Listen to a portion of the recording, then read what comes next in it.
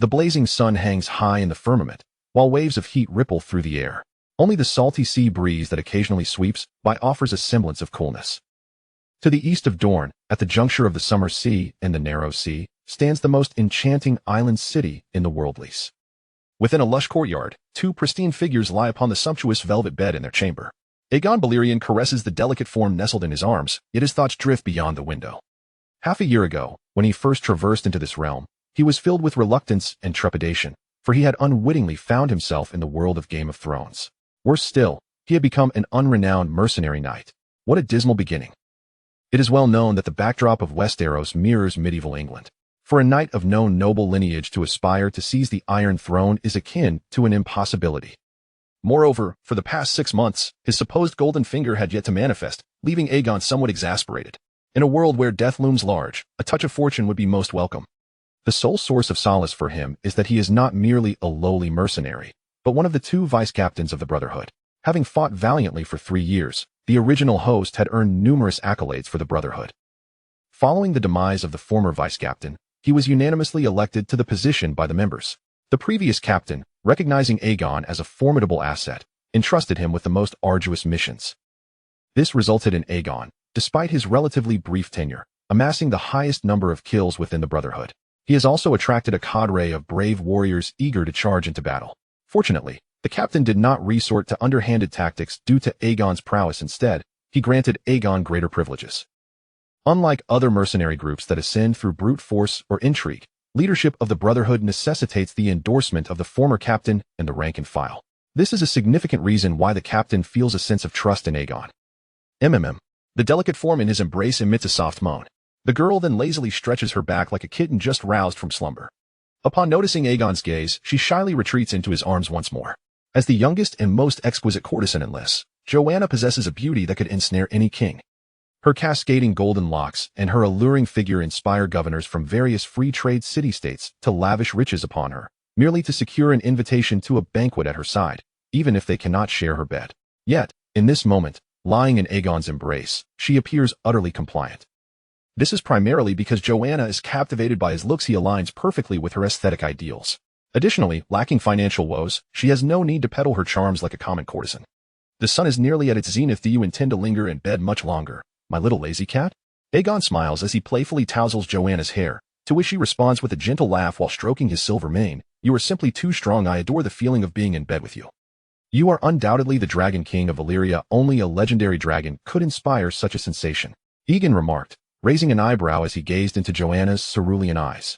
You have awakened the dragon. What do you propose we do now? After a bit of a struggle, Aegon finally donned his attire with the assistance of Joanna's maid. If the governors of Lys were to discover that I managed to secure the most exquisite socialite they have been vying for over the past 2 years in a mere fortnight, they would surely go mad with fury. He chuckled, observing Joanna as she dressed. Joanna giggled at Aegon's comment. Perhaps they will challenge you to a duel. Ha! With hands so feeble they cannot even lift a sword? Or relying on those grotesquely ample bellies? Joanna raised an eyebrow. Perhaps they could use their bellies to shield themselves from your great sword.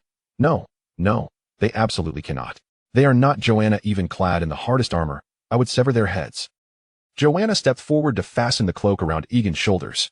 It is unwise to jest about your employer. Be cautious lest the word reach their ears. I have been with you for nearly half a year. I reckon this matter is far graver than my mockery of them. They might actually be enraged enough to dissolve their contract with the knights. Joanna laughed lightly. The governors of Lys are all cowards. Those slave soldiers under their command possess no combat prowess whatsoever. They will need to employ you to combat the Tyroshi. There is no way they would sever ties with you. Yet, I do wish they would. Oh, why is that? Aegon inquired, puzzled. Joanna embraced Aegon, her breath warm against his ear. Because then you would be free to serve me, or perhaps I could marry you. Once you conquer the Stepstone Islands, you could declare yourself their king, and I would be your queen. At this, Aegon turned to embrace Joanna's delicate form, his hands resting gently upon her hips, and he pressed a soft kiss upon her lips. A king typically only enters into political unions with the daughters of other dukes. You should not harbor expectations of me becoming a king. Joanna narrowed her eyes with a playful smile. Is it not said that many of Valyria's dragon kings have numerous queens? Besides, we are in Lys. What does it matter? Do you not wish for me to share your bed with other queens? I could even teach them a few skills. You said it. I eagerly anticipate that day. Aegon replied with excitement, then playfully smacked Joanna's rear. I must attend a meeting now. I wonder what absurd ideas the governors of Lys will conjure this time. The meeting with the governors was set in the perfumed garden rather than their residence, as these governors preferred to indulge in libations before discussing matters of war, while enjoying the seductive dances of the courtesans within the garden. By the time Egan arrived, Henry, the leader of the knights, was embracing a stunning maid while sipping the unique white wine of Liss. Meanwhile, the vice-captain, Babbler, sat leisurely nearby, savoring some fruit. Our valiant hero has arrived. Haha, I wager that young Yegan was lost in the allure of a beautiful maiden last night, and has only just made his way here. Please, take a seat. Boomed the governor seated at the head of the table, gesturing for Yegan, clad in silver armor, to be seated. Once Yegan settled in, two maidens approached to pour wine. He raised a glass and downed it in one gulp, saying, "Your Excellency, you flatter me excessively. The title of battle hero rightfully belongs to Captain Henry or Deputy Captain Barbelo. As the least experienced deputy captain, I have faced the fewest battles." Though Yegan feigned humility before the governors, his thoughts were filled with friendly jibes directed at their ancestors. These old fellows were truly cunning, having persistently boasted of their own valor in front of Henry and Barbelo since his ascension to deputy captain 8 months ago. It was a clear attempt to undermine Yegan. Deputy Captain Yegan, there is no need for modesty.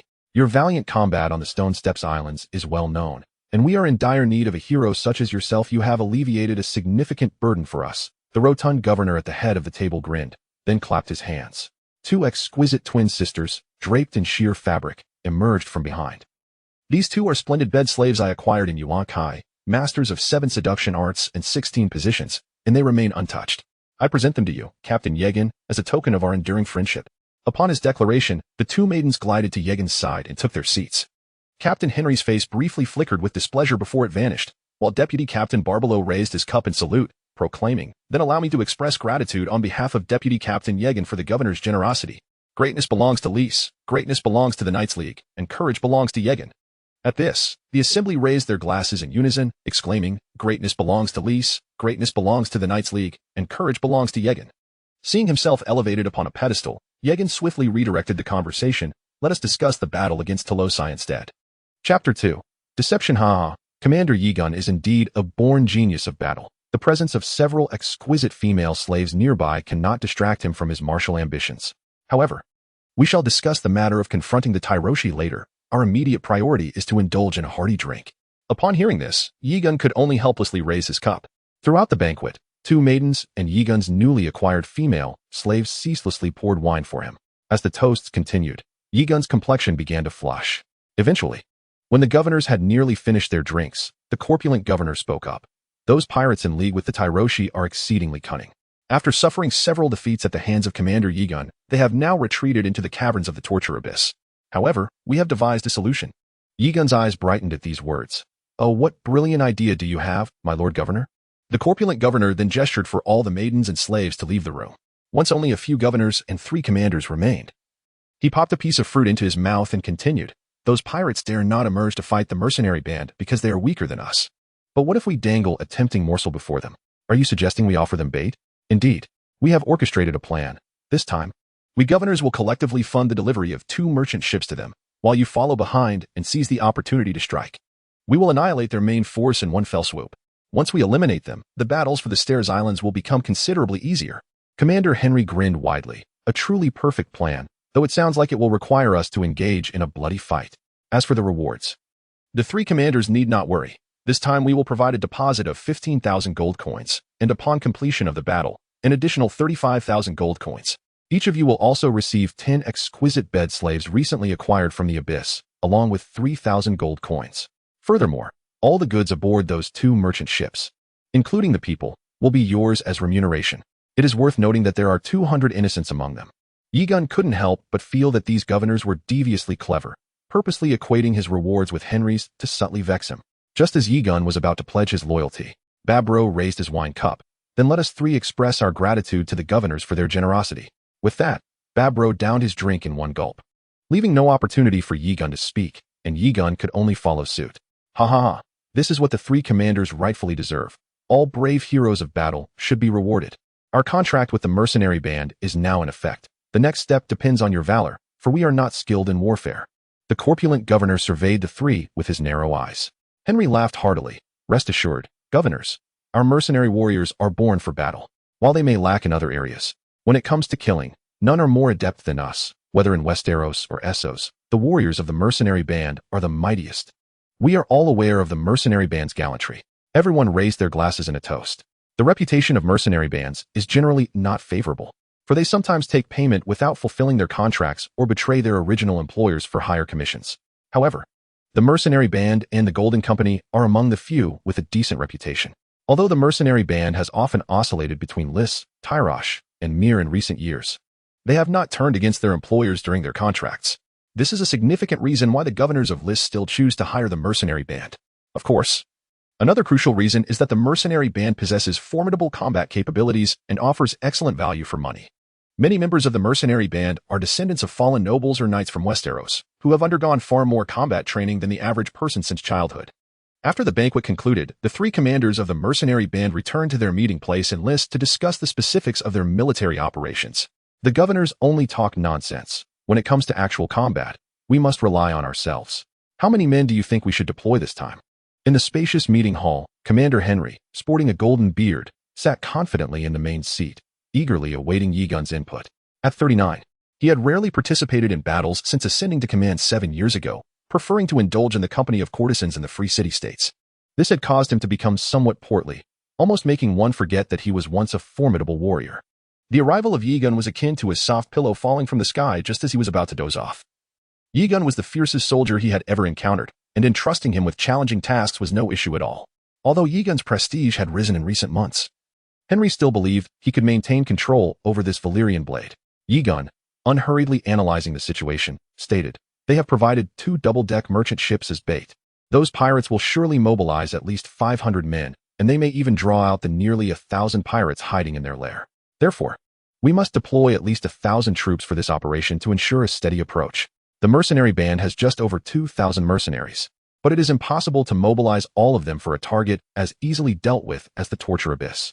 Not to mention, given the rewards obtained from the mercenaries' combat, these 3 commanders could not afford to send their entire forces every time. Otherwise, how could the soldiers expect to share in the spoils without putting in the effort? Such good fortune does not exist. While it may lead to greater casualties, the commanders of the mercenary band and the soldiers rarely concern themselves with this. They join the mercenary life for the sake of profit. After all, what is the value of a head? Old Henry nodded. Then it will be you, Yegun.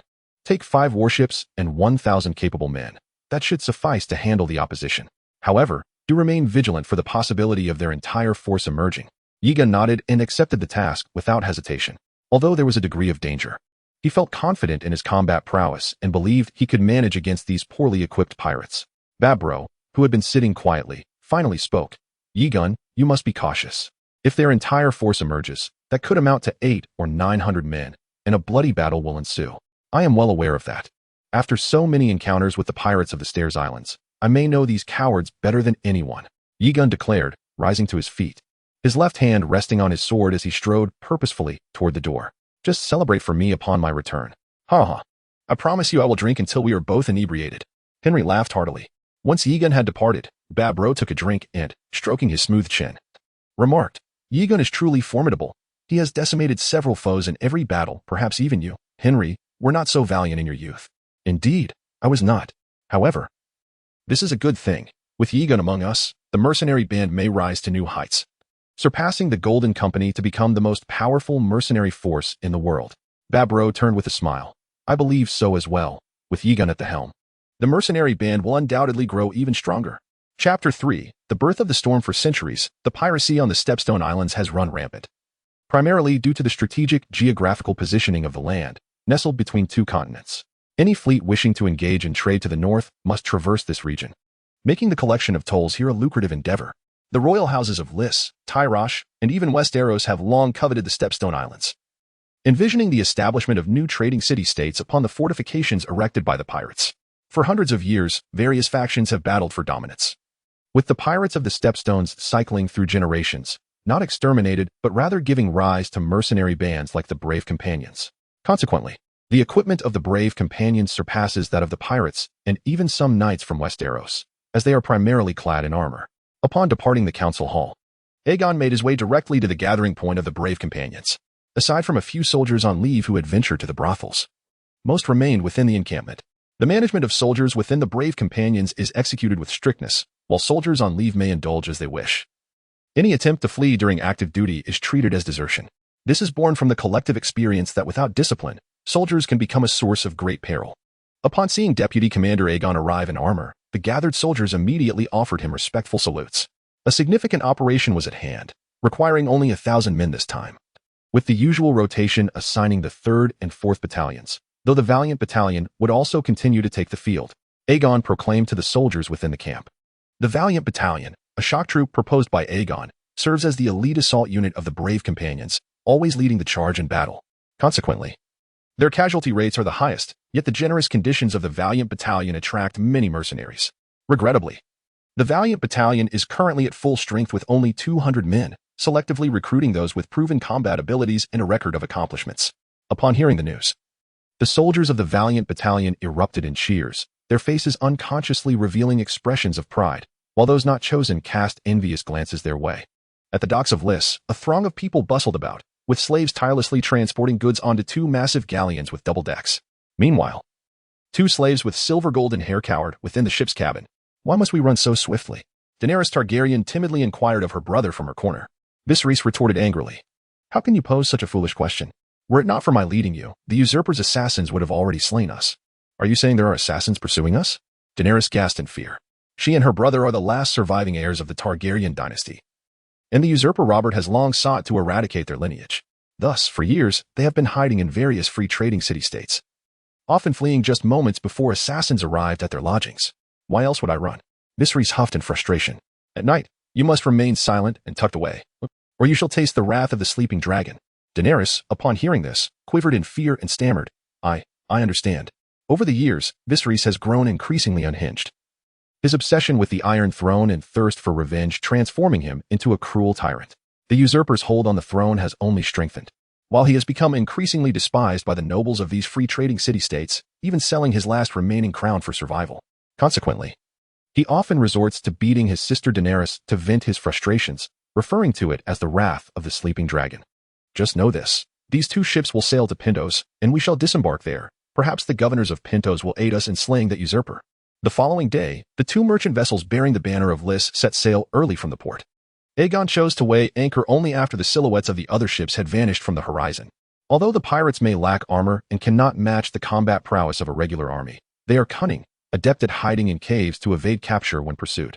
If they sense any unusual activity, they will not engage. Archers, be prepared. Once we draw near, unleash a hail of arrows to topple them. Aegon commanded sternly from the deck. Haha, those pirates lack iron armor. They'll be turned into porcupines in no time. The archers below erupted into laughter, ignoring the merriment. Aegon continued issuing orders. This time, aside from the rowers, everyone else must don their armor ahead of time. If they come out in full force, it shall be a bloody battle. The mercenaries below dared not defy Aegon's command, obediently donning their armor despite the sweltering heat. Even the typically unruly Valiant Battalion complied, for they were among Aegon's closest soldiers. As noon approached, the 2 merchant vessels neared the vicinity of the Stepstone Islands, intentionally quickening their pace. Shortly after passing the Torture's Deep, 4 galleys emerged from the harbor like arrows released from a bow, swiftly pursuing the merchant ships. The merchant vessels, upon spotting the approaching pirate ships, increased their speed, yet the flat-bottomed galleons could never match the swiftness of the galleys in coastal waters, and soon enough, the pirate ships closed in. Chapter 4. The delayed Golden Finger. The commander aboard the merchant vessel observed the approaching band of pirates with a smug smile. To him, they were merely prey, glimmering coins in the form of men. Meanwhile, the enslaved sailors, oblivious to the unfolding drama, trembled in fear, dreading the moment when the pirates would catch up and rend them apart. The golden-haired commander looked upon these trembling souls with disdain and promptly ordered that the untouched be brought up to the deck, granting a modicum of calm to the crew. As the pirate ship closed in, the raucous shouts from the marauders sent shivers down the spines of those on deck. Yet the untouched stood resolute like statues, their eyes devoid of fear. Slaughter the eunuchs. Everything aboard this ship belongs to us, bellowed the scarred pirate captain across the chasm of water. The wooden gangplank crashed against the merchant ship's hull, and the pirates leapt aboard, brandishing their blades like feral beasts, engaging in a bloody skirmish with the untouched and other enslaved sailors. Although the untouched were well-trained and possessed superior combat skills, they were vastly outnumbered, and the pirates soon overwhelmed them. After more than an hour of fierce fighting, just as despair began to seep into the hearts of the enslaved sailors, another vessel, flying the banner of 3 iron swords, arrived at the scene. After unleashing a volley of arrows, Yrn's fleet swiftly boarded several pirate ships, initiating close-quarters combat. Clad in silver armor, Yorn led a contingent of armored warriors onto the pirate vessel. Within moments, he dispatched 2 pirates who charged at him, their blood staining his armor. The pirates, caught in a pincer movement, quickly succumbed to chaos. Sensing the tides of battle turning, the pirate captain retreated to his ship, commanding his crew to row away in haste. Yorn, however, charged after the scarred pirate king. Die! Roared the pirate king, undeterred by Yorn's advance. After angrily dispatching a member of the warrior contingent beside him, he struck at Yorn. The clamor on the battlefield seemed to fade into silence. Yorn felt as though he and his opponent existed in a realm separate from the chaos, his adrenaline surging, heightening his reflexes. The pirate king's blade sliced through the air, aimed at Yorn's neck. Yorn sidestepped, countering with a strike of his own, but the pirate king was quick to evade. The two exchanged blows repeatedly, neither gaining the upper hand. The remaining pirates, witnessing their comrades falter, began to waver. With a fierce shout, the pirate king hurled a dagger from his left hand towards Yorn before launching another attack. Yorn narrowly dodged the incoming dagger, raising his sword to parry the pirate king's assault. The pirate king's muscles rippled as he swung down ferociously, jolting Yorn's grip painfully. Seizing the opportunity, Yorn rolled behind the pirate king and thrust his sword into the back of the pirate leader. Blood gushed from the wound. Yet, the pirate king, undeterred, continued to engage Yorn, though his strength was visibly waning.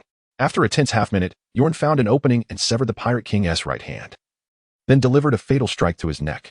The massive head soared into the air. In that moment, Yorn felt a surge of exhilaration coursing through him. Yet, there was no time for reflection as he turned his attention to the remaining pirates. With the death of their captain, the pirates disbanded, quickly surrendering and casting down their weapons. Finally, Yorn allowed himself to pause and assess the changes within his own body, only to be met with a translucent blue panel before him. Name: Yorn Belaris. Territory: none vassal, none faction.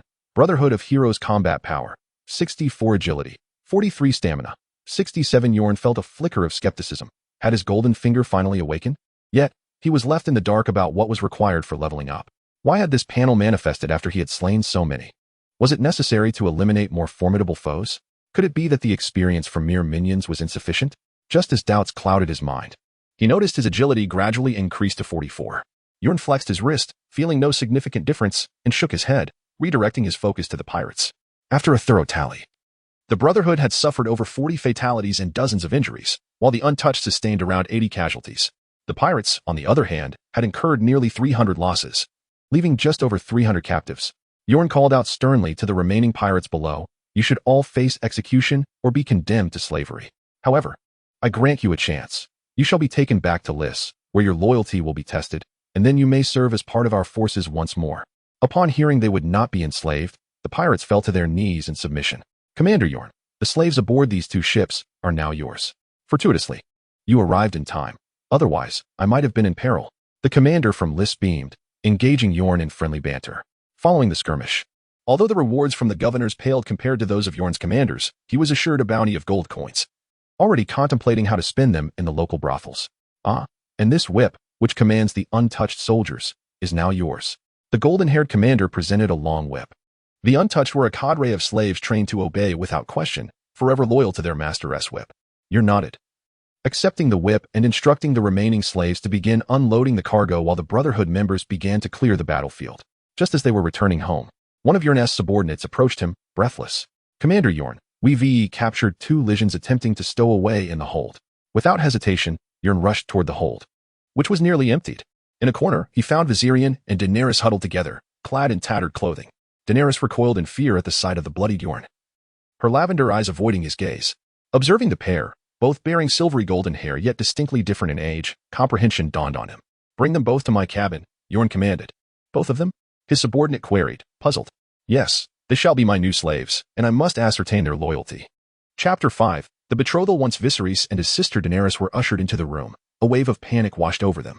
Seizing the moment before Aegon arrived, Viserys urgently instructed Daenerys, "No matter what happens, you must not reveal our true identities, understood? Even if that mercenary intends to harm you, you must remain silent."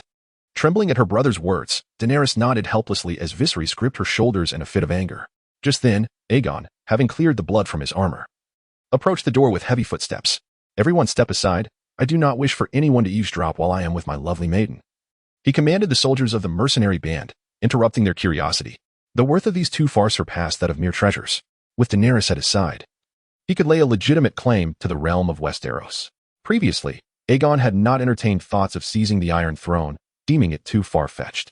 Yet, with the Mother of Dragons, Daenerys, and the advantages he now possessed, it would be a disservice not to aspire for greater heights. The paramount objective was to strengthen his position, with over a year remaining until the usurper Robert met his demise at the tusks of a boar. He needed to fortify himself and maximize political gains during the impending War of the Five Kings. Therefore, Aegon wished to keep Daenerys and Viserys' presence a secret.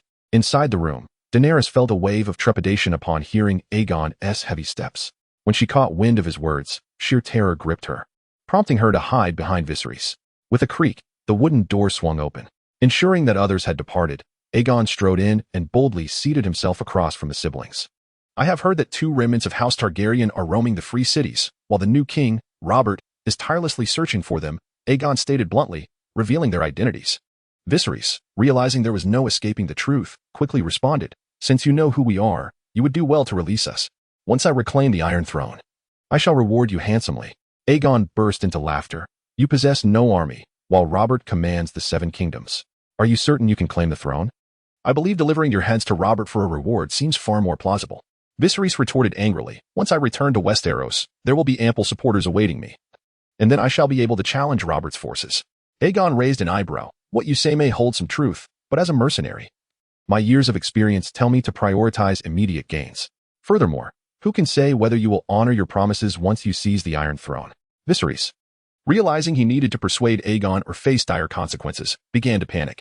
"I swear by the 7, once I reclaim the Iron Throne, I will grant you 500,000 golden dragons. No, wait, I can even make you the Duke of Storm's End." Aegon remained noncommittal. Viserys continued feverishly promising, "You can choose any territory you desire in the 7 kingdoms. Oh, and I can marry my sister Daenerys to you. She is undoubtedly the most beautiful woman in the world. If you hand us over to Robert, you would be lucky to receive a mere 20,000 golden dragons. And he may not even grant you a title." Daenerys felt a surge of anger at her brother's casual offer of her hand, but could only silently pray that Aegon would accept the proposal.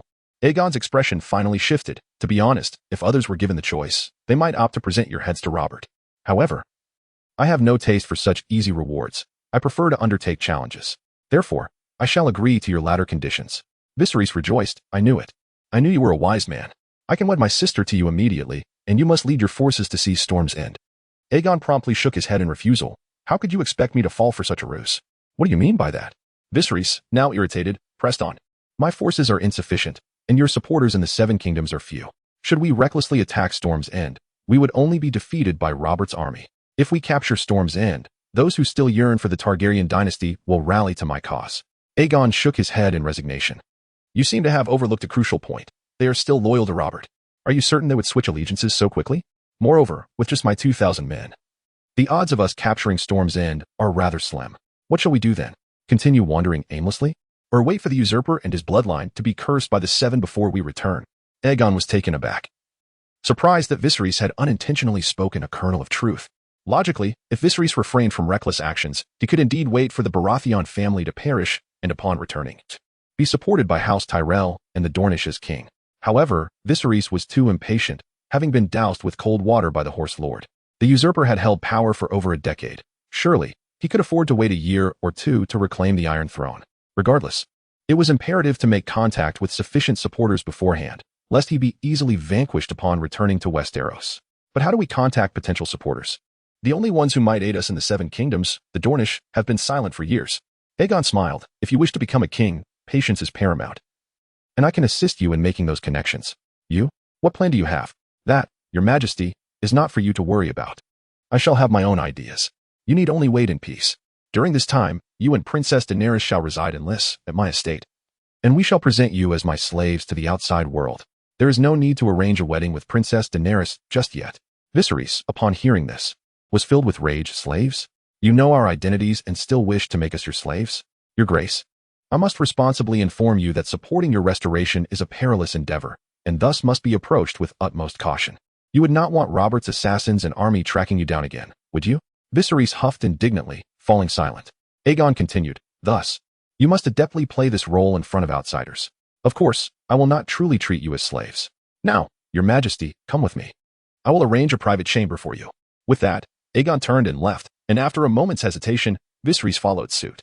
Chapter 6, Conspiracy. 2 days later, Yigong finally returned with his fleet, laden with spoils. The several hundred pirates were first placed in a prisoner camp, while the unsullied and other slaves were allocated to different quarters, awaiting distribution by me and the other two commanders. However, the silver-haired slave was directly escorted to my chamber. My subordinates were somewhat astonished. Aren't you going to greet the other two commanders? No need, Yigong replied with a wave of his hand. I have taken a liking to this woman. They will not contest me over her. He then casually added, oh, and bring her companion to my courtyard and find her a room. I could use a cupbearer. The subordinates dared not question Yigong's command. Assuming he had merely developed an infatuation with Daenerys, and thus silently complied, bringing both women to his courtyard. Meanwhile, Yigong continued to tally the other goods. On the other side, the vice commander, Barballo, sought out Commander Henry, who was indulging in revelry with a courtesan. Henry emerged from the room, somewhat displeased. What is it with you Westlanders? Do you not realize that such interruptions are ill-timed during critical moments? Barballo, a bastard from Westeros, and Henry, alongside Yigong, hailing from Lys, had a deeper trust in Yigong. Barballo's momentary displeasure faded as he bowed his head and said, Please forgive me. I am simply too elated. Yigong has achieved another great victory, and I could not wait to share the news with you. Haha, I knew it. Yigong is a gift from the heavens to our band of heroes. I must find a way to reward him during the evening's celebration. Henry chuckled. His face creased with joy as he downed a glass of his favorite white wine. Barballo chimed in, Indeed, Yigong is a hero. But what? Are all Westlanders so whiny? Like a bunch of women. Henry retorted with irritation. Well, I hadn't intended to bring it up. But Yigong's actions this time were somewhat excessive. The governors of Lys entrusted those two merchant ships and their slaves to the three of us. Yet Yigong took away a stunning female slave without consulting us. Henry frowned at this revelation, while Barballo continued to prod. It's not unreasonable to desire a female slave. If he had asked us, we would have obliged. However, this breaches protocol. Taking spoils without the commander's consensus could lead to chaos. Initially, Henry considered dismissing it as trivial, recalling similar past occurrences, but then decided it was prudent to uphold the authority of the commanders. I will retrieve that female slave and redistribute her before returning her to Yigong. Upon hearing this, Barballo smirked with intrigue. Fine, I shall summon Yigong. We will address this matter in his courtyard. Henry agreed with the arrangement, nodding as he grabbed his beloved white wine and made his way to Yigong's courtyard. Meanwhile, Barballo sought out four of his closest subordinates. Commander Yigong has gravely breached protocol, disregarding the authority of the commanders. Commander Henry intends to exile him, so I need you four to assist me in apprehending him. Should he resist, eliminate him on the spot. Understood? The four exchanged glances, and one, bolder than the rest, could not help but ask, Is Commander Yigong plotting a rebellion? Barballo replied with a stoic demeanor, Not necessarily, but if we inform him of our intent to arrest him, he may react violently.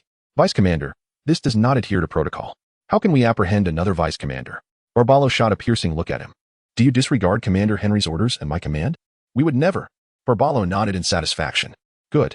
This is Commander Henry's order. Once we capture Commander Yigong, you will understand. Moreover, should you assist me in this task, your ranks within the band will elevate by 2 levels. With this carrot-and-stick approach, the four nodded in agreement.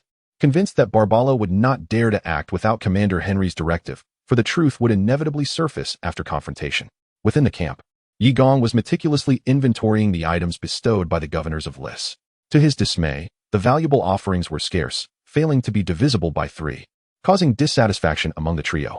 While Yigong silently cursed the deceitful old wretches, a guard approached with a summons. Commander, Vice Commander Barballo requests your presence. Intrigued, Yigong followed the guard to the meeting hall. Upon arrival, he noticed several individuals nearby, instantly heightening his vigilance as he tightened his grip on the hilt of his sword. Haha, our great hero has returned, Barballo exclaimed, opening his arms wide in mock celebration while casting a glance at the surrounding soldiers. The soldiers behind Yigong swiftly drew their swords, intending to subdue him. However, at the moment Barballo spoke, an intense intuition surged within Yigong, warning him of deception. Instinctively, he unsheathed his sword and turned to defend himself against the soldiers approaching from behind. Vice Commander Yigong is rebelling. Quickly kill him, Barballo bellowed. His 4 subordinates immediately charged at Yigong, while Yigong's sole attendant retaliated fiercely. Yigong, renowned for his swordsmanship, deftly parried the attacks from 2 assailants before launching an assault on Barballo. Barballo had anticipated a swift capture, but was taken aback as Yigong successfully blocked his advance. Terrified by Yigong's approach, Barballo raised his sword to defend himself, relying on sheer numbers to subdue Yigong. Yigong shouted, Barballo is rebelling. Quickly apprehend him. Hearing this, several soldiers from the valiant camp, loyal to Yigong, rushed to the battlefield upon hearing the commotion and his call for help. Barballo's singular opportunity was thwarted by Yigong's keen intuition, and as more soldiers joined the fray, Barbalo's forces quickly found themselves overwhelmed. Seizing a moment of advantage, Yigong sidestepped and swiftly decapitated Barbalo. The remaining 4 were soon dispatched, 2 falling lifelessly, while the last 2 surrendered, discarding their weapons. Yigong's agility attribute increased once more. Chapter 7. Interrogation Commander Yigong. It was all Barbalo's deception. He claimed that this was Commander Henry's intention. And that is why we acted. Please do not kill us. The 2 soldiers who had accompanied Barbalo, witnessing his swift demise at Yigong's hands, immediately fell to their knees in supplication.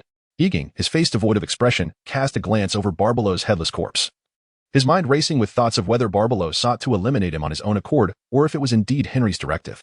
If it were the latter, then a fierce battle loomed ahead, and reconciliation with Henry would be rendered impossible. Yet, he leaned towards the belief that Barbalo had acted independently. If Henry wished for his demise, he would not have sent Barbalo alone. Detain the 2 of them for now.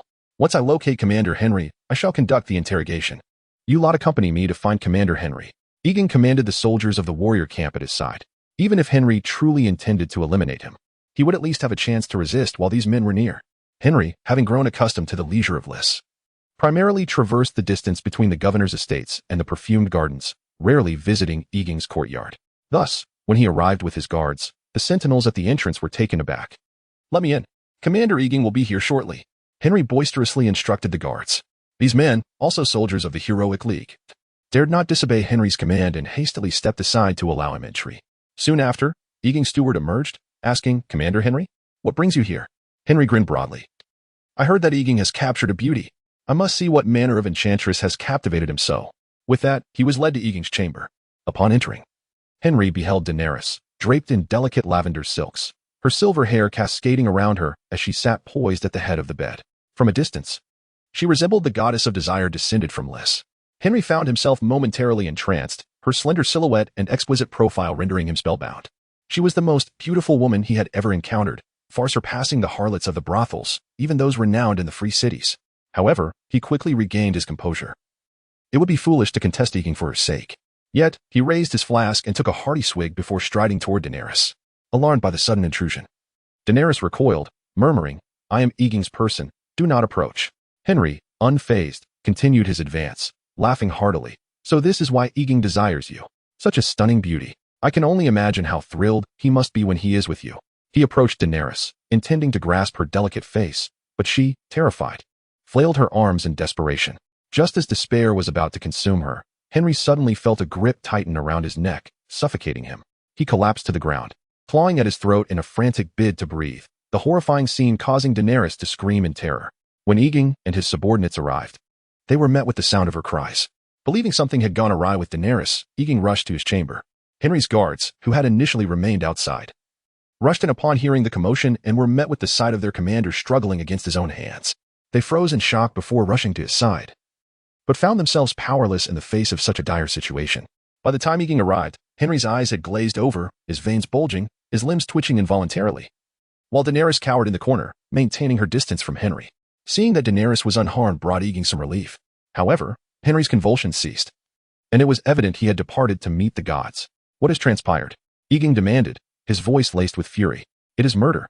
This which has slain Commander Henry, cried a young guard, springing to his feet, sword drawn, intent on executing Daenerys. Fool. Yigong interjected, raising his own sword to block the attack, coldly stating, She is my slave. Even if she has committed a crime, it is I who shall decide her fate. With Henry now deceased, Yigong's authority reigned supreme, and the guards hesitated to defy him, reluctantly sheathing their swords. Yigong, now composed, realized that he was the sole commander remaining in the Heroic League.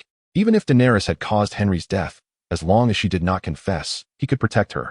Even if she did admit to it, he would still ensure her safety. The focus lay on the individual, not the act itself. Eily, tell me what transpired, Yigong directed Daenerys, using the alias he had given her to facilitate her concealment. Daenerys, still adjusting to the name, took a moment before responding. He took a drink, then approached to touch me, and then collapsed. She gasped, recounting the events. Yigong, piecing it all together, realized that Barbalo intended to kill both him and Henry, seeking to frame Yigong for the deed. Without uttering a word, Yigong seized Henry's flask and commanded, This is the poison that suffocated him. Bring me the cupbearer who served Commander Henry. He then instructed the nearby guards, arrest him as well. The guards, alarmed, protested, Commander Yigong, you cannot trust the words of a slave. She must be the one who poisoned Commander Henry.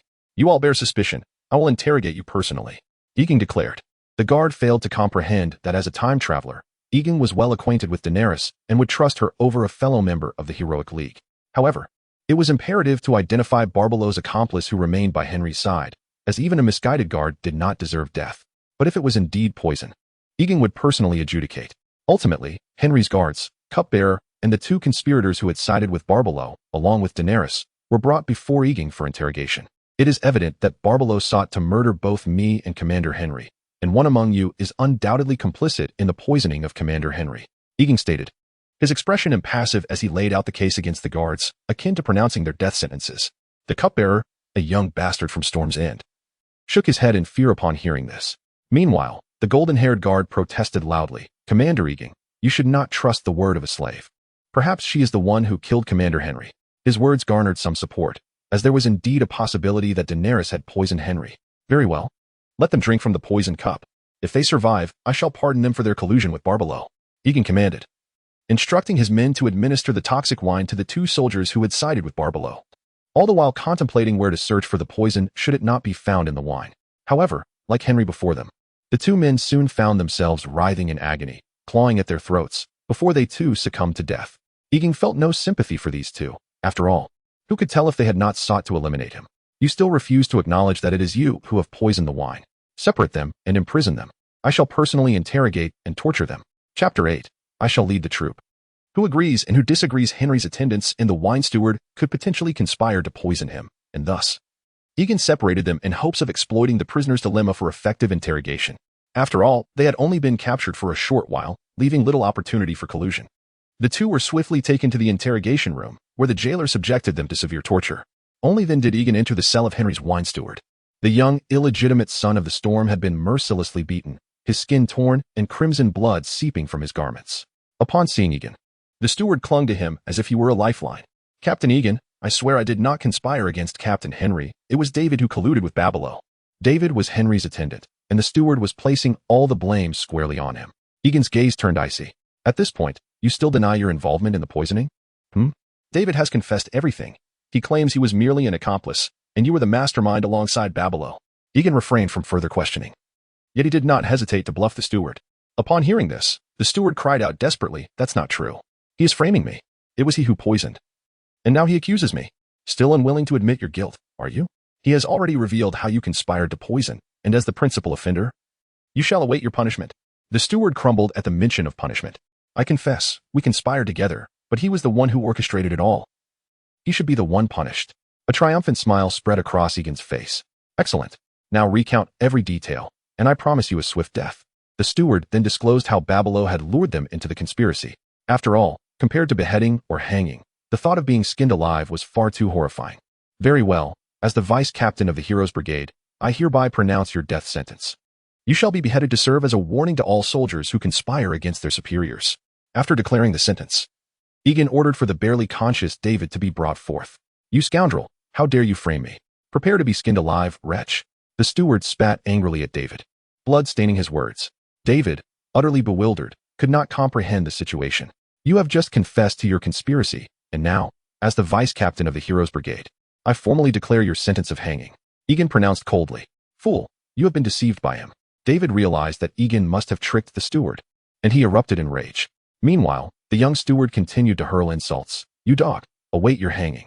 Egan shook his head and ordered their confinement, stating they would be executed together the following day, and then he departed without a backward glance. The soldiers in the camp had descended into chaos. But Egan commanded each captain to maintain order among their men, forbidding any gatherings or disturbances. It was not until he pronounced the death sentences for the two conspirators that Egan summoned all the captains to the assembly hall. Seated prominently, Egan surveyed the 5 captains below him. Barbelow, that scoundrel, conspired with others to murder Captain Henry, and our brigade is in utter disarray. As the only surviving vice captain, I am entitled to assume the position of captain. Who is in favor, and who opposes? A profound silence ensued. The captains exchanged glances, their expressions frozen in apprehension. The appointment of a captain had traditionally been designated by the previous captain or through unanimous selection. With Henry now deceased, and having been betrayed by another vice captain, it was evident that there was no contender against Egan. Thus, he had not violated any protocols. The captains hesitated, and aside from 2 loyalists mourning Henry, the remaining 3 bore no objections to Egan's ascension. The 2 loyalists exchanged glances, realizing that if they hesitated, Egan might indeed execute them. With Henry gone, they could not sacrifice themselves for a deceased captain. Subsequently, the two led the way in saluting in allegiance. The others quickly followed suit, and Egan, satisfied with the display, declared, "Excellent. Given these extraordinary circumstances, we shall not appoint a vice captain for the time being. The two responsible for Captain Henry's death have been sentenced to execution. I trust Captain Henry will find peace." Rising once more, Egan's aura surged forth. "Conspiracies within the Heroes' Brigade shall never prevail. The warriors of the brigade will not heed the commands of a usurper. Now, let us proceed to manage the treasury of Henry and Babilo." Henry had no relatives. His remaining assets belonged to the Heroes' Brigade. As for Babilo, being a criminal, his wealth also rightfully belonged to the brigade. Egan ordered the gold hidden in their treasury to be retrieved, which would serve as the brigade's funds for future expansion. The coins left behind by the two totaled over 100,000, granting Egan a modest fortune. As for the slaves and their estates, distribution proved complex. So Egan simply seized them and assigned them to work at his residence. Likewise, the slaves left by the governor were handled in the same manner, as they had been gifts from the governors to the three captains, necessitating no division among the lower-ranking soldiers. The remaining 120 or so innocents were all assigned to protect Egan's courtyard and guard his quarters, ensuring no eavesdropping occurred. The soldiers had not expected to receive any gold, as typically their rewards paled in comparison to those of mercenary captains. However, they were pleasantly surprised when Egan revealed the gold belonging to both Babilo and Henry. Although it was not distributed directly, the deposit into the brigade's treasury provided reassurance to the soldiers, offering them a glimmer of hope.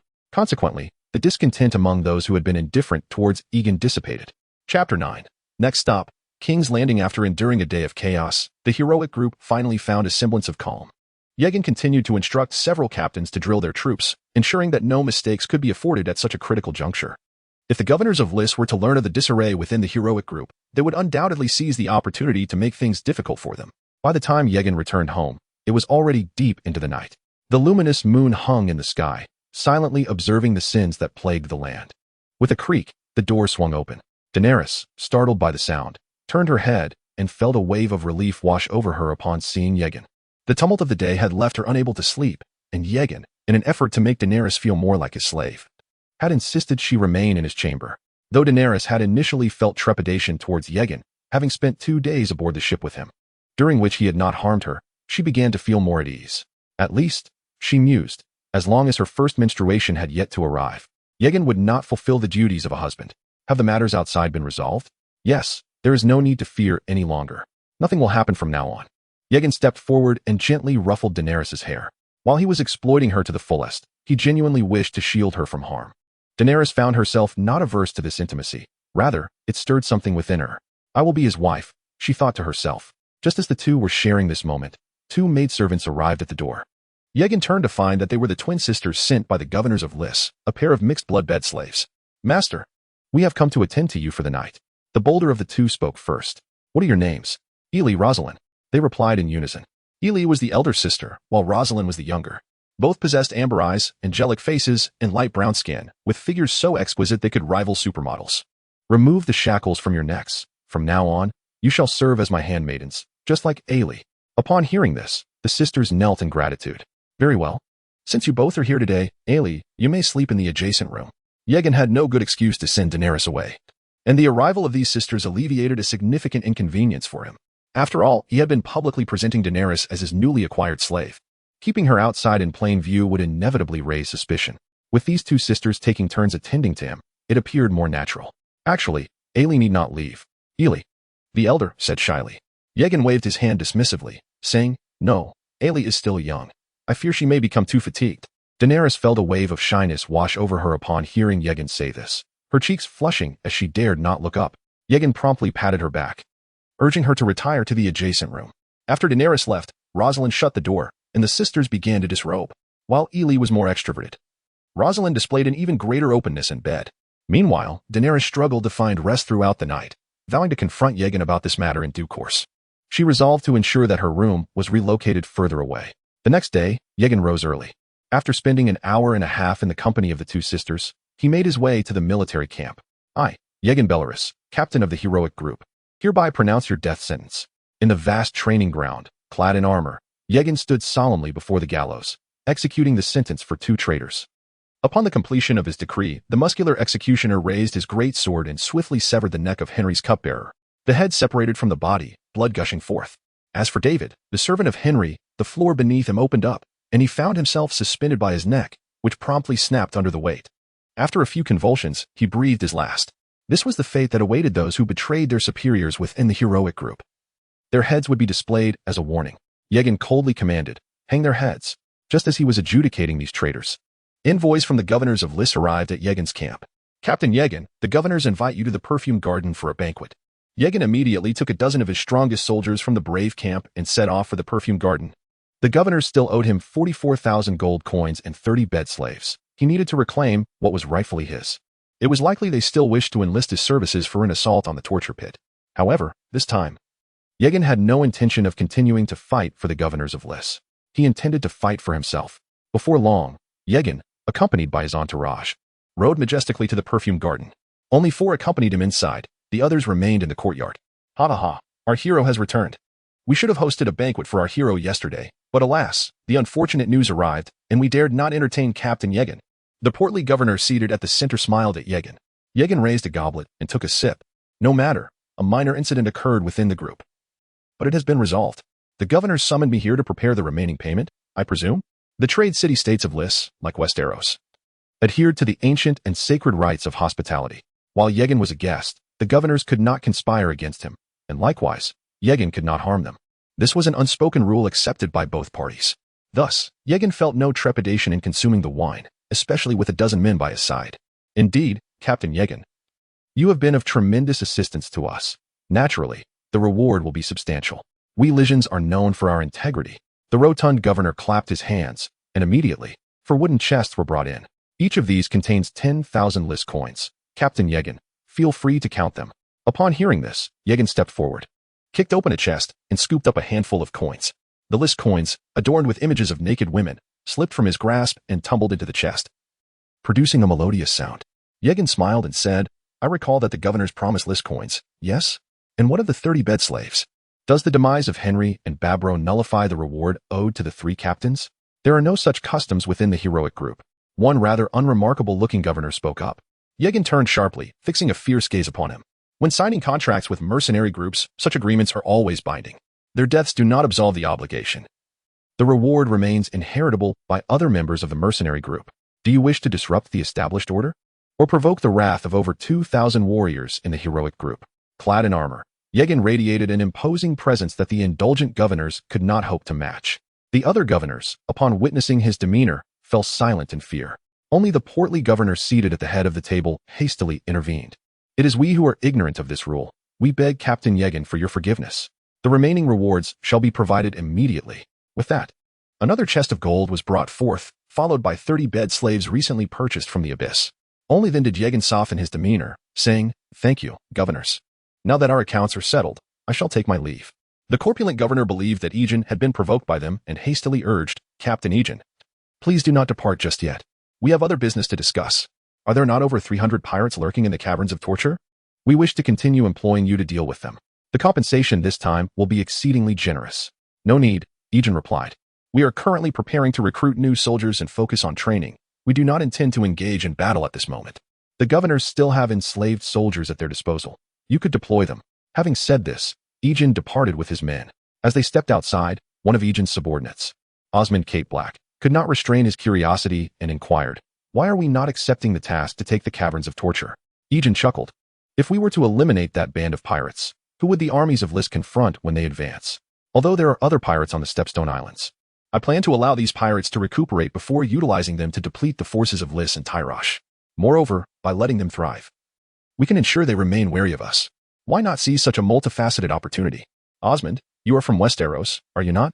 Yegin inquired deliberately. "Indeed. I am a man of the Reach," Osmond affirmed. "Excellent. I am about to make a trip to King's Landing. You shall accompany me," Yegin declared. The mercenary company is in urgent need of expansion, which requires substantial funds and ample manpower. Fortunately, Westeros possesses both. Chapter 10. The blunt recruitment propaganda. Daenerys awoke only when daylight streamed into the unfamiliar room, a momentary flicker of panic coursing through her as she registered her surroundings. It was only upon realizing she was in Aegon's estate that she found tranquility. After years of wandering in the free cities, her nights had been plagued by unrest. The past few days spent with Aegon had granted her the most peaceful sleep she had experienced in a long time. The absence of the constant worry of assassins allowed her to truly feel alive. She even contemplated remaining in this haven, far removed from the unfamiliar land of Westeros and the Iron Throne that occupied her brother's thoughts. For her, the comfort of her current existence was far more appealing. After donning the linen gown that Aegon had prepared for her, Daenerys refreshed herself and prepared to have breakfast. However, she found herself confronted in the hallway by Viserys. "Brother," Daenerys exclaimed, puzzled by Viserys' intentions. He gripped her shoulders with a fierce force, causing her discomfort. Did that Lysine not request her company last night? Though confused, Daenerys nodded. Viserys' fingers pressed into her delicate skin, his face contorted with rage. "Are you mad? He is the sole commander of that army, my hope for ascending the Iron Throne. And you pushed him away from your bed?" With a quivering voice, Daenerys replied, "He told me to leave. I am too young." "Who cares about that?" Viserys snapped. "Even if he cast you aside, that reflects your lack of allure. You must please him, do you understand? Otherwise, why would he aid me in reclaiming the Iron Throne?" Feeling helpless, Daenerys nodded. Viserys then released her, a hint of satisfaction in his voice. "Good, Daenerys. You should realize how fortunate you are to marry a strong young knight rather than some old and ugly duke. Frankly, I do not care whom you marry or how many seek your favor. Even if their horses desire you, it matters not. As long as they provide me with an army to reclaim the Iron Throne. Now that you are to marry him, ensure you delight him.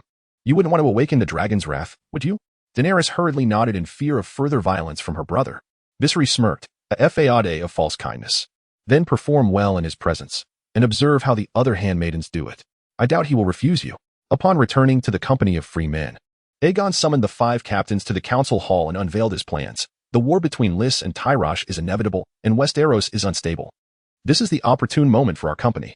If we seize this chance, we can become the most formidable mercenary band in the world, and you shall reap boundless wealth.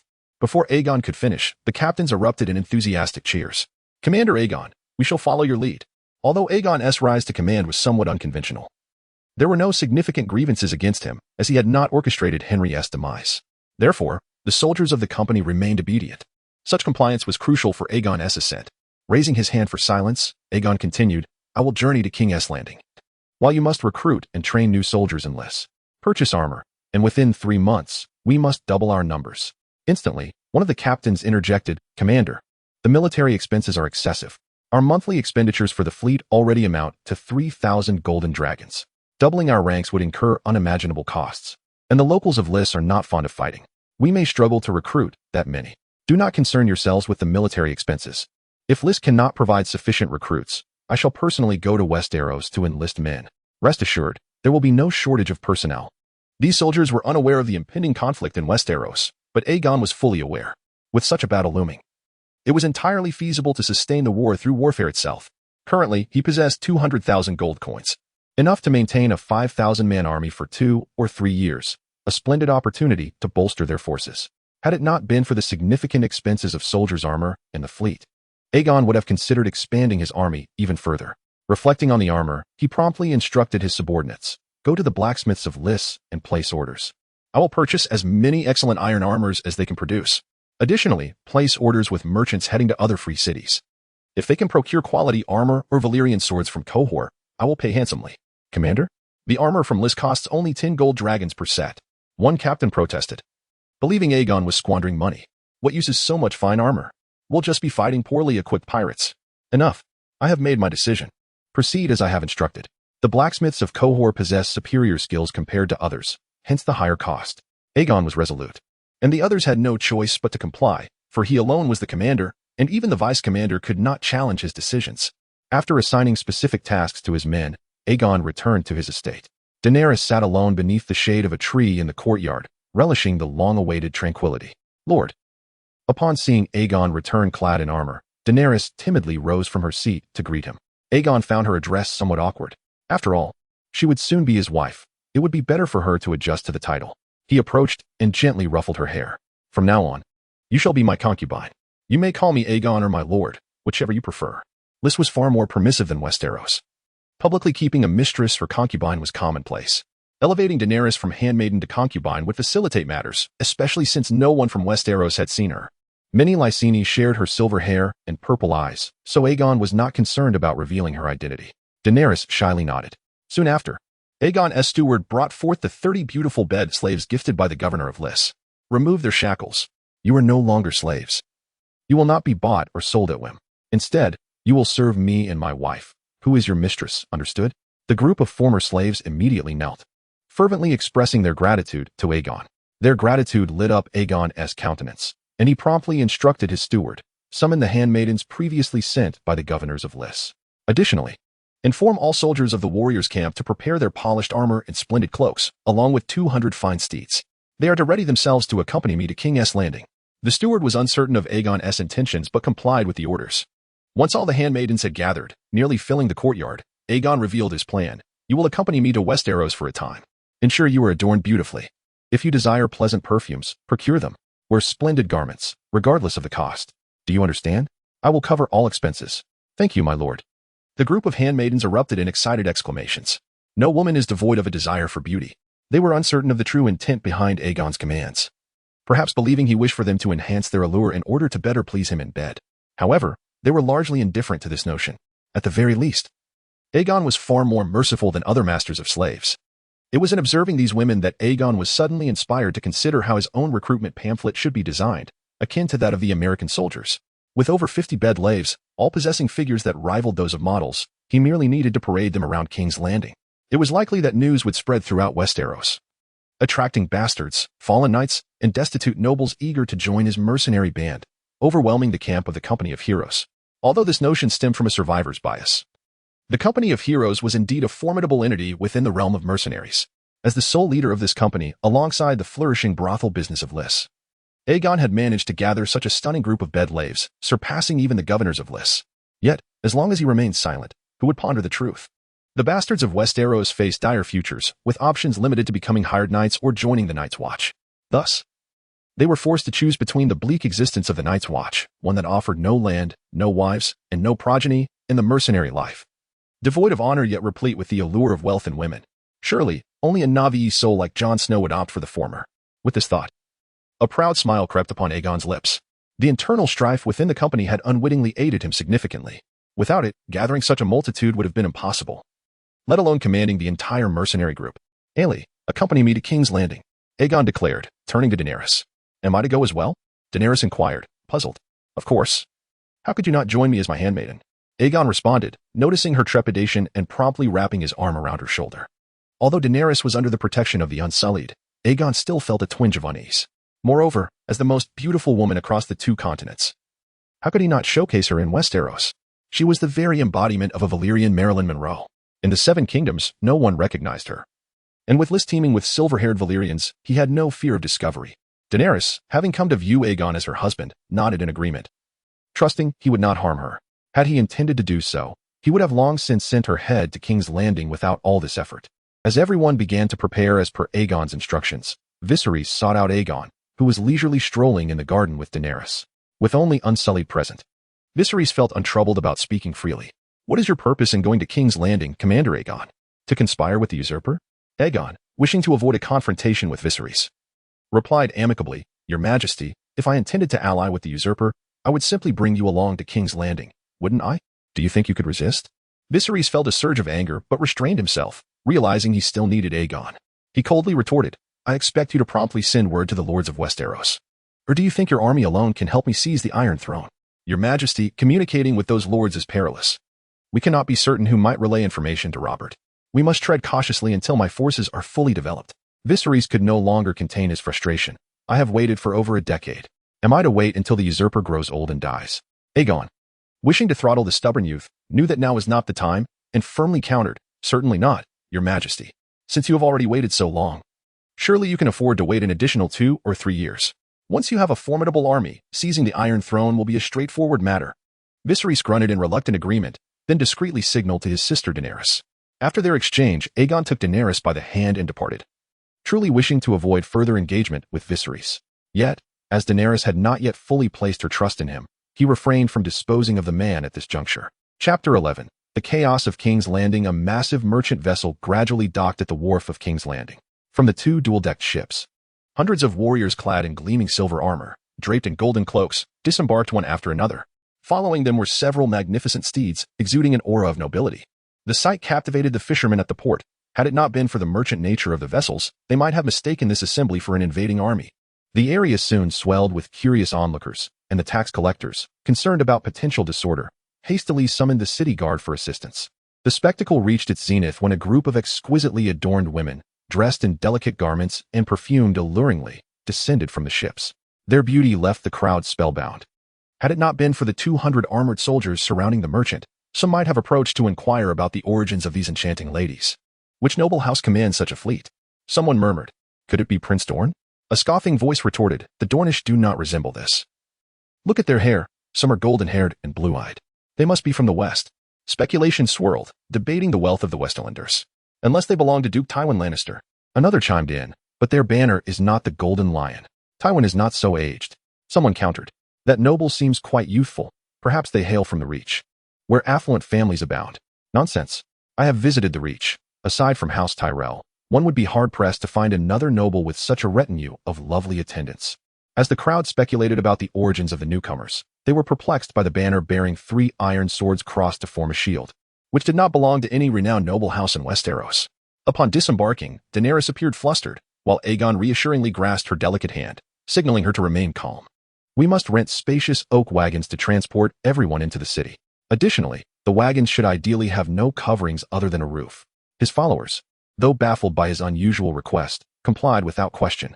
Then, a magnificent procession of knights, adorned in gold and silver armor, surged through the river gate of King's Landing, escorting a convoy of gilded wagons along the muddy thoroughfare. The banner of 3 iron swords fluttered proudly above. Townsfolk rushed to the streets to witness the spectacle.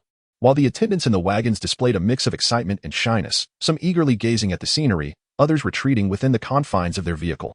Seated beside Aegon, Daenerys felt a twinge of anxiety, prompting him to gently pat her shoulder. He then playfully placed his other hand on the waist of his twin attendant, Illyria, igniting envy among the assembled bachelors watching the procession. Meanwhile, the soldiers diligently urged the crowd to disperse. After navigating through the city, Aegon finally found 2 adjacent inns near the prestigious brothel, Shatterstone. The establishments quickly filled with hundreds of guests, and the stables were crowded with 200 warhorses. Once the soldiers were settled, Aegon turned to the gaunt innkeeper and instructed, prepare a spacious bed capable of accommodating 7 or 8 individuals. Indeed, esteemed lord, there are several such rooms on the 3rd floor, one even accommodating 10. The innkeeper, casting a knowing glance at the attendants, internally marveled at the vigor of youth compared to his own advancing years.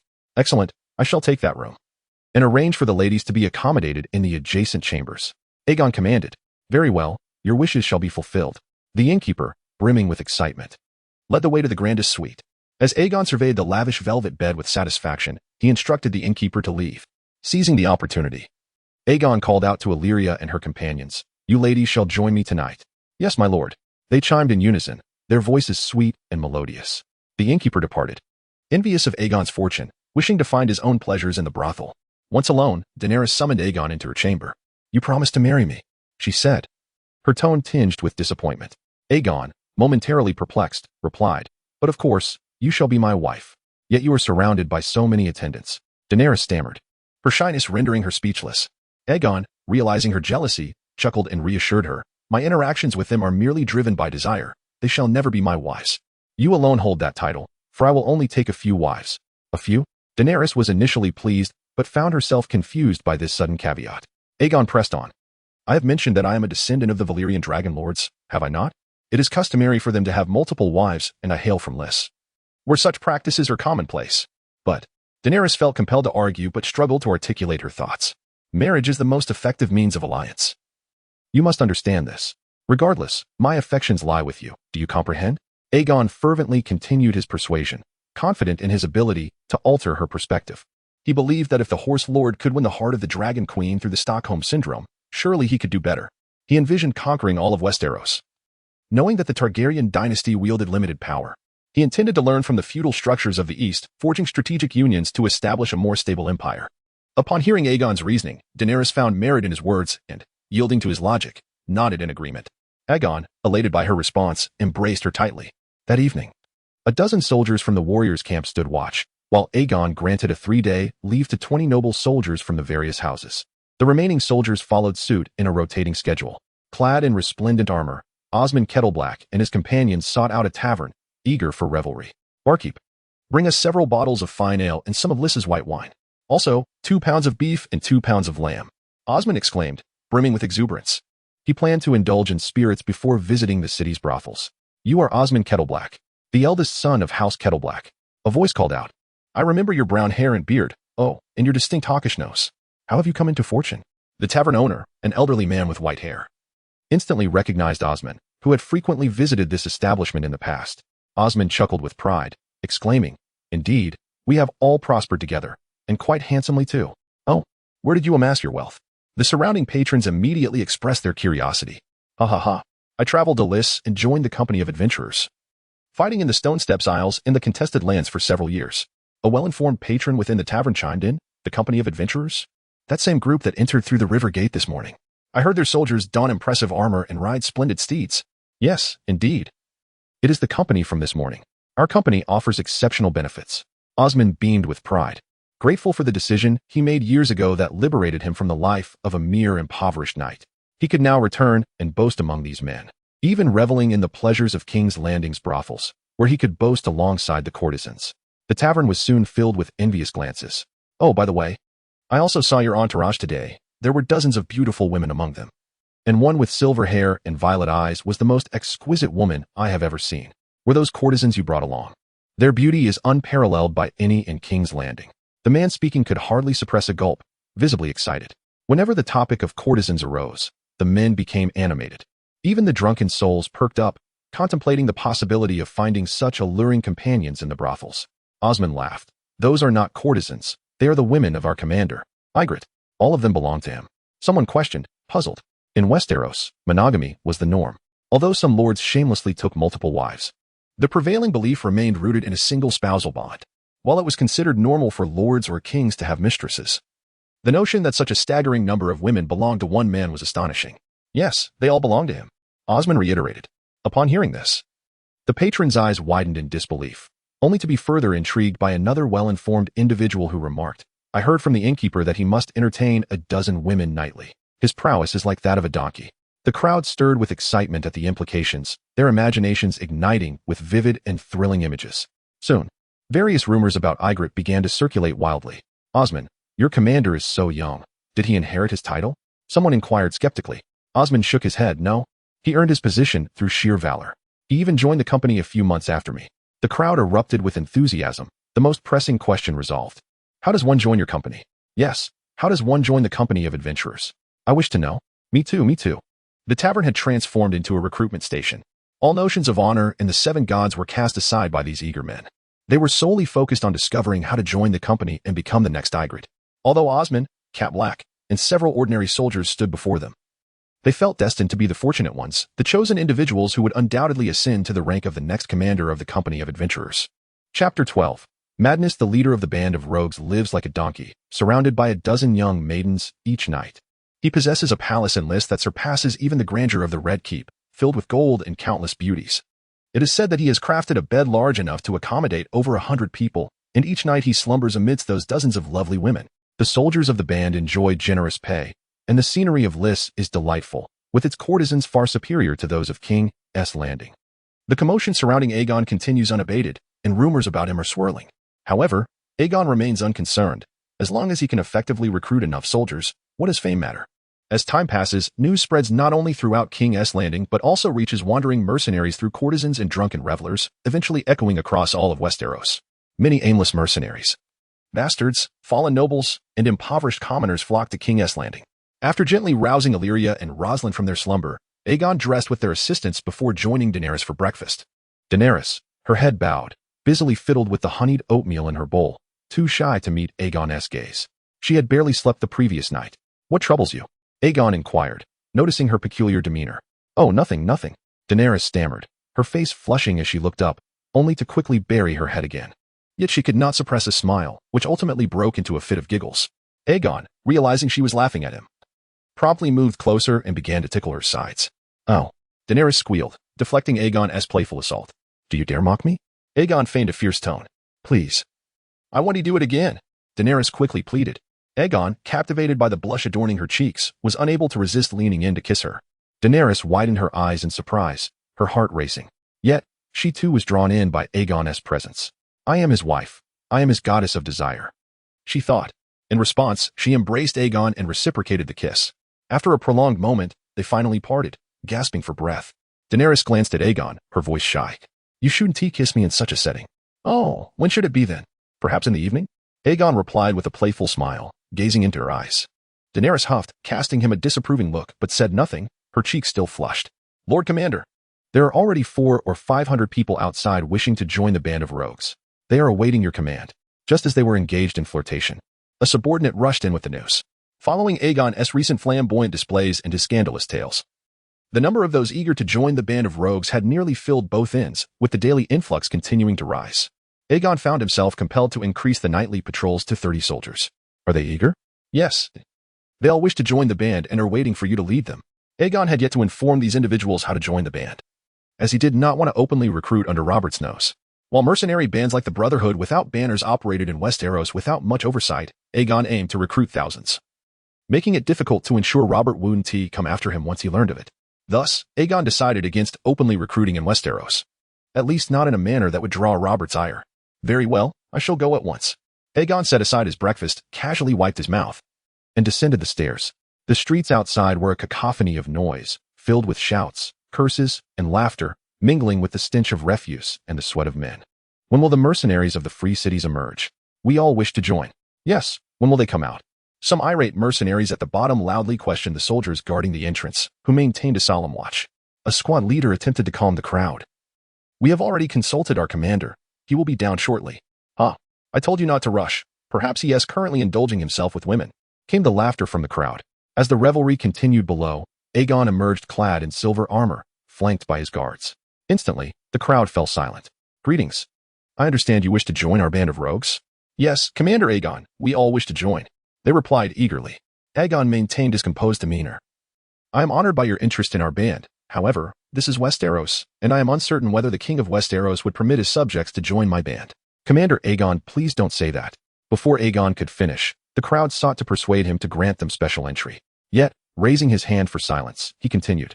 Nevertheless, since you are all here, I have a task I wish to employ you for. I have procured some honey that I plan to transport to my legion. The excess will be sold. I seek to hire some of you as sailors to journey to Lys. Each of you will receive 1 silver moon for your service.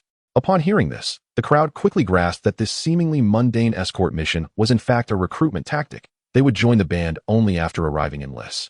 I wish to accept the employment. So do I. The mercenaries, dreaming of wealth in Lys, clamored for Aegon's attention. Aegon continued to outline the terms at a measured pace. To become a sailor, you must possess a certain level of strength and adhere to the rules. You will undergo a physical assessment. Failure to meet the standards will result in disqualification. Moreover, while escorting the honey, you must follow the commands of the soldiers leading you. Should you disobey, we will abandon you mid-journey, leaving you to find your own way back. Do you understand? Understood. We understand. Aegon smiled with satisfaction at this rate. He would surpass his recruitment goals within the month. This advertisement was proving to be exceedingly effective. He then proceeded to conduct rigorous physical assessments of the applicants before loading the honey he had purchased onto his merchant ship. He dispatched 2 soldiers to accompany the false sailors alongside the genuine crew to Lys. Following this, he sought to recruit traders from King's Landing. From the heights of King's Landing, the towering Red Keep loomed over Blackwater Bay, resembling a slumbering red dragon. This royal fortress, constructed from countless redstones by generations of Targaryen kings, served as their residence. Following the usurpation by Robert Baratheon, he too claimed it as his palace. Today, the hand of the king, Lord Jon Arryn, arrived early at the council chamber. The Chancellor Peter Baelish, the Master of Whisperers Varys, and the Grand Maester Pycelle have all taken their seats. As the most trusted Prime Minister and adoptive father of Robert, Jon Arryn effectively manages all matters of state on Robert's behalf. Meanwhile, Robert spends his days consorting with courtesans, leaving behind countless illegitimate offspring. It can be said that Jon Arryn is the true king in all but name. However, today he is not his usual amiable self. My lords, have you heard? The leader of the mercenary company from the Free Cities has arrived in King's Landing. It has caused quite a stir and garnered numerous admirers. At this point, Jon Arryn could not help but exhale in disdain. As the Guardian of the East and Duke of the Eyrie, he holds these so-called mercenaries and hired knights in contempt. In his view, these individuals possess a tarnished reputation, lacking even the slightest sense of chivalric honor. Peter Baelish, with a grin, remarked, I have heard he has brought along dozens of maidens. I initially thought he intended to compete with the brothels under my purview. Yet that fellow seems to squander such splendid resources for his own enjoyment. Jon Arryn retorted with a huff. Humph. These savages are a desecration to the Seven and an affront to the sanctity of marriage. Furthermore, Baelish, how could you, as the Chancellor of Finance, stoop to operating a brothel? Chapter 13. The meeting John Arryn held Peter Baelish in disdain, perceiving him merely as a cunning jester whose antics trampled upon the dignity of the nobility. Unbeknownst to him, however, Baelish had long been entangled with his wife. Had he been aware, it likely would have driven him to apoplexy. Peter Baelish, unperturbed by John Arryn's remarks, retorted, "My lord, you must understand that not everyone possesses the vast wealth and fortresses you inherit. Individuals of our humble station must engage in tasks that the likes of you disdain to provide for our families." John Arryn scoffed, his aged and gaunt visage betraying his contempt. Observing the tension, the spymaster Varys interjected to alleviate the awkwardness. "My lord Arryn, regarding the mercenary from the Free City. To my knowledge, he has not committed any outrageous acts in King's Landing. Although Westeros may scorn mercenaries, there exists no explicit law declaring their presence illegal on this continent. Moreover, he comes under the pretense of trade. Surely, we cannot eject those who come to conduct business. Otherwise, how might we entice other trading cities to King's Landing? His presence disrupts the entire city. Now countless bastards and hired knights seek to join his mercenary band. This is a challenge to the crown," John Arryn declared vehemently. As Hand of the King, he felt compelled to uphold Robert's honor. Varys, maintaining his syrupy tone, replied, "Yet he has not committed any crime, nor has he recruited soldiers here. We lack the authority to judge him. Executing him without cause would only breed hatred and diminish the king's prestige. Perhaps we might consider expelling him instead," suggested Baelish, faced with the impossibility of directly judging Aegon. It seemed expulsion was the only course available. John Arryn, initially inclined to dismiss Baelish's suggestion, found it increasingly reasonable upon reflection and chose to remain non-committal. Varys countered Baelish's notion. Unjustly expelling a merchant from a free city would also be unwise. The Lyseni may become reluctant to conduct business in King's Landing. Varys could have simply ignored Aegon, but upon learning of the mercenaries' formidable forces, he began to entertain ulterior motives. It was evident that the more tumultuous the situation became, the greater the opportunity for those lower in the power hierarchy to ascend. "What clever ideas do you have, my lord Varys?" Baelish inquired. Varys shook his head. "My lord Baelish, I am but a humble master of whispers. Expecting me to devise a plan is rather unreasonable." Silence enveloped the room as none could conceive a viable solution. "Master Pycelle, do you have any thoughts?" John Arryn asked. The drowsy Pycelle, roused by the inquiry, blinked in confusion. Has the meeting concluded?" His bewildered expression, accompanied by strands of white hair fluttering with his movements, only served to further irritate John Arryn. "Master Pycelle, you ought not to squander your days on young maidens. Such indulgences would prevent you from dozing off in such a crucial gathering." Despite Pycelle's advanced age of over 80, he still sought the company of youthful women, earning John Arryn's derision. "Forgive me, my lord, I am merely growing old. Like a wick, it must eventually burn out, and its light will inevitably dim." John Arryn chose not to linger on the matter and pivoted instead. "You are aware of the mercenary captain's affairs, are you not? What is your opinion?" "The mercenary captain?" Pycelle appeared perplexed. "They are merely a band of outlaws wreaking havoc in Essos." John Arryn felt an urge to chastise the befuddled old man, whether his confusion was genuine or feigned. Baelish interjected to clarify, "Master Pycelle, a mercenary captain from Lys has arrived in King's Landing, and many bastards from Westeros have joined his ranks, along with some fallen nobles and knights. His arrival has caused quite a stir. My lord John seeks your counsel." Pycelle sighed. "Gentlemen, I am but a scholar. I possess no strategies to deal with these mercenaries." John Arryn fell into deep contemplation and suddenly had an epiphany. "Nobles and knights have joined them?" Baelish nodded. "Indeed. Sir Osmond Kettleblack of the Crownlands is one of their members." John Arryn's eyes lit up. "I believe I have found a solution. We must seek out the king and urge him to strip these individuals of their noble and knightly titles. Since they have chosen to pledge allegiance to another army, they should no longer retain their status. If we cannot control Aegon, we shall strike at the source of recruitment. Once word spreads, those nobles merely seeking quick coin will surely hesitate, for they still have families in Westeros." Having resolved this matter, John Arryn promptly dispatched a messenger to find Robert, who was still indulging in the company of prostitutes. Meanwhile, Aegon remained blissfully unaware of the machinations against him, focused on his profitable schemes. With the Brotherhood still awaiting assignments and the upcoming tournament 5 months away, he needed to devise means to generate income to prepare for recruiting soldiers. Just then, the gold-cloaked guards approached him. "You are the captain of the mercenary band?" The squad leader's tone was somewhat disdainful. "Indeed. Very well, our king wishes to see you. Allow me to escort you to the Red Keep, along with a few of your men." Aegon, puzzled, replied, "But I have no grievances with your royal family, do I? Details are unclear to us. We are simply tasked with delivering the message." Reluctantly, Aegon acquiesced, reasoning that he had not openly recruited soldiers on their territory, thus evading immediate judgment. Beside him, Daenerys nervously grasped his arm, to which Aegon comfortingly patted her hand. "Do not worry, I will return." Seeing Aegon wink at her, Daenerys' racing heart inexplicably calmed. She felt an emerging trust and reliance on Aegon, believing him even more significant than her often cruel brother Viserys. Aegon, accompanied by Osmond Kettleblack and others, followed the gold cloaks to the Red Keep. As they walked, curious onlookers gathered to witness the spectacle, while Aegon maintained an impassive demeanor. At last, after traversing numerous heavy gates, Aegon arrived at the throne room, where Robert, with a bushy beard and a prominent belly, sat red-faced upon the Iron Throne, surrounded by an array of gleaming swords. Chapter 14, A Conspiracy. King Robert sat majestically upon the Iron Throne, flanked by Jon Arryn and Peter Baelish. Remarkably, Queen Cersei had also graced the throne room with her presence, seated beside Robert, primarily to catch a glimpse of her long-absent brother, Jaime. Robert had been preoccupied with hunting, while Jaime, as a member of the King's Guard, had accompanied him to ensure his safety. Clad in opulent royal attire that accentuated her slender figure, Cersei Lannister exuded charm. Her lustrous golden curls cascading over her shoulders, complemented by striking green eyes and porcelain skin, rendering her irresistibly captivating. This alluring lioness easily attracted the gazes of most men in attendance, igniting desires within them, yet her husband regarded her with indifference. "Your Grace, King of Westeros." Aegon greeted Robert.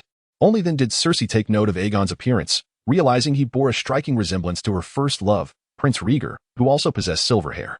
Both men were equally handsome, though Aegon's hair leaned towards a pale shade, nestled between silver and platinum.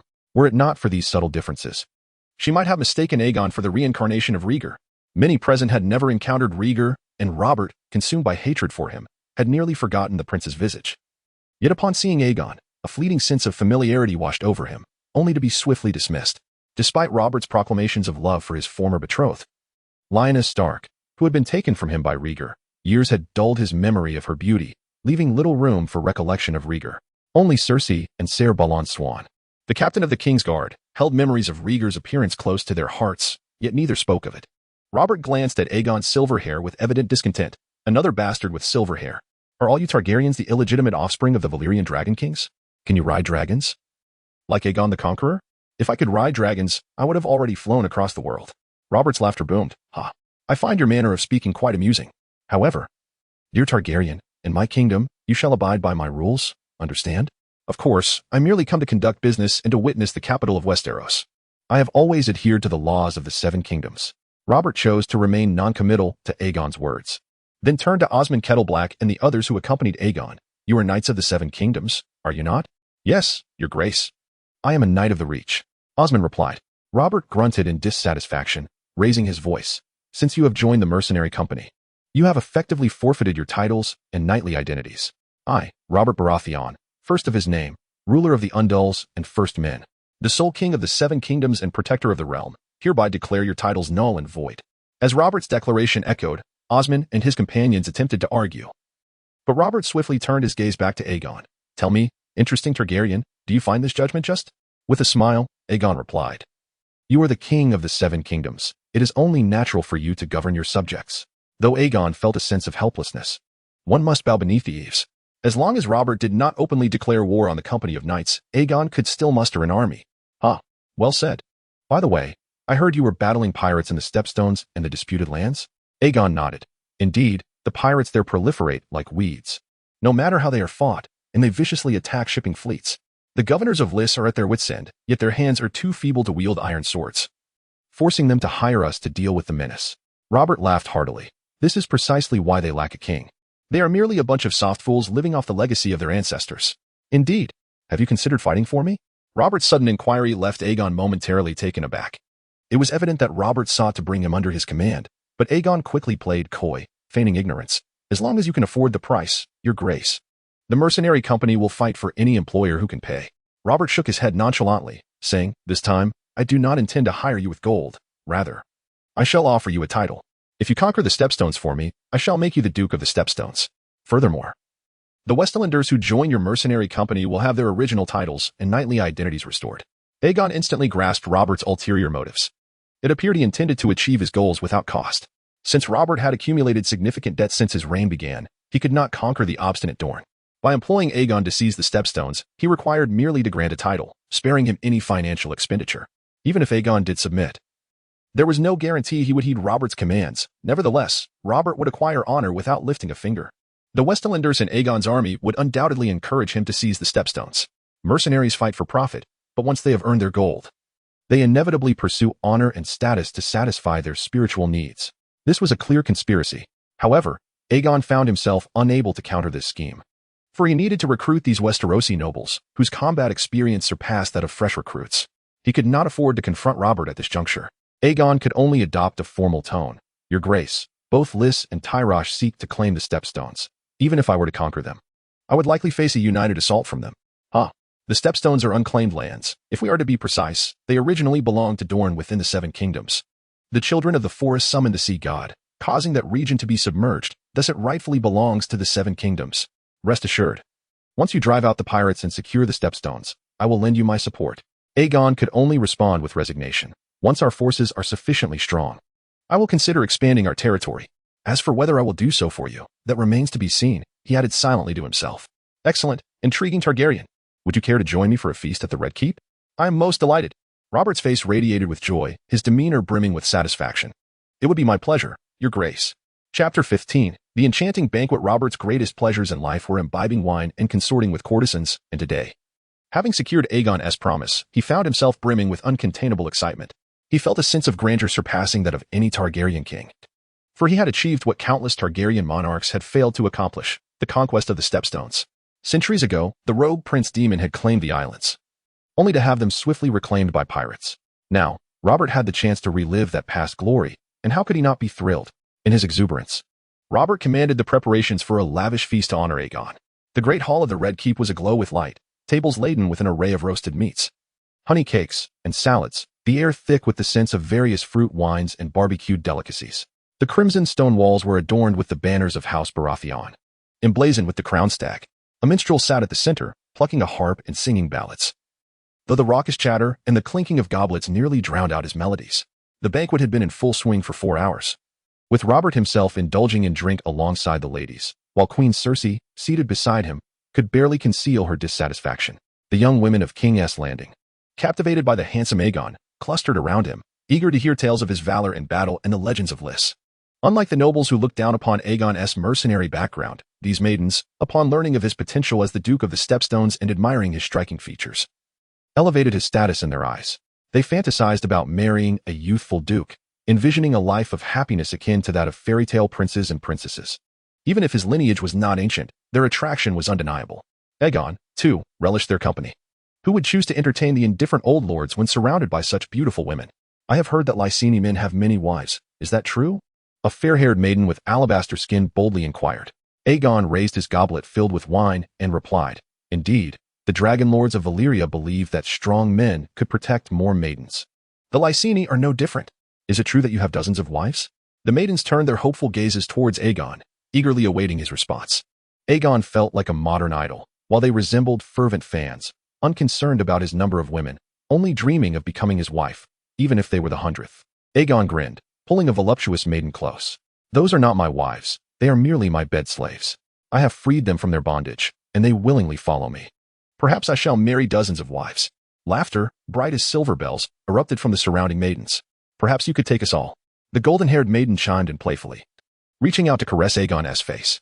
Her mismatched eyes, one a brilliant blue, the other a vivid green, sparkled with mischief, her long lashes framing her cherubic features, while her porcelain skin glowed against her lustrous golden locks. What is your name? Aegon asked, captivated by her azure gaze. Ciri Manning. My mother wished for me to be as beautiful as the star Ciri of old. Aegon gently brushed his fingers against Ciri's cherry-red lips. I have not seen the star Ciri, but I suspect she pales in comparison to your beauty. Though I may not marry them, I shall certainly wed you.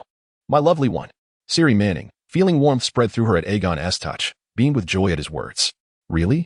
I am already 15. Should you wish to marry me, I could be yours by tomorrow. Beside Aegon, another chestnut-haired maiden grew increasingly discontent. Ciri's father is merely a fallen lord, and he has long since passed. Her illegitimate stepmother from the west runs a second-rate bookstore. My dear dragon lord, you shouldn't choose her as your wife. She cannot provide you with a worthy dowry. You should marry me. I am a countess, and through me, you would gain my lands. Aegon's expression shifted to one of perplexity. Are you certain you are not here to disrupt rather than assist? A widow with a child, a rather brazen declaration. Wouldn't you say? Diana, if you remain silent, none shall regard you as mute. Besides, you possess no castle. You are not a genuine countess. Ciri Manning retorted angrily. Diana Cressy raised her chin defiantly. I possess lands, unlike a daughter of a fallen lord who relies solely on her family as fading glory. You two are merely a countess living off your family's remnants, and you lack a castle. The two women erupted into a quarrel over whom Aegon should wed. Thankfully, neither possessed any martial skills, lest they resort to a duel. Aegon glanced at Diana Cressy. Though her beauty did not rival that of Ciri Manning, her delicate features certainly marked her as a beauty. He immediately opened his arms, pulling the chestnut-haired maiden into his embrace. I could marry you both. Diana nestled against Aegon, swelled with pride. Then I shall not relent. I am older. She must defer to me. Ciri immediately grasped Aegon's arm, playfully pouting. Oh no, Commander Aegon. I don't want to be overshadowed by her. Aegon chuckled softly. Perhaps you could duel in bed. Diana Cressy, more reserved than Ciri, feigned indignation. Humph. Who would want to be with her? Not for a moment. Humph. As if I want to. But your quick retort suggests fear, does it not? After all, you are merely a 14-year-old girl. You may not have even reached your first moon cycle. Ciri Manning seemed to regain her footing, inciting Diana's ire. You are only 6 months my senior. 6 months is still a year. I came of age last year. You might still be a little girl. Who says I haven't tea? I also came of age last year. Let us settle this in bed. Who fears whom? The two continued their spirited exchange, entirely unaware that they had both been ensnared in Aegon's playful game. Aegon continued to embrace the two maidens, drinking for over an hour before finally rising to depart, exchanging addresses as he left. Exiting the banquet hall, Aegon swayed slightly, searching for the exit, only to encounter the ever-patient Cersei Lannister, who had been waiting along the corridor. Chapter 16. Cersei's seduction. Cersei, adorned in her royal attire and a necklace encrusted with jewels, accentuated the allure of her cascading golden locks. Esteemed queen, you are truly the most beautiful woman I have ever encountered. Aegon immediately greeted her. Have you lost your way, Commander Aegon? Somewhat. The Red Keep is vast, and its secret passages are numerous. To be honest, I am not quite certain how to exit at this moment. Perhaps I could escort you out. Cersei Lannister offered with a captivating smile. She was supremely confident in her appearance. Despite being 30, she believed her enchanting figure and exquisite beauty could ensnare anyone, including Aegon. Thank you, Your Grace. Though Cersei possessed a certain malice, Aegon believed he had not offended her and thus felt secure against potential assassination. Furthermore, she was presently without her guards, alleviating any immediate concern. Establishing a rapport with someone as powerful as Cersei would be crucial for his future endeavors. Originally, he had intended to collaborate with her brother, the imp Tyrion Lannister, or Peter Baelish, to realize his aspirations of wealth. However, an alliance with Cersei would be even more advantageous. Commander Aegon, it appears you were quite popular in King's Landing. Those maidens at the recent soiree nearly stripped you bare, Cersei remarked as she led Aegon forward, her tone light and reminiscent of a friendly chat. This made Aegon somewhat suspicious. Your husband, Robert, seems to be quite the philanderer. Your attitude appears contradictory, he thought, reflecting on her evident obsession with beauty. Could it be that she had taken a liking to him? Aegon pondered, yet maintained a composed demeanor. Trust me, I am nowhere near as popular among the maidens of King's Landing as you are among the men. Cersei laughed heartily at this compliment. Is it with such sweet words that you win over those girls? Believe me, my martial prowess far surpasses my charm. That is why they are drawn to me. I refer to the dozens of maidens who follow you. They too are enamored with my skills. How else could I manage so many women? Cersei turned to Aegon. What about that silver-haired girl? I hear the men of King's Landing were bewitched by her beauty. Indeed, she is my favorite among them. Cersei suddenly halted, her gaze piercing as she fixed her eyes on Aegon. And how do I compare to that girl? Aegon was taken aback, quickly glancing around to ensure their privacy. Thankfully, there were no guards nearby, which eased his mind. Were this to reach Robert's ears, he could not predict how Robert would react to Cersei. But he knew his own fate would be sealed. The convoluted corridors of the Red Keep had been designed by Maegor Targaryen to prevent assassination, and countless secret passages had been constructed, with the artisans who built them silenced. Consequently, even the guards could not navigate them fully. It was clear that Cersei had led him to an obscure location through her familiarity with these passages. Likely a secluded spot she had discovered for clandestine meetings with her brother Jaime. Your beauty may differ from hers, but both are extraordinary. Aegon deflected the question with a laugh, as directly praising Cersei might seem overly flattering. Oh, do you find me appealing? Cersei suddenly leaned closer, her body nearly brushing against his. Aegon instinctively stepped back. Your Grace, what do you mean? The subjects of the Seven Kingdoms must surely adore you, their beautiful queen. You know that is not what I am asking. Do you desire me? Cersei pressed on, her breath tantalizingly close to his ear. Or perhaps, do you wish to bed me? Cersei's demeanor was utterly beguiling, leaving men powerless against her allure. Were this to occur in Westeros, most men would be unable to resist tearing her garments asunder. However, Aegon remained uncertain of her intentions and ultimately restrained himself. Your Grace, That jest is rather unamusing. Perhaps you have had too much to drink. I believe I should take my leave. I am not inebriated. I am quite lucid. I simply wish to know, do you desire me? Have you not bedded hundreds of women? What is it? Are you now hesitant? You must be intoxicated. Aegon exclaimed, turning to depart. Stop. If you leave now, I shall run out and proclaim that you attempted to rape me. Robert would undoubtedly have your head. Cersei warned sharply. Reluctantly, Aegon halted, uncertain of what madness Cersei might unleash. What will it be? If you do not respond, I shall go outside and claim you sought to violate me. Who do you think Robert would believe, you or me? Cersei maintained her playful smile, her confidence unwavering, as if she held all the cards in this game. Surely, few women would risk their honor in such a manner? You could try it. My attire remains intact. At most, I would face some idle gossip. But you would be risking your very life. Cersei feigned indifference, her pride palpable. What say you? Do you wish to bed me? If your answer does not satisfy me, I shall also cry out. Aegon's temper flared at her words. He had been accommodating, yet she pressed further. In a sudden rush, he lunged at Cersei, pinning her against the wall, and pressed his lips to hers, his hands grasping at her skirts. Is this not the answer you sought? I desire you. I long to have you. Cersei matched his fervor, their breaths mingling in heated passion. As Aegon's hands roamed over her curves, she halted him. This is not safe.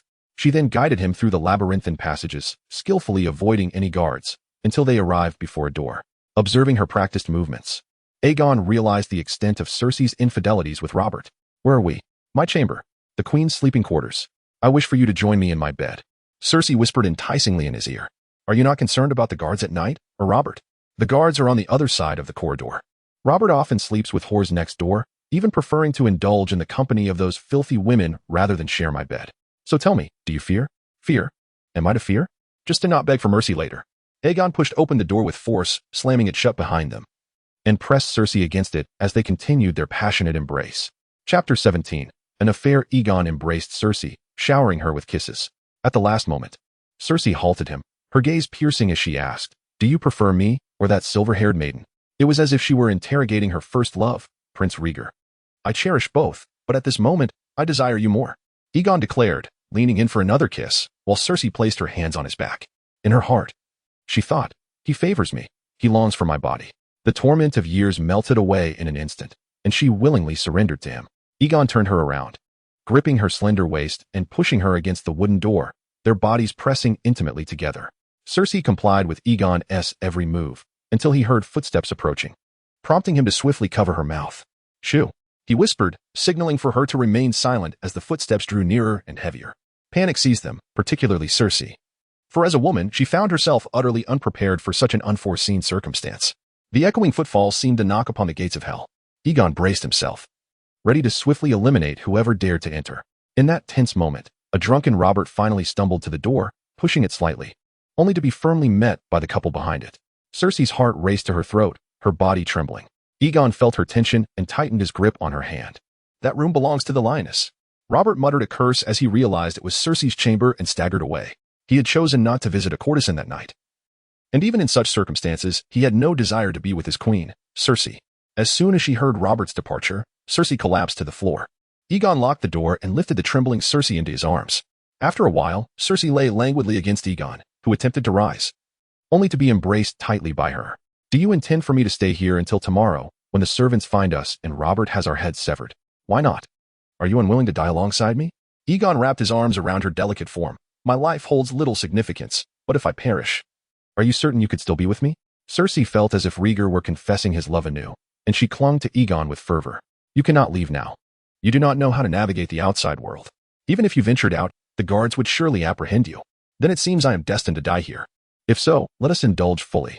Though Cersei was over 30, she remained an exquisite beauty, and Aegon could not fathom why Robert would forsake such a stunning wife. But since he was unwilling, Aegon had no qualms about taking care of his queen. The next morning, as dawn broke, Aegon woke with fatigue. The adage about 30 being akin to a wolf was no idle boast. He felt that Cersei's prowess alone could rival that of the Targaryen sisters combined. Cersei lay contentedly against his chest, prompting Aegon to gently rouse her. Cersei gazed at him, dazed. Do you truly plan to sleep until noon and allow Robert to have us executed? Are you afraid? Last night, you were so vigorous, yet you thought not of leaving? Fear. Aegon exclaimed, pressing down on the back of her head. I am quite agitated. After some time, Aegon stood at the bedside, dressing, while Cersei languidly reclined. Am I your greatest love?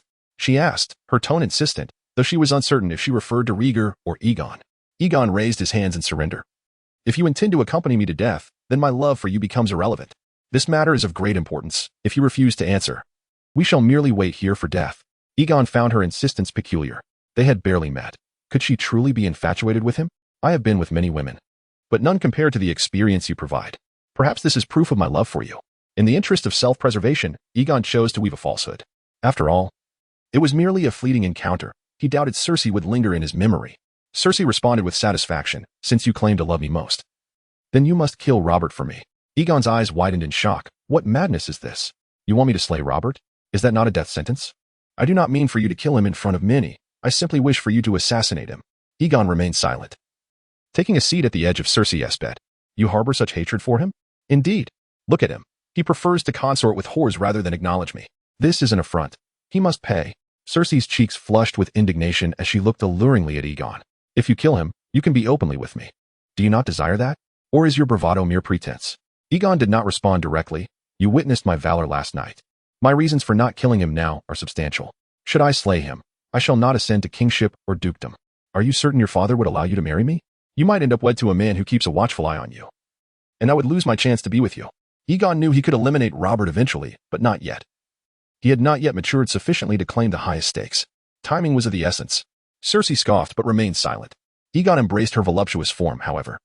I promise that when the time comes, I will assist you in killing him. It will not be long. Cersei's smile returned. Now, may I leave? Cersei frowned. Do you wish to depart so soon, unwilling to spend more time with me?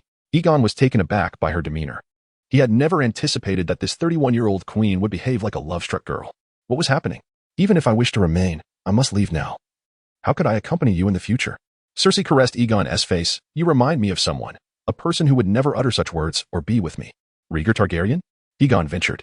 He began to understand why Cersei treated him thus. Was he merely a stand-in for her lost love? You have heard of him? Of course. The fabled melancholic prince, the dream lover of women in Westeros. His tale is renowned far and wide. Yes, he is the object of every woman's desire.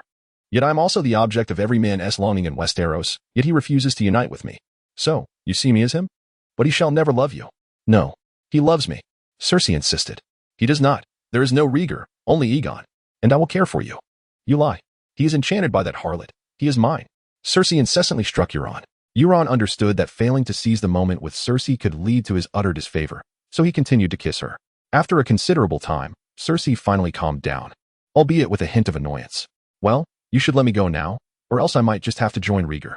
Upon hearing this cold jest, Cersei remained silent. After lying still for a moment, she rose and led Euron to the window. Euron gazed down at the sea below, feeling a twinge of panic. We're hundreds of feet up.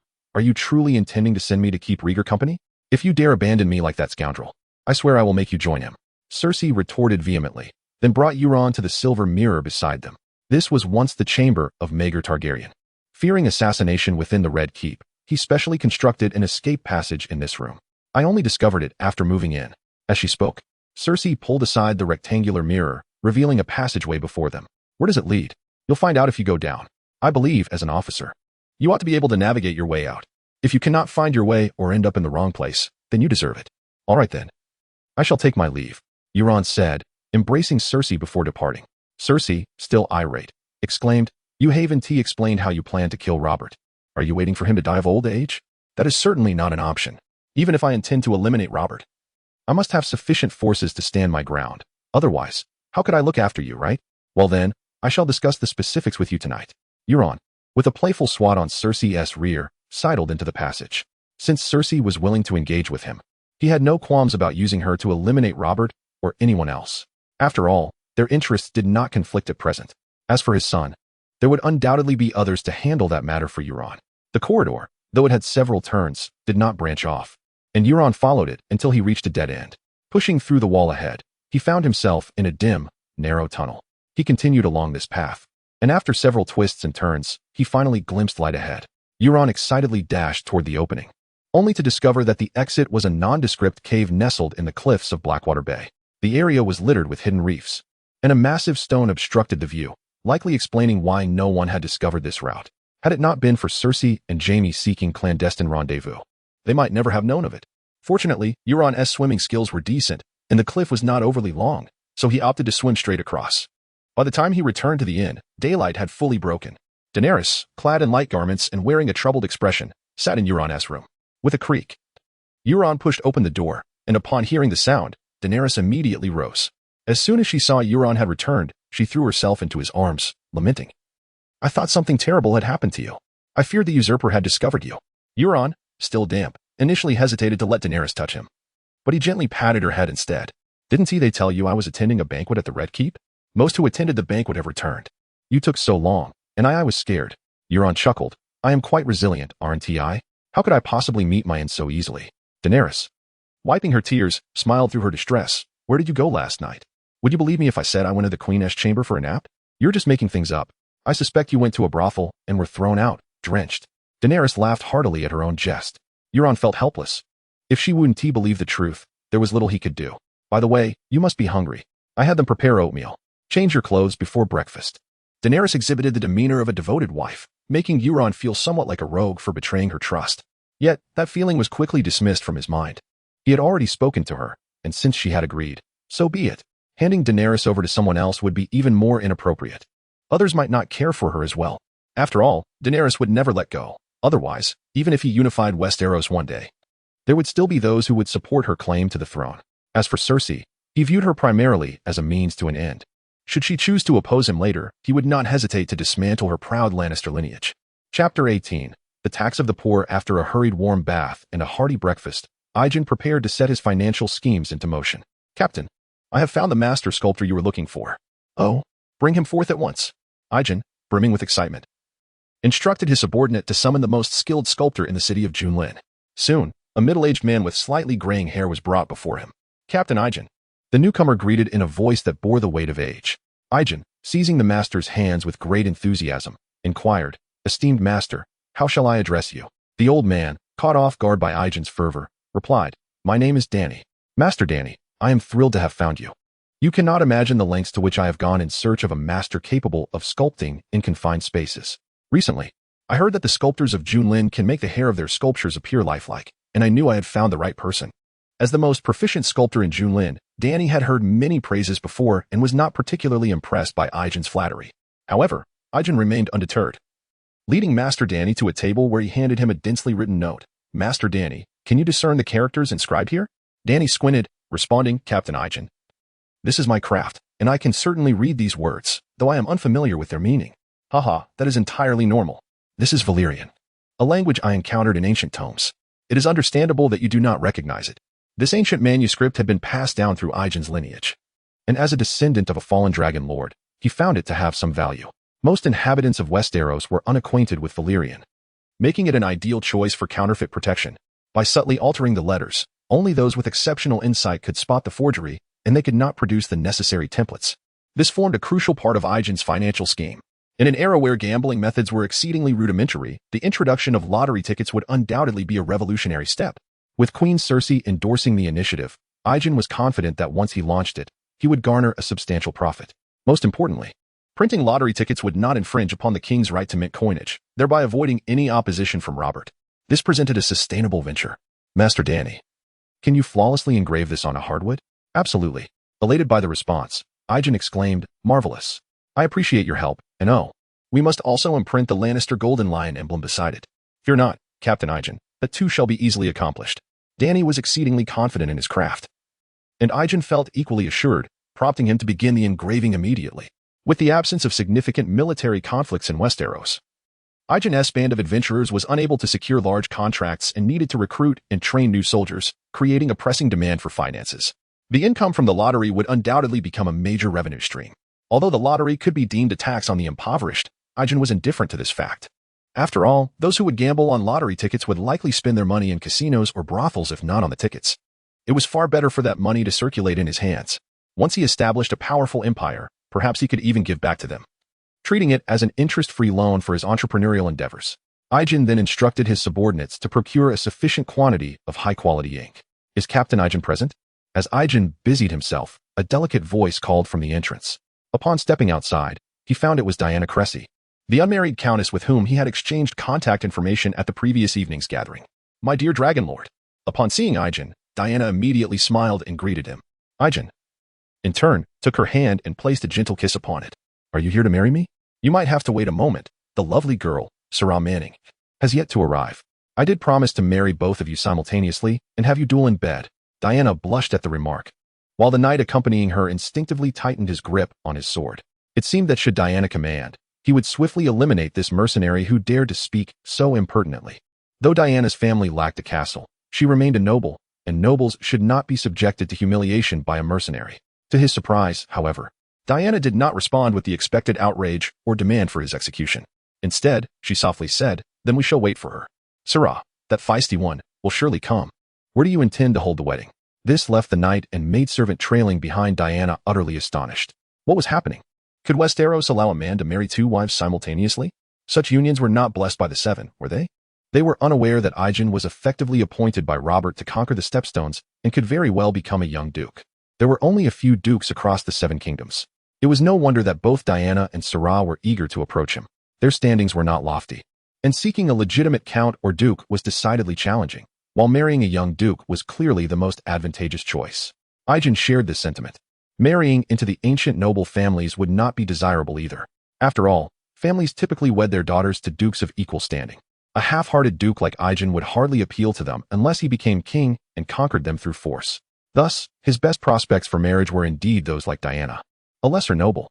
Moreover, both women possessed assets to bring to Aegon, not to mention their extraordinary beauty, particularly Sarah, who was a true vision. Why not seize such a splendid opportunity? Aegon led Diana into the room, directing her guards and maidservants to remain in the downstairs parlor. Who is she? Inside. Daenerys regarded the chestnut-haired, blue-eyed Diana with a hint of confusion. She did not recall this lady among her husband's maidens. Like you, she is another of my intended wives, Aegon declared, pulling both women close. Ah, Daenerys gasped, astonished. She had not anticipated that Aegon would return with yet another bride in tow. Such prowess was remarkable. Is she also your wife? Diana surveyed Daenerys' delicate features, realizing she had never encountered such a stunning woman. The silver-haired girl before her exuded a regal beauty that commanded respect, while Sarah possessed a more alluring charm. Aegon embraced both of their forms with a smile, indeed. So how many wives do you have? Diana appeared slightly vexed, feeling as though Aegon had deceived her. None at the moment. What? Are you afraid you cannot measure up to her? Humph. Who would be fearful? Diana huffed, then turned to Daenerys. In our home, I shall surely outrank you. You are to heed my words, understand? Of course, as for who listens to whom between you and Sarah, that is for you to decide through combat. Daenerys, perplexed by the situation, found herself arranged into the mix by Aegon, who encouraged, "Fear not, Daenerys. You may also challenge her, and I believe in you."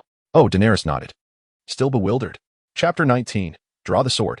Aegon accompanied Daenerys and Diana on a leisurely stroll through the Silk Street in King's Landing, with the intention of selecting an opulent residence to purchase and relocate to in a few days.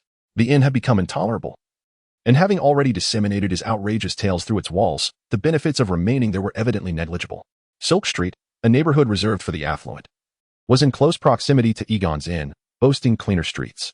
As he surveyed the area, Aegon finally discovered a spacious courtyard, subsequently acquiring the adjacent properties to serve as barracks for his guards. The total expenditure approached 2,000 golden dragons, prompting Aegon to exclaim about the exorbitance of real estate prices. Reluctantly, he had to dip into his savings.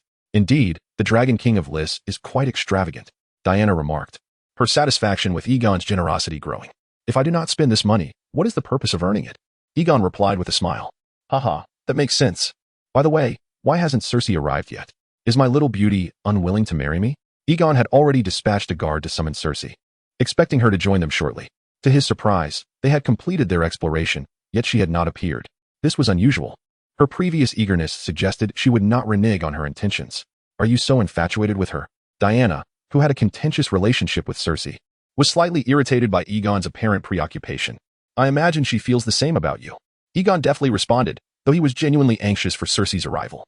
He had intended to accompany her to her home to procure a substantial quantity of paper necessary for his lottery endeavors, and given that Cersei's family owned a bookstore, they would likely have access to paper supplies. In Westeros, paper was relatively scarce, predominantly controlled by the nobility, with the remainder allocated to the clergy and scholars. Thus, acquiring a large quantity posed a significant challenge. If you long for her, why not seek her out directly? Her home is nearby. Surely, you haven't forgotten where she lives? Aegon retorted, how could I? You both are my unwed wives, how could I possibly forget your family? Cersei's abode is right beside Silent Sister Street. And where is my home? Diana pressed. Well, Aegon faltered, realizing he had only remembered Cersei's address. Diana's anger flared. Aegon quickly wrapped his arms around her. Trust me. My memory isn't the best. Silent Sister is simply more memorable. You are equally important to me as Cersei. And her? Sienna gestured toward Daenerys. Unlike you, Aeliana. You must distinguish between precedents. Aegon interjected, denying Diana and Daenerys the opportunity to bicker. After all, it was likely that Daenerys would be the queen. And he saw no need to constantly appease Diana and the others. Daenerys felt a flicker of joy at Aegon's words, while Diana exhibited discontent. Meanwhile, at Cersei Manning's bookstore, an unusual visitor clad in armor arrived. My dear cousin, have you given any thought to my proposal? After you marry me, my father could wed your mother. And our families might become the next legendary dynasty. The dark-haired youth stood before Cersei, coercing her into matrimony. Sir Hunter Windwater, a fallen noble from the Crownlands, had lost his family's lands and now squandered his days in King's Landing, either idling about or working as a mercenary knight to earn a few coins, which he promptly spent on the city's courtesans. His desire to wed Cersei stemmed not only from her beauty, but also from his greed for her family's wealth, which would allow him to continue his debauched lifestyle. Cersei scoffed. Hunter, do not entertain such thoughts. I will never marry you. I advise you against coveting my family's fortune. Having discerned her cousin's true nature, she resolutely rejected him. Marrying him was far less appealing than taking a strong knight as a husband. At least the latter offered hope. Hunter grinned sinisterly. I heard you nearly jumped into bed with that mercenary captain at the feast last night. How is it that you would rather submit to a despicable list man than marry me? Cersei, incensed by Hunter's insult, nearly exploded. My choices are none of your business. Whom I marry is not for you to decide. Haha, you'd rather be a concubine to a list man than wed me. You are nothing but a disgrace. Just like your mother, you carry the tainted blood of a bastard. Leave. Cersei seethed, seizing a hefty tome and hurling it at Hunter's head. But he caught her arm and forcefully pushed her to the ground. What, have I struck a nerve? Perhaps to that list scoundrel, you are merely a plaything. Hunter spat in fury. Oh, who told you that? Do you know that list scoundrel? Just as Cersei was embroiled in the argument, Aegon entered with Daenerys and the others. And who might you be? I am that very list scoundrel you speak of. So, you do not recognize me? How can you so casually slander another's character? Aegon chuckled. Hunter scoffed. Your exploits are well known. I need not slander you. Aegon nodded. True enough, but I can overlook your baseless assumptions about me. However, we must settle another score. What score? I owe you no money. No, it's not about money. You have harmed my woman, and thus, you owe her a debt. Aegon responded, shaking his head. Before Hunter could react, Aegon swiftly drew a dagger from his belt and lunged forward, slicing off Hunter's left eye. Blood gushed forth as Hunter clutched his face, collapsing to the ground in agony. I spare you now solely to retain your eye, so that others may witness and understand that I, the list scoundrel, am not to be trifled with. Now begone, Aegon concluded, spitting contemptuously on the ground. Chapter 20. The planned Hunter was inherently a coward, and upon witnessing Aegon's fierce demeanor, he hastily covered his eyes and fled, terrified that Aegon might turn back and slay him. A coward. The knights following Diana scoffed at Hunter's cowardice as he ran away. It's all right, Sherry, Aegon said, extending his hand to assist Sherry Manning, who had been pushed to the ground by Hunter. What are you all doing here? Just as Aegon was about to engage in pleasantries with Sherry, a beautiful woman clad in a light yellow gown approached from behind. Mother, Hunter just harassed me again, and they just helped me, Sherry eagerly explained to her mother upon seeing her. Ali Hassan, upon hearing her stepdaughter's words, ceased her reprimand of Aegon and turned to observe her daughter as companions.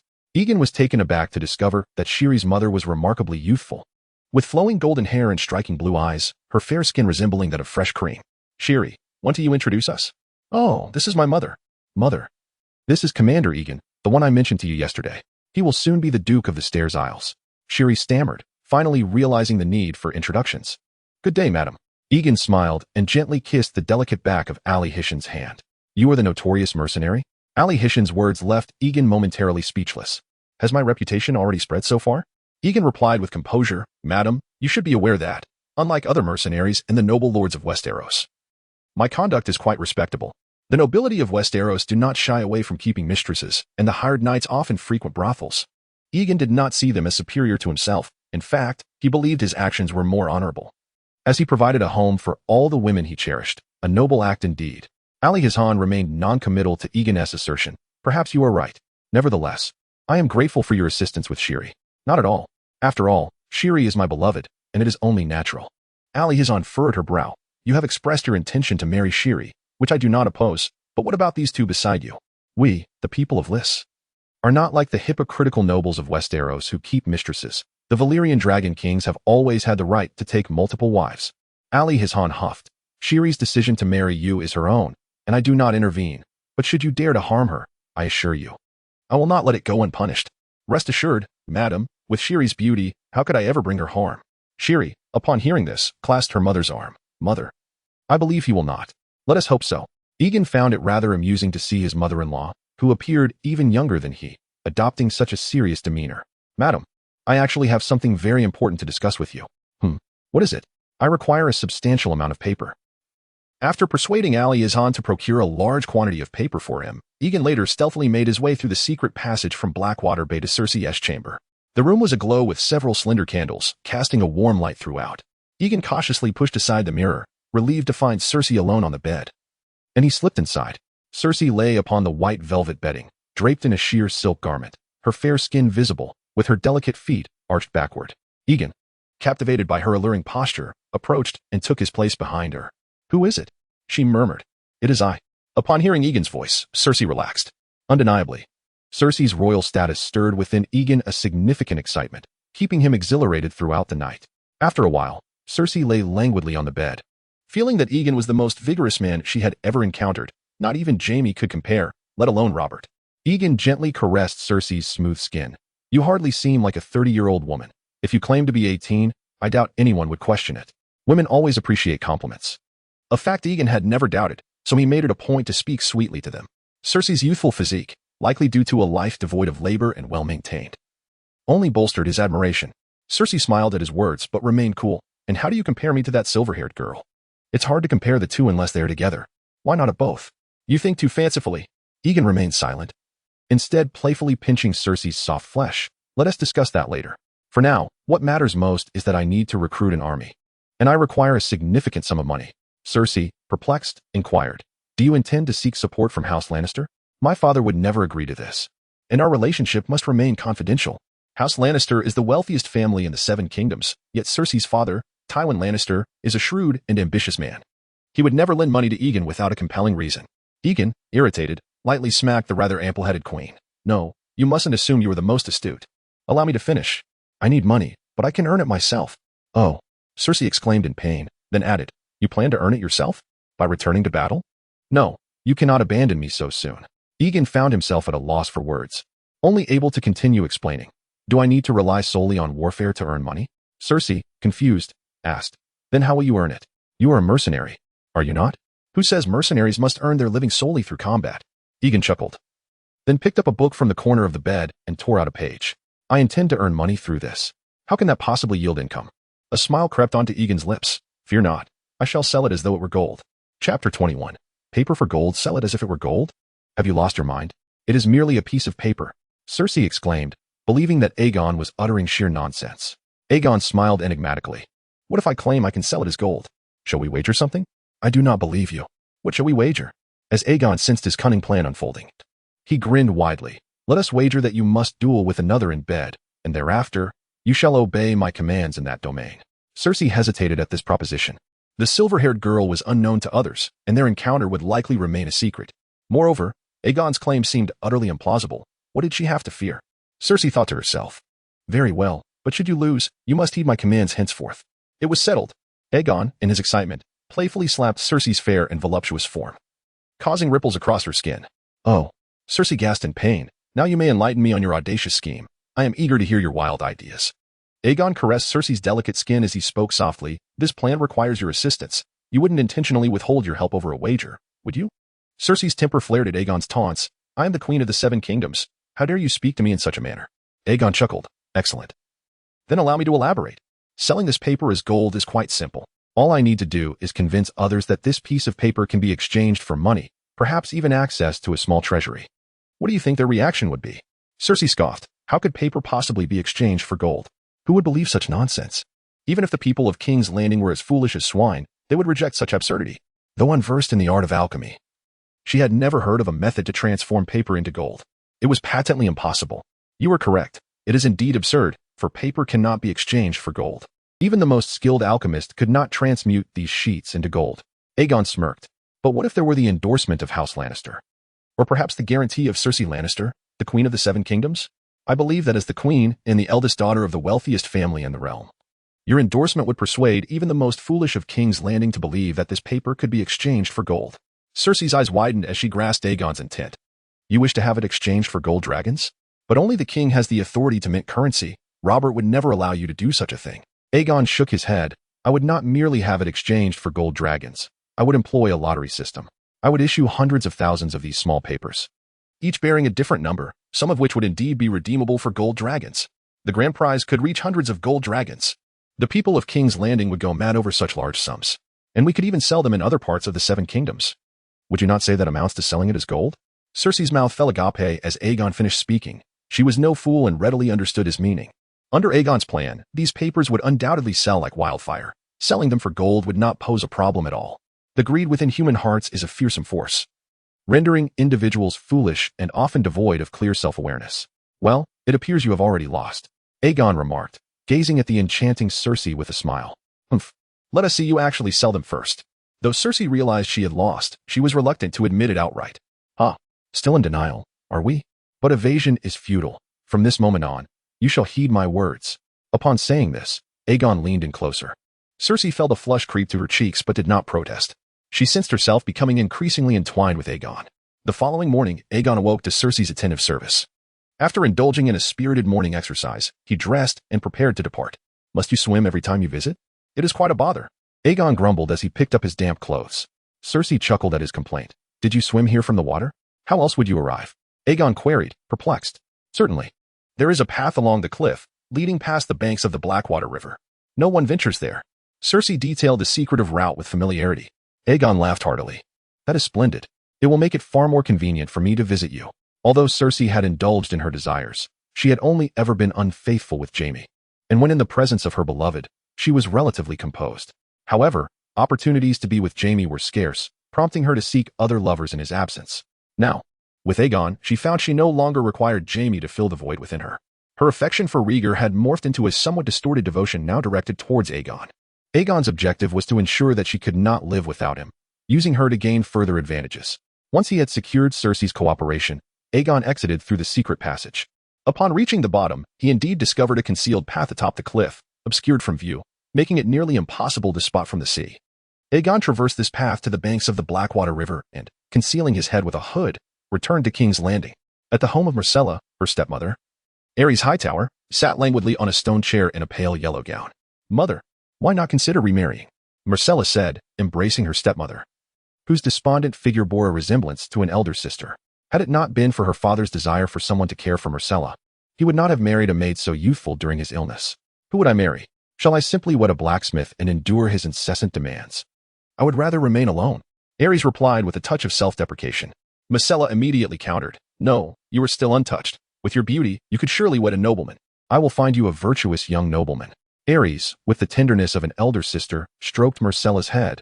That is of little consequence. As long as you are happy, I shall be content. Chapter 22. Sensation. Upon returning to the inn, Aegon instructed his subordinates to arrange for the printing. While he proceeded to the Red Keep to seek out Robert, he had yet to have any direct dealings with Cersei, and an abrupt collaboration would undoubtedly raise suspicions.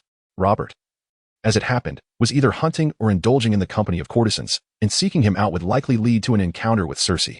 Clad in his splendid armor and riding a white steed, Aegon arrived at the Red Keep, accompanied by several guards.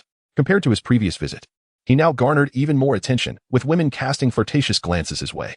Aside from the streets being slightly more odorous than those of King's Landing, and the women being somewhat coarser, the city was quite pleasant overall. Aegon remarked to Osmond Kettleblack beside him, Captain, this is indeed a paradise for holidays. How could the filthy streets of King's Landing compare? Osmond chuckled in response, true, but the affluent area along Silk Street is rather decent as well. While it may not rival the fragrant gardens of Lys, it is a veritable paradise compared to most places. The two exchanged banter until they reached the entrance of the Red Keep, where the guards halted their progress. As Aegon was not yet a duke and thus required an announcement to enter, I wish to see His Majesty, the King of Westeros. I have a business matter to discuss with him, Aegon declared. The king has gone hunting. You may return another day, one of the guards replied. Aegon felt a surge of delight at this news, as it aligned perfectly with his intentions. However, he maintained a facade of composure. What of the queen? I can speak with her as well. The guards exchanged glances, and ultimately one was dispatched to announce Aegon as presence. They had heard of Robert assigning Aegon to attack the Stepstone Islands, and thus did not dare to treat this potential duke with any disrespect. For a guard, the most crucial aspect of their duty is recognizing the significance of individuals. Otherwise, one could find themselves in grave trouble for offending the wrong person. Before long, the guard returned and ushered Aegon inside. Cersei did not meet him in the throne room, but instead chose the courtyard of the Red Keep. Your Majesty. Aegon greeted her with a bow. Today, Cersei appeared radiant, adorned in a splendid yellow gown, a necklace embellished with various gemstones accentuating her golden hair, which lent her an even more regal allure. Clearly, the recent indulgences had brought an unprecedented joy to this lioness. Aegon, you mentioned you have a business proposal for me? Cersei feigned ignorance, inquiring. Indeed, and it is a substantial venture. Aegon replied, producing a printed lottery ticket.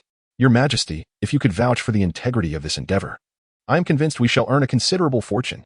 Cersei accepted the half-finished ticket, scrutinizing it closely. It bore a series of common symbols alongside a sequence of unfamiliar characters. How does this generate profit? Pray, elucidate for me. She deliberately prompted. Aegon reiterated the method of operation.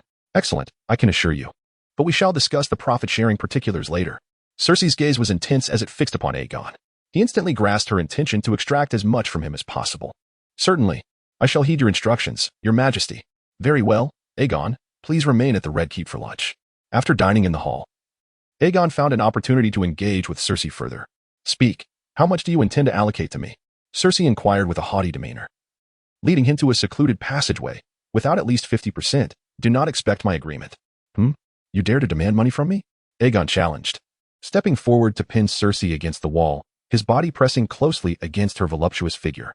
Release me, Cersei protested, her indignation evident as she squirmed. I will not. I have already told you that you must comply with my wishes. It appears you are still disobedient, Aegon asserted, delivering a firm slap to her backside. Ouch, Cersei yelped. Call me father. You. Cersei's face flushed with embarrassment, resisting reluctantly.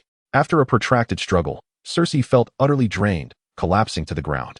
Aegon then helped tidy her hair, stating, I require this money to raise an army to eliminate Robert. What use do you have for it? So how much will you take? 3%. Cersei weakly replied. It seems you remain obstinate. Another half hour passed. This time, Cersei was completely devoid of strength. What percentage? 1%. Now. That is more like it. Rest assured, as my wealth increases, so too will Robert's demise hasten. Aegon chuckled as he patted her backside and carried the damp Cersei back to her chambers. Following his successful persuasion of her, he promptly returned to instruct his subordinates to expedite the printing of the lottery tickets. Days later, Aegon prepared the tickets and invited Cersei to partake in the inaugural lottery launch. The venue was chosen as the square in front of the Baylor September, where the populace, upon hearing of the Queen's arrival, gathered eagerly to witness the spectacle, the atmosphere buzzing with excitement. Silence, Aegon bellowed. The crowd gradually quieted, and he brandished a lottery ticket. Continuing, today, Cersei and I have come to introduce a novel concept, the list ticket. With it, you stand a chance to win up to 1,000 golden dragons. And each ticket is priced at merely 2 copper coins, acknowledging the somewhat implausible currency system in the original text. I shall adjust the monetary values according to medieval purchasing power, as the tournament prize of 40,000 golden dragons would imply that all lords in King's Landing are insane. Otherwise, it would be impossible for a single competition to yield such astronomical rewards. As soon as Aegon concluded his announcement, the crowd erupted into a frenzy. A sum of 1,000 golden dragons was nearly unimaginable for these individuals. Even some lords did not possess such wealth. This was a genuine opportunity for sudden fortune. And at merely 2 copper coins, the price was far from exorbitant. Why would anyone pass up such an opportunity? Not everyone had the chance to compete in tournaments for such lavish prizes. How can you guarantee that this will yield prizes? What if it does not come to fruition? Who can we hold accountable? Voices of skepticism arose from the crowd, soon echoed by others. Indeed, what if it fails? Who would we turn to? Yes. Why should we trust you? Seeing the growing unrest, Aegon smiled slightly, a valid point. Why should you trust me? I suspect that regardless of my words, you would not easily place your faith in a stranger. Thus, I have summoned our queen to vouch for me. Cersei, standing beside him, spoke up. Indeed, I guarantee by my royal honor and the reputation of House Lannister that there will certainly be prizes. Chapter 23, The Great Windfall. Though Cersei's voice was not loud, it resonated with a powerful authority, a testament to her noble lineage that imbued her with a certain gravitas since birth. The crowd in the square erupted into a frenzy. The Queen of the Seven Kingdoms and the immensely wealthy Lannister family had come to endorse this venture. Surely, there could be no doubt of its legitimacy. I want to buy, shouted one. Me too, echoed another. The throng surged forward, clamoring to purchase the lottery tickets crafted by Aegon. each ticket exuding an irresistible allure akin to the most exquisite perfume, ensnaring all in a state of obsession. Fortunately, Aegon's valiant warriors and Cersei's guards were present, steadfastly holding back the crowd and preventing chaos from erupting. Silence, Aegon cried out, and the nearly frenzied crowd finally quieted down. Do not rush. There are 100,000 wrist tickets available, and every one of you who wishes to buy will have the opportunity. Moreover, there is more than one grand prize, along with several smaller rewards. The drawing will take place in 3 days, and our beautiful queen will personally draw the winning numbers here. Long live the queen. The crowd erupted in cheers, their desire for easy wealth having ignited a fervor within them. King's Landing would establish 20 ticket purchasing locations, allowing everyone to acquire the wrist tickets they desired. May Lady Luck smile upon you all. With Cersei's endorsement, those yearning for a sudden fortune, whether commoners or downcast nobles, rushed from all corners to procure wrist tickets, some purchasing dozens or even hundreds. In less than 2 days, all 200,000 tickets were sold out, and after setting aside 1,500 golden dragons for prizes, Aegon netted a profit of 2,500 golden dragons. For the sake of realism, the conversion rates have been adjusted. 1 golden dragon equals 5 silver moons, 10 silver stags, and 100 copper pennies, while the other copper coins have been eliminated. After sharing 10% with Cersei, Aegon's clear profit amounted to over 2,000 golden dragons. Within the Queen's chambers in the Red Keep, Cersei and Aegon reclined comfortably upon a sumptuous bed, leisurely devising their plans. Scattered around them were garments and torn undergarments, evidencing yet another passionate encounter. To earn so much in a single instance, Cersei exclaimed in astonishment while nestled in Aegon's embrace. Although the Lannisters were wealthy, their riches stemmed from mining and lending. Aegon had managed to acquire 2,000 golden dragons with nothing more than a few sheets of paper. Truly, he had transformed paper into gold. Now, if Aegon could produce a lottery every week, he could amass 9,000 golden dragons in a month, totaling 100,000 golden dragons in a year. Should he continue down this path, Aegon would undoubtedly rise to become the wealthiest man in the Seven Kingdoms. Aegon caressed Cersei's smooth skin and smiled. I told you I would sell it as if it were gold. Do you now concede? Once we are safe, I shall bring others to compete. Cersei remained silent, her acquiescence evident. Aegon pinched her soft flesh and continued. And this is merely the income from King's Landing. If I were to expand across the entire Seven Kingdoms, I believe the profits would multiply exponentially. With such wealth, I could establish a formidable naval fleet. Aegon was unwavering in his belief that this fortune could fund a fleet, recalling how, upon his arrival in this realm, the annual lottery revenues could build several aircraft carriers. Human greed, it seemed, was inescapable. Moreover, the greatest advantage of the lottery, a tax on the impoverished, was that it did not provoke the fierce resistance that other taxes did. Rather, the citizens clamored for Aegon to offer more drawings. Are you truly considering expanding to the Seven Kingdoms? What of transportation? Aegon calmly explained. I can print tickets a month in advance and send individuals throughout the Seven Kingdoms to sell them, ensuring that news of each drawing reaches them. With your endorsement as queen, and bolstered by our established credibility, I believe people from other regions would be eager to buy. Upon hearing this, Cersei smiled. I look forward to the day you build a great army and eliminate Robert. Then, you may be with me, in a tavern in King's Landing. A downcast night with one I was guzzling wine. Hunter Windwater, having lost an eye to Aegon, had grown increasingly irritable. Yet he dared not retaliate against Aegon, and thus sought solace in drink. Did you hear? That blacksmith from Flea Bottom won 100 golden dragons in the second prize yesterday and has been indulging in the brothels instead of working. That's nothing. The cobbler from Steel Street hit the jackpot with 1,000 golden dragons, and he only bought 20 tickets. What kind of luck is that? While Hunter wallowed in his frustrations, 2 men nearby were discussing the wrist tickets. What is this about 1,000 golden dragons and 100 golden dragons? What are you talking about? Hunter asked, annoyance creeping into his voice. The mercenary from Riss has created a lottery ticket that allows for a drawing based on the numbers printed on it. He has even secured a partnership with the Queen. How could you not know this? The 2 men replied incredulously, realizing that Hunter was woefully out of touch. Wrist tickets? What are those? Here, these numbers can be exchanged for golden dragons. One of them handed Hunter a useless wrist ticket. Hunter squinted at the numbers, then tossed a few copper coins onto the table. Boss, I'll take this. Without hesitation, he rushed to a brothel to find a young man. Lord Bess, I need to discuss something urgent with you. What could possibly be so urgent that you must disturb me now? Sir Bess Tyrell grumbled, pulling on his clothes. As a lesser scion of House Tyrell from Highgarden, Bess's fortunes had dwindled, yet his powerful surname still afforded him some standing among the destitute nobles. I genuinely have an urgent matter. Do you remember that mercenary from Riss? Oh, that scoundrel? What of him? Do you have a scheme to deal with him? Bess's interest peaked instantly. He had once intended to marry Diana to secure her lands, only to have Aegon intercept his plans, fostering a deep resentment towards him. Yes, I have a brilliant idea, we can swindle him out of his fortune. Chapter 24. Tyrion Lannister in the realm of Westeros, it is deemed disgraceful for nobles to frequent brothels.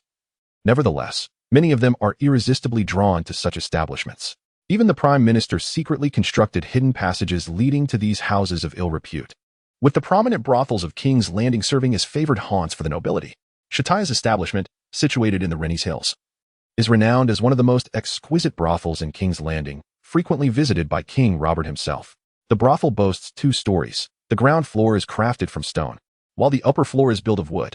A circular tower rises from one corner of the building, its windows adorned with lead, and a splendid golden lantern, embellished with deep red glass, hangs at the entrance.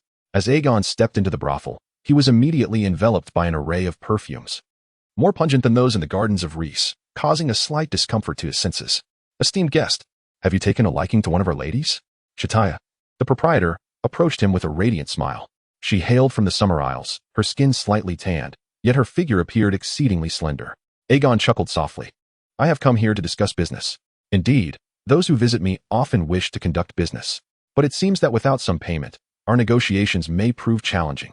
As he spoke, Aegon tossed a small pouch of gold coins to Shataya, continuing, bring forth all your ladies. They need not attend to other guests today. Upon seeing the coins, Shataya's eyes gleamed with delight.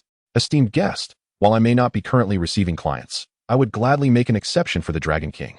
Aegon appraised her figure, deeming her appearance suitable for his magazine, and tossed her another gold coin. After some time, as Aegon reclined amidst the scattered forms of the courtesans, he finally broached the subject of his business. In truth, I wish to paint your likenesses. Dear Dragon King, you can paint? Inquired a younger, more beautiful woman with skin as dark as Shataya's. Aegon, observing the plum blossoms on the sheets, expressed surprise. Your virginity remains intact. Yet your mother allows you to work here? Anaya chuckled. We of the Summer Isles see no shame in this. Surely, there are others from the Summer Isles in your mercenary company? Perhaps I have been misinformed. However, I could purchase your services exclusively for my own use. How does that sound? Aegon pondered the potential of leveraging courtesans for intelligence, deciding it was prudent to prepare ahead of time. Of course, but it comes at a substantial cost. Aegon laughed heartily. I am currently in no shortage of gold. Now, let us discuss another matter of importance. I believe it is not the right time for such talks. We should first bathe. Perhaps we can teach you how to bathe with the wine from the arbor. A silvery-haired woman, pale-skinned, caressed Aegon's chest while enticing him. Mary, you seem to be trying to seduce him like Anaya. Shataya scolded, noticing Mary's behavior. Is that so wrong? My lady, this could earn you a considerable profit. Mary raised her head and turned to Aegon. Dear Dragon King, I too was just purchased by the owner. You saw my virginity remains intact. Why not buy me as well? Aegon considered. Very well, you shall work for me, exclusively at my service. Dragon King, what about me? And me? The other courtesans, witnessing Aegon's generosity, clamored to be included. Stop. Aegon interrupted, revealing a cunning smile. If you wish for me to procure your services, it cannot be at this moment. Perhaps, in the future, you might bring me unexpected gains, such as knowledge of a noble's scheme, and I could consider acquiring you then. But this must remain confidential. Otherwise, those noble lords may not return.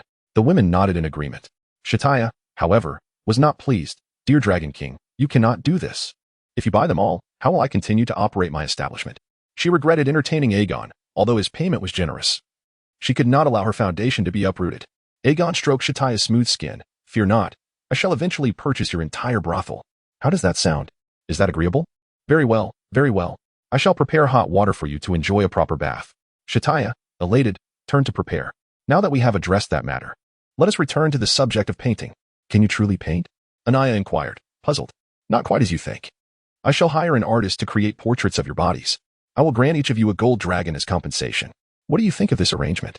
Absolutely no objection. The women chorused. What could be easier than earning money in this manner? Haha, Anaya and Mary, you need not be painted, as you already work for me. However, I must clarify that once the paintings are completed, I intend to publish them in a book.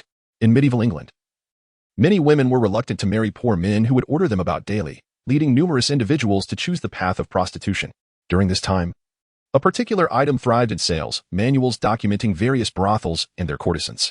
Aegon, recognizing the untapped potential of his printing capabilities, resolved to profit from this venture, akin to a dandy creating a magazine. Moreover, this could align with his subtle plans to influence Westeros and Essos. Those perusing these detailed manuals of courtesans would likely be drawn to the resort-like allure of lists. After spending their golden lists, joining a mercenary company would become their sole means of continuing their extravagant lifestyle, significantly increasing his recruitment pool. The women eagerly nodded in agreement, having already commodified their bodies. This minor endeavor posed no issue for them. Shataya, has your brothel ceased operations? Where are the other girls? Just as Aegon finalized arrangements with the courtesans, a gruff male voice resounded from outside. Then, an unattractive dwarf pushed the door open. Greetings, Tyrion Lannister. Chapter 25, Crisis of Credibility. Are you the mercenary from Lys? Tyrion inquired, observing the grotesque figure of Aegon, who was flanked by women on either side. His legs were short and malformed, his head disproportionately large, with a prominent forehead and an unattractive visage. One of his eyes was dark, while the other gleamed a vivid blue, and his long, straight hair shimmered nearly white in its brightness. A patchy beard of brown and golden hues adorned his chin, leading some to jest that he was a little demon or a half-man. If he were not a Lannister, these courtesans would hardly acknowledge his presence. To think my reputation has grown so substantial. Aegon chuckled heartily. Of course, everyone knows about the Lys tickets you've been selling these past few days. Did you use the money from those who bought your tickets to pay for your pleasures? Perhaps, Aegon replied, playfully caressing Mary's soft form. Those poor souls. They hoped to strike it rich, only to squander their few coins for a visit to the brothel on you, and then they were left in the lurch. The little demon shook his head in amusement before continuing. My sister may not be the sharpest, but fortune has favored her. Not only has she become queen, but she has also encountered a partner like you to help her prosper.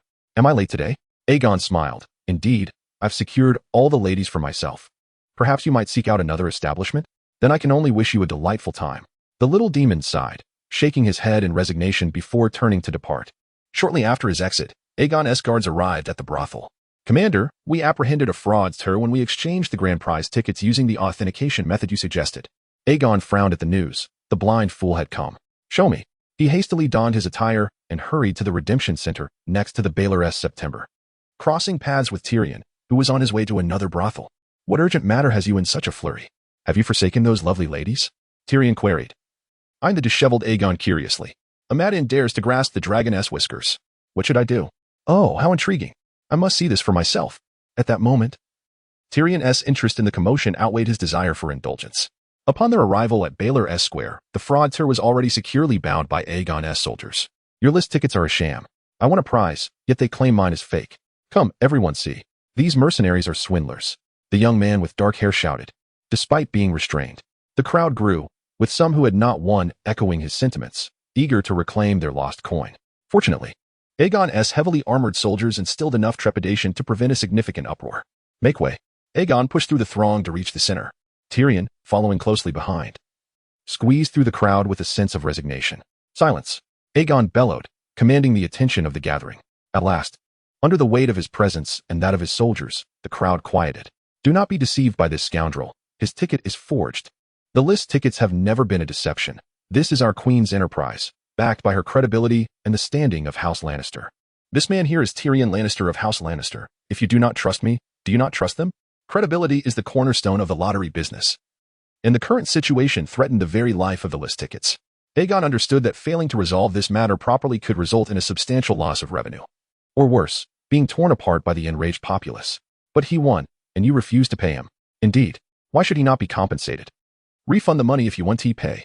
The masses often follow blindly, and in this instance, the demand for refunds aligned with the interests of those who had not won, reinforcing their resolve. Stop. I have said, his ticket is counterfeit. I can prove it. And some of you who have won do not wish to invalidate this issuance of Lys tickets, do you?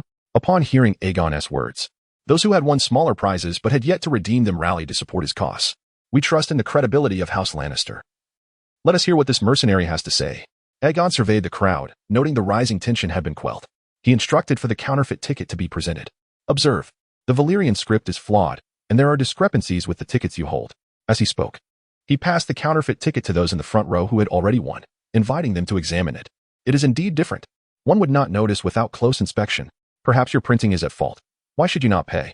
The fraudster, pinned to the ground, retorted indignantly. I assure you, our Lys tickets will never go unpaid. Please be patient for the true grand prize winner. He may be on his way. Barely had Aegon finished speaking when the genuine winner, a middle-aged man, pushed through the crowd. Behold, this is the true winning ticket. He is the rightful victor.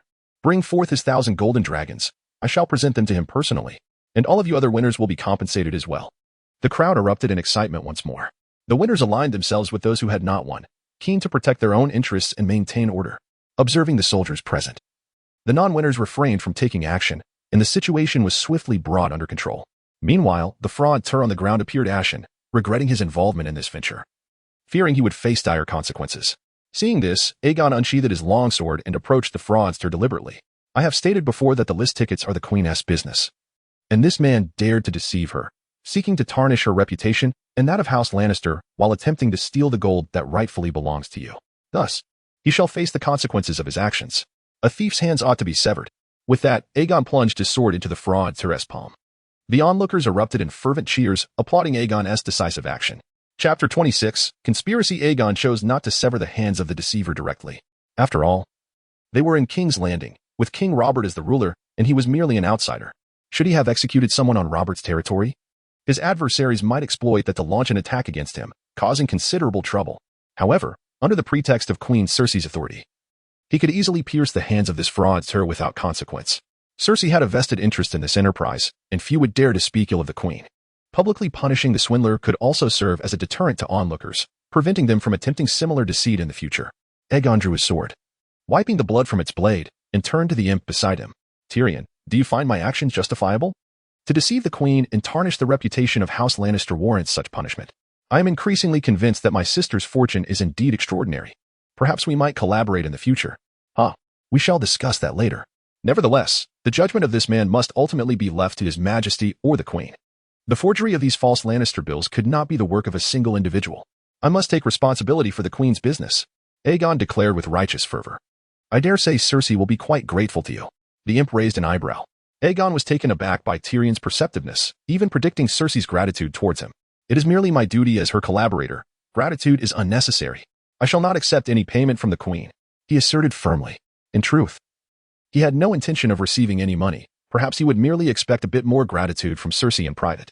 Now, it is time to extract the identities of his accomplices, Aegon said as he approached the writhing fraudster on the ground. I have warned you. Deceiving and slandering the Queen is a grave offense. You now have an opportunity to avoid severe punishment, which would be far more bearable. Reveal your masterminds, and I shall plead for leniency on your behalf. The fraudster continued to squirm, hesitating to confess. If you remain silent, it will be simple. You will be deemed the mastermind, and I fear the penalties may extend beyond merely severing your hands or even sending you to the wall as a night's watchman. Upon hearing of the potential for harsher punishment, the fraudster panicked. I will speak. It was Hunter Windwater and Bethany Tully who instructed me. Their printing location is over by the Flea Bottom. Aegon was elated by the revelation. Excellent. I can advocate for you. Quickly, divulge the specific location. The Red Keep was bustling more than usual that day. Clad in armor, King Robert rode through the gates on his magnificent steed, accompanied by a retinue. He returned from the hunt with a bountiful catch, which greatly pleased him. Your Majesty, Jon Arryn, the Hand of the King, hurried from the Tower of the Hand upon hearing of the King's return. Duke Jon, come see the game I've bagged. I assure you, you have never seen such a splendid boar, along with 2 magnificent stags. Robert exuberantly introduced his spoils to Jon Arryn. Compared to the tedium of state affairs, Robert preferred hunting and carousing as they made him feel truly alive. Since ascending to the Iron Throne, he had delegated state matters to Jon Arryn, choosing instead to indulge in pleasures. Jon Arryn merely glanced at the game before speaking with concern. Your Majesty, I have urgent matters to discuss with you. Robert grunted in displeasure at this interruption. Jon, you cannot continuously dampen my spirits. Just handle those affairs yourself. They are merely trifling judgments or the incessant drivel of fools. I swear, if I sit on the Iron Throne for much longer, I shall go mad. Your Majesty, there is indeed a pressing issue concerning the Mercenary and the Queen. What is it? Robert's demeanor shifted to seriousness as he followed Jon Arryn to the council chamber. The Queen and that Lannister mercenary have collaborated to issue a counterfeit bill. They have swindled a great deal of money from the citizens of King's Landing. Jon Arryn disclosed their actions truthfully. He had come to Robert primarily because he coveted a share of the substantial profits. Robert, who lived extravagantly, had recklessly hosted tournaments, leading to a staggering debt of nearly 600,000 gold dragons. While Robert seemed unfazed by this debt, Jon Arryn, as the Hand of the King, felt the weight of it acutely. Each day began with the burden of millions in debt. Who could truly understand that feeling?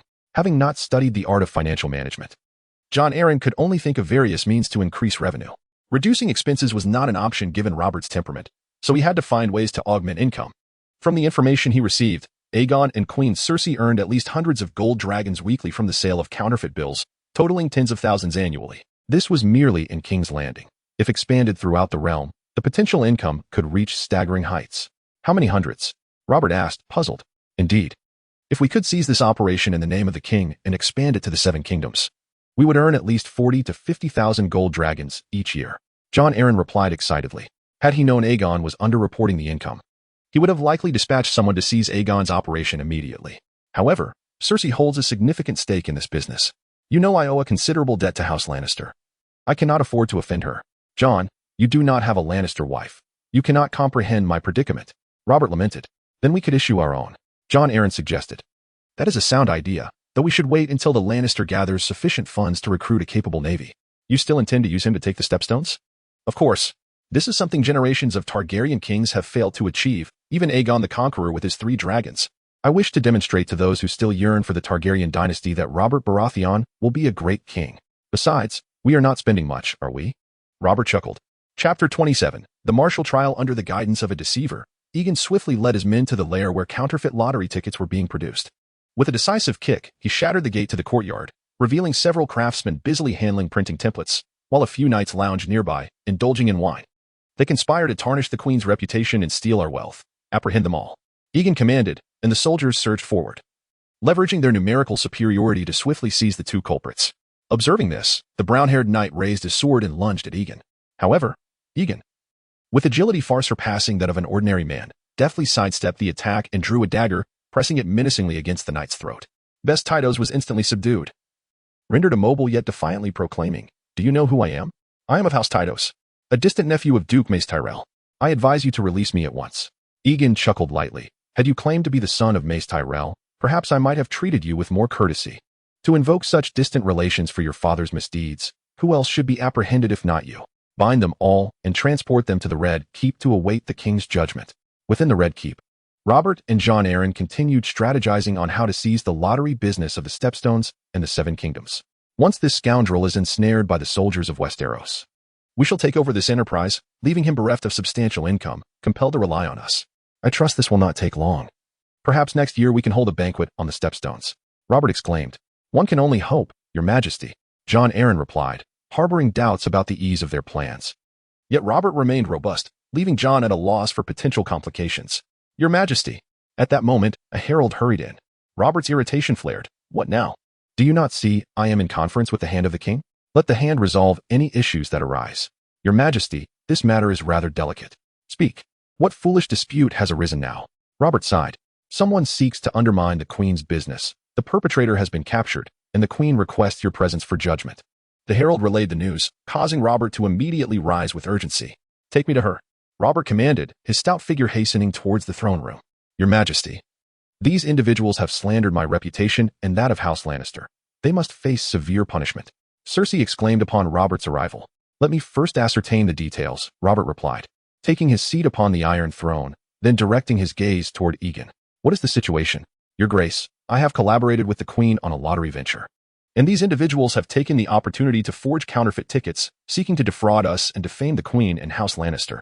Aegon recounted the events, each word causing the culprits on the ground to grow increasingly pale. In their reckless ambition, they had not anticipated capture. Otherwise, even 1,000 boldness would not have compelled them to defy the Queen and House Lannister.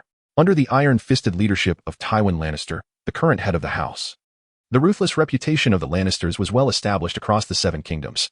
To offend House Lannister was akin to plucking the mane of a lion. Just as Robert prepared to deliver his verdict, Best Tytos interjected loudly, Your Majesty, I am of House Tytos. I trust my father will pay a handsome ransom to absolve my transgressions. Robert furrowed his brow at this revelation, struggling to recall such a figure within House Tytos. The situation had grown complicated. To execute Best publicly would undoubtedly offend House Tytos. Yet, to spare him would surely provoke Cersei's ire, leading Robert to prefer inciting the ire of House Tytos over that of his queen. Your Majesty, regardless of his lineage, he must be punished. Should we allow House Lannister to be so easily trifled with? Moreover, he has slandered the Queen of the 7 Kingdoms. Cersei pressed, intensifying the pressure as Robert hesitated. Very well, you claim kinship to House Tytos, yet regardless of your identity, for besmirching the Queen's reputation, you shall face consequence. I, Robert Baratheon, first of his name, ruler of the 7 Kingdoms, king of the Undulls, the Roiner, and the First Men, hereby declare, you are guilty of theft, and shall be sent to the wall to serve as a Night's Watchman. Upon hearing this sentence, Best Tytos turned ashen. The Night's Watch had become a place of exile for many offenders, a fate of perpetual solitude, devoid of marriage, land, or progeny, a veritable hell for a man of his kind. And you others, should you wish to join him as Night's Watchman, now is your chance to speak. Otherwise, I will sever your hands. No, I protest. There is no evidence implicating me. Hunter exclaimed, unwilling to accept a lifetime as a Night's Watchman. Egan coldly retorted, yet he accuses you of being the mastermind behind this. Your Majesty, I bear enmity towards this man. He may have conspired with others to entrap me. I demand a trial by combat. Hunter shouted desperately, clutching at his last hope. Trial by combat was an ancient tradition in the Seven Kingdoms. If the accused were to contest the charges, they could request such a trial to settle disputes, although this could be dismissed by the king. It was a rare occasion for a monarch or arbiter to do so. Robert glanced at Egan before turning back to Hunter. I consent to your trial by combat. You may select a knight to champion your cause, while your opponent shall be this hired sword of House Tytos. Your Majesty. Cersei attempted to interject, but Robert raised a hand to halt her. Trial by combat is sacred. Do you accept the mercenary of House Tytos? Chapter 28. The Rose of Highgarden to your utmost satisfaction, Your Majesty. Egan nodded with a smile. He too yearned to experience the exhilarating sensation of heightened combat prowess. Meanwhile, Hunter Winwata's expression darkened with malice. This trial by combat was his singular opportunity to avenge himself, a chance to slay his foe. Nothing could be more fortuitous. If he were to dispatch the silver-haired scoundrel before him, not only would he avenge both old and new grievances, but he would also be exonerated. He had already devised a plan to confront that harlot Cersei after dealing with the current nuisance. The trial by combat was a sacred moment, set to unfold in the public square tomorrow. It had been ages since the Seven Kingdoms had witnessed such fervor.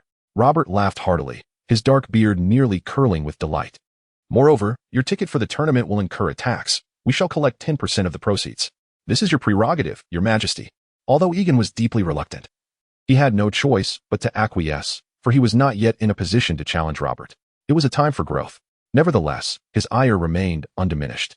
Watching Robert guffaw on stage, Egan resolved to reclaim his dignity from Cersei by nightfall.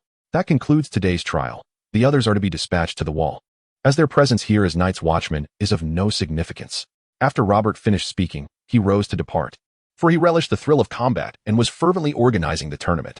The mere thought of witnessing the trial by combat on the morrow filled him with excitement, compelling him to seek out a courtesan for the night. A procession of gold and steel surged through the King's Gate of King's Landing. This contingent of several hundred was composed of vassals and knights from the Reach, their banners, golden roses symbolizing House Tyrell, fluttering in the warm sun. At the heart of the procession was an oak cart adorned in gold, within which sat Margaery Tyrell, daughter of Lord Mace Tyrell, alongside her grandmother, the Queen of Thorns. Olenna Redwine. The beautiful Rose of Highgarden, Margaery Tyrell, waved enthusiastically to the crowd lining the road. Upon entering the city, she even disembarked to distribute food to the onlookers, quickly winning the hearts of the citizens of King's Landing. Grandmother, did we arrive too early? The tournament is still over 4 months away. This city is a chaotic mess compared to Highgarden. Coming here feels like a trial. Upon reaching their courtyard in King's Landing, Margaery could no longer contain her grievances. You must understand, sometimes sacrifices are necessary to achieve her goals. When you attend the ball, you must present yourself beautifully. Olenna affectionately ruffled her granddaughter's hair. Olenna had brought Margaery to King's Landing as part of the Tyrell family scheme with Robert's brother, Renly Baratheon. They intended for Margaery to replace Cersei Lannister as Robert's queen. For Margaery bore a striking resemblance to Robert's lost love, Lyanna, with her beautiful brown hair and fair features. Unbeknownst to them, however, Margaery and Lyanna's facial structures were quite different. By the way, where is your brother? I have something to discuss with him. Olenna scanned the surroundings, but did not see her grandson, Loras Tyrell, and felt a pang of concern. He left the city upon arrival, saying he was going to find Renly Baratheon. Upon hearing this, Olenna huffed in irritation. Loras is utterly undisciplined. He is perpetually distracted by frivolities. Margaery chuckled. What do you need him for? I can handle it in his stead. Olenna regarded her granddaughter thoughtfully. Perhaps it would be more fitting for you to invite that mercenary from the Reach. The Reach's mercenary? Why would you invite him? Margaery inquired, puzzled, as she looked up at her grandmother. The bandits along the borders of the Reach and Dorne have multiplied, plundering our gold mines. These brigands evidently have powerful forces backing them. We must take precautions to eliminate this menace. Are you suggesting that some of these bandits are being funded by the Dornish? Indeed, the Dornish are notorious for such tricks. They are cunning and resourceful. By inviting this mercenary company to clear out the brigands, we can also utilize them as a buffer, which will save us a significant amount of trouble. Very well. I shall extend the invitation to him at the ball the day after tomorrow. Later that evening, Egan, having imbibed some wine, sought out Cersei. Inside, Cersei lay in bed, draped in a sheer nightgown, awaiting Egan's arrival. She was taken aback to see him emerge from the secret passage, slightly inebriated. What has happened to you? Why are you drinking? Cersei asked, perplexed, as Egan staggered towards her and embraced her. Egan said nothing further but flung himself into Cersei's embrace, relishing the moment. This purple nightgown is so exquisite. Oh no, it is truly voluminous. Speak to me. What is the matter? Cersei's cheeks flushed with embarrassment, her tone urgent. She had intended to discuss Tyrion with Egan, hoping to steer him away from her brother, but his unexpected arrival disrupted her plans. Robert is taxing our reach tickets, which delays my plans to assemble the fleet, thus postponing the time we can safely be together, Egan declared earnestly. Cersei was moved by Egan's words. Do not fret. It shall be resolved. If necessary, I will contribute my own funds. No, you have already done so much for me. I cannot accept that. Besides, you must reserve some funds for your own jewels. Cersei felt a warm sweetness in her heart at his words. It matters not. The Lannisters are the wealthiest. My request for your funds is merely a luxury. Very well, I promise to expedite the preparations for the fleet, Egan said, and then leaned in to kiss Cersei. Cersei, thinking to offer Egan some solace, eagerly reciprocated, even acquiescing to some of his unreasonable requests in her desire to compensate him. An hour later, Cersei, feeling exhausted, rose from the bed, her face aglow with contentment. Egan was indeed the man she had chosen. Even inebriated, he was remarkably vigorous, far surpassing Robert. Would you like something to drink? Egan appeared more sober now, his expression apologetic. I'm sorry for being so uncouth earlier. Cersei cradled Egan's head. Do not say such things. You act for our benefit. Egan found her reasoning sound, and he urged Cersei to drink more wine with him. That night, Egan and Cersei reveled together, feeling as though he had attained the privileges of a king. No, he believed he was living even more splendidly than a king. Chapter 29. The fierce sword. The following dawn, as the first light of day crept into the sky, Egan and Cersei awakened almost simultaneously. Cersei cast a flirtatious glance at Egan before urging him to engage in morning exercises. You are truly too kind to me, my queen. I scarcely know how to repay you, Egan declared earnestly, embracing Cersei's voluptuous form. He found thrill in addressing her as queen, for it heightened his excitement. Do not speak in such a manner. We are now one. Cersei countered, what talk of repayment? You must assist me in eliminating Robert, if anyone owes. It is I who owe you. Cersei's dependence on Egan had grown fervently, as though she sought to reclaim the affections she had never received from Rhaegar through him. I must take my leave now, lest I miss the trial by combat. If Robert were to find me here, it would spell trouble, Egan remarked, patting Cersei to indicate that he wished to dress. Do take care. Do not sustain any injuries, Cersei cautioned. Egan chuckled. Have you not witnessed my prowess these past few days? Can a mere hired knight be more formidable than a queen? Cersei flushed at his words, playfully scoffing. By the way, do avoid any dealings with Tyrion Lannister in the future, Cersei advised. Is there an issue? Egan feigned innocence. He is a demon. Not of our Lannister blood. Lions do not produce such creatures. I have heard a prophecy that foretold my brother would seize my throat and take my life. And it must be he, this demon. Do you not have another brother? Impossible. Jaime and I were born together. He would never harm me. Cersei interjected, cutting him off. Very well, I shall keep my distance from that half-man, though I may find a way to utilize him, Egan assured her. Egan held no fondness for Tyrion, recognizing his presence as a potential threat. Thus, he would not hesitate to eliminate him if necessary. By all means, the harsher you are with him, the more pleased I shall be, Cersei exclaimed, planting a kiss on Egan before departing. The outer courtyard of the Red Keep had been chosen as the venue for the duel, drawing a multitude of spectators eager to witness the trial by combat. Even under the blazing sun, their enthusiasm was undeterred. They lined the walls, jostling shoulder to shoulder on the battlements and stairways of the fortress. Within the stables, through arched windows, on balconies and roofs, people were gathered everywhere. The square itself was densely packed, compelling the gold cloaks and King's Guard to push the crowd back to create space for the duel. To ensure a comfortable view, many brought stools, while others carried barrels. Egan mused that if a fee were charged for such accommodations, it would yield a handsome profit for Robert. Alas, it seemed he collected no fees for the tournament or the trial by combat, which only compounded his debts. Hunter, clad in armor, now appeared formidable, the heavy iron encasing him entirely. I shall slay you, you bastard. Hunter shouted furiously at Egan. Perhaps you shall not get your wish, Egan retorted coldly. A platform extended from the Hand's Tower, where King Robert, Queen Cersei, and Prince Joffrey took their seats.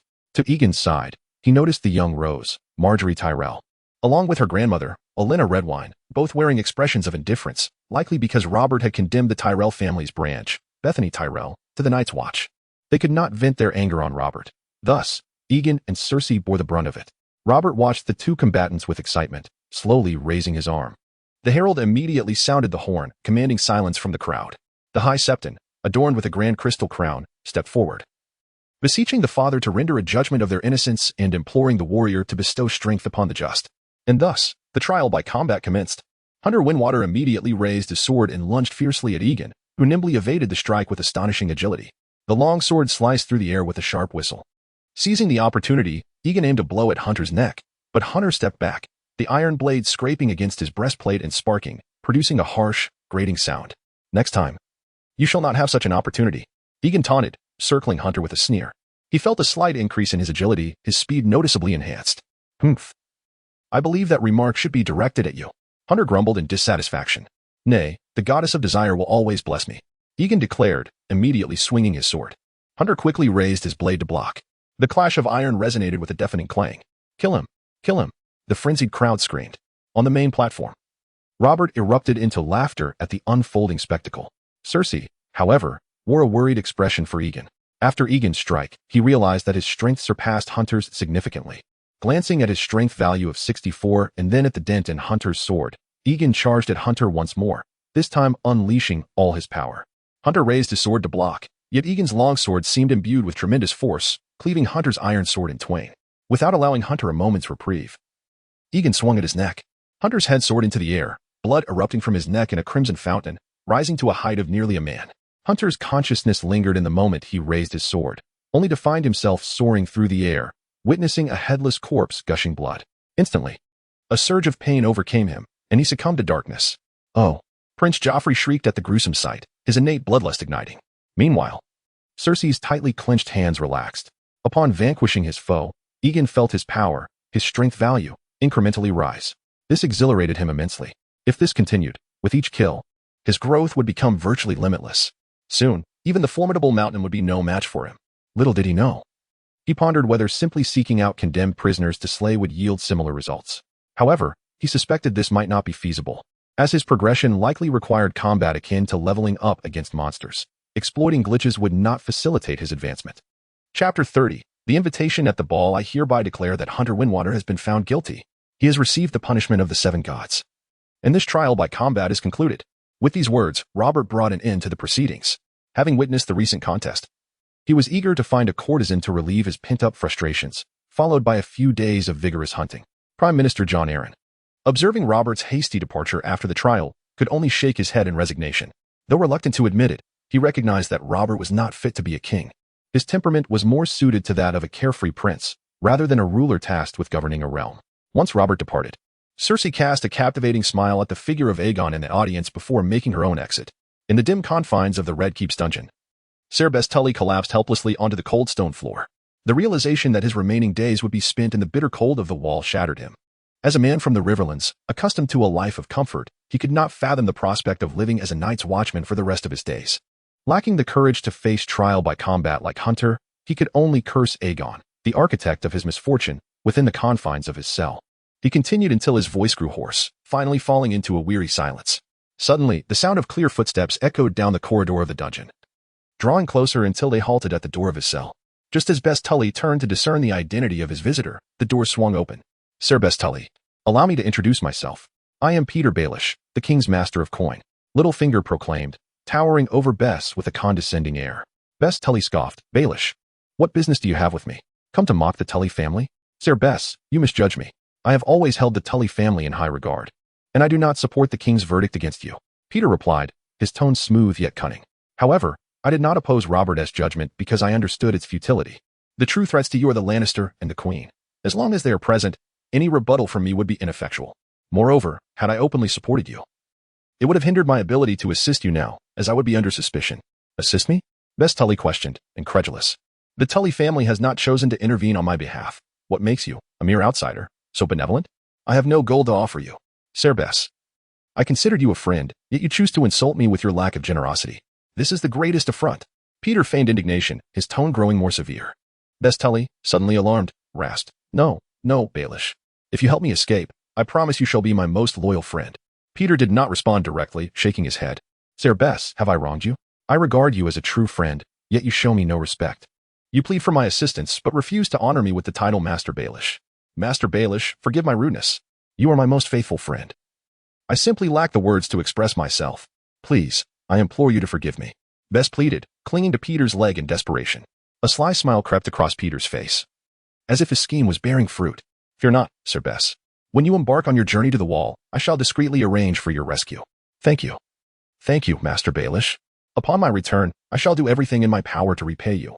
Bess Tully expressed his gratitude profusely. I seek no thanks, for we are friends, are we not? However, you may need to remain hidden for a time upon your escape. Your enemies are formidable, Peter cautioned. At this, Bess Tully's expression twisted with rage. Indeed, I know. I shall see to it that Cersei and that Lannister pay for their treachery. Sir Bess, I must advise you that vengeance requires patience. We must play by our own rules, or we shall never outmaneuver them. Peter elaborated on his plans for Bess. You must understand, today the mercenary executed Hunter, who foolishly chose to engage in their game, and thus could never hope to prevail. You should not rush to seek vengeance against Cersei, for your strength is not yet sufficient. Bess Tully nodded gravely. I comprehend. That evening, Aegon was specially invited to the ball at the Red Keep as Cersei's partner. The young ladies and noblewomen in attendance were more beautiful than the last. Adorned in silks and pearls, they dazzled, leaving a trail of stunning silhouettes on their way to the throne room. This scene was indeed one of unparalleled beauty. However, Tyrion mused that they would be even more enchanting without their garments. Yet, he knew that no one would deign to dance with a half-man like him at such an event. After downing a cup of fine wine prepared by his sister Cersei in retaliation, he made his way to his beloved brothel, where he felt a sense of belonging. Cersei had anticipated being the center of attention that night, donning a breathtaking necklace to complement her pale yellow silk gown. However, she was taken aback when the spotlight was shared with a young brunette girl, Margaery Tyrell, who captured a portion of the ballroom's admiration. Many men were drawn to the beauty in the green gown, which sparked Cersei's ire towards the girl. Margaery, feeling a bit out of place despite her splendid attire, was disheartened to discover that King Robert had not attended the ball. Suddenly, her gaze fell upon another target of interest, Aegon, clad in a fitted suit. Her eyes sparkled with excitement, and she disregarded the invitations from those around her, making her way directly to Aegon. This did not sit well with Cersei, who had intended to dance with her brother Jaime before seeking Aegon's company. She loathed that this young harlot dared to encroach upon her territory. Dear Dragon King, may I have the pleasure of a dance with you? Margaery Tyrell inquired of Aegon, her smile radiant like a blooming rose, both alluring and laced with danger. Most willingly. My dear Rose of Highgarden, Aegon replied with a charming grin. Chapter 31, The First Business in Westeros. Having finished speaking, Aegon pulled Margaery into his embrace, swaying gracefully to the melodious voice of the singer. Do you know me? Margaery inquired, her expression tinged with surprise. It seemed she had yet to disclose her identity to this mercenary. Was he perhaps already harboring intentions towards her? Aegon chuckled lightly. Of course. If I were unaware of the Duke of Mace's beloved jewel, I would likely have met a grim fate in King's Landing for offending the wrong people. Moreover, just glance at the envious gazes from the men around us. Your status is not difficult to deduce. Indeed, you are quite amusing. Margaery responded, her face blooming into a captivating smile. Leaning closer to Aegon, she whispered, Can you guess why I approached you? Cersei, observing their intimate exchange, felt her teeth grind in frustration. I'm not the sharpest tool in the shed. Perhaps you wish to marry me? Aegon feigned innocence. Margaery was momentarily taken aback by Aegon's brazen demeanor, astonished that he would so directly take advantage of her, displaying not a shred of noble decorum. As the cherished daughter of the Highgarden Duke, she had always been pursued by countless admirers. When had she ever encountered such a situation? Yet, possessing a robust psychological fortitude, she quickly regained her composure and smiled again. You think too highly of yourself. Just yesterday, you had our Tyrell branch condemned to the Night's Watch, and now you wish for me to marry you? But your request to dance does suggest I might interpret it as your forgiveness, does it not? After all, it was your distant relative who deserved that fate. If he hadn't sought to deceive the queen, he wouldn't have fallen to such a lowly position. Margaery playfully chided, Forgiveness is far from your reach, unless you accept my employment. My dear Miss Margaery, it deeply saddens me that in such a romantic setting, you would bring up matters of business. Aegon feigned great distress, inciting Margaery's irritation. Certainly, one cannot achieve such proficiency without preying on several unsuspecting maidens. Margaery maintained her smile. I doubt the Dragon King would object. Initially, I had no intention of collaborating with you, but my grandmother advised me that one must learn to let go of hatred to achieve better outcomes. Your grandmother is a wise woman. Thus, I wish to hire your forces to guard our gold mines. In return, you shall receive half of the profits from these 2 mines. And what is the monthly yield of these mines? Aegon inquired eagerly. He had not anticipated that his first business venture in Westeros would be in the reach. Initially, he had hoped to leverage his connection with Cersei to seek further opportunities. However, this arrangement seemed fortuitous. He now had a steady income. And with his forces nearly fully expanded, it was time to put these new recruits to the test. After all, the Iron Blood Legion thrived on combat. and mere idleness in the barracks would not foster their growth. Both mines are located near the Torrentine Valley. One lies on the outskirts of Dorne, close to the Shadow Tower, while the other is situated south of the Red Mountains, west of Starfall. Combined, they yield over 30,000 golden dragons each month. And after deducting the royal share, we can retain at least 24,000 gold dragons. And who are your enemies? Aegon pressed. Although he had already resolved to accept Margaery's proposal, he needed to understand the specifics. The Reach had its own military. Their decision to hire mercenaries instead of utilizing their own forces suggested that they were facing a particularly troublesome situation. Perhaps they sought to avoid a genuine conflict, employing Aegon's men as disposable pawns. Regardless of the circumstances, such a situation did not bode well for Aegon, and he had to be fully informed. Otherwise, he might find himself in dire straits. The two mines are merely threatened by a handful of bandits roaming the borders of Dorne. Their numbers are generally small, usually only in the tens or hundreds. Margaery laid out all the conditions, but Aegon remained skeptical of her claims. If it were so simple, why not handle it herself? Why involve him in the endeavor?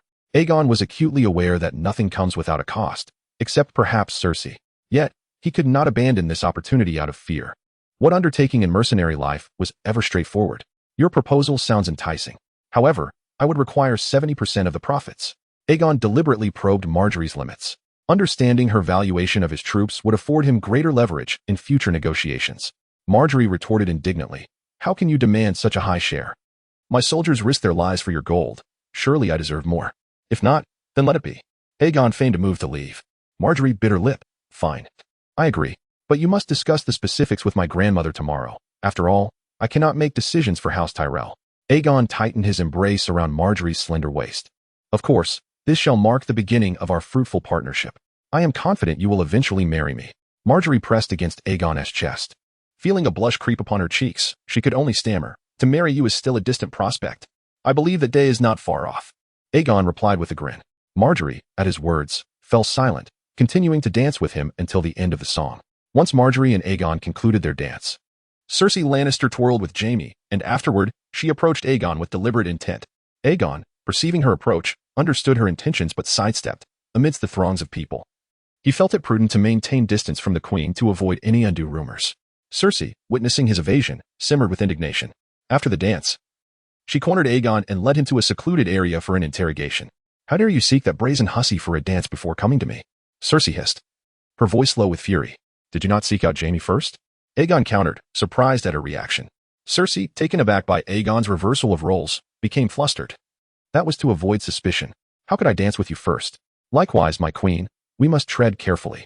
If Robert discovers our affair, our heads would be forfeit. Such jealousy can be perilous, and did you not express a desire to hear me out? Aegon remarked, playfully smacking Cersei's rear. You. Cersei's cheeks flushed crimson. My queen. Do you now comprehend? Cersei, resigned, nodded slightly. Now, on to serious matters. Margaery seeks to employ me. Why would you serve her? If it's money you seek, I can provide it. Cersei insisted, unwilling to see Aegon entangled with Margaery. She had heard a prophecy foretelling that a young woman would usurp all that was hers. At times, Aegon felt exasperated by Cersei's romanticized thinking. It seemed she was endowed with beauty but lacking in depth. If you offer me such riches, are you not fearful of Robert discovering it? Cersei fell silent, and Aegon continued. Rest assured, my contact with her will be minimal. Cersei finally spoke. Does this imply you may be absent for some time? Indeed. Very well, but you must return swiftly. Aegon gazed at Cersei's face, grinning. What? Are you unable to bear my absence? Cersei lowered her gaze, avoiding a direct response, and Aegon seized the moment, leaning in for a kiss. Not here. Come to my chambers. Chapter 32. The Night of Flowers. On the following day, after ensuring that Cersei was well fed, Aegon departed from the Red Keep and made his way to the residence of House Tyrell.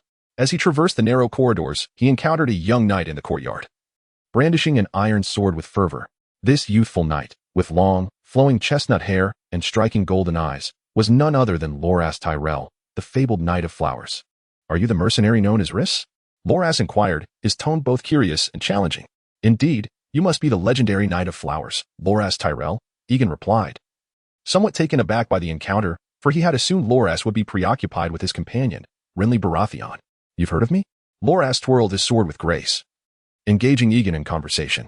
Certainly, the most handsome knight in the Seven Kingdoms, the object of countless women's desires, your renown is difficult to overlook, Aegon remarked. Yet, he mused inwardly on the irony of Loras's orientation, contemplating the heartbreak it might bring to the maidens of the realm. In the interest of fostering camaraderie among the seven kingdoms, Egan resolved to soothe the wounded hearts of these young women. Flattery holds no sway with me. Come. Draw your sword. Let me witness your prowess, Loras Tyrell declared, assuming a combat stance. He had long been skeptical of his grandmother's decision to employ this mercenary. And upon learning that Egan had transformed a branch of their own family, Bess Tyrell, into a night's watchman, his disdain for the man intensified. He felt compelled to demonstrate to his grandmother that this dishonorable knight-errant possessed little skill. Egan shook his head in resignation. He had no desire to engage in battle. Sir Loras, I am here to discuss a partnership, not to duel. If you seek a contest, I shall await you at the tournament in a few months. With that, Egan attempted to enter the residence, but Loras swung his sword at him. Egan sidestepped, retreating several paces. Is this truly how you wish to settle matters? Egan felt his anger rise. Indeed. If you do not spar with me today, then any talk of cooperation is off the table. Loras retorted. Very well, I shall oblige. Egan responded, drawing his own sword with deliberation. The two circled the courtyard, each waiting for an opportunity to strike. Incensed, Egan launched the first attack, aiming for Loras's right side. Loras quickly raised his sword to block, the clash of steel ringing out sharply, causing Loras to feel the sting in his hands. Dispelling any lingering underestimation of Egan, Loras continued to pivot with his sword, seizing the moment to strike rapidly at Egan, who skillfully parried each blow. Enough. A booming voice interrupted, aged yet commanding.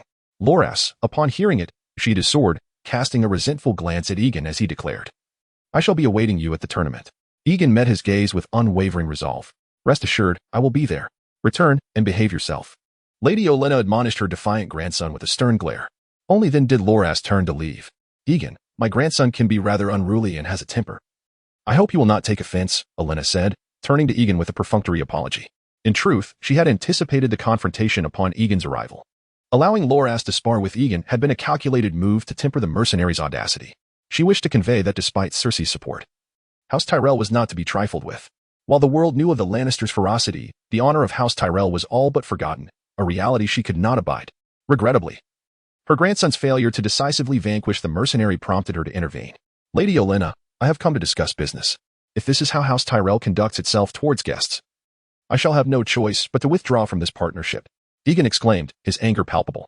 I sincerely apologize for my grandson's rashness. We should not treat our guests in such a manner. We are genuinely interested in collaborating with you. How about we negotiate the specifics of the gold mine's profits? Olenna offered, attempting to salvage the situation. With her words, Egan's countenance softened. Since you have expressed such sentiments, it would be remiss of me to continue this dispute. Very well, let us proceed indoors to discuss our collaboration. Yet, in his heart, Egan sensed that House Tyrell might harbor ulterior motives for this transaction. Olenna would not insist on deploying her forces without reason. The two gold mines were located near the borders of the Reach and Dorne, and stationing troops there would serve as a buffer. But with Dorne currently at peace and no significant conflicts in the realm, Egan's mind turned to Marjorie Tyrell and the Tyrell scheme to replace Cersei as queen. They sought an opportunity to eliminate Cersei. Positioning troops in advance would effectively create a buffer against any threats from Dorne during future upheavals. This explained their willingness to offer gold as a means of securing their interests. However, such a plan was in direct opposition to Egan's own interests. For Cersei was his most steadfast ally in the Seven Kingdoms. He had no intention of allowing them to succeed. Nonetheless, he could certainly benefit from the gold of the mines. As long as he safeguarded Cersei, he could maximize his gains from this transaction, all while remaining undetected.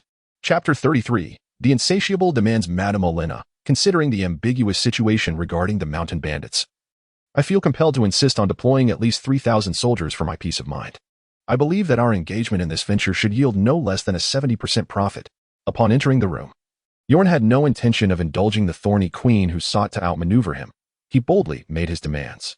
Olenna's expression shifted, and she leisurely took a sip of tea. Captain Yorn, business does not operate in such a manner. What you conveyed to my granddaughter was far different. Times have changed. And after careful consideration last night, I have arrived at what I believe to be the most suitable terms. After all, I cannot allow these brave men to perish in vain, can I? The Tyrell family is substantial. Surely, a trifling profit will not concern you? Yesterday, I was unaware of your true intentions, but now I am well aware of your cards. Should I not extract every ounce of profit from you? Even the wealthiest families must always plan ahead. Olenna's side, alas, our station troops are indeed beleaguered, and the Iron Men on the Iron Islands are restless. Very well. If it means securing additional profits, let us proceed. Captain Yorn, you must ensure the safety of our gold mine. Upon hearing this, Yorn smiled. Rest assured. Since we have settled on the terms of profit, we will safeguard that gold mine for the sake of our own riches. However, I must clarify that we mercenaries do not mind. You know well that they are simpletons, incapable even of cultivating land. So what shall we do about the workers? Yurn had no intention of recruiting laborers in such a desolate place. His plan was to extract as much gold from Elena as possible and vanish at the first sign of trouble, leaving the workers to disperse. Elena nodded. We can provide the workers. Additionally, I will arrange for food to be transported from Chining Island and Yogu Fortress. You need only ensure proper reception.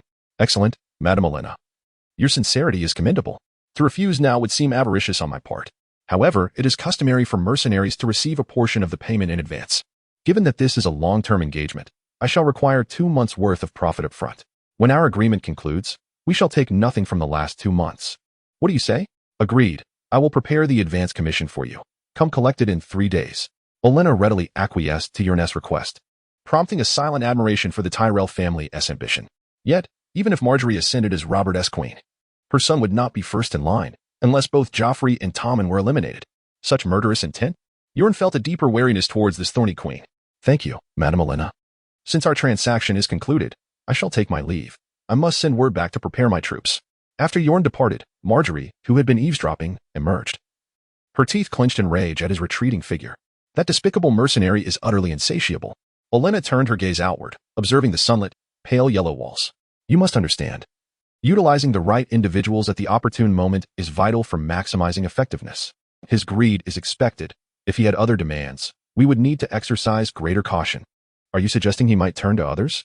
Olenna grasped Marjorie's hands firmly.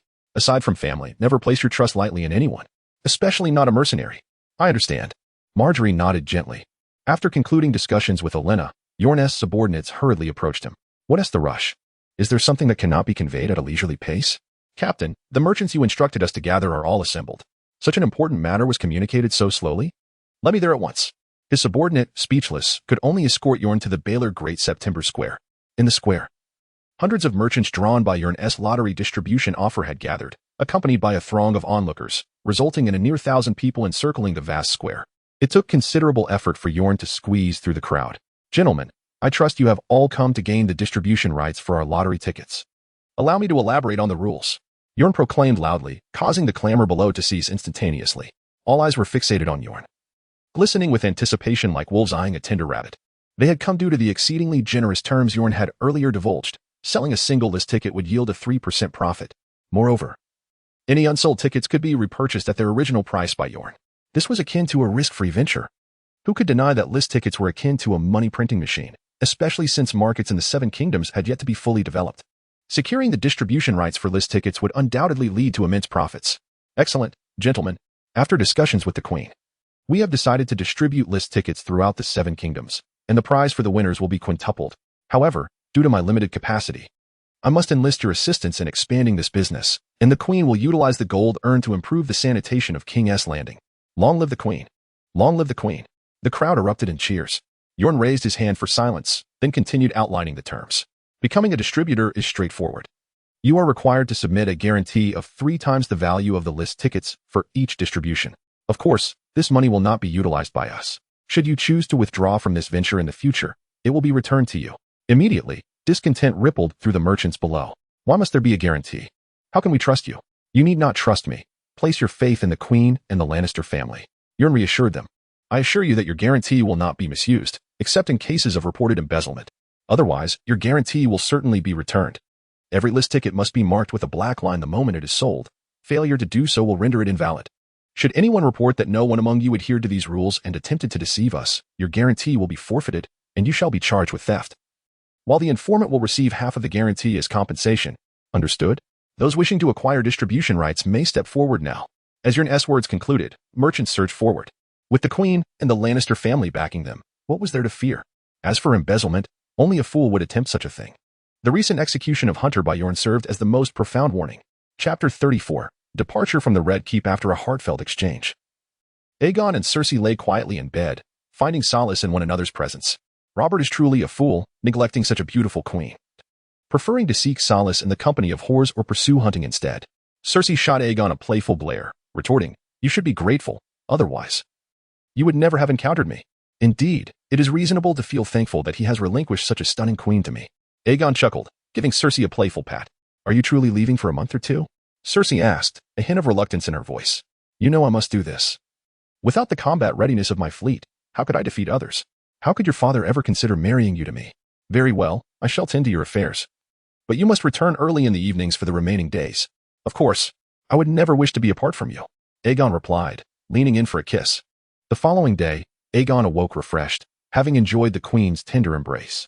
Though she was delightful, he knew it was inappropriate to indulge excessively. As Cersei knelt on the bed, assisting him into his undergarments, Aegon cautioned, "You must prioritize your safety in my absence, keeping trustworthy individuals by your side." "Have you received troubling news?" Cersei asked, her brow furrowed in concern. "No, but with so many enemies surrounding Robert and your father, it is wise to exercise caution. I cannot bear the thought of anything happening to you." Cersei felt a surge of joy at Aegon's concern and kissed him gently, assuring him, "Rest easy. I am surrounded by loyal Lannisters. I shall remain safe.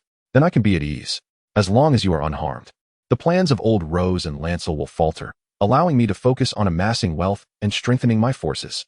Days later, Aegon rented several longships in King's Landing, setting sail for Lys with over 30,000 golden dragons earned from his ventures and a cadre of skilled sailors, leaving a few trusted allies to recruit more soldiers in the city.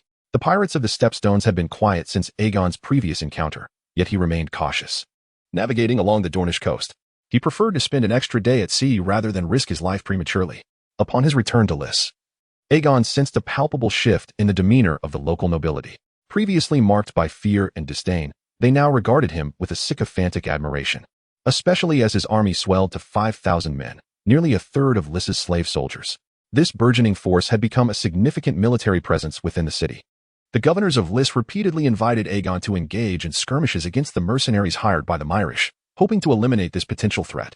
However, regardless of their enticing offers, Aegon tactfully declined, citing insufficient training for his troops. The governors, unable to confront the valiant company directly, resorted to hiring 2 reputable mercenary bands to camp near Aegon's forces while simultaneously purchasing 1,000 unsullied and 2,000 slave soldiers from the slaveress bay. Only after these arrangements were made could they finally find peace to sleep at night. Aegon paid little mind to their activities, understanding that the time to seize Lys had yet to arrive. His priority lay in transforming his army into a formidable fighting force. After delivering the gold he had earned and his maidens back to his courtyard, he proceeded directly to the military camp. With over 100 steadfast unsullied guards, Aegon felt secure from any threat to his riches. The new recruits, primarily hired knights from Westeros, underwent rigorous physical assessments, promising that with proper training, they would evolve into a powerful army. Aegon planned to lead them against bandits, refining their skills through real combat. Upon reaching the camp, Aegon was greeted with fervor by Will, the captain of the warriors' camp, who rushed over to embrace him. "Will, I have no interest in men. You should seek companionship elsewhere." Aegon chuckled, gently pushing him away. "Captain, I am simply overjoyed to see you. I could hardly contain my excitement." Will, possessing a more robust physique than Aegon, appeared somewhat bashful as he scratched his head. "Enough of that. What have you planned?" Will wasted no time in expressing his enthusiasm. "Captain, while you were away, I handpicked over 600 fine candidates. Look here." As someone who had fought alongside Aegon, Will had a profound admiration for battle, contrasting sharply with the previous captain, Henry, who indulged in leisure. Consequently, he felt a stronger kinship with Aegon, who fulfilled his request whenever possible. "Very well. These 600 can be integrated into your warriors' camp, as long as you can manage them effectively." While SI sparkled with excitement, "Rest assured, I've already put them through their paces. They are now quite compliant." Aegon sighed inwardly, realizing that even brutes possess their own methods. Moreover, the most astonishing part was that he could attract a multitude of them. Smiling, Aegon patted Will on the shoulder. "That settles it. I bring with me an excellent opportunity for battle, so you need not complain about your sword rusting in your letters anymore." "Really? That is splendid news." Will nearly leaped with joy, his weapon yearning for action. "Of course, I never jest. Gather the other camp leaders. I will fetch those lazy ones at once. They're likely napping in their tents," Will exclaimed, bounding away. Shortly thereafter, the remaining 4 camp leaders arrived at the meeting hall. "Captain, you cannot solely expand Will's warriors' camp. We too have trained numerous promising recruits. We cannot be left without our share." The camp leaders protested upon hearing of Aegon's decision to quadruple Will's camp. "What nonsense are you spouting? I have always been fair. Each of your commands may expand to 1,000 men, and an additional deputy captain shall be appointed. Furthermore, you will rotate in combat. Whoever achieves the greatest success in the upcoming battles will earn priority in future expansions." The eyes of the 5 leaders brightened, akin to famished wolves spotting sheep. Chapter 35, The King of Vultures. Beneath the blazing sun, dozens of galleys lay anchored along the banks of the turbulent river, 3,000 soldiers of the heroic guild poured ashore like dumplings from a pot. Aegon approached the riverbank, his gaze sharpening as he focused on the distant Crimson Mountains. These scarlet peaks, situated between the River Bay and Dorne, had witnessed countless conflicts between the two kingdoms. Although the River Bay was wealthier and boasted superior weaponry, the Dornish, with their indomitable spirit and cunning tactics, had consistently thwarted any advantage the River Bay sought. Legend has it that these mountains were once verdant. However, prior to Aegon Targaryen's landing, the 11th Gardener King of the River Bay, Garth, stained the mountains with Dornish blood, transforming them into the current Crimson Range. Yet, despite their efforts, the River Bay had never managed to conquer Dorne, for the people there were notoriously difficult to subdue. This is why the Thorned Queen, Olenna Redwine, preferred to hire mercenaries as a buffer rather than confront the Dornish directly. However, Aegon had come to engage them head-on, with the Tyrells providing funds and supplies. He had everything necessary for a campaign, and he saw no reason to squander such an opportune moment for training his troops. War was the swiftest means to forge a formidable army. To remain as mere garrison soldiers would be an insult to his capabilities. Just as Aegon contemplated the best approach to eradicate the bandits within the mountains, an excited subordinate approached him. "Commander, we have discovered gold dust on the riverbank." "Gold dust? Show me at once." Aegon hurriedly followed the soldier. Upon arrival, he found several eager soldiers already scouring the riverbank for nuggets. "Fools, what are you doing?" Aegon shouted, his voice laced with fury. The soldiers immediately ceased their actions. "Drag these undisciplined rascals over here and give them 10 lashes. Anyone who dares to disobey orders and leave their post again will face even harsher punishment." The 20 or so soldiers on the riverbank groaned in despair. But Aegon maintained a stern demeanor as the punishment was carried out. It was a perfect opportunity to restore discipline. And who else was more deserving of the lash than those who had defied him? The soldiers were stripped of their leather armor, left in nothing but their thin undergarments, and bound to trees, where they were mercilessly whipped. Their cries echoed along the banks of the turbulent river. Once he had dealt with the insubordination, Aegon stepped onto the riverbank. The gold dust must have been washed down from upstream. Perhaps there were other gold veins hidden within the Crimson Mountains. However, his men were not equipped for mining, leaving them to merely gaze at the riches within reach. Yet Aegon, unwilling to abandon hope, instructed several captains, "Send a few knowledgeable ones upstream to investigate. If they find a vein, I shall reward them handsomely." "Commander, what good is finding a mine if we cannot extract it?" grumbled Will. "I told you, you cannot fathom our commander's vision. If we discover gold or other minerals, we can sell them at a premium to the River Bay." Another captain retorted, challenging Will. Will, feeling provoked, snapped back. "I never claimed I wanted to be the commander. I just want to fight well. If you think you can do better, then challenge me." "Enough. Stop bickering and follow my orders," Aegon commanded.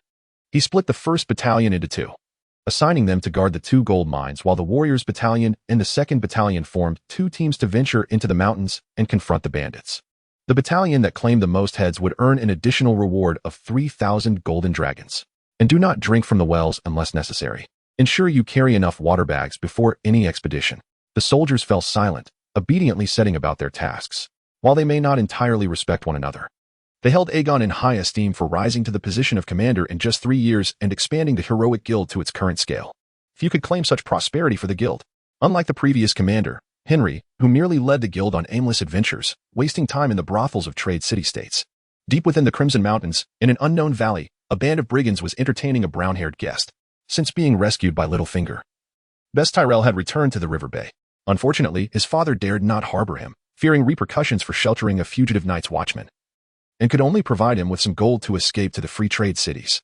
However, Best was unwilling to leave the 7 kingdoms like a dog chased from its home. He vowed to make Aegon pay dearly and ensure that those responsible for his tragic fate faced consequences. Robert, Cersei, Aegon, and the indifferent Tyrell family were all targets of his vengeance. "I must say, Chief Carter, you are far too cautious. Robert Baratheon's rule is tenuous at best. If you raise a banner now, he wouldn't even be able to muster an army to quash you. With me as your guide. If we seize a few castles in the River Bay, we can quickly establish ourselves. The Dornish have never respected Robert's rule and will not send troops against us. We only need to confront the River Bay as forces. Perhaps, in time, you will be not just the king of vultures, but the new ruler of the River Bay." Best Tyrell incessantly tempted the burly blonde man before him. Though this band of brigands numbered only 300 or 400, he believed the wealth of the River Bay would be enough to incite them into madness. Once they raised their banner, the Dornish would surely bring trouble to Robert. He did not expect this group to overthrow Robert, but as long as they could create chaos, that would suffice.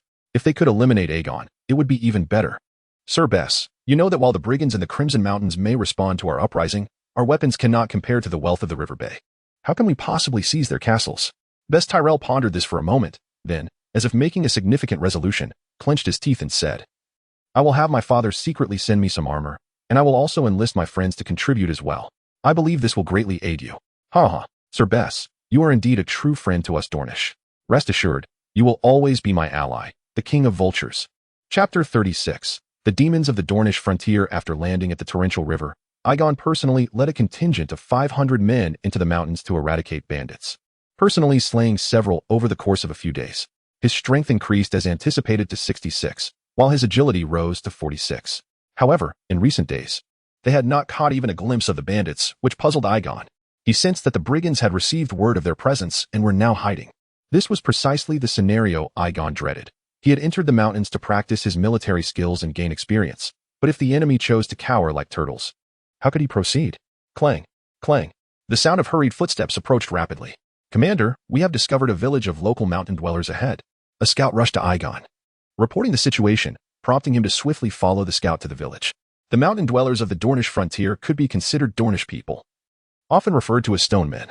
At times, they would pledge allegiance to Dorne and become its subjects. However, whenever a formidable bandit force threatened, they would swiftly rally under the banner of the notorious bandit king, the Vulture King. Hence, Aegon had instructed his soldiers to bring gifts for these mountain dwellers in hopes of pacifying them and preventing them from joining the bandits. After all, he intended to recruit these villagers if the opportunity arose. The setting sun cast a blood-red hue, illuminating the village ahead with a desolate glow. The area was filled with the remnants of crumbling walls, and from the still smoldering embers, it was evident that the marauders had only recently departed.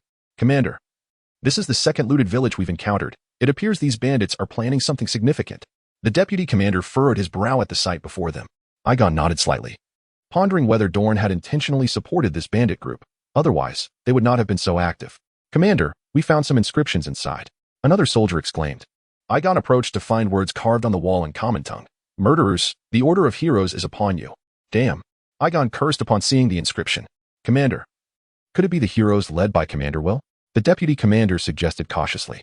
Aegon was nearly driven to fury. Are you out of your mind? Would they announce that it was us who committed the murders? This is clearly a frame-up. Do you understand? The deputy commander silently reflected, recalling how Aegon had previously boasted of his deeds. However, he dared not voice such thoughts. What shall we do? Should we continue our pursuit? Aegon shook his head. The enemy is clearly aware of our movements. Pursuing them further would only lead us into their trap. Send scouts to notify the other 3 units to regroup near the gold mine close to the Hollow Valley Fort. Also, summon the Dornish and Riverlander troops. And the Westlanders too. Originally, the members from Westeros accounted for only 1/3 of the group, but following Aegon's vigorous recruitment campaign, they now constituted more than half. Among his contingent of 500, over 300 were from Westeros. Soon, a formation of 70 to 80 soldiers composed of Riverlanders, Dornish, and Westlanders assembled. And Aegon assigned them a critical task. Today, I have gathered you to assign an important mission. I need you to disguise yourselves as bandits and operate in the Dornish frontier, so we may eradicate those hidden thieves in one fell swoop. You have observed that these bandits are ruthless fiends. Remember, if they grow powerful, they could invade the Riverlands and assault Dorne, putting your loved ones at risk. Therefore, for the sake of your families, exercise utmost caution. Now, let us all smear the dust from the ground on our faces and remove our standard armor. Meanwhile, several village chiefs from the Dornish frontier, along with 2 bands of brigands, gathered together. Gentlemen, have you heard? The demon of the Dornish frontier has descended. The silver-haired fiend threatens to annihilate all Dornish people, boasted Carter Blamont from his seat. Chief Carter, you 2 have heard the news? I have heard that 3 villages to the south were raided at night by that demonic order of heroes, who even released the villagers to lure us into submission, exclaimed one village chief. As a village that had always honored Carter, they had escaped the plundering of his band. Another bandit leader chimed in. It's not just your villages. This demon spares no Dornish person, attacking not only villages, but other strongholds as well. He clearly harbors a grudge against the Dornish. What shall we do? Flee to Dorne? Seek protection from Prince Daeron? Carter scoffed. Are we Dornish all cowards? The demon has come to our doorstep, and we would shrink back? Have we forgotten our indomitable spirit?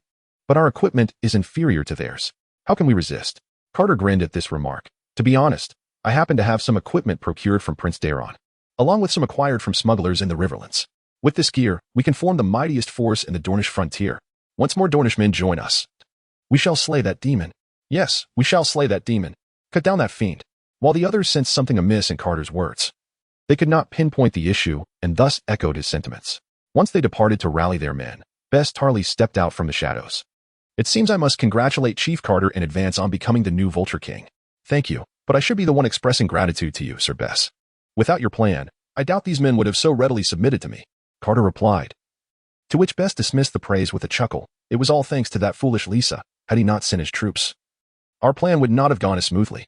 Indeed, let us raise a toast to that scoundrel.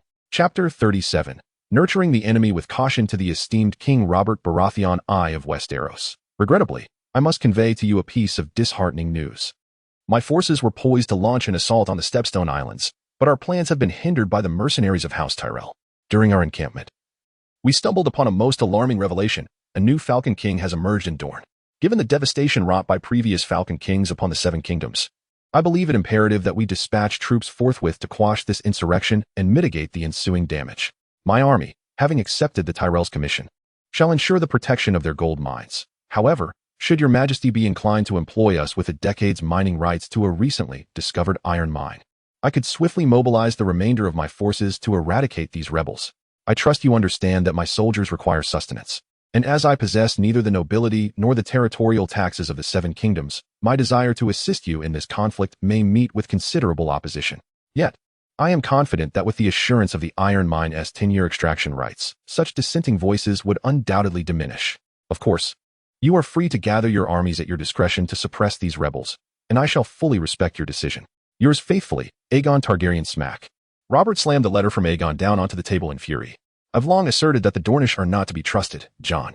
How long has it been since you negotiated a peace accord with them? And now, a new Falcon King arises. Truly, the Seven Kingdoms have scarcely known a moment's respite. A new Falcon King, your majesty? From where did you obtain this intelligence? Jon Arryn inquired, visibly astonished. A century has passed since the last revolt by a Falcon King in Dorne. While the region has seen its share of banditry over the years, it has not witnessed a large-scale rebellion until now. The emergence of this new Falcon King has taken them all by surprise. It was a man from House Rhys who relayed this information to me. He is employed by the Tyrells to guard their gold mines in the Red Mountains and has discovered that a new Falcon King has indeed risen. Robert sighed, then redirected his ire toward the Master of Whisperers, Varys. Varys, has your intelligence network failed to report any of this? Varys immediately pleaded, Your Majesty, disturbances from bandits in Dorne are not uncommon, and I did not pay heed to the increase in incidents of late. Please forgive me. I am but a mortal man, incapable of foreseeing all. Your Majesty, it is too late to dwell on intelligence issues. We must take the initiative and eliminate this new Falcon King, lest we embolden the restless Dornish, suggested Stannis Baratheon, the master of ships. What say you all? Robert surveyed the room, and the others nodded in agreement. Save for Jon Arryn, who voiced his dissent. Your Majesty, while a proactive strike is indeed warranted, the debts incurred by the Iron Throne are already considerable. I believe we must streamline our forces for this endeavor. A swift assassination of the Falcon King would suffice. Robert grunted in dissatisfaction. Money, money, money, Jon. Every time I wish to act, you bring up that tiresome word. I had fully intended to lead the charge myself. Your Majesty, I stand ready to serve you. Stannis offered eagerly. Robert shot him a sidelong glance. You? Spare me, Stannis. If I were to send you to dispatch this Falcon King, you would likely take half a year to take action. Stannis had no retort to Robert's barb, and the latter continued. Let me be frank with all of you. That Rhys man is willing to accept my commission to resolve this issue for us. And all he desires is a decade's mining rights to an iron mine he has recently discovered. Initially, I was reluctant to acquiesce, for internal matters of the Seven Kingdoms should not be entrusted to outsiders. Yet, since you have all been harping on about money, I shall reluctantly choose to employ them. As Robert made his decision, he reasoned that the iron mine was of little value, and with only a decade of extraction rights, it would be worth it to quell the unrest in Dorne. Are you suggesting that the Rhys man also proposed his employment? And that he was the one who informed you about this new Falcon King? Jon Arryn queried, perplexed. Is there an issue? Robert replied, Your Majesty, you may be placing undue faith in the credibility of these mercenaries. It is entirely plausible that this mercenary seeks to deceive you, deliberately exaggerating the unrest in the borders. Robert pondered this aloud. You raise a valid point. Very well, let us dispatch Lord Beric Dondarrion to lead his forces to quell the rebels. Instruct him that if the rebel numbers are few, he should resolve the matter independently, without seeking the assistance of that Rhys man. After issuing the command, Robert rose and made his way to the hunting grounds. The fire of battle ignited within him, demanding an outlet, and he felt compelled to hunt to alleviate his restlessness. Subsequently, Stannis approached Jon Arryn. My Lord Arryn, I have a matter of utmost urgency to discuss with you, but it must remain confidential. Upon hearing this, Jon followed Stannis to the Tower of the Hand. Duke Stannis, what weighty matter necessitates such discretion? Jon inquired once they had arrived. Lord Aaron, this is of grave importance. And thus I can only confide in you in this secluded setting. I suspect that neither the king nor the queen's children are his biological offspring. What? Jon Aaron exclaimed, shock coursing through him. He felt his heart racing with the weight of such revelations. The implications of a new Falcon King and the queen's infidelity were staggering. Such accusations against the queen are the most damning imaginable. Are you certain you possess evidence? Stannis shook his head. I lack tangible proof, and as you know, my brother does not hold me in high regard. Even if I were to present evidence, he would likely dismiss it, believing I sought to usurp his children's claim to the throne. Thus, I implore you to assist in this investigation. He respects you and will surely trust your words. While I understand your concerns, without evidence, I cannot accuse the queen. Jon sighed. The children of House Baratheon all bear dark hair, as do Robert's bastards, yet the queen's 3 children are all fair-haired. Is that not suspicious? You make a compelling argument, but I must conduct a thorough investigation. Stannis nodded. Such an important matter requires careful scrutiny, and I have faith that you, Lord Aaron, will uncover the truth. Chapter 38. The surprise attack upon learning of the formidable bandits residing within the Crimson Mountains. Aegon conceived the notion of nurturing these brigands to bolster his own strength. After all, if the bandits were weak, a campaign against them would yield minimal benefits. Robert would certainly not engage him to eradicate a mere handful of minor thugs. Only by allowing them to grow in power could he hope to gain leverage over Robert. With the mining rights to the iron ore, he could prepare materials for his army's equipment in advance. Moreover, the iron mine might also harbor a small gold mine, which would be a windfall. Thus, Aegon summoned an additional 1,000 troops from Resla and stationed all his forces in the fortresses beside the 2 gold mines, permitting the bandits of the Crimson Mountains to gather in the forest unchecked. According to intel from his embedded informant, the new Vulture King had amassed nearly 3,000 men. Although the enemy's equipment was likely subpar, the informant reported that they possessed some armored units. This force, if allowed to roam freely, could pose a significant threat to the 7 kingdoms. Commander, our supply convoy has been ambushed. The Riverbend men scattered in panic. And the folks from the Valley Fortress are unwilling to send more men. They plan to leave us entirely responsible for transporting provisions. As Aegon luxuriated in a hot bath, the squad leader overseeing the supply routes burst into the room in a frenzy. They ambushed our supplies? Aegon exclaimed, startled, rising abruptly from the tub. Indeed. We only had around 20 soldiers escorting the convoy, while they had over 100. Only a few brothers managed to return. The more he pondered, the deeper his frown became. This blasted Vulture King is employing tactics against me. Is he attempting to starve us into abandoning the gold mine? Or is he planning to strengthen his forces to protect the supplies, waiting for us to split our troops before striking us down one by one? But if there was a major operation underway, why have I not heard from my infiltrators? Gather everyone. I must allocate tasks. After a moment of contemplation, Aegon resolved to teach these bandits a lesson. If he did not act before Robert's employment came through, it would be a considerable embarrassment if the bandits overran his position. By the time Aegon arrived at the council hall, several hot-headed commanders, including Will, could hardly contain their eagerness to march into the mountains and exterminate the bandits. Commander, please give the order. This pent-up frustration is unbearable. Just say the word, and I assure you that I can lead the valiant battalion of 800 men to crush these cowardly mountain dwellers. Seeing Aegon, Will immediately sought permission to engage. Aegon calmed him. Do not rush. You shall have your chance to battle them. However, this time, you must follow my plan. If we can disrupt their harassing actions, they will undoubtedly fall into disarray, and that will be our opportunity. Will had intended to voice further objections, but Aegon's authority quelled his dissent, and he nodded silently. Very well. Since there are no objections, I will assign you your tasks. Next, our supply convoy must be reinforced to 300 men. Rest assured, Commander, we will not allow them to succeed. Before Aegon could finish, a young lieutenant hurriedly declared his resolve. Aegon could only reply with resignation. No. This time I want you to retreat in disarray, leaving the provisions behind. It would be best to leave them plenty of wine. What does that mean? The others looked at Aegon, perplexed. What do you think they will do with the seized supplies? Will they simply discard the fine wines? Oh, I see. Commander, you intend to use these supplies to slow their advance, allowing us to mobilize swiftly and eliminate these brigands who ambushed the supply convoy. The astute Captain Todd Flora quickly grasped the strategy. Aegon smiled. If only they all understood as quickly as you do. He lamented the scarcity of wisdom among his ranks and realized the need to recruit and promote more clever commanders. The following day, Aegon received a letter from Count Blackport, the Lightning King, Barry Tondelian, who had 7 lives. Robert had officially employed him for the campaign. It appeared Barry perceived the new Vulture King as a formidable adversary and sought Aegon's aid in subduing him. This was reasonable, as Aegon's involvement would not detract from Barry's glory, and his participation would help minimize losses for Barry's forces. all without requiring any monetary expenditure from Barry himself. Such a mutually beneficial arrangement was hard to refuse. As Aegon gathered his troops and awaited messages from his informants, he secretly led the Valiant Battalion to ambush the supply route on the mountain path leading from Valley Fortress to the depths of the Crimson Mountains. A contingent of 300 soldiers escorted a convoy laden with fine wines, vegetables, and livestock. The terrain was rugged, yet the convoy moved at a sluggish pace, as if the weight of the supplies severely hampered their progress. The eerie cries of blood crows echoed from the dense forest on either side, sending shivers down the soldiers' spines. Suddenly, a sharp whistle pierced the air. A deluge of arrows rained down from the thickets. Fortunately, clad in plate armor, the soldiers suffered minimal harm. However, the earth soon trembled beneath them. From the shadows of the woods surged over 1,000 soldiers, clad in various garbs. Though most were unarmored, their sheer presence was intimidating.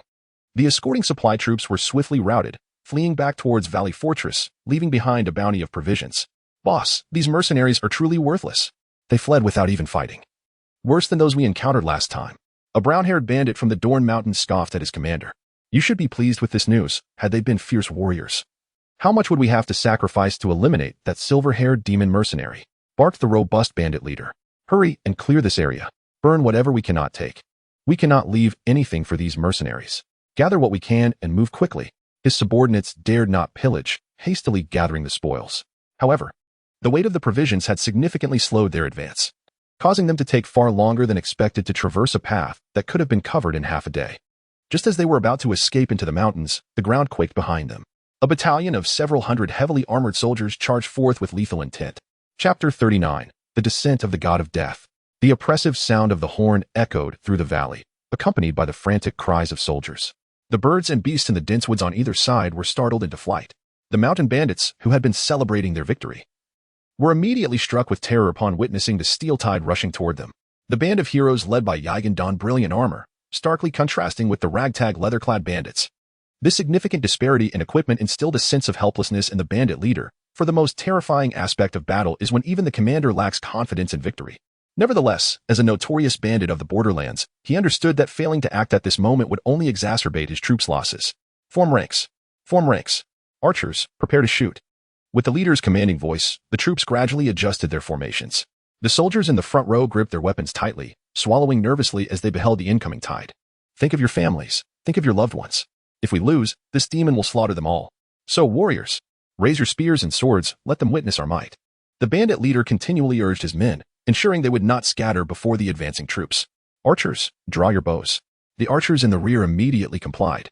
As Aegon's forces approached within 100 paces, a hail of arrows descended upon them. "Raise shields." Aegon commanded loudly, and the frontline troops promptly lifted their round shields. The soldiers of the heroic camp, already equipped with superior gear and rich combat experience, suffered minimal damage from the bandits' arrows and surged forward into the enemy ranks. As the two sides clashed, a bloody melee erupted, filled with the sounds of screams and battle cries.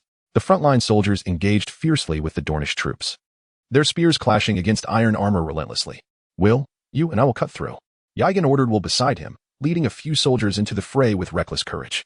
With unparalleled ferocity, Aegon felled 3 foes, creating a breach. He plunged into the enemy ranks like the tip of a spear, while his comrades formed a protective circle around him. Upon hearing Aegon's command, Will let out an excited shout, swiftly cleaving a Dornish soldier in half with a single stroke. Like a harbinger of death, he pressed on, cutting down foes beside Aegon. In contrast to Aegon's skilled maneuvers, Will's approach was straightforward and brutal. Utilizing his armored advantage and innate strength, he wielded his heavy sword to cleave through enemy soldiers and their weapons alike. Their presence dramatically altered the battlefield, leaving a trail of corpses in their wake. The surrounding bandits were struck with fear. Facing such formidable foes, they hesitated to engage. They were even more terrified of Will, whose capacity to cleave men in half marked him as a true harbinger of doom. These bandits, unaccustomed to brutal warfare, were on the verge of collapse upon witnessing such horror. "Follow me." As the two warriors threatened to break through their formation, the bandit leader bellowed and charged toward Aegon. In the age of cold steel, battles were not merely won by numbers or equipment. Sometimes, a single ferocious leader could turn the tide of war. Seeing the burly figure charging toward him, Aegon met the challenge head-on, opting for an aggressive approach rather than a tactical skirmish. He sought to test the limits of his formidable strength. The bandit leader, expecting a different kind of opponent, raised his massive hammer to block. However, after Aegon's first strike missed, he did not relent but continued his assault. The bandit leader, caught off guard by Aegon's raw power, panicked. Seizing the opportunity, Yagen struck down with a luminous arc, cleaving through the hammer's handle and armor, bisecting the bandit leader from shoulder to groin. Blood gushed forth as the leader's eyes widened in disbelief. He had never imagined this mercenary could be such a fierce warrior. Had he known, he would not have underestimated Yagen so. The surrounding bandits, witnessing such a terrifying spectacle, were paralyzed with fear, their weapons trembling in their hands. After dispatching his foe, Yagen roared like a vengeful deity, continuing his assault on the surrounding bandits. In an instant, chaos enveloped the bandits, who could no longer muster the will to fight against the dual embodiments of death, Yagen and Will. They fled in panic, their formation dissolving as the soldiers of the heroic camp relentlessly harvested lives. Lay down your weapons, surrender, and you shall not be harmed, Yagen shouted again. Soon, all the soldiers of the heroic camp joined in the chorus. However, the chaos persisted for quite some time, and ultimately, many bandits abandoned their weapons and chose to surrender. Some, seizing the opportunity, fled into the mountains. When the turmoil subsided, the ground was littered with over 100 corpses, blood saturating the valley. Yagen's strength rating rose by 2 points, reaching 69, leaving him eager to discover what would unfold upon reaching 70. Captain, the tally is complete. We lost 27 men, slew 132, and captured over 600. A subordinate reported after surveying the battlefield. The superior armor of Yagen's forces had significantly reduced their losses during the melee, although they had sustained some damage from the initial arrows. Nonetheless, this victory was considerable, given their minimal costs and the relatively equal numbers involved. What shall we do with the prisoners? Will inquired, gazing at the surrendering Dornish soldiers. Take all these captives back. Once I have eradicated their leaders, I shall properly educate them. Chapter 40. The moment of reckoning. The news of Aegon's resounding defeat of the mountain bandits left King Carter, the Vulture King, seething with rage. After violently smashing the objects in his chamber to vent his frustration, he finally regained his composure.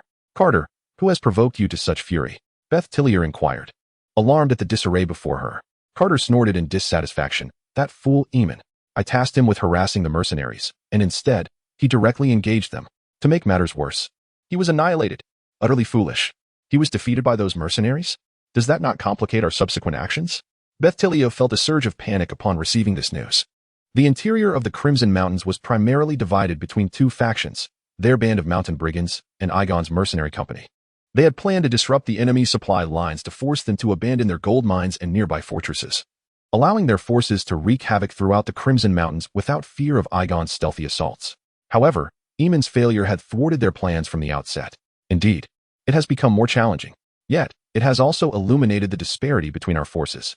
We should refrain from direct confrontation with them and instead seek out weaker adversaries. Beth Tillier's eyes gleamed with inspiration. I can lead you to raid the River Bay.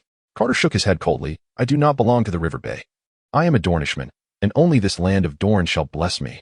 He then summoned the minor leaders from his ranks. Gentlemen, I have come to share some troubling news. Just yesterday, that demon crushed our army. A gasp arose from the assembly. What shall we do now? As Carter's words echoed, panic ensued among the crowd. This fragile alliance had been formed solely to oppose Aegon. If they could not prevail, would they not disband on the spot? Calm yourselves. The reason I have gathered you here is that I possess a solution, Carter stated with an air of confidence. It is clear that we are at an equipment disadvantage compared to those mercenaries, so we cannot confront them head-on just yet. I have resolved to lead you all to seize Blaemont Castle. Once we secure a fortress as our base, we shall no longer fear those mercenaries. Carter's ambitions were laid bare. He was originally a member of the Blaemont family, exiled for attempting to seduce his sister-in-law. Now, he sought to seize this opportunity to reclaim Blaemont Castle and establish himself as the new Count of Blaemont. Once he had the castle, he could submit a plea for mercy, and Robert would likely choose to remain peaceful upon recognizing that the rebellion had been quelled and that the Blaemont family had no surviving heirs.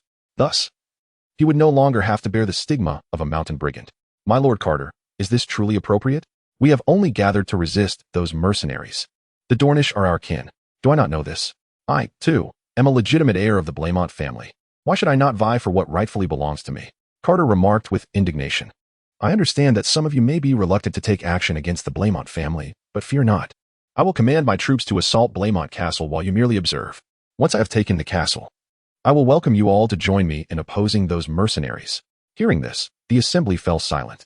After all, the internal strife of a family was of no concern to them. They were not vassals of Blaemont Castle and had no obligation to champion the cause of a stranger.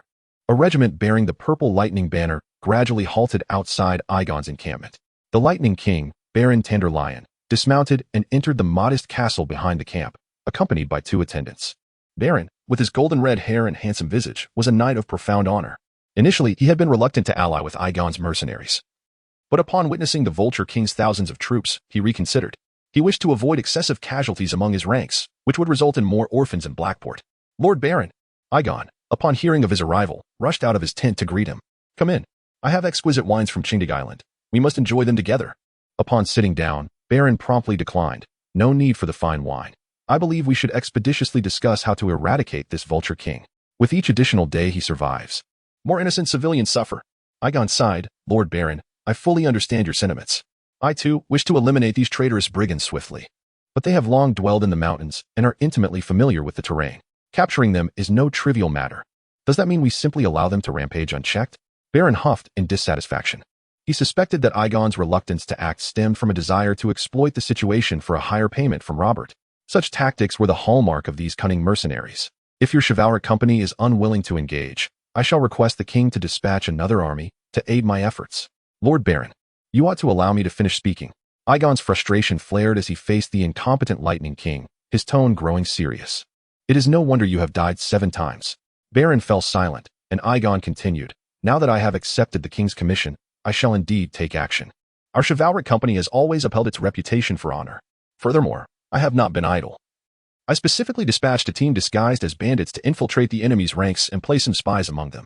I am currently awaiting crucial information from these spies to launch a decisive strike against them. You should not view me as akin to other disreputable mercenaries. I may become even more ruthless than them in the future, Aegon mused silently. Baron Tanderlion felt a tinge of embarrassment upon hearing this. Please forgive my earlier dismissive attitude.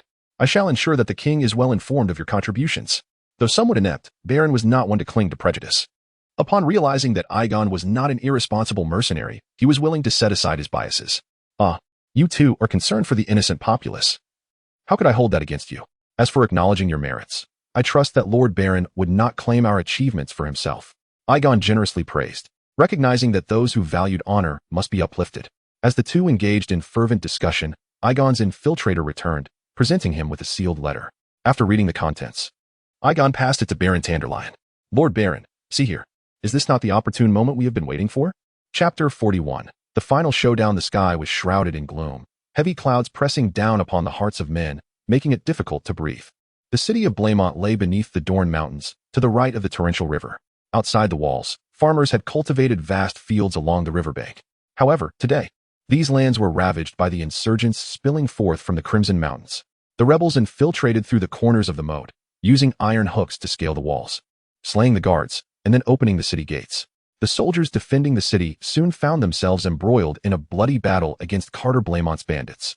Meanwhile, most of the marauders outside coldly watched the members of the Blaemont family engage in their deadly struggle. As the conflict intensified, a steel tide of several thousand men appeared behind the brigands. Aegon and Barry rode their steeds, coldly surveying the enemy before them. The fierce wind whipped Aegon's hair about, the banners behind him snapping in the breeze. The opposing forces soon noticed Aegon's contingent and swiftly formed ranks. Aegon, Commander! Barry Tanderlion called out, his eagerness to attack palpable. Both sides, numbering in the thousands, readied their formations. Aegon's troops were fronted by armored soldiers, while the rear consisted of greenhorns clad in leather. Newly formed cavalry, numbering only in the hundreds, flanked the sides, their restless steeds poised to charge through the enemy lines. Victory is assured. We shall triumph in this battle. Aegon drew his longsword, riding at the forefront of his troops, his voice ringing out like thunder, causing the defenders to tremble. This was hardly a fair match. They had initially hoped to capture Blaemont City before dealing with the adventurers, but the current situation found them unable to take the city, while the adventurers had encircled them from behind. Charge! At Aegon's command, the horns of assault blared. The cavalry of the adventurers surged forward, followed closely by the horsemen of Black Harbor, crashing into the flanks of the rebel vanguard like a tidal wave of steel. They swept across both sides, while the main battlefield erupted into chaos as the adventurers clashed with the insurgents, blood quickly staining the ground. The Dornish resisted fiercely, fearing that Aegon would annihilate them completely. Despite their inferior equipment, they held their ground against total collapse. However, among the ranks, a small squad, having tied black bands around their arms, began to fight amongst themselves. The scene descended into pandemonium. Both cavalry units seized the opportunity to attack from the rear, and soon the rebel force of over 2,000 began to disintegrate. Amidst the cries of countless soldiers, they surrendered, casting down their weapons. Aegon, ensuring the captives were secured, pressed onward into the city. Within the city, the battle had reached a critical juncture. Carter Blaemont had just slain Laura Blaemont's husband. just as he was about to take the life of his niece, Laura. A spear was hurled at him from behind. Seeing Aegon leading his troops into the city ignited Carter's fury, causing him to abandon his intent to kill his niece and turn instead to confront Aegon. He understood that he had already suffered a catastrophic defeat. Yet he wished to slay the one responsible for his ruin. Aegon, undeterred, accepted a spear handed to him by a nearby soldier and charged toward Carter. The two men raced toward each other like meteors colliding, Aegon gripping the spear tightly while drawing a dagger.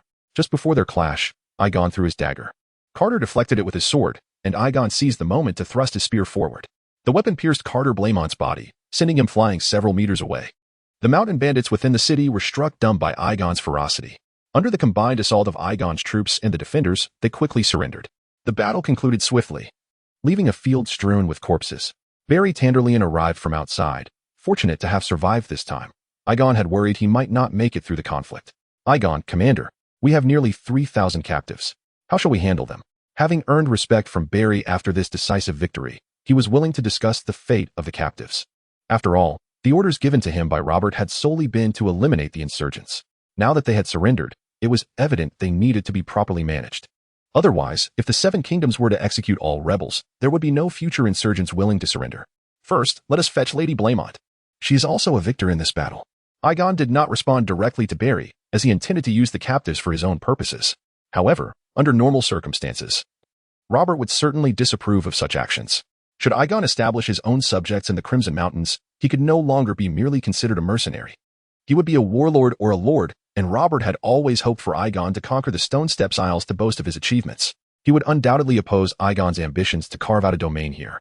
Thus, Aegon planned to transfer the captives to Blaemont City, disguising them before hiring them back himself.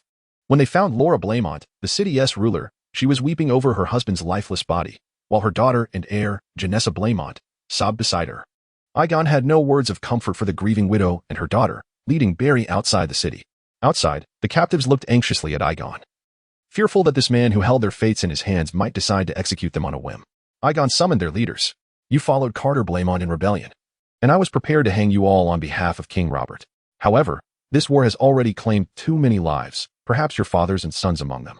I am unwilling to create more bloodshed, so I offer you a choice. Will you surrender to the Blaemont family, becoming new subjects of Dorne under the protection of King Robert I, or would you prefer to experience the sharpness of my sword? The crowd immediately fell to their knees, exclaiming, We are willing to submit. Chapter 42, The First Territory. How many inhabitants remain in your mountain village? After tending to the fallen on the battlefield, Egan escorted the surrendered leaders to the city of Blaemon. At this moment, although Lady Laura Blaemon was the rightful lord of these men, she found herself overwhelmed by the grief of losing her husband and was reluctant to deal with the mountain bandits beneath her authority. In her heart, she harbored a desire to see those responsible for her husband's death executed. However, Egan had saved both her and her daughter's lives. And since the majority of Carter's bandits had been slain, the remaining individuals bore her no direct animosity. Thus, she acquiesced to Egan's wishes and accepted their submission. Nevertheless, her domain lacked the capacity to accommodate these new subjects, prompting her to pass the responsibility back to Egan for their arrangement. My lord, our village still has over 600 souls, though most are women and children, one of the village chiefs reported. My village comprises over 400 individuals. Upon hearing the reports from the tribal leaders, Egan realized that the Red Mountains harbored a population exceeding 10,000. If they were all brought out, Blaemon would certainly be unable to sustain them, leading to famine and chaos. Yet, Egan would not easily allow them to return. After all, he aimed to seize the Seven Kingdoms and perhaps the world itself, and a populace was essential for conscription, relying solely on the current pool of soldiers. Primarily bastards from Westeros and fallen noblemen's brigands, would undoubtedly present numerous challenges in his quest for kingship, as these soldiers held a strong sense of loyalty to the Seven Kingdoms and could potentially be swayed by others. Moreover, Robert would not readily release these insurgents, as they represented an unstable element. After a moment of contemplation, Egan spoke. Although you can sustain yourselves in the mountains, your lives are ultimately inconvenient. I have promised Lady Blaemon that I will provide for you, and I shall keep that promise. You will work in my iron mine, and I will provide you with wages, sustenance, and shelter so that you may care for your wives and children. Even the elderly, who cannot engage in labor, can weave garments and receive compensation. And even if I cease operations at the iron mine, I will still find you a place to dwell. The great Valyrian Dragon King, your mercy is witnessed by the gods. The village chiefs who had risen in rebellion immediately knelt in submission, while a few other bandit leaders exchanged glances. My lord, we have no wives or children. Will we still receive wages? They inquired. Of course. If you work in the iron mine, you will certainly be compensated. Perhaps in the future, you may even marry widows or maidens from these villages. I treat all equally. Egan replied. Thank you, Captain Egan. Several bandit leaders bowed deeply. Now that you understand my arrangements, please send some men into the mountains to bring the residents here. I will take the rest across the river tomorrow to establish a camp around the iron mine. Otherwise, when your kin arrive, they will have nowhere to stay. If there are other villages in the mountains that have not come here, you may carry my message to them. I treat them all equally. Understood, Captain. Some villagers in the mountains might be reluctant to leave, but Egan could only entice them with promises of a better life, hoping to see how many would emerge. Once individuals were drawn out, returning to the mountains would not be an easy endeavor. Yet, he knew he must proceed cautiously, first managing the people he had before him. Afterward, Egan hosted a sumptuous dinner for the newcomers, allowing the soldiers of his band to boast about their lives, enticing the young men to become enamored with the comforts and ease of their new existence, thus dissuading them from returning to their former impoverished lives in the mountains. Upon returning to the iron mine across the river, Egan instructed the newcomers to select plots of land for their camps according to the size of their villages, deliberately spacing the camps apart to prevent disputes. He also permitted them to bring their idols and establish them within their camps. After all, faith was a powerful tool to pacify the common folk, and if he intended to conquer the world, it would be wise to avoid fostering a singular faith unless he could fully control a religion and elevate it to a state religion. Captain Egan, it is truly an honor to fight alongside you. If you were the Lord of Westeros, I believe your subjects would be very fortunate. Barry Tundalian accompanied Egan to inspect the iron mine. Observing how Egan managed thousands of people with such orderliness and without incident, he expressed his genuine admiration. Egan chuckled. Once I seize the Stepstone Islands, I too could become the Lord of Westeros. We must share a drink then. Upon hearing this, Barry glanced at Egan and quietly remarked, Captain Egan, I must remind you that the resources on the Stepstone Islands are scarce. Beyond piracy, it will be challenging to find a profitable pursuit there. I believe you are an upright man and would not wish to descend into the depths of piracy. He felt that Egan seemed to be of a similar mind, prompting him to offer a cautionary word. Having set aside his prejudices against Egan as a mercenary, he now viewed such a mercenary in a more favorable light, believing it unnecessary to waste the lives of his men for the sake of a title. Simultaneously, he hoped that Egan would not turn to piracy out of frustration after conquering the Stepstone Islands, finding them devoid of profit. Egan turned to Barry and nodded gently. I will heed your advice. I am pleased that you regard me so. You have completely misunderstood me. Egan thought to himself, oh, I refuse to become a pirate because I need to build a reputation to conquer the Seven Kingdoms. However, he would indeed refrain from attacking the Stepstone Islands at present, as it was evident that it was not a suitable place for development. Barry clapped Egan on the shoulder and laughed heartily. I knew Captain Egan was a wise man. Well, I must take my leave. I have overstayed my welcome. However, I will speak highly of your accomplishments before His Majesty. Perhaps he will grant you a title. Thank you, Count Barry. By the way, are you returning? Then I must share another drink with you. Egan expressed his gratitude to this supportive companion. No. I must travel to Starfall. The young lord there requires my assistance, and I must fetch him to serve as my cupbearer. Upon hearing this, Egan's eyes lit up. Then that is even better. I shall accompany you, Count Barry. Though the banks of the turbulent river offered land for cultivation, food could not be produced instantaneously. Egan needed to purchase provisions to sustain them for a period. Chapter 43. The life of a mortal's lush trees obscured the sky, with sunlight streaming through the gaps in the overlapping leaves, creating radiant beams of light. The dense branches on the ground significantly hindered the progress of the travelers. Yet the mountain dwellers, having lived in the depths of the mountains since childhood, were accustomed to such obstacles. The young villager had to closely follow the person ahead, eagerly anticipating a glimpse of the fabled paradise beyond. His village had not joined the rebellion led by the King of Vultures, but he had witnessed those returning from the outside world eagerly escorting their fellow villagers away. This piqued his curiosity immensely. Upon learning that the mercenary who defeated the King of Vultures had not mistreated the captives, but had rather provided them with land to sustain their lives, he could no longer contain his desire to see it for himself. He yearned to discover whether the tales of endless fine wines and roasted meats were indeed true. He had also heard that the women from other places possessed skin fairer and smoother than those in his village. Are we there yet? We've been walking for so long. A young man from another village, who had come along, could not help but complain. Almost there, just ahead. The leader of the group replied, and as if on cue, they spotted glimmers of light beyond the dense forest. The group excitedly rushed forward, breaking through the thick woods, revealing a bustling paradise before their eyes. Hadda swore that this was the first time in his life he had seen so many people. The surrounding trees and riverbanks had been cleared to create a vast open space where thousands were tirelessly working on the camp's foundation, while further up the hillside, hundreds were diligently excavating or from the earth. It turned out that they had not deceived him. The mercenary had indeed not enslaved these captives, but had instead provided them with work and a place to live. These individuals no longer had to rely on foraging for wild vegetables and hunting for sustenance in the mountains. Father, the young man, a lion, who had brought them along, excitedly rushed towards his family upon spotting them. Hatu and the others hastened to follow suit. A lion's father, carrying a log, immediately set it down upon hearing his son's voice. "O lion, you rascal, why have you taken so long to return? Everyone else is back already." Hatu quickly came to his friend's aid. "Uncle, it was our request that O lion bring us to see this place. That's why he returned late." "Haha. So it was you youngsters who wished to come out and play. You can stay here for a few days. My new home is nearly finished. And you can move in. I can treat you well with the food and fine wine that the captain generously provided." Hatu was somewhat astonished. "That mercenary even sent you food and wine?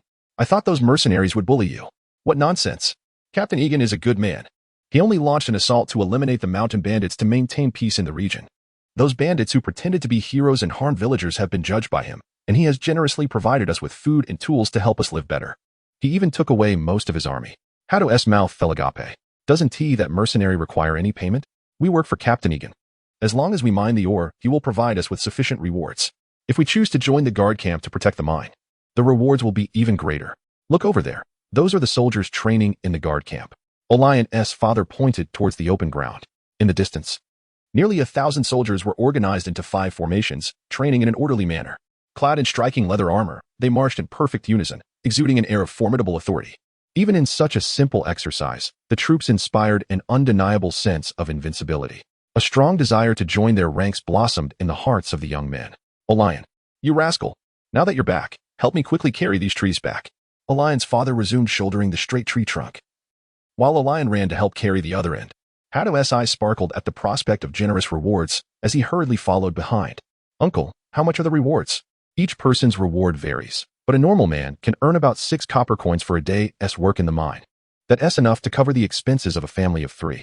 The guard camp offers even higher pay, but it's hard to join." "Is Captain Egan really that wealthy?" "Of course. It is said that Captain Egan earns a handsome sum each month from the capital." "Can we join? Will we receive the same benefits as you?" Hatu voiced his most pressing concern. With food, fine wine, and lucrative work, who wouldn't yearn for such a life? "I don't think it's that simple. Perhaps that mercenary no longer needs so many workers." A young man trailing behind poured cold water on their enthusiasm. "If only we had joined the rebellion too. Surely, he wouldn't treat us differently." "Who said that?" "Captain Egan has already instructed that anyone who comes out of the mountains and wishes to settle here will receive the same conditions. He treats us all equally." "Really?" Hatu could hardly contain his excitement upon hearing Olion's father's words. "Absolutely. These are the words spoken by Captain Egan himself. Don't you know? It is said that he is a descendant of the dragon bloodline that survived Valyria. And there has been talk of a prophecy after the long summer. The stars will weep blood, and a cold darkness will envelop the world. In this terrifying time, a warrior will be reborn from the land of smoke and salt, drawing forth a burning sword from the flames. That sword is the herald of light, the red sword of heroes. And the one who wields it shall be the reincarnation of Azor Ahai, destined to drive away the darkness. Captain Egan was born in Liss. Perhaps he is the prince foretold in the prophecy." Hatu found it hard to believe the other's fantastical claims, yet he absorbed the earlier information. Since it was a promise made by that mercenary, the conditions were likely genuine. Thus, joining the guard camp was not entirely out of reach. Perhaps in the future, he could also become an officer, marry a fair-skinned maiden, and no longer have to follow the old men in his village around hunting for scraps. With these thoughts racing through his mind, Hatu excitedly bid farewell to Olion's family, barely pausing to drink any water before rushing back. "Hatu, wait for me. Let us go together." The companions who had come with him hurriedly chased after him. Chapter 44. Trade Starfall is the ancestral domain of House Dane, an ancient noble family of Dorne. House Dane is among the oldest families in the annals of Westerosi history, with a lineage said to stretch back to the Dawn Age. Over 10,000 years ago, predating even the storied Stark family by 2 millennia. Legend has it that the first Dane pursued a fallen star and arrived at a small island where the Torrentine River meets the sea. There, he discovered a magical meteorite and erected a castle, which is now known as Starfall, establishing his kingdom. The castle's most iconic structure is the tall tower known as the Whitestone Arrow Tower.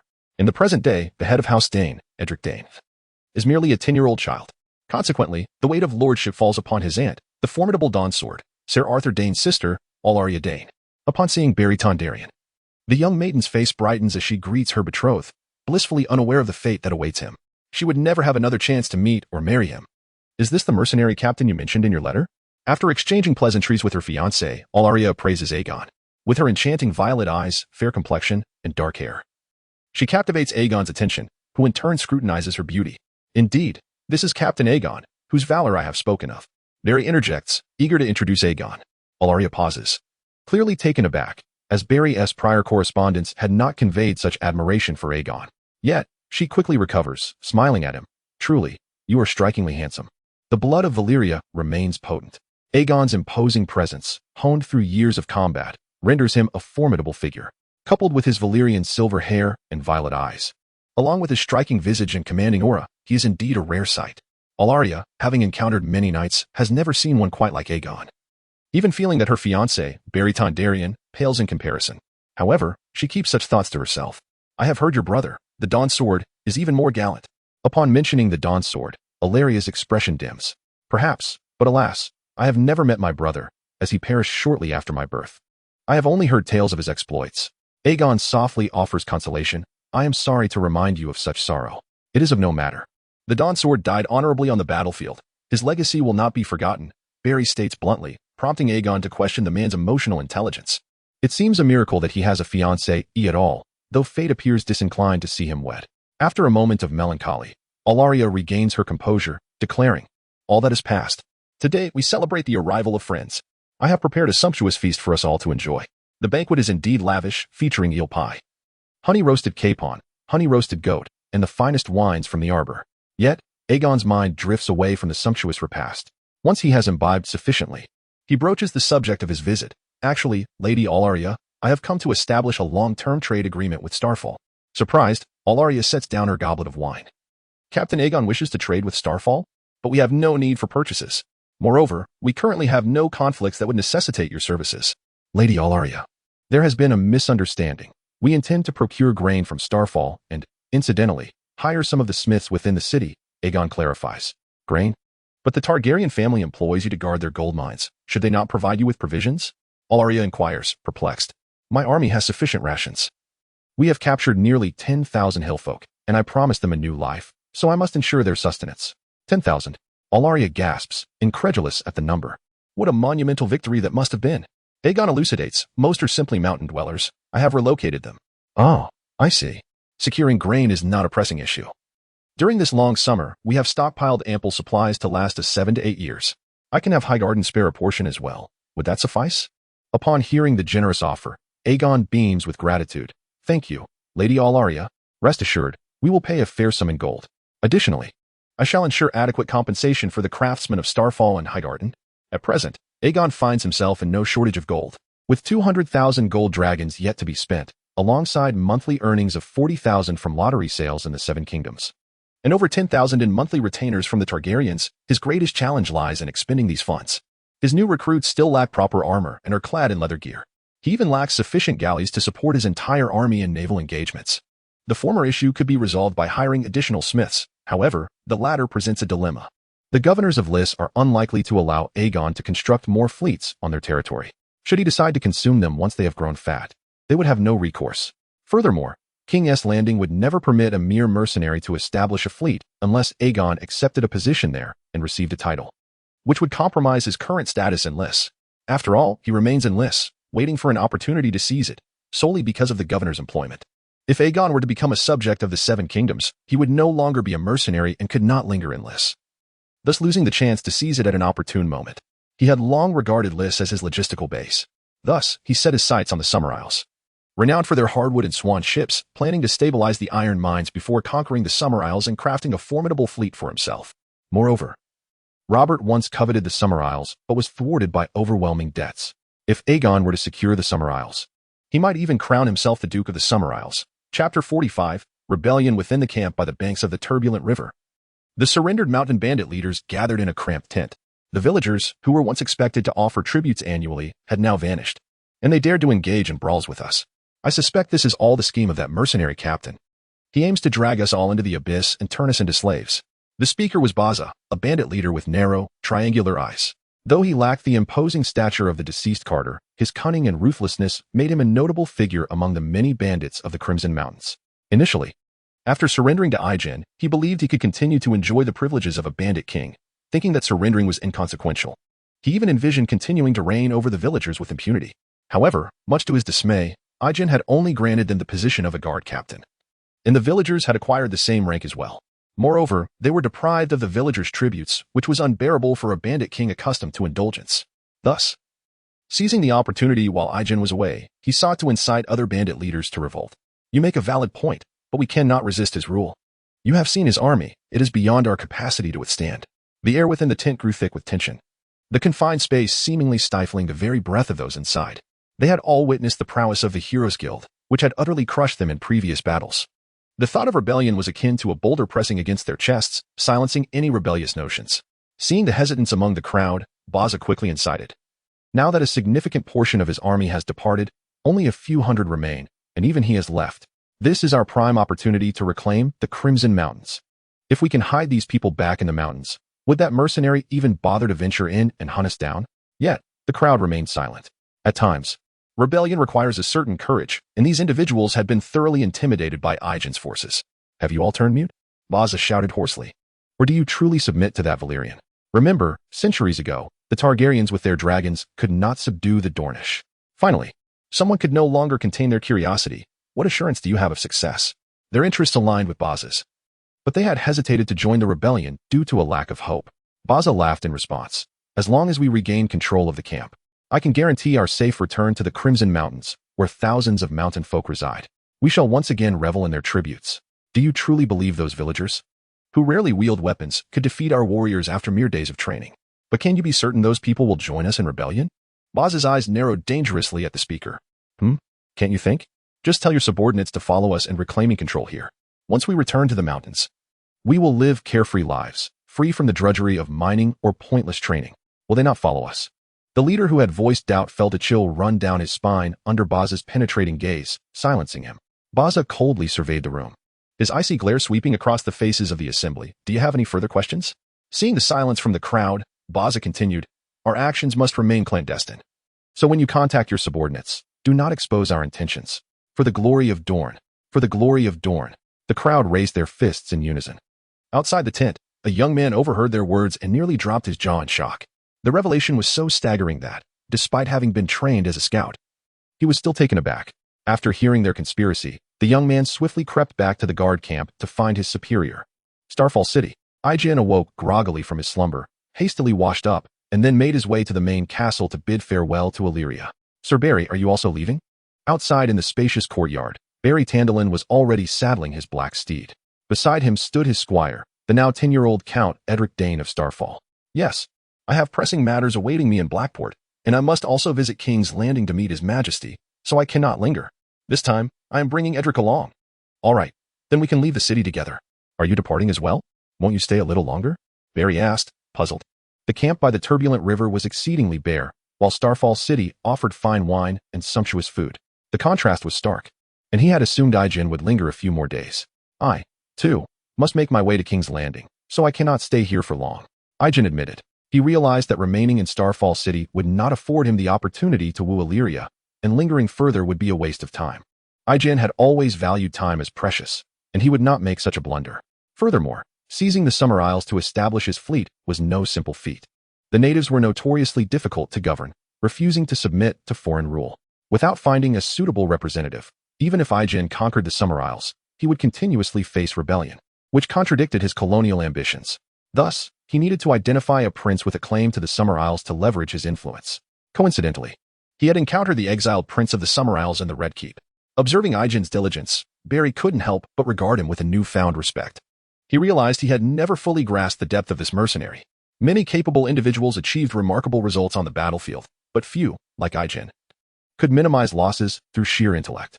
Moreover, most high-ranking lords and even kings in Westeros indulged in revelry, with Robert being a prime example. It was rare to find someone in a high position who worked as diligently as Aijin. Very well, let us together bid farewell to Illyria, Barry said, smiling as he patted Aijin's shoulder before guiding him into the main castle. Chapter 46, Division on a Dark and Windy Night. The majority of the mountain dwellers retired early after a day of toil, leaving only the resonant sounds of insects to fill the territory. In stark contrast, the camp of the mountain bandits was far from serene.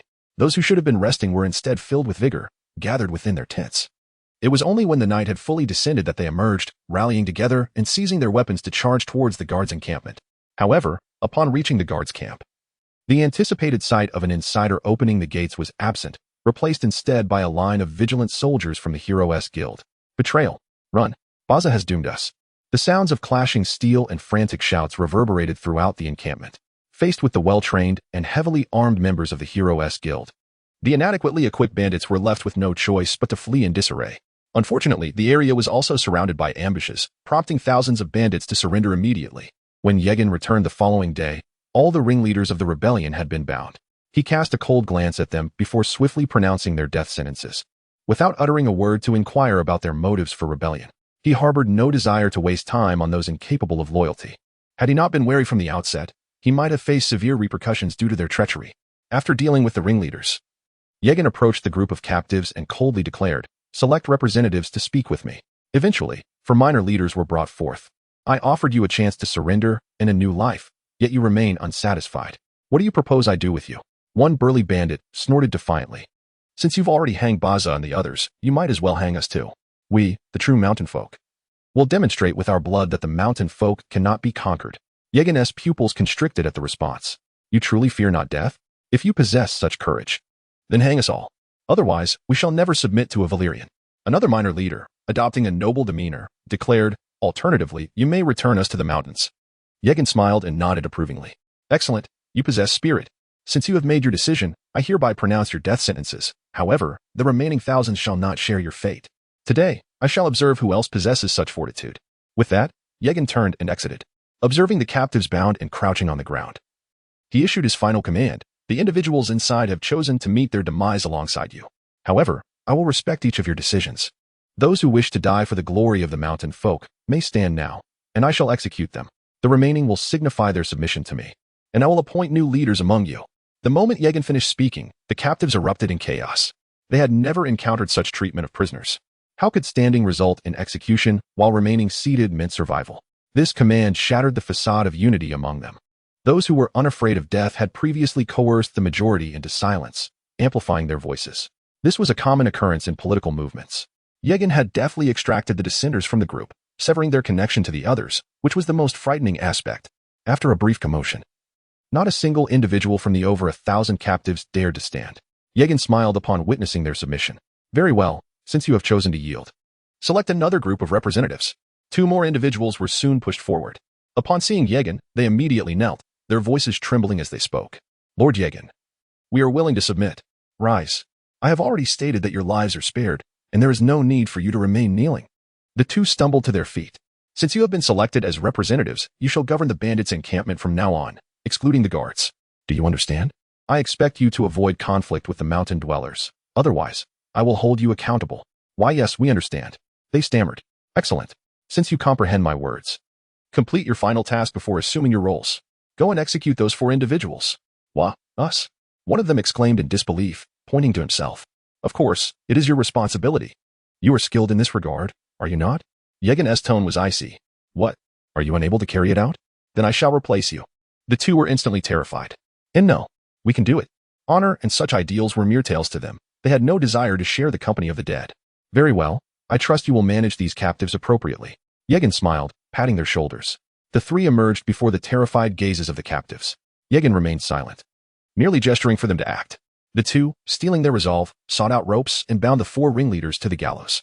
Subsequently, the 4 leaders were executed by their hands. Fear now clouded the eyes of the remaining captives as they watched. Amidst the furious curses directed at Awaken, his figure loomed larger than life. Finally, Awaken smiled and proclaimed, "Since you have chosen to submit, you shall accept my authority. These 2 will henceforth be your commanders. Any disputes may be brought to them. If unresolved or perceived as unjust, you may escalate the matter. I will establish a new court here to adjudicate. Naturally, since their positions have been chosen by you, you may elect new officials in the future. Now, I will grant you one final opportunity. Those wishing to oppose may stand. I shall personally duel with them." The captives listened in silence to Awaken's words, then all knelt, exclaiming in unison, "We are willing to submit. We are willing to submit." Their voices echoed throughout the valley. Chapter 47. The extortion of Little Rose. After finalizing the specific matters concerning his territory, Aegon set forth with his band of 300 valiant warriors towards King's Landing. This time, their journey was by land. and the lords of the various territories greeted them with utmost courtesy, having heard of Aegon's triumph over the rebellion led by King of the Vultures. They recognized the formidable prowess of his army, making them a force to be reckoned with. Upon returning to King's Landing after nearly 2 months, Aegon entered the city through the King's Gate, mounted on a magnificent steed, greeted by a throng of curious onlookers. Unlike before, the crowd displayed a fervent enthusiasm, with women casting flirtatious glances towards Aegon and his soldiers. Shortly after his arrival, he received a summons from Robert Baratheon and promptly made his way to the Red Keep. Robert, with his rotund belly, sat jovially upon the Iron Throne, proud of his own role in Aegon's military glory. Beside him, Queen Cersei wore an equally excited expression. It had been almost 2 months since she last saw Aegon, and she was eager for his company. Aegon, clad in shimmering silver armor, approached the Iron Throne amidst the gathering. Aegon Targaryen, it appears this is the first time I have addressed you thus. You have truly surprised me. Robert exclaimed with a broad grin. Initially, he had regarded Aegon merely as an ordinary mercenary captain, sending him to seize the stepstones as a trivial maneuver. However, he was astonished by Aegon's exceptional capabilities. Following this victory, Aegon's standing in Robert's esteem soared, and he was now convinced that Aegon could secure not only the stepstones but even more territories. Your Majesty, I am merely fulfilling my duty for which you have employed me. Aegon responded, feigning modesty. Haha, you are far too humble. Brave and valiant warriors are a rarity. I have heard from Beric that this victory was largely due to your efforts, since you have helped me achieve such a significant triumph. I cannot appear stingy by withholding any reward beyond the mining rights. I can formally knight you now and present you with a fine steed and a chest of jewels. What say you? Your Majesty, I cannot accept such generous gifts. Aegon protested, pretending to be bashful.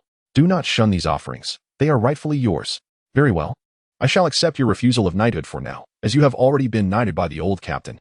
However, should you conquer the stepstones, I shall gladly elevate you to nobility. Aegon cared little for the hollow title of knight. He sought tangible rewards instead. Simultaneously, he wished to convey his determination to ascend to nobility to Robert, hoping to gain his support. Robert, delighted by Aegon's words, replied, Excellent. I shall await your triumphant return. But today we must celebrate you. You are the guest of honor at tonight's feast in the Red Keep. Thank you, Your Majesty. The feast was lavish, drawing the nobles of King's Landing, among them the lovely Margaery Tyrell, who accompanied the ladies of the Reach. Regrettably, Robert became inebriated, preoccupying himself with the women around him, much to Margaery's chagrin, who had intended to attract his attention. After 3 hours of festivities, Aegon pretended to be intoxicated and prepared to depart. Margaery seized the opportunity to block his path. Lady Margaery, what brings you here? Do you wish to accompany me? Aegon teased the thorny rose. You. How dare you presume I wish to return with you? Margaery retorted, her brows furrowing in anger. Then why do you obstruct my departure? Are you attempting to flirt with me in the Red Keep? Speak such nonsense again, and I shall have your tongue. Realizing her ire was genuine, Aegon ceased his playful banter and spoke earnestly. I prefer to keep my tongue, Lady Margaery. So, do enlighten me. What is the purpose of your obstruction? You have the audacity to question me? Your troops are withdrawing from the Red Mountains, yet you continue to demand our exorbitant fees and provisions for thousands. And you dare ask me what I am doing here? Margaery was nearly beside herself with frustration, her words tumbling forth in a disarray. Aegon pondered her words for a moment before responding. Lady Margaery, your initial agreement was for us to protect the gold mine, which we have done commendably, have we not? Should you not honor our contract? But you have withdrawn most of your forces, leaving only 1,000 behind. Why do you still require supplies for 3,000? She retorted angrily. Alas, Lady Margaery, we are compelled to act thus to safeguard your gold mine. Should we deny food to the surrendered bandits, they may flee back to the mountains and once again threaten the Reach. I am merely minimizing the cost to assist you. Aegon spoke with earnest sincerity, presenting an innocuous demeanor. You are merely making excuses. They have surrendered to you, and thus you must ensure their sustenance. That may be true. Aegon paused deliberately, however. We are indeed in dire straits. The funds of the Brotherhood are dwindling. Moreover, the instigator of this turmoil was one of your Tyrell kin. I believe the Tyrell family owes me some recompense. Aegon had no intention of placating someone as self-centered as Margaery. Such flattery would only embolden her. Thus, he resolved to adopt a firm stance from the outset. What do you mean by that? Are you insinuating the Tyrell family has rebelled? Margaery's eyes widened in disbelief at Aegon's audacity. Certainly not. I refer to Bess Tyrell, the one your family intended to exile to the wall as a night's watchman. I have received word that he incited the rebellion of the King of Vultures. Regrettably, I could not capture him alive. Bess Tyrell? Yes, indeed. I wonder how he managed to escape. Aegon feigned concern, furrowing his brow. Do you believe the Tyrell family rescued him? Margaery scoffed. Of course not. I have never doubted the Tyrell family. However, Bess Tyrell is, after all, a member of your clan. Logically, the Tyrell family should provide me with some compensation. Should they not? You are extorting me. Lady Marjorie, I must protest such a characterization. This is merely a matter of justice. You would not wish for the news of Bess Tyrell supporting the King of Vultures to leak, would you? You. Marjorie's face flushed with indignation. Yet she found herself powerless against Aegon, eventually storming off in a huff. Chapter 48. The Usurpation of the Summerowls upon a plush bed. Cersei Lannister lay blushing in the embrace of Aegon, the moonlight streaming through the window, accentuating the purity of her bare skin. You haven't written to me in nearly 2 months. Do you know how much I long for you? Cersei beamed, resembling an alluring rose. Aegon gently caressed her delicate skin, enchanted by her voluptuous form. I miss you too, but for the sake of our enduring future, I must temporarily part from you. Cersei lifted her head in feigned anger. I cannot see how much you miss me when you haven't even sent a single letter. Sending you a letter would surely arouse Robert's suspicions, Aegon replied helplessly. In haven't I just demonstrated how much I desire you? Cersei's ears flushed crimson. Reminiscent of an inexperienced maiden caught in the throes of love. After a brief silence, she sighed, you should expedite Robert's demise. Only then can we be together openly. I've already told you, the time is not yet ripe. My forces are still insufficiently strong, Aegon cautioned. Do not entertain thoughts of killing him now. Concerned that Cersei's impulsiveness might lead her to harm Robert, Aegon felt compelled to communicate clearly. Should Robert be slain now? The likely successor would be Tywin or one of the Baratheon brothers, individuals Aegon could not control and who might exploit the situation for their own advantage. Thus, it would be more prudent for Robert to remain king, allowing Aegon to further his ambitions through Cersei's royal identity. Do you expect me to wait until you command an army of 100,000 to conquer Westeros? Cersei huffed in dissatisfaction. What do you call this? I have recruited 3,000 men in just a few months. Cannot you wait a little longer? Besides, Robert is hardly present. To you, he may as well be dead. Who says that? She retorted. His daily escapades with whores are an affront to me. I have had enough of him. Cersei, proud by nature, had once hoped to love Robert upon becoming queen, but her heart had hardened upon hearing him drunkenly call out Lyanna's name on their wedding night. Robert's subsequent actions only exacerbated her disdain, as he continually neglected her dignity as queen, leading Cersei to harbor a deep-seated hatred. Aegon, brimming with confidence, reassured her. Fear not, I shall certainly aid you in eliminating him, and this will only serve to strengthen my own power. My arrival in King's Landing is indeed for a purpose. What business do you have in King's Landing? Do you recall the Prince of the Summer Isles residing in the Red Keep? You mean that lavishly dressed beggar? What do you want with him? Cersei had not forgotten the dark-skinned prince. To her, no amount of finery could conceal his status as a beggar. She had once suggested to Robert that he expel him. But her drunken, foolish husband was enamored by the glory of conquering the Summer Isles and hesitated to dismiss the princess' requests to assist him in reclaiming the Summer Isles. Aegon declared, you could conquer the Summer Isles with your own forces, entirely without the beggar's aid. Cersei was averse to the idea of aiding the beggar prince. Aegon smiled. Everyone possesses a unique purpose. Trust me, my intentions are far from unfounded. Just as you, dear queen, are invaluable to me. The following day, Jalaba Soul of the Summer Isles rose as usual, completing his breakfast before retreating to the courtyard to practice swordsmanship. To his surprise, he found Queen Cersei Lannister standing amidst the flowers. Your Grace. Jalaba greeted her politely in the common tongue. Cersei acknowledged him with a measured nod, while Jalaba maintained a humble demeanor. As a prince in exile, he could not afford to display arrogance, particularly with Cersei, fearing she might whisper in her husband's ear and have him expelled. Just then, Aegon approached from behind, prompting Cersei to smile upon seeing him. Your Grace. Here's the month's income from the spice trade. Aegon presented Cersei with a ledger, appearing as if merely engaged in friendly discourse, their encounter with Jalaba entirely coincidental.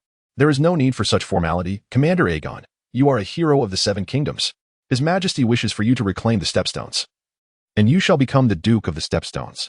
Cersei deliberately voiced her prepared remarks before Jalaba, showcasing his importance. Regardless of my status, Your Grace, you remain the Queen of the Seven Kingdoms, and my respect is due. Jalaba responded. If there is nothing further, I shall take my leave. I will deliver the gold ode to the Queen in due time. With that, Jalaba excused himself, showing no regard for Jalaba's presence. After Aegon departed, Cersei turned to leave as well, but Jalaba, eager to engage, inquired, Your Grace. The gentleman who just left is the commander of the mercenary group that aided His Majesty in quelling the rebellion of the Bald Eagle, is he not? I have heard of his unparalleled bravery. Indeed, Commander Aegon is exceptionally brave. Cersei nodded with a smile before feigning ignorance. Does Prince Jalaba wish to make his acquaintance? We people of the Summer Isles hold strength in high esteem. I certainly wish to meet this hero, but last night at the banquet, he was surrounded by ladies of King's Landing, and I had no opportunity. I wonder if he would accept me as a friend. Commander Aegon is very amiable and would surely welcome you as a friend, Prince Jalaba. Excellent, excellent. Jalaba could hardly contain his excitement. Your Grace, I have matters to attend to, so I shall take my leave. I shall return to greet you again.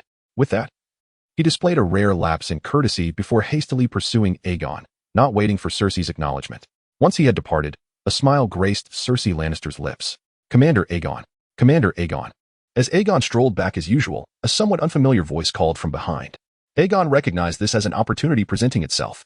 He had orchestrated the scene with Cersei merely to gain leverage over Jalaba, ensuring that when he presented his demands, he would be in a position of power. Chapter 49. A bountiful reward. Who are you? Aegon had already recognized the darkly hued prince from the Summer Islands, yet he still feigned an expression of profound surprise. Oh, I forgot to introduce myself to Captain Aegon. I am Jalaba Sol, hailing from the Summer Islands. You may call me Jalaba. In his quest to secure Aegon's assistance, Jalaba adopted an exceedingly humble and earnest demeanor, which made Aegon feel a twinge of reluctance to deceive him. However, that thought lingered in his mind for only a fleeting moment before vanishing entirely. Conquest and murder were his pursuits. Could this fellow's humble demeanor dissuade him from his intentions? Moreover, it was entirely possible that Jalaba had been a tyrant back in the Summer Islands. And how could Aegon choose to spare him simply based on the show of humility? What business do you have with me? Seeing Aegon willing to continue the conversation, Jalaba's heart raced with excitement, yet he maintained a facade of composure as he spoke. Captain Aegon, I have long wished to meet you, the legendary warrior. To speak candidly, I seek to hire you for battle. Is that so? Then please, share your terms. Upon hearing that there was a chance for collaboration, Jalaba was on the verge of exultation. He had been in King's Landing for several years, and this was the first time he felt his throne was within reach. Captain Aegon, I must tell you, I am the Prince of the Crimson Flower Valley in the Summer Islands. I wish to enlist your help to reclaim my throne. Upon success, I can offer you a reward of 100,000 golden dragons. Jalaba believed he had presented a most agreeable proposition and eagerly gazed at Aegon. Aegon furrowed his brow. Prince Jalaba, our mercenary company typically requires a portion of the payment in advance. Furthermore, we are unfamiliar with the financial resources of the Summer Islands. Nor do we know how many foes await us. This puts me in a difficult position. Jalaba immediately panicked, fearing that Aegon might refuse to assist him, leaving him to wait indefinitely. Thus, he hastened to recite the well-rehearsed lines he had delivered countless times before. Captain Aegon, I have heard of your valiant exploits in battle. Trust me, your forces can surely defeat them. The population of Crimson Flower Valley is merely 150,000, with at most a few thousand capable soldiers, and they possess scant armor. Overcoming them should pose no significant challenge. If you help me win this grand battle, the tribes will pledge their loyalty to me. But I have heard that your archers can pierce armor. If it is as simple as you say, surely His Majesty the King or the mercenaries of Essos could assist as well. Aegon continued to feign disinterest in the Summer Islands. Please believe me. Your forces can help me reclaim Crimson Flower Valley. I have sought assistance from other mercenaries, but their demands are exorbitant, and many lack the capability or numbers to undertake a journey as far as yours. Very well, I am inclined to trust your words, but I remain uncertain about the potential casualties in this conflict. The reward of 100,000 golden dragons makes it challenging for me to promise my men will undertake this venture.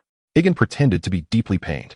Jalaba understood that mercenaries were motivated by wealth, yet he had no better alternatives at this moment, so he resolutely stated, Captain Aegon, why not propose your own terms? Prince Jalaba, are you insulting me? Do you perceive me as merely a mercenary driven by greed? I must consider the welfare of my men. Aegon's tone grew stern. I do not seek riches. I strive for the well-being of my comrades. Aegon fancied himself a paragon of virtue. Jalaba was utterly bewildered by Aegon's demeanor and quickly offered an apology. I did not intend to offend you, Captain Aegon. I recognize you as a hero.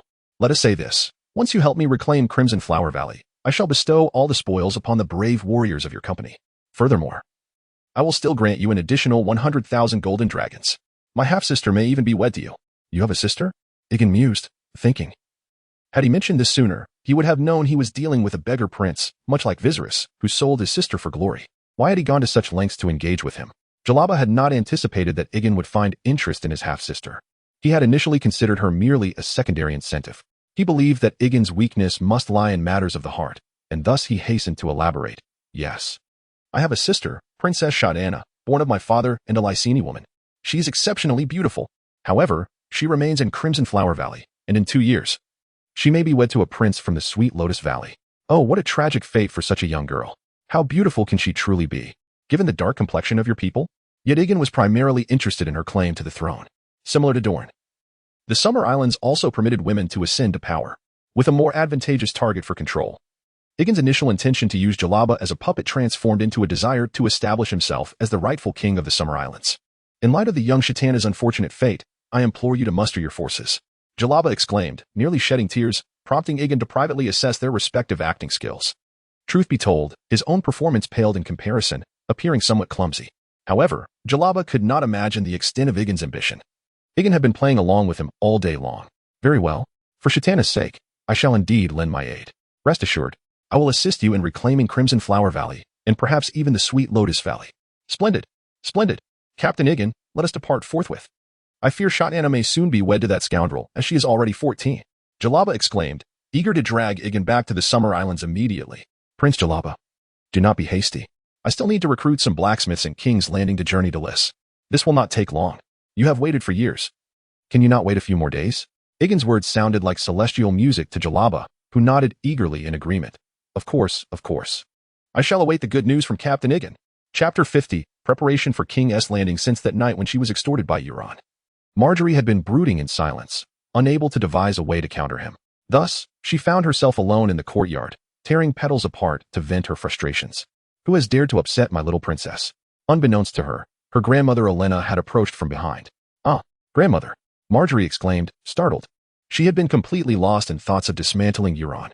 Olenna, observing the shredded flowers in Marjorie's hands, affectionately ruffled her granddaughter's hair. As a lady, such behavior is unbecoming. Marjorie felt a surge of grievance and poured out her woes to her grandmother. I didn't wish to act this way. But the mere thought of that scoundrel mercenary makes me want to sever his tongue. You have no idea when you sent me to discuss provisions with him. He brazenly threatened me with Bess Tyrell. Bess Tyrell? Hasn't she fled? Olenna was unaware that Bess had been rescued by Peter Baelish and was covertly supporting this new Hawk King. She has fled. But that mercenary claims she has gone to the Dornish border to support the rebels. He said if we do not provide him with provisions, he will inform Robert. Olenna furrowed her brow. She had initially thought that Bess Tyrell was secretly rescued by her father, wishing to shield the Tyrell family from ridicule. Therefore, she reluctantly accepted the burden, knowing Robert had no evidence to implicate the Tyrells directly.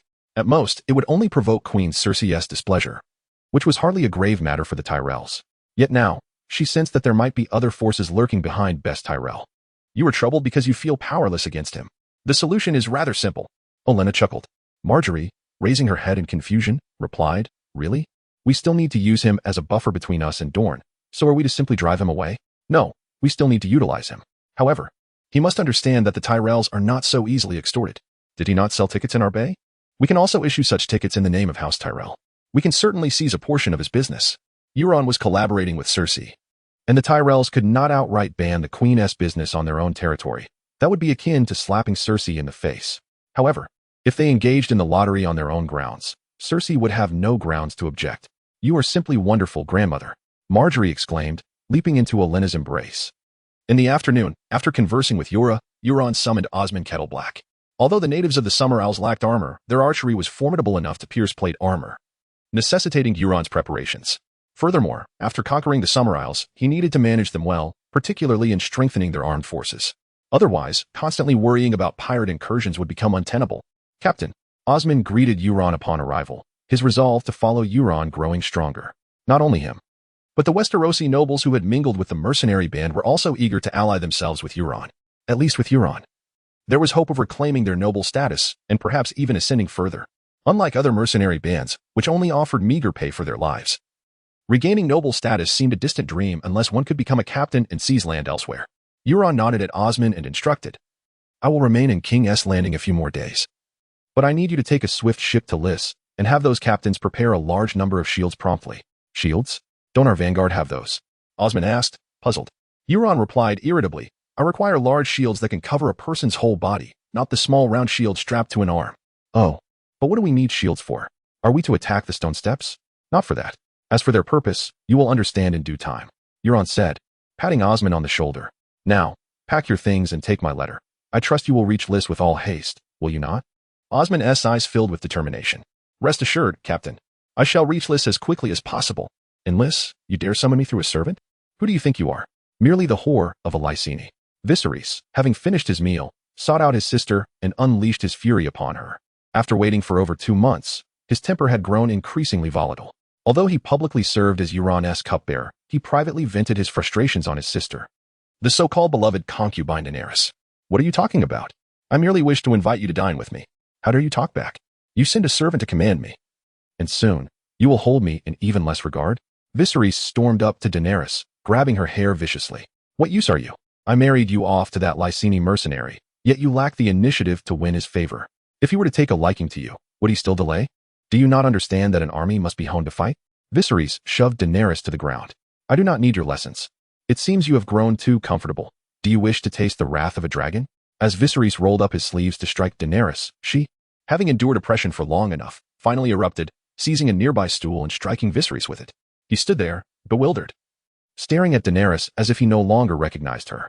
He never expected that his frail sister would one day dare to defy him. Daenerys, resolutely standing tall, proclaimed, I am the wife of Euron Targaryen, and he is the heir to the Dragon King. You shall not lay another hand on me. Do you know who I am? How dare you treat me this way? Viserys, furious, reached out to choke Daenerys, but the Unsullied outside rushed in, pointing their spears at his throat. Do not kill him. Just take him away for some reflection. Daenerys commanded nonchalantly. You wretched whore, you dare speak to me thus. Viserys continued to curse Daenerys as he was dragged away. Chapter 51. The composite shield. It was only on the road back to Lys that Aegon learned of the Bay of Crabs also beginning to sell lottery tickets.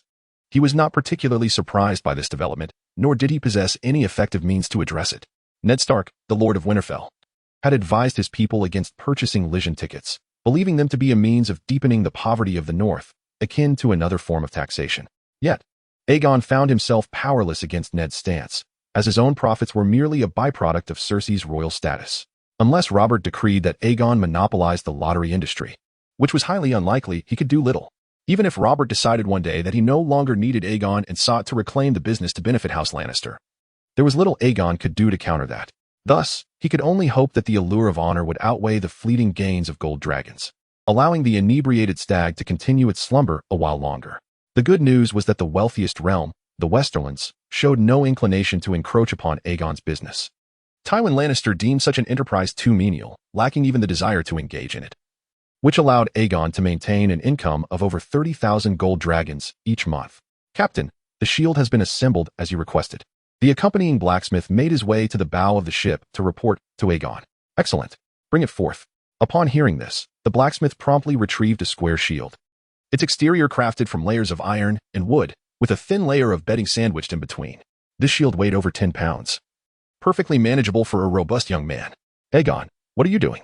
Jalabhar rushed out from the cabin upon hearing the commotion, just in time to see Aegon preparing to test the shield's durability. Prince Jalabhar, your timing is impeccable. Would you do me the honor of testing the shield's resilience? Aegon beckoned Jalabhar to come forward for the trial. Although he was strong, his bow's draw weight could not compare to the formidable longbow made from Golden Heart wood from the Summer Isles. Having Jalabhar wield the Golden Heart longbow would yield results closer to a real combat scenario. Understanding Aegon's intent, Jalabhar quickly sought out his bow and arrows from the cabin.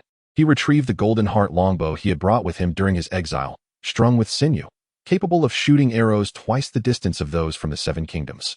It was a bow that few could draw. The soldiers secured the completed shield on a stand, adding weights at the bottom to prevent it from being dislodged by a powerful arrow. Jalabhar positioned himself 10 paces away, steadied his breath, and drew the longbow into a full moon before releasing the arrow with great force. Aegon had scarcely prepared when the arrowhead pierced through the front iron layer with a resounding crack, embedding itself into the shield, the fletching quivering in the aftermath. Aegon rushed behind the shield, his excitement mounting as he confirmed that the arrow had not penetrated the wooden backing. The arrow's penetration power had indeed diminished significantly after being halted by the fibers. Equipping this shield for the frontline soldiers would allow them to engage the Summer Isles without substantial losses. After all, even pirates could raid the Summer Isles. Against the unarmored soldiers of the Summer Isles, this shield formation would be a sheer massacre. Prince Jalabhar, I foresee that you may soon require more than just my assistance in conquering the Red Flower Valley and the Sweet Lotus Valley. Upon returning to Lys, Aegon immediately directed his subordinates to assemble the newly procured shields in this manner, intending to launch an official campaign against the Summer Isles in a few days.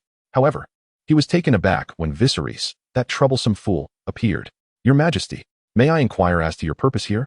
Outside the chamber stood only the Unsullied, leaving Aegon unconcerned about any information leaking from his discussions with Viserys. I have heard that you intend to fight for that Prince of the Summer Isles? Viserys spoke with an unmistakable rudeness, yet Aegon remained uncertain whether Daenerys had fully aligned herself with him. Thus he continued to placate Viserys as usual.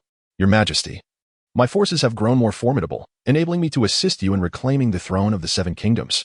Otherwise, do you believe any lord would dare to secretly ally with you? But you have returned from the Seven Kingdoms these past 2 months without bringing back a single worthy ally.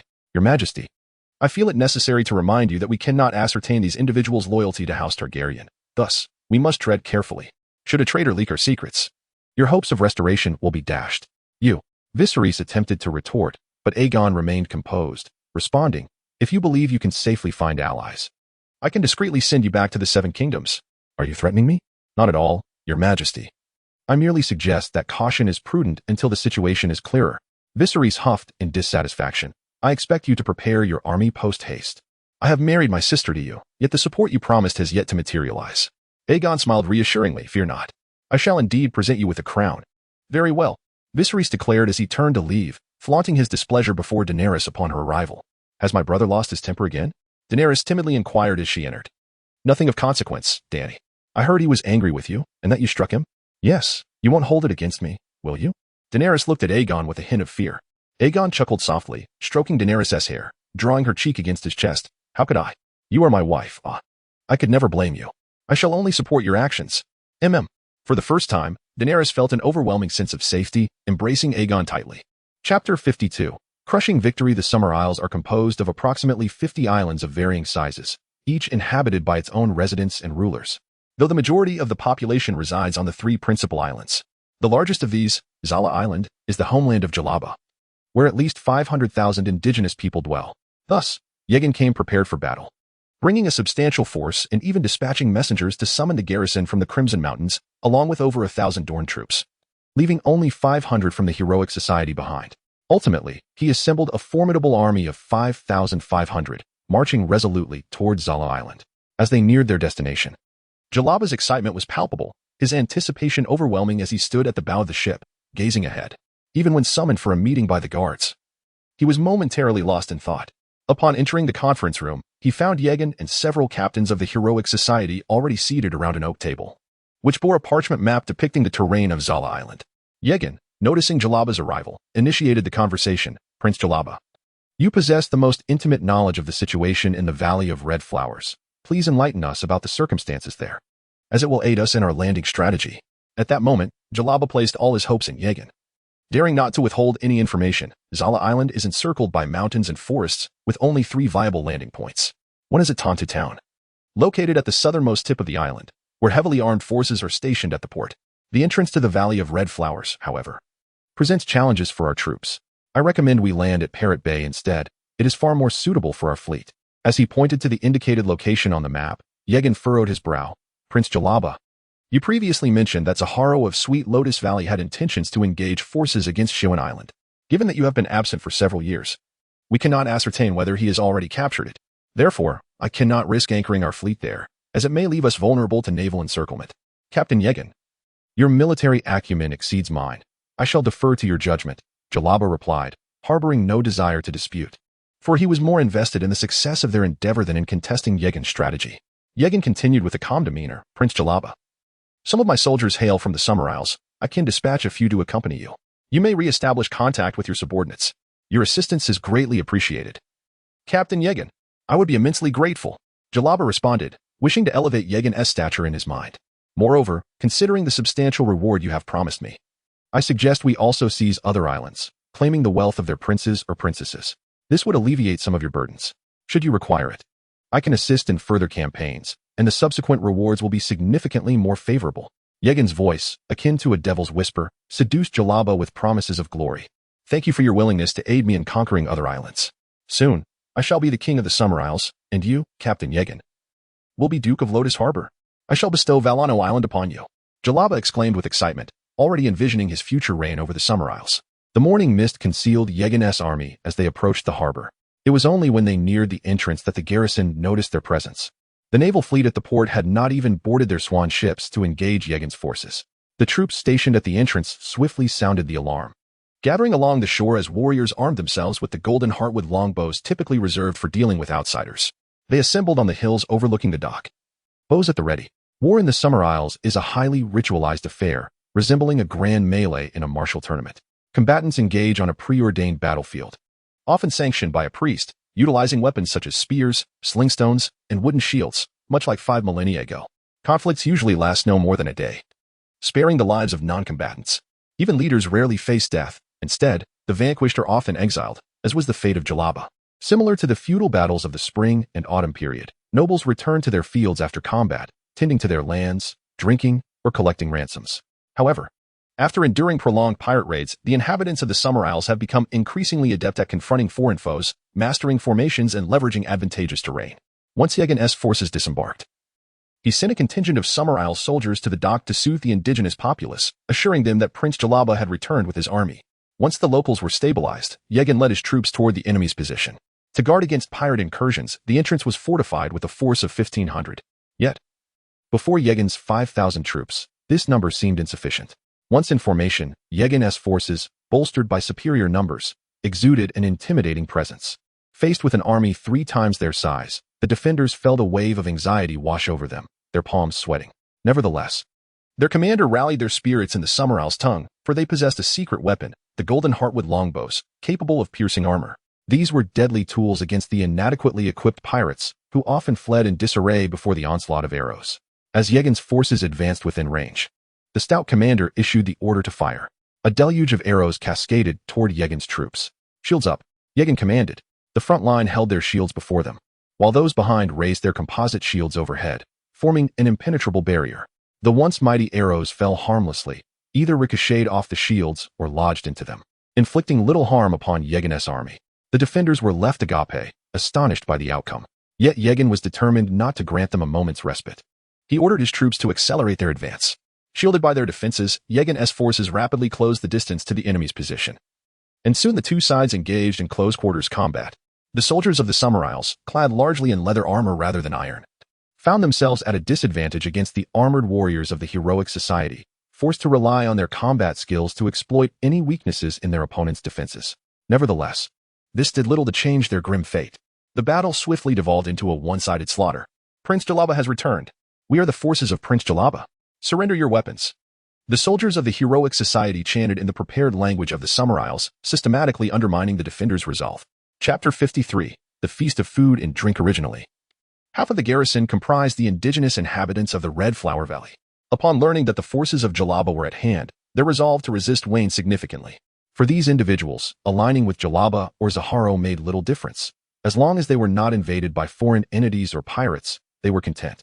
However, the commanding officer, a loyal general of Sweet Lotus Valley and steadfast supporter of Zaharo, could not easily concede defeat. As the situation began to unravel, he retreated with his trusted aides while instructing the soldiers of Sweet Lotus Valley to withdraw while continuing to fight. Inging watched in fury as the officer fled without a fight, lamenting the loss of the experience points he had hoped to gain. Eager to feel the thrill of battle upon reaching level 70. Nevertheless, the retreat of the opposing forces precipitated a complete rout of the garrison, with the soldiers of Red Flower Valley discarding their weapons and surrendering en masse.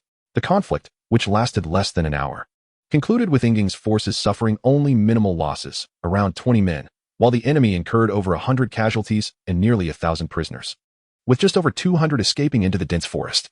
The sun dispelled the mist, casting a gentle light upon the multitude of corpses scattered across the ground. Regardless of whether they had been nobles or commoners, young or old, they all received the same tender caress of sunlight, a poignant reminder that, in death, all are equal. Captain, let us pursue them, exclaimed Will, his enthusiasm undeterred by the initial skirmish. These soldiers are utterly spineless.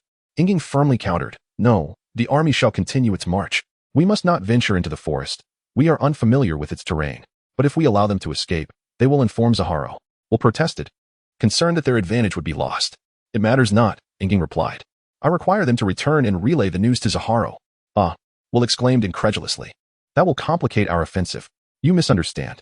If he chooses not to confront me directly, that would pose the greatest complication.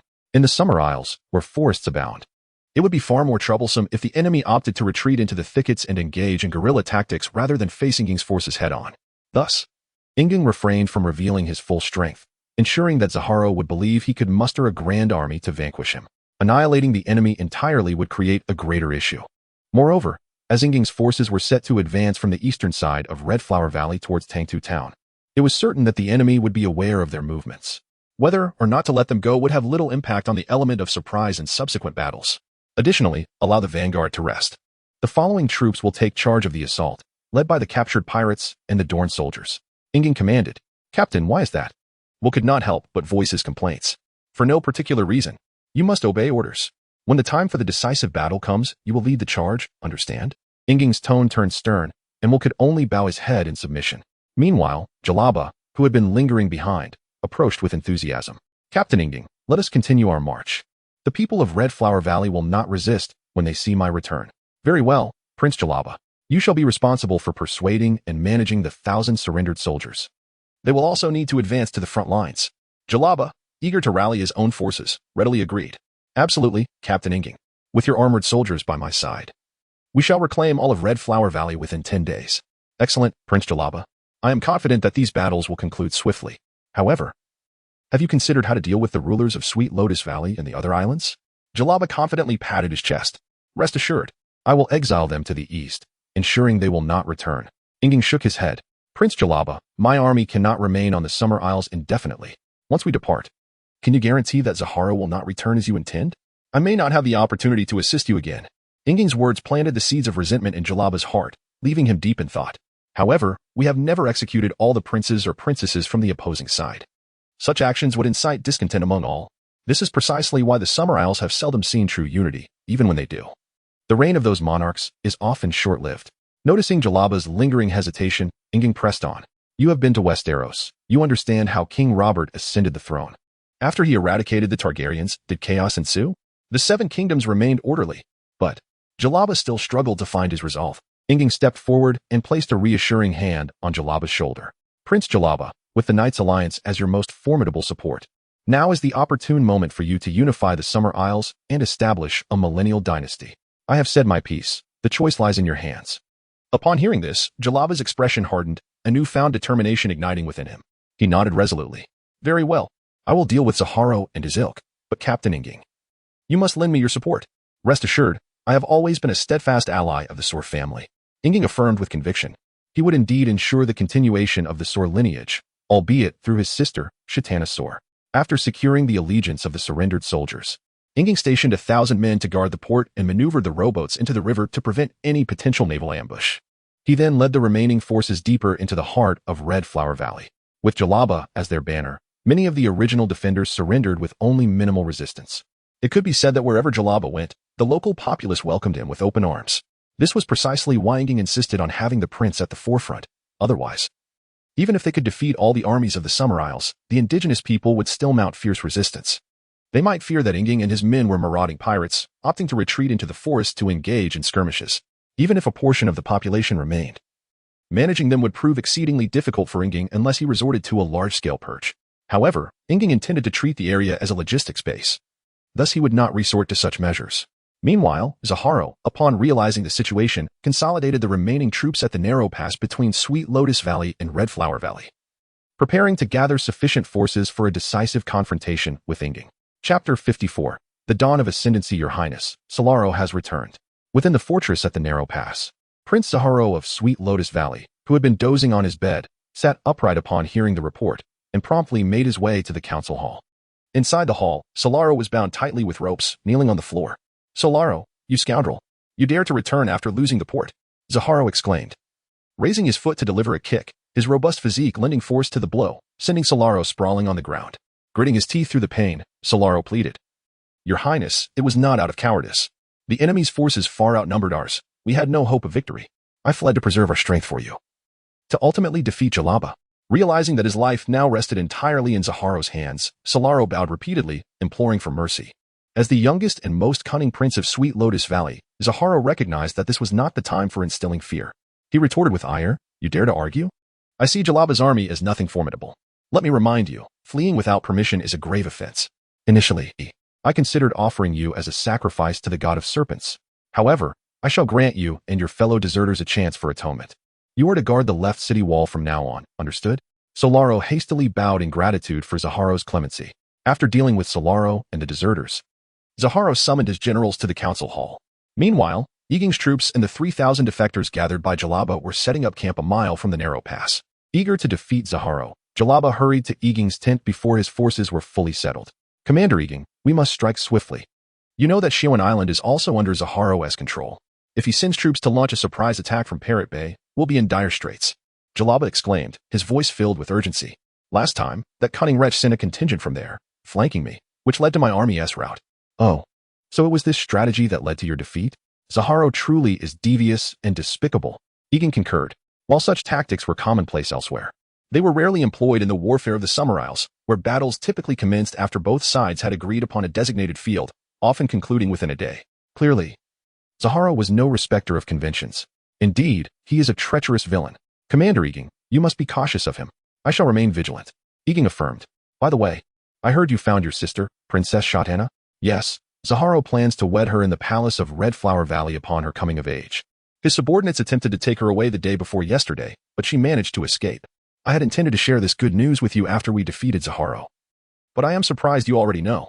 With a lack of remorse, Jalaba spoke of his half-sister, aware that his greatest ally was Egan's army, and that he must offer Egan some sweet tidings to secure his continued support. After all, throughout their campaign, Jalaba had reclaimed Red Flower Valley, while Egan's forces had gained nothing in return. Half an hour later, Egan met Jalaba's sister. Unlike Jalaba's light brown skin, Shatana possessed a wheat-colored complexion, reflecting the characteristics of the Summer Islanders, tight and tall in stature. Commander Egan, this is my sister, Shatana.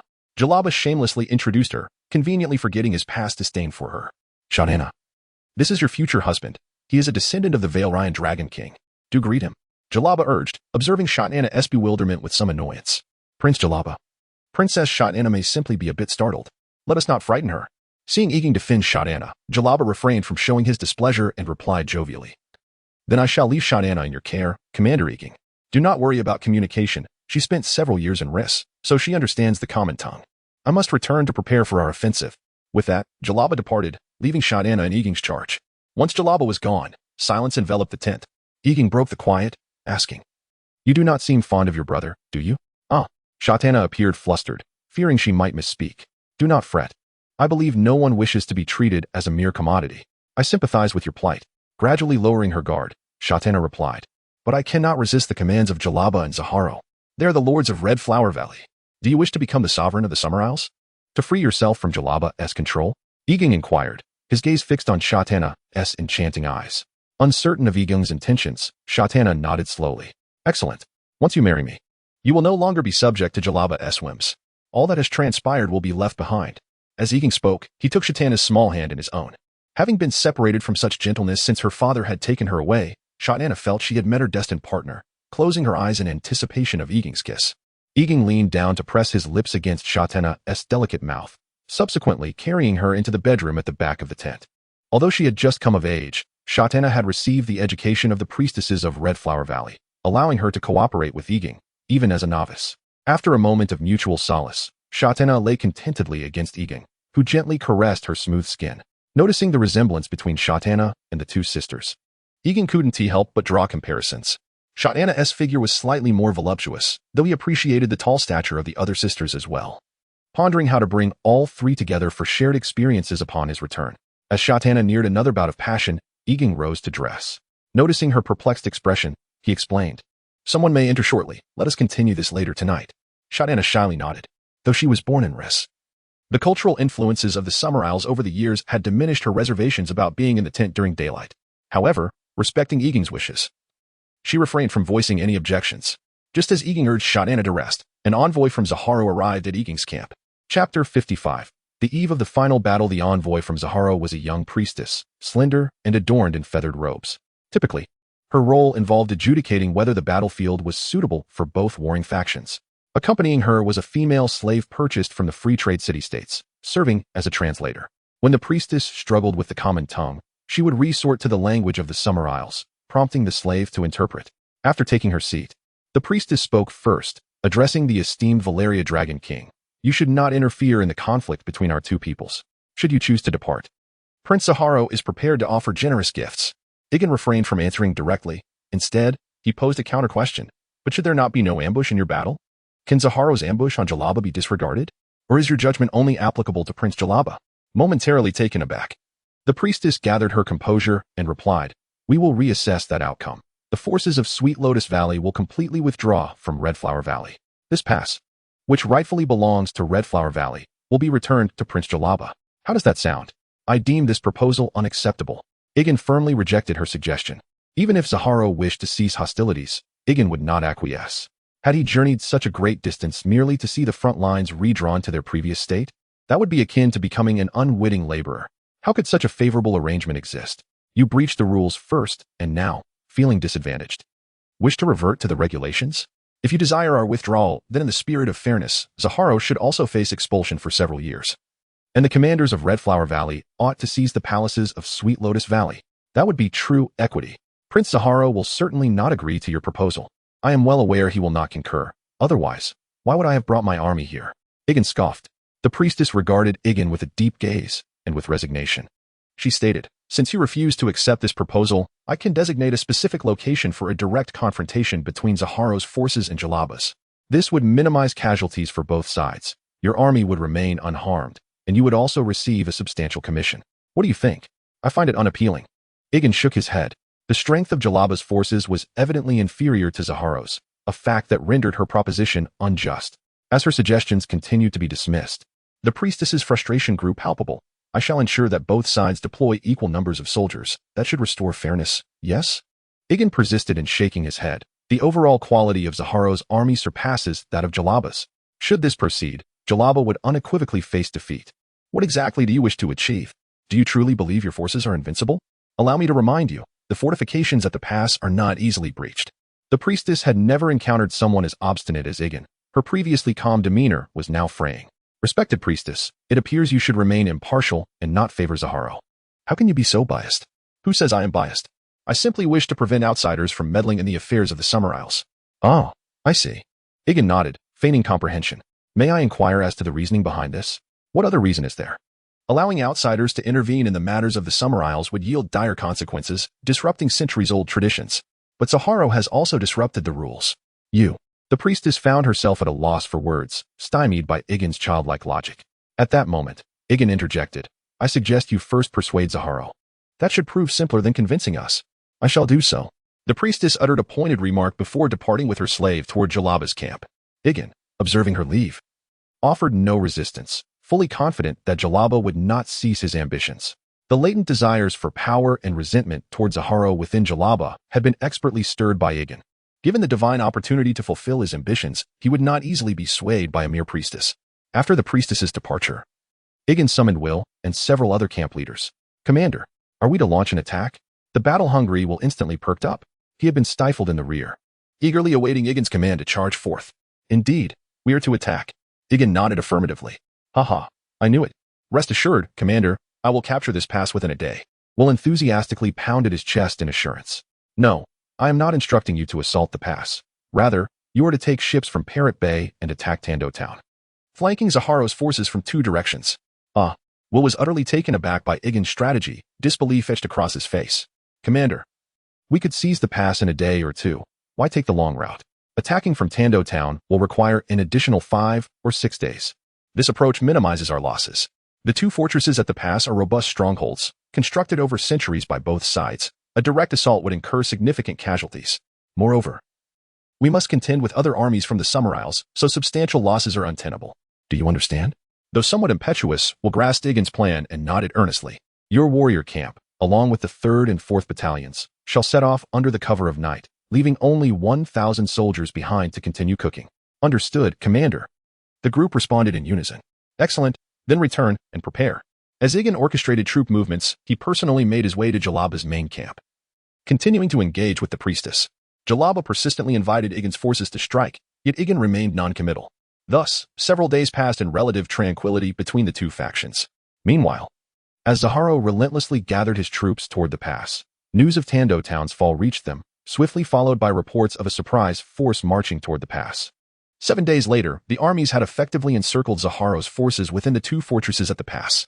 At this juncture, the initiative on the battlefield had shifted to Igen's side. He was unperturbed by the possibility of adversaries attacking Will's troops on Rion Island. In fact, he welcomed any offensive from the opposing forces. The Night Brigade, clad in iron armor, feared not a direct confrontation, but rather dreaded the enemy's retreat behind the fortress walls. Chapter 56. Carnage. Commander Igen, indeed, you possess a remarkable strategy. I surmise that Zaharo shall soon find himself compelled to surrender. After the Raven intercepted the news from the Sweet Lotus Valley, Jalaba felt the tide of victory was firmly in his grasp. Do you genuinely believe the adversary will capitulate? I must remind you that our encirclement merely compels them to confront us in battle. Igen began to doubt whether Jalaba was feigning ignorance before him. It is essential to note that he commands 8,000 troops. Furthermore, we shall not launch a full assault against one another. Are you certain he will not opt for a direct offensive on one flank? The smile on Jalaba's face froze. The victories of recent times had nearly caused him to forget how he had been vanquished by Zaharo in the past. He regarded these triumphs as his own glory, entirely oblivious to the fact that it was Eging's armored soldiers leading the charge that had produced such outcomes. Are you suggesting he will inevitably seek to attack one side? Certainly. I believe no one would readily accept defeat, would they? Moreover, being defeated by you merely results in exile, does it not? In the civil war of the Summer Isles, defeated princes or princesses are spared execution and punishment, which effectively safeguards the lives of these rulers. However, this also emboldens the restless princes and princesses. After all, if defeat does not mean death, why not take a gamble? Jalaba grasped Eging's implication and quickly responded. You mean he will surely seek an opportunity to assault my camp? I believe as long as Zaharo harbors any affection for his palace, he will indeed take action. And should he defeat you again, this war will come to an end. Perhaps Zaharo might even offer us a substantial sum to facilitate our departure. Jalaba's countenance darkened. He hastily pleaded, Commander Eging, you must assist me. You previously captured Tonda town without a sound. You surely have redeployed the troops stationed at the port, have you not? I can offer you an additional 50,000 gold dragons as a reward, and as you know, the young maidens of our Red Flower Valley eagerly anticipate the opportunity to share your company. Should I be defeated again, they will no longer be able to serve you. Prince Jalaba, I am not a deity. I cannot conjure troops from thin air. The garrison must remain to protect the vessels. Eging's words doused Jalaba's heart with cold water, visibly dampening his spirits. However, do not despair, Prince Jalaba. I still have 1,000 men at my disposal. You have witnessed the prowess of armored soldiers. Trust me. With this 1,000 at hand, even if Zaharo attacks, we can still vanquish him. I previously shared this with you to heighten your vigilance. Jalaba's emotions surged like a roller coaster. Upon hearing Eging's assurance, he felt a wave of relief wash over him. Commander Eging, rest assured, I shall return to prepare. Once we have defeated Zaharo, the terms I promised shall remain unchanged. The night was draped in an oppressive darkness, devoid of stars or moon. A cold, damp wind swept in from the sea, chilling the sentinels who huddled together for warmth. Suddenly, a heavy horn shattered the silence. Zaharo's forces launched an attack from a few hundred meters outside Jalaba's encampment, their arms adorned with green cloth to distinguish friend from foe. The earth trembled, awakening slumbering creatures in its wake. Carnage erupted swiftly beyond the camp, a deluge of arrows raining down upon Jalaba's forces, some soldiers emerging only to be pierced like hedgehogs. It appeared that the deserter Solaro was at the forefront this time, racing into Jalaba's camp with remarkable speed. Meanwhile, Zaharo remained stationed at the central command. As he had anticipated, Jalaba's troops proved to be the weakest link, crumbling under the assault. Zaharo, we are recklessly attacking Jalaba. The priests will surely condemn us. Zaharo scoffed dismissively. What do you know? It was Jalaba who first violated the rules by bringing outsiders to assault us. Our response is entirely justified. Besides, after our last victory, what did they do besides condemn us? Even other lords offered no words of reproach. Their condemnation is of little consequence. Zaharo held a deep disdain for these antiquated customs, perceiving them as contrivances devised by the bloated aristocracy to secure their advantage in battle, ensuring victory even in their lack of intellect. However, Zaharo had never thought to act in accordance with such foolish rules, especially not against someone like Jalaba. His attendants, hearing his words, dared not speak further, silently praying that the mercenaries would accept gifts and depart after Jalaba's downfall. Upon reaching Jalaba's golden tent, Solaro was taken aback. He had encountered little resistance along the way, and now found Jalaba's tent eerily vacant. Realizing a trap had been laid, he attempted to retreat with his vanguard. Yet, at that moment, a hail of arrows rained down from behind the tents, scattering Solaro's troops into disarray. Retreat, quickly retreat. Solaro shouted desperately to the soldiers around him. Chaos ensued, and Jalaba's forces surged from the rear, leaving Solaro to command a fighting withdrawal. Something feels amiss ahead. Zaharo and his attendants noted the irregularities. While Zaharo's expression darkened, this fool Jalaba has resorted to strategy. But today, no matter how many schemes he employs, it matters not. Our forces outnumber theirs. Once we slay him, this battle shall conclude. Those remaining, follow me. Zaharo led his rear guard into the fray with remarkable composure. Both sides donned leather armor and wielded spears, resulting in a particularly bloody and intense clash. Yet, the scales of victory clearly tilted in Zaharo's favor, given the current circumstances. His forces, bolstered by a 2-to-1 advantage over Jalaba, were destined to prevail. Suddenly, amidst the fierce combat, another heavy horn sounded. Over 1,000 armored soldiers charged from Zaharo's right flank, breaking through his forces. With Eging's involvement, the tide of war shifted dramatically. The Summer Isles warriors, armed with spears, struggled to inflict damage on the mercenaries clad in iron, while the only weapon capable of harm, the golden-hearted longbow, was thwarted by shields. In mere moments, the ground was littered with corpses. It was a one-sided slaughter. Surrender, and you shall not be killed. Surrender, and you shall not be killed. The mercenaries of the Knights Guild shouted in the Summer Isle's tongue they had prepared. Soon, some desperate soldiers were the first to discard their weapons. Fear spread like a plague, swiftly infecting the surrounding troops, and Zaharo's forces quickly abandoned their resistance. Ultimately, Zaharo was captured, yet he remained defiant. Prince Jalaba, the decision is now yours. Egan relinquished the choice to Jalaba, believing this man would never easily forsake the honor and power of the king of the Summer Isles. Jalaba turned to Zaharo, his expression devoid of emotion. What are you planning, Jalaba? Zaharo, upon seeing the coldness in his gaze, was immediately gripped by fear and began to scream in panic. You have no right to harm me. Before he could finish, Jalaba's dagger severed Zaharo's throat. Scalding blood gushed forth, and Zaharo's eyes widened in disbelief. He could not comprehend why Jalaba, typically so obstinate, would take such a drastic action. You scoundrel, Jalaba! Zaharo, now resigned to his fate, could hardly fathom that he had been slain. As he witnessed the brutal slaying of his leader, the once-bound Soralo struggled fiercely against his restraints. The other surrendered soldiers from the Valley of Sweet Lotus, equally incensed, voiced their disdain for Jalaba's flagrant disregard for protocol. Standing aloof, Yain observed the unfolding chaos with indifference. The seeds of animosity had been sown, and it was only a matter of time before they would consume Jalaba in due course. This moment would also herald the opportunity for Yain to seize control of the Summer Isles. Jalaba coldly turned his head, declaring, it was Zaharo who first breached the rules. I am merely repaying in kind. If any of you wish to avenge Zaharo, now is your chance. I shall send him to meet Zaharo. His ruthlessness instilled fear in some of the soldiers from the Valley of Sweet Lotus. Yet Soralo stood defiantly, proclaiming, even if you slay Prince Zaharo today, even if you take my life, the Divine will not protect a coward like you. It will cast you down from your throne. Jalaba, in a fit of rage, thrust a spear into Soralo's neck. Who else dares to follow Prince Zaharo? The troops fell silent, none daring to speak in Zaharo's defense. After casting a cold glance over the subdued assembly, Jalaba commanded that they be taken away. As dawn broke, sunlight poured through the window, illuminating Yain. He lazily opened his eyes to find the gluttonous Shatana already indulging in breakfast. Even the two priestesses serving the goddess of desire beside her did not match her enthusiasm. After several minutes, Shatana finished her meal and drained her cup of milk. With renewed vigor, Yain rose and led the trio in morning exercises. Once the other two women succumbed to exhaustion and went back to sleep, Yain took Shatana to the bathing chamber for a shared wash. Did you learn these techniques from them? Yain inquired, caressing Shatana's smooth skin. Do you like them? Shatana replied with a hint of pride in her gaze. Of course. I initially thought the women of Yukai possessed the finest skills in bed, but you servants of the goddess of desire are equally adept, including those two newly initiated priestesses. Shatana nestled her head against Yain's chest and remarked, it also depends on the partner. If their service is required for someone like Jalaba, I doubt they would exhibit such enthusiasm. They carry a lineage of loina and seldom submit easily to others. Had it not been for your valor, they would not be so forthcoming. Oh, I see. No wonder they are fairer than others. Yain nodded thoughtfully. By the way, your previous statement seemed to imply that you look down upon Jalaba. He is currently your ruler. That is because you brought him down. And the people of the Summer Isles scorn a coward who disregards the rules. Shatana huffed in dissatisfaction. Be cautious not to let Jalaba overhear that. What is there to fear? With your army at my side, would he dare harm me?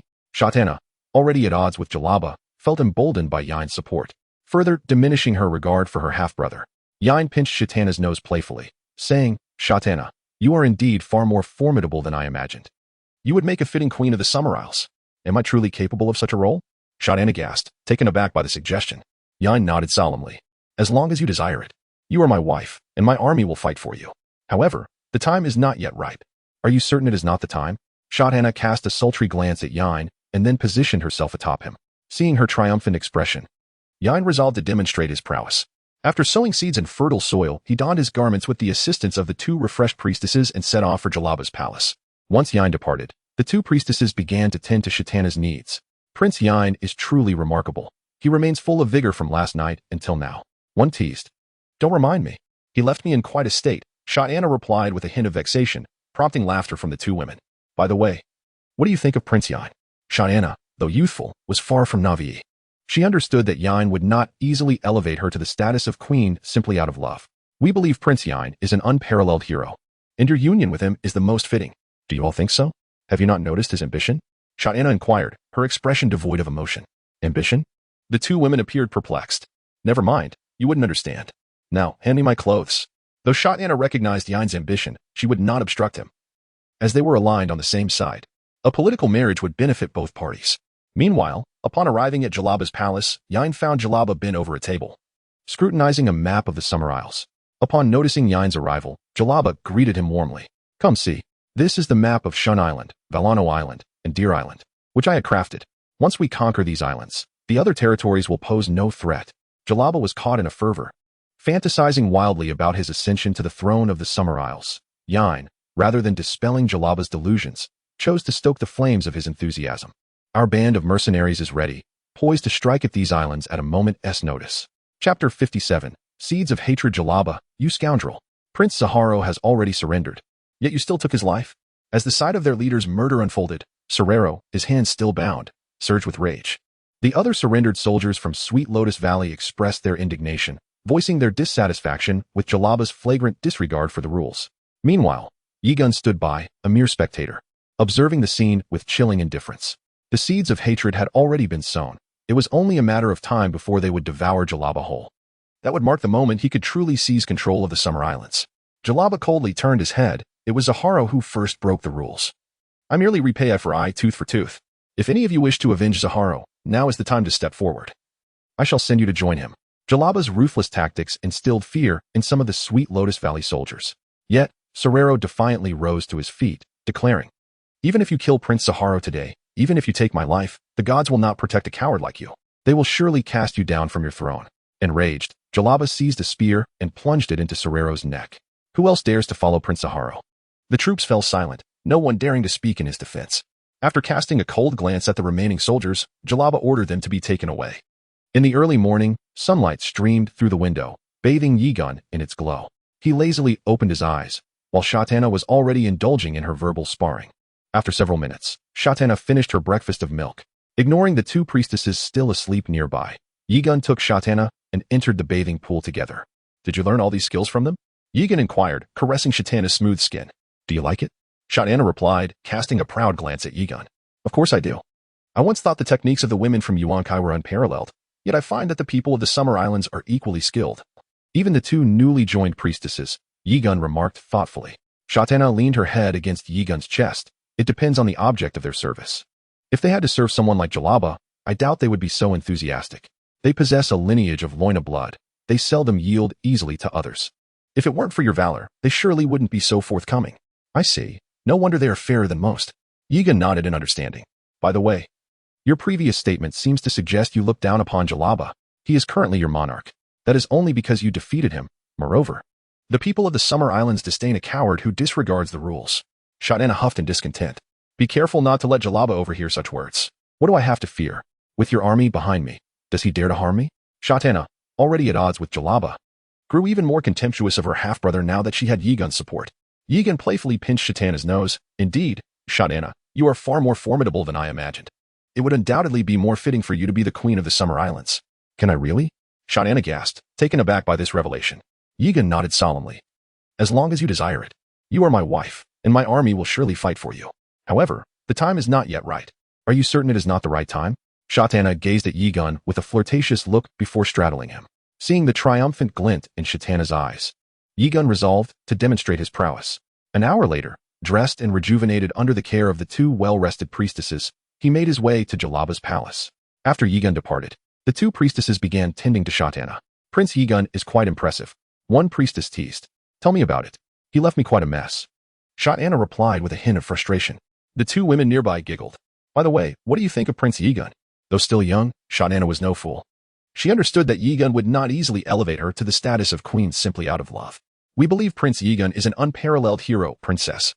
Your union with him is most fitting. Do you all share the same sentiment? Have you not noticed Prince Yigun's ambition?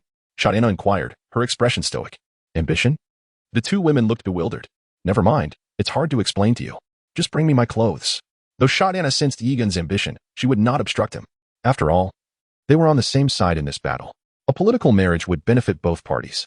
Meanwhile, upon Yigun's arrival at Jalaba's palace, he found Jalaba poring over a map of the Summer Islands.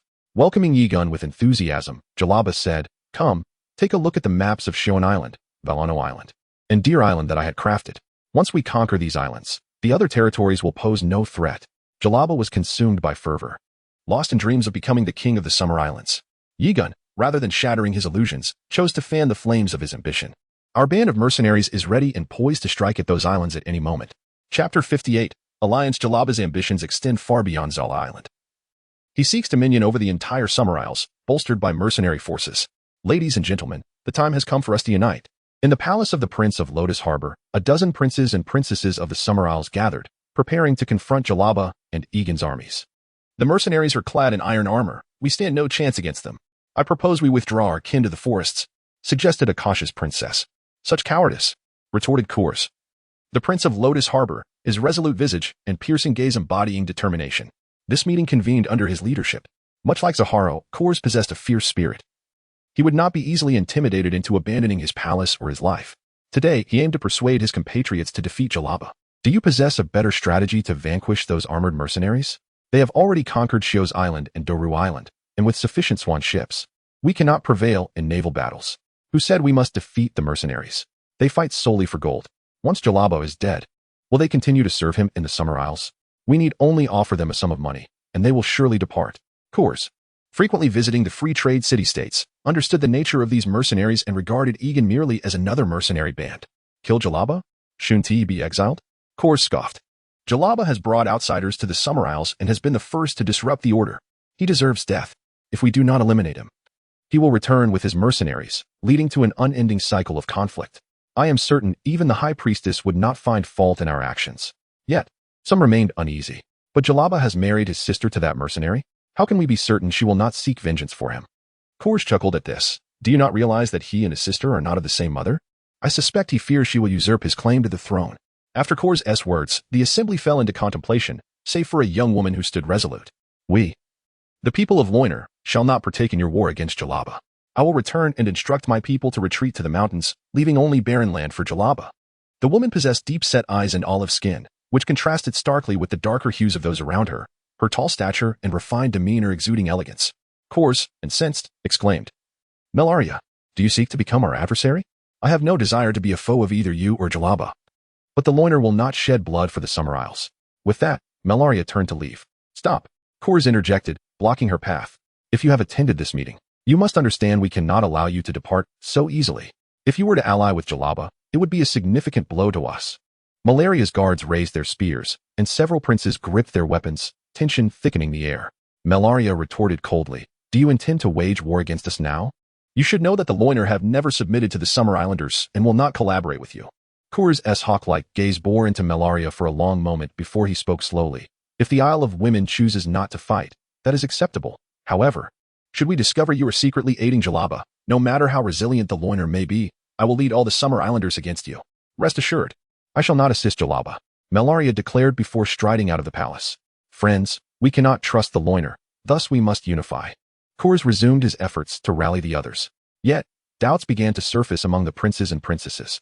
Without the Loiner's martial prowess, they feared their ability to defeat Jalaba.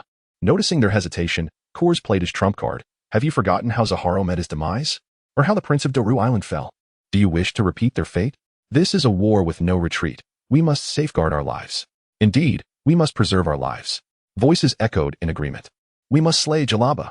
In this madness, Prince Kors, lead us in our actions. The atmosphere in the assembly ignited with fervor. After Melaria departed, she boarded a swift vessel and sailed away from the harbor. As Lotus Harbor faded from view, she commanded her crew to steer towards the Valley of Red Flowers. Should we not return? Her attendant queried, perplexed. Melaria smiled knowingly. Who said we were to return?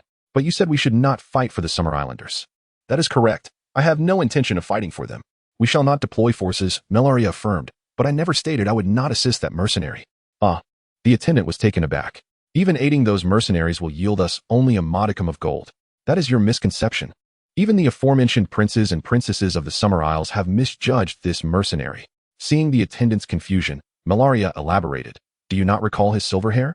He is of Valyrian descent, and Valyrians are born with the blood of conquerors. They would not abandon the rich land of the Summer Isles for mere gold.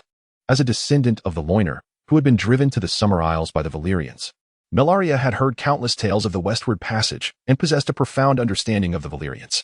The Summer Islanders' perception of Egan as an ordinary mercenary is their gravest error. Are we certain we wish to collaborate with him? The attendant still hesitated. Melaria's gaze hardened with resolve. The land of the Isle of Women is too barren. I must consider the livelihoods of all. Moreover, With the fall of the Valyrian freehold, it is time to set aside our enmity. Perhaps, through cooperation, we may return to our homeland. Chapter 59. The Alliance. After the successful conquest of Husey Island and Dolar Island, Aegon took refuge within the palace of Redflower Valley to recuperate. Jalaba had long fulfilled his promise, delivering a staggering sum of 150,000 gold coins into Aegon's hands, along with several chests of exquisite gems. Jalaba hoped to persuade Aegon to swiftly collaborate in his endeavors to conquer the entire Summer Isles. This gesture left Aegon feeling somewhat guilty for deceiving him. Should Jalaba ever uncover the ultimate truth, Aegon feared it might drive him to despair. Being a man of great kindness, Aegon resolved to keep the truth hidden, allowing Jalaba to meet his end in a state of blissful ignorance, or perhaps to be exiled. My Prince Aegon, these are the rewards and gifts from Prince Jalaba. You may count them at your leisure. Upon hearing this, Aegon stepped forward to examine the gleaming gold coins, similar to those of Lys. The coins of the Summer Isles bore the image of a goddess of desire, while the reverse side depicted the likeness of their legendary female warrior, Jantan Chi, who had put an end to the slave trade in the Summer Isles. Please convey my gratitude to Prince Jalaba, and inform him that my army shall soon mobilize to assist him in capturing Lotus Harbor, Aegon declared, sealing the chest with his foot. Jalaba's attendant, upon receiving this favorable news, expressed his heartfelt thanks and hurried back to inform Jalaba. No sooner had he departed than Shot-Anna emerged from within, embracing Aegon from behind. Are you going to be away for several days again? Aegon turned to hold Shot-Anna close, smiling. My dear Princess Shot-Anna, do you miss me? What do you think? When you left for several days, I had no one to talk to. Is it truly because of that you missed me? Were not Dory and the others there to keep you company? Shot-Anna's cheeks flushed instantly. You tease me. Haha, it's all right. This time I shall take you along to Lotus Harbor, Aegon said, affectionately ruffling Shot-Anna's hair. His current plans had reached a crucial juncture, and to ensure Shot-Anna's safety, it was prudent to keep her close. Even had she not been so attached, he would have insisted on bringing her along. Shot-Anna's face brightened with a joyous smile as she wriggled free from Aegon's embrace. Then I shall go prepare. Without waiting for Aegon's response, she dashed away. Just as Aegon stood in a moment of surprise, a guard entered the room. Captain, a merchant wishes to see you. He claims to have sufficient armor and weapons to sell us.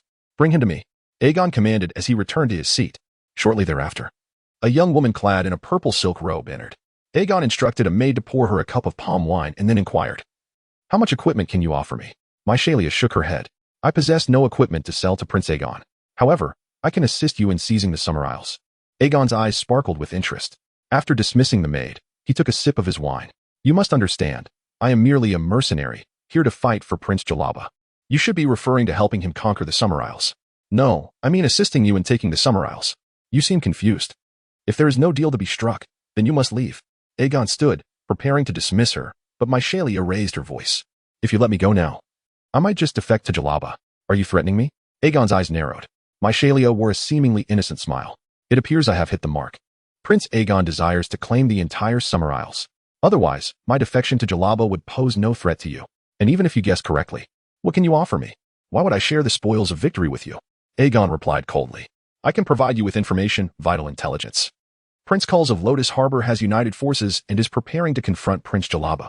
Aegon raised an eyebrow, realizing she must be a princess of the Summer Isles. However, her olive skin indicated she was likely from the island of Loina. This fits into my plans. Do you think this information alone grants you entry into my ranks? I could simply confine you here, and the Summer Isles would remain mine. Of course, it is not merely this information. Mychalia stood, asserting herself. Do not think that capturing me or eliminating me will compel my compliance. If I do not rendezvous with my guards tomorrow, they will relay your intentions to Jalaba. Is this a threat? Aegon appeared on the verge of anger. Since joining the Knights of the Round, few had managed to intimidate him as she had. No. It is merely a means of self-preservation, Mychalia responded with a smile. Seeing Aegon remain silent, she continued leisurely, in addition to the information I just shared. I can also manage Valano Island and Loina Island for you. Furthermore, you can have me. As she spoke, she undid her garments, standing before Aegon in a state of undress. Observing her composed demeanor, Aegon couldn't help but regard her with newfound respect. This woman indeed possessed a certain prowess. What do you seek? Aegon, still seated, sipped his wine unhurriedly. I wish for a parcel of land on Valano Island for our tens of thousands of Loina people. If possible, I also desire your guidance to return us to Essos, to our homeland. In return, my followers and I shall fight for you with our very lives. Aegon remained silent at first, rising from his seat. Mychalia, at that moment, felt the most anxious, silently praying that Aegon would acquiesce to her subsequent demands. Aegon approached her, tracing a finger across her chest, causing Mychalia to shiver slightly. To be frank, what you offer is merely your people, which initially seems a poor bargain. However, Your presence compels me to accept this deal. Aegon's forces were competent in battle, yet he lacked a strategist. This woman could seamlessly fill that gap. Though she harbored ambitions of becoming the Queen of Loina, she could also serve as one of Aegon's consorts. Upon hearing Aegon's agreement, Mysalia relaxed, casting a flirtatious glance in his direction. In her mind, Aegon was a highly suitable candidate for an alliance. His army could lift her people from the barren Loina Island, potentially even leading them back to the continent of Essos. Chapter 60. The trap. Shall I instruct my subordinates to regroup now? Mysalia inquired, cognizant that Aegon would not easily permit her return for the sake of information security. Consequently, she had not contemplated leaving upon her arrival. It is truly remarkable that you can engage in discussions so calmly at such a time. You are indeed a formidable woman. Aegon replied, we can discuss contacting your subordinates tomorrow. My army requires 2 days of rest regardless. As he spoke, he lifted Mysalia and carried her into the room. Who is she? In the room, Shotana observed Mysalia in Aegon's arms, her expression clouded with displeasure. Aegon gently placed Mysalia on the bed and promptly stated, she is Princess Mysalia, the leader of the Island of Women, and like you, she shall be my wife. Without waiting for Shotana to process this, he drew her close to Mysalia. You must learn to respect one another. Girls help girls, understand? The following morning, Mysalia awoke first. Seeing Aegon and Shotana still slumbering beside her, she feigned sleep once more. Eventually, Shotana and Aegon stirred awake. Shotana glanced at the still sleeping Mysalia and mused, in just a few days, you've acquired another wife. I wonder how many more sisters I will have in the future. Aegon, shifting his weight onto Shotana, teased, weren't you quite pleased last night? Besides, you cannot handle me alone. Shotana turned her head away, choosing silence, while Aegon embarked on his exploratory venture, diligently seeking a treasure route. Though Shotana had lost her base, she retained her composure and retorted, Mysalia is still asleep. She has long awakened. Did you not notice? Aegon chuckled, pulling the feigning Mysalia upright. An hour later, Mysalia, gritting her teeth against the pain, dragged her weary body outside to send a letter with the guards stationed outside. Meanwhile, Aegon, still bathing with Shotana, instructed her. You must not disclose Mysalia's existence, understood? Not even to Jalaba? Indeed, Shotana acknowledged, realizing the gravity of the matter. She had grown fond of the 2 years older Princess Loina, who had been quite amiable towards her. Moreover, the princes of the Summer Islands often had multiple wives, and she saw nothing amiss in Aegon's actions. In fact, his openness seemed less than that of the island's nobility, given that he had only recently summoned 2 priestesses from the Temple of Desire. 2 days later, Aegon's forces, alongside Jalaba's, set sail for Valano Island. Jalaba aimed to seize this island, the second most populous, in one decisive blow, instilling fear in the other princes.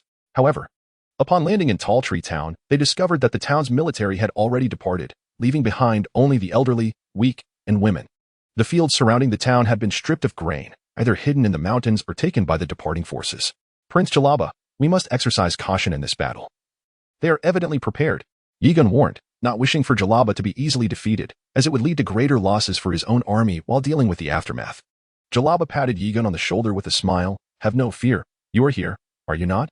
Your forces shall lead the assault on Lotus Harbor and the final town of Lamentation. We shall handle the less fortified Deer Island without ironclad ships. Jalaba recognized that this would be a tough battle, thus planning to send Aegon to tackle the most formidable challenges. He suspected the enemy was preparing for a decisive confrontation, yet believed they would not easily relinquish Lotus Harbor or Lamentation, given their towering walls and high population density, far surpassing that of Tall Tree Town. Aegon nodded. Very well. I will lead the forces to conquer those 2 great ports. Exactly. Aegon, these cities will soon belong to you. It is only fitting that you conquer them. For now, I will send troops to garrison Tall Tree Town. Once you have secured those 2 locations, the entirety of Valano Island shall be yours. Jalaba felt that his decision to bring Aegon into the fold had been astute. Otherwise, he would not only have failed to reclaim Red Flower Valley, but also lacked the opportunity to conquer other islands. His sacrifices amounted to a territory that was never his. Several 100,000 gold coins, and a sister he barely knew, an exceedingly profitable deal. Unbeknownst to him, he had completely fallen into Aegon's scheme. If he were to withdraw now and return to his role as the Prince of Red Flower Valley, he might still find peace. However, should he persist in opposing the other princes of the Summer Islands, the loss of Aegon's army would spell his demise. Regrettably, few can resist the allure of power, especially when Jalaba was reclaiming a throne once lost, intensifying his desire for control. He was unwilling to grant others the opportunity to usurp his position. After advising Jalaba, Aegon departed with his troops, while Jalaba did not linger in Tall Tree Town, leading his forces comprised of soldiers from Red Flower Valley and Sweet Lotus Valley directly to Deer Island. With no food left in Tall Tree Town for his army, he had to act swiftly. Just as Jalaba's fleet left the harbor, a swift vessel, hidden along the coast, sped towards Laughter Bay. 2 days later, Yegun's forces landed at Lotus Harbor.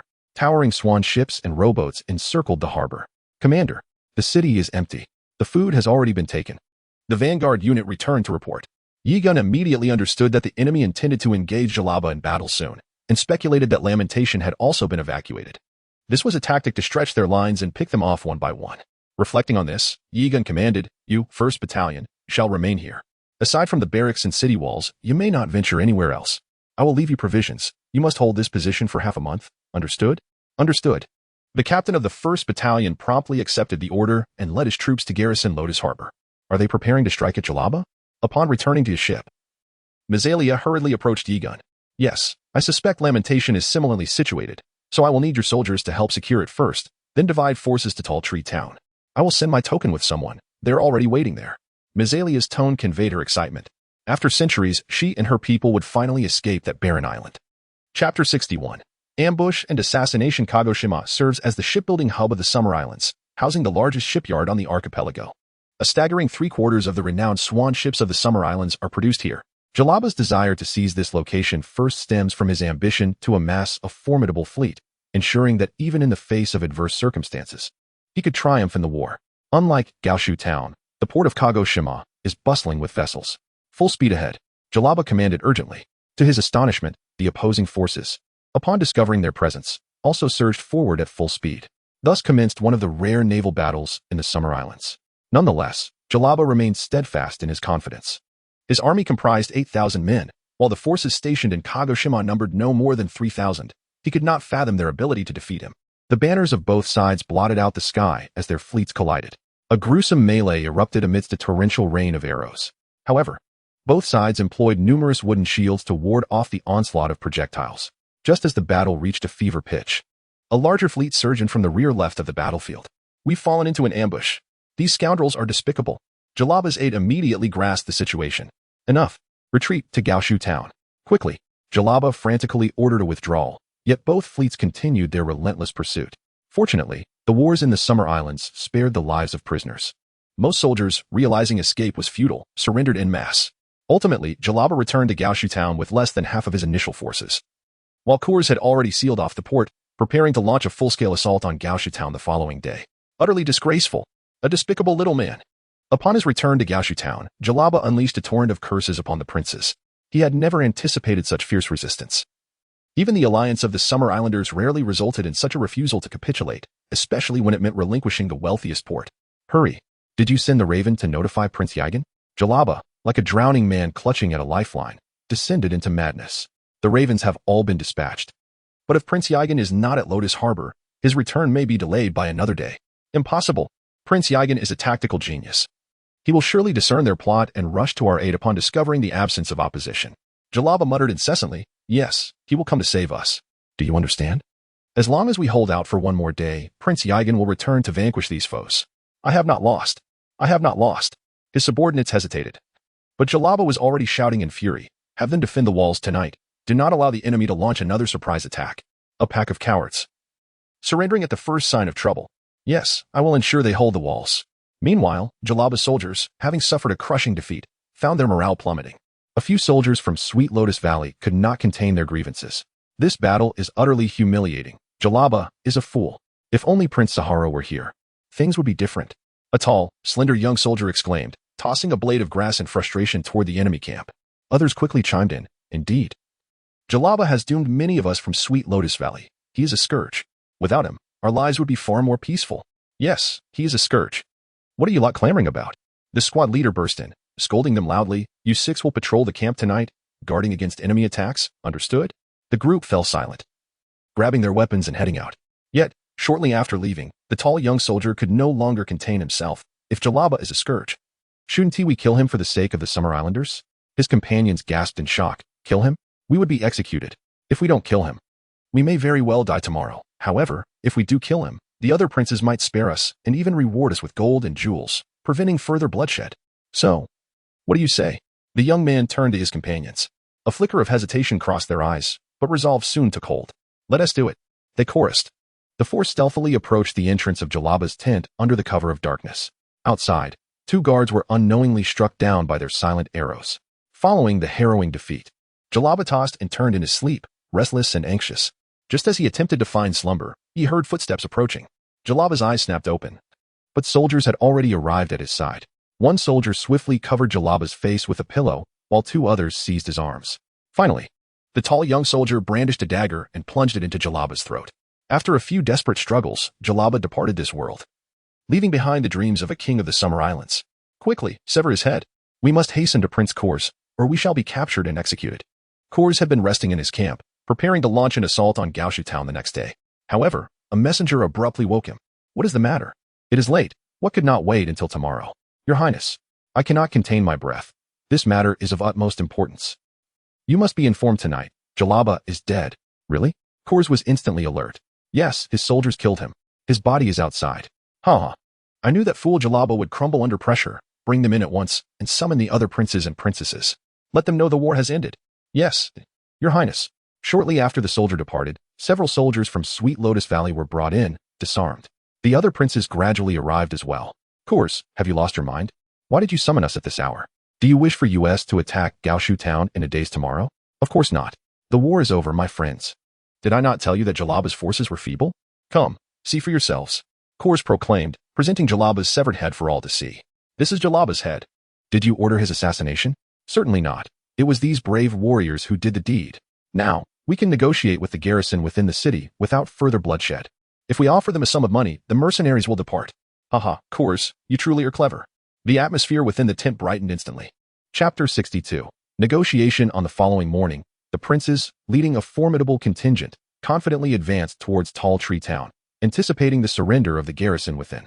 However, as they approached, they were taken aback to discover that the defenders had not acquiesced as they had envisioned. Instead, they stood resolutely upon the battlements, prepared for a fight. The expressions of the leaders shifted instantaneously to one of dismay, akin to investors who, buoyed by optimism, plunged into the stock market only to encounter a catastrophic crash. Kors, did you not assert that they would surrender? Yet, I perceive their resistance has only intensified. Kors was taken aback, his indignation palpable.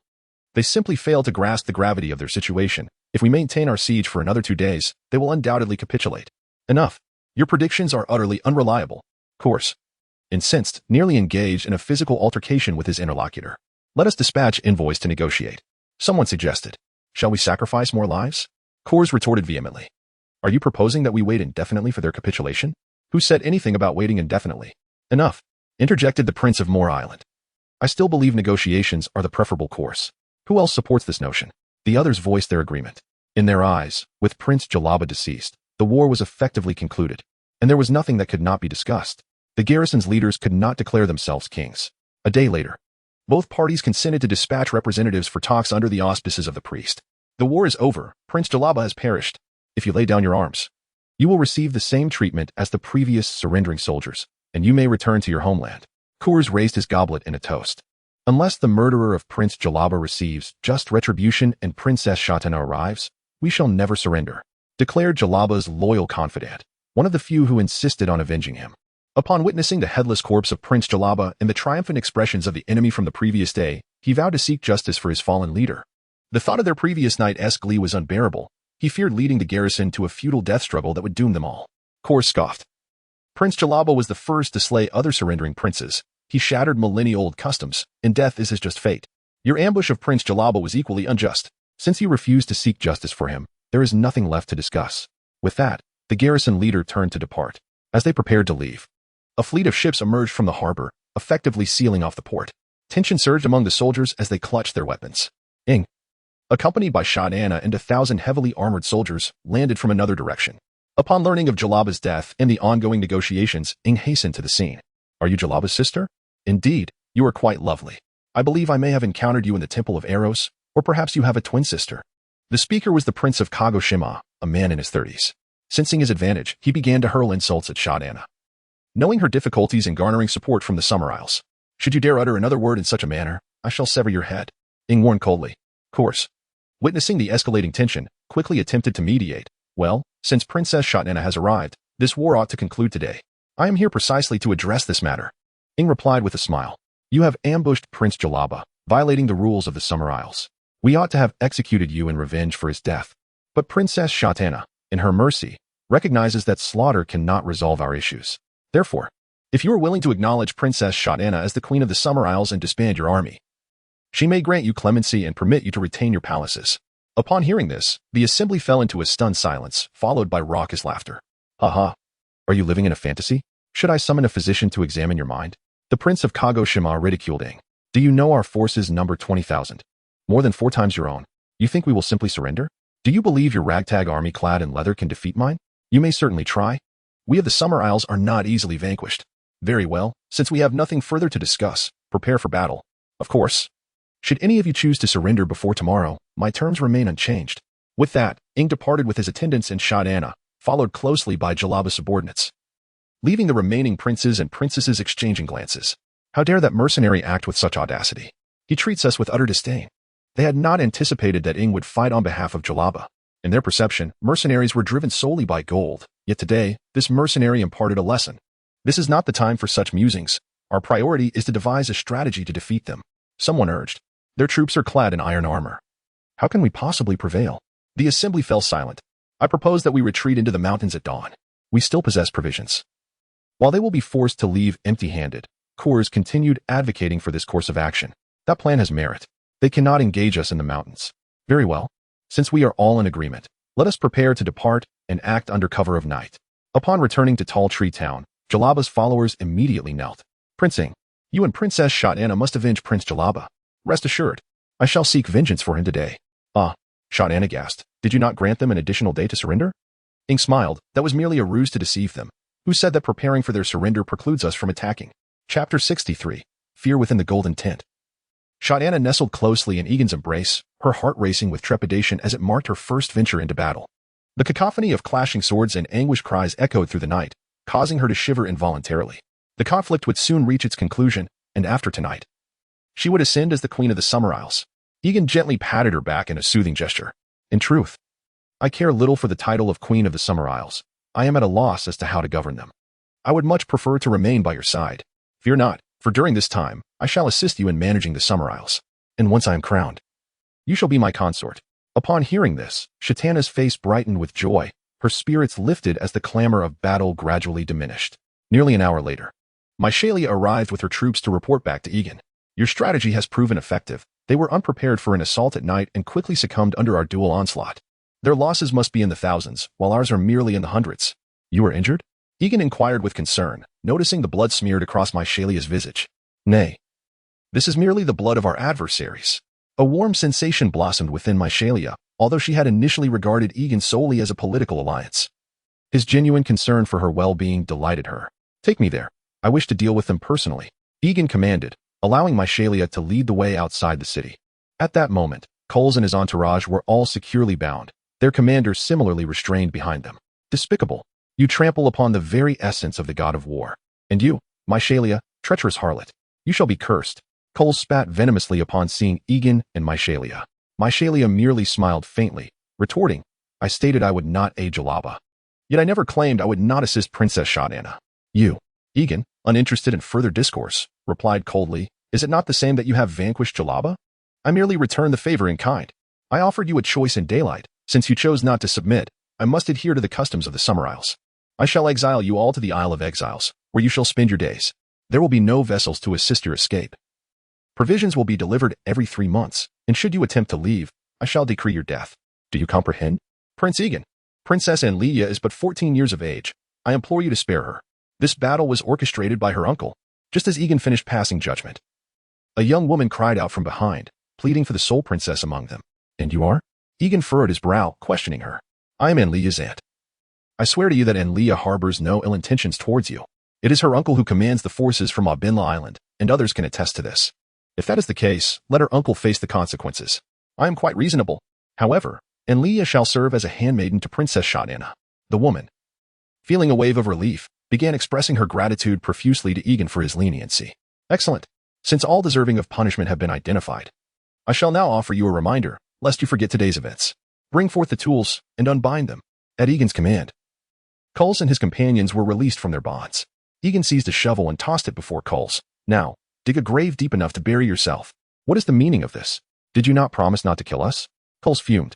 That was merely a suggestion of mine. The final decision rests with Princess Shatana. So, prepare yourselves. Dig. Egan's tone turned stern, and under the watchful gaze of armored soldiers, the unwilling captives began to dig. After a time, a substantial hole lay before them. Coles, now realizing the seriousness of the situation, begged, "Prince Egan, I vow I shall not return. I have a sister who would be left alone if I perish." Only then did Egan speak. "Princess Shatana has consented to my proposal. Thus, heed my warning. Do not even think of returning to your homeland, or I shall personally bury you in this very pit. Do you understand?" Egan's voice boomed, causing them to tremble in fear. "We understand," Coles replied, his voice now feeble. "Very well, bind yourselves and proceed to the dungeon. At dawn, I shall send you to the Isle of Exiles." "Prince Egan, what of those traitors?" A subordinate of Jalaba interjected. "Ah, they too must be identified and hanged, as punishment for slaying their own prince."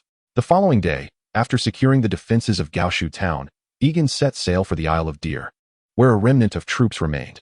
Upon sighting Egan's formidable army, the defenders of the isle surrendered without a fight.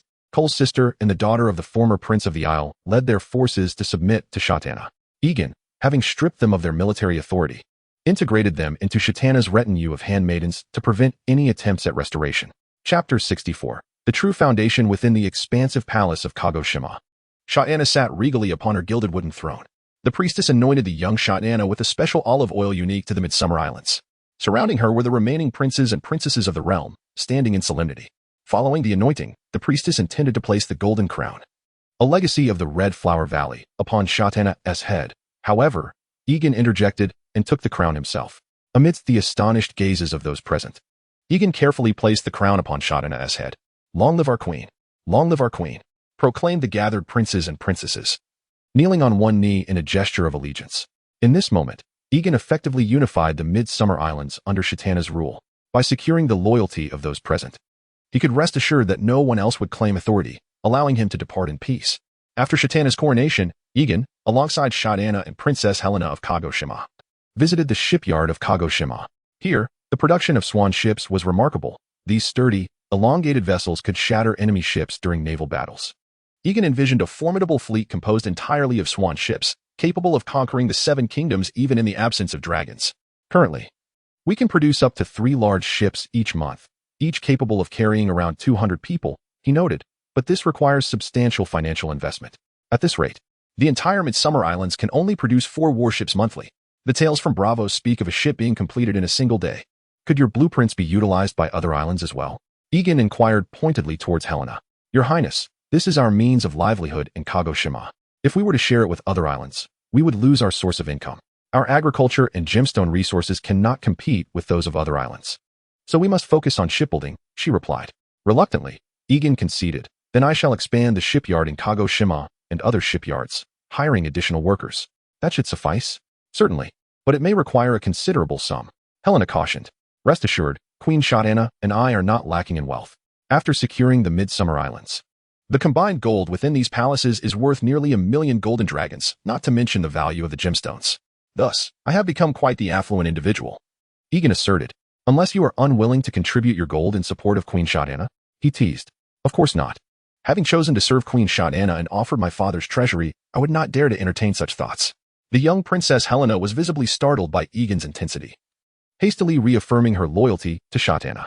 "Fear not. Your father was a warrior who fell in battle. We shall not extend the conflict to his progeny," Shatana reassured her. "I am not unreasonable. Your kindness shall be remembered. These palaces remain yours, and the royal family shall provide for your future sustenance, ensuring you are well taken care of."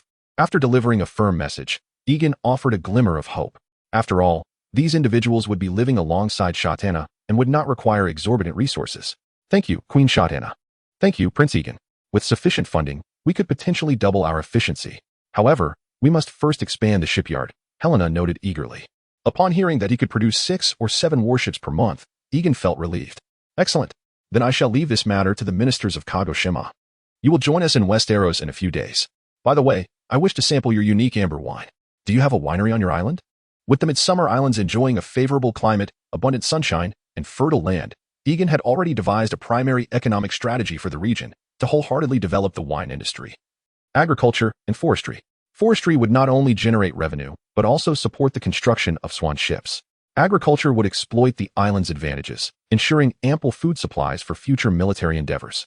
While spices could provide significant income, the wine industry, meanwhile, would serve as a pure revenue stream, as the nobility of the Seven Kingdoms consumed wine as if it were water.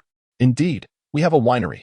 I can take you and Queen Shot-Anna to see it, Helena offered enthusiastically. Then lead the way. I can hardly contain my excitement. Egan responded, his enthusiasm palpable. The winery was not far, and as Egan approached, he was greeted by the enticing aroma wafting from within. Inside, barrels of fermented amber sweet wine were neatly arranged. Egan had previously sampled this sweet wine in the Red Flower Valley, but he now sought to compare it with the local offerings. While both delivered an explosion of flavor, he concluded that the Red Flower Valley's wine was sweeter, likely due to greater sunlight and higher sugar content. After deliberating for a moment, Egan made a decisive choice. You need not expand production here. I will have the wineries in the Red Flower Valley increase their output. I will leave 3,000 knights to protect the Midsummer Islands, alleviating your concerns regarding pirate attacks. Once the armored soldiers arrive from the Crimson Mountains to fortify you, my forces will withdraw. The Midsummer Islands had become Egan's most vital logistical base, the bedrock upon which he would build his power. He could not afford for it to face any threats, especially with the persistent presence of pirates. Thus, he would temporarily rely on the knights to maintain security. The pirates thrived due to the inadequacy of the island's defenses, while the knights, clad in iron armor, could easily subdue these marauders. Prince Egan, you and Queen Shot-Anna are true heroes to all the people of the Midsummer Islands. Chapter 65. The Golden Crown. After delegating the affairs of the Summer Isles to the princes of the islands, Aegon returned to Lys with Shot-Anna and others. His most pressing concern was no longer the pursuit of wealth, but rather acquiring sufficient armor. The current pace of iron armor production was rather sluggish, prompting Aegon to seek merchants from the free city-states for purchases. That evening, Shot-Anna and Mesalia could no longer withstand Aegon's fervor and chose to bring the young Princess Helena of Kagoshima and Princess Ines of Valano to him. Remembering the troubles caused by Ines's brother, Kulz, and the humiliation inflicted upon Shot-Anna by Helena's father, Aegon devoted himself particularly to both of them. Initially, there was some discontent among the two, but it soon faded away. A few hours later, they all succumbed to slumber. Mesalia was the first to speak. Now my sister count has increased by 2. What will happen if we all bear children? She had not previously contemplated contesting for status with Shot-Anna, for even if Shot-Anna's offspring could inherit the Summer Isles, they would only govern in Red Flower Valley. Meanwhile, her own children could continue to lead the Loinai people on Valano Island. However, with Helena and Ines now in the picture, the situation had indeed changed. Especially with Ines being the former princess of Valano Island, would her children inherit the entire island? Aegon tenderly caressed Mesalia's voluptuous form, stating, Your children shall inherit their respective lands, and their descendants shall inherit their father's territory. He was establishing a feudal system and a policy of bestowing favors. After all, once he conquered the entire world, maintaining control would be paramount. He could not entrust these lands to outsiders. Rather, it was far more stable to pass them on to his own descendants. As time passed, the lands bestowed upon the progeny of Aegon and other women would dwindle, while the throne secured by his children with Daenerys would remain steadfast. Upon hearing Aegon's arrangement, Mesalia fell silent, while Helena, still draped over Aegon, inquired, How should we address you then? You may all call me husband, or perhaps something else when we are alone. All right, husband, Helena whispered sweetly in Aegon's ear. You little enchantress, you've roused me again. Aegon gazed at Helena, flames of desire flickering in his eyes. The women of the Summer Isles proved to be even more alluring than Aegon's handmaidens.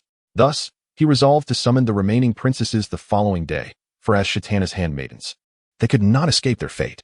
Yet we truly cannot bear it. Helena's eyes sparkled with mischief. What does it matter? Aegon responded, adjusting Helena's posture.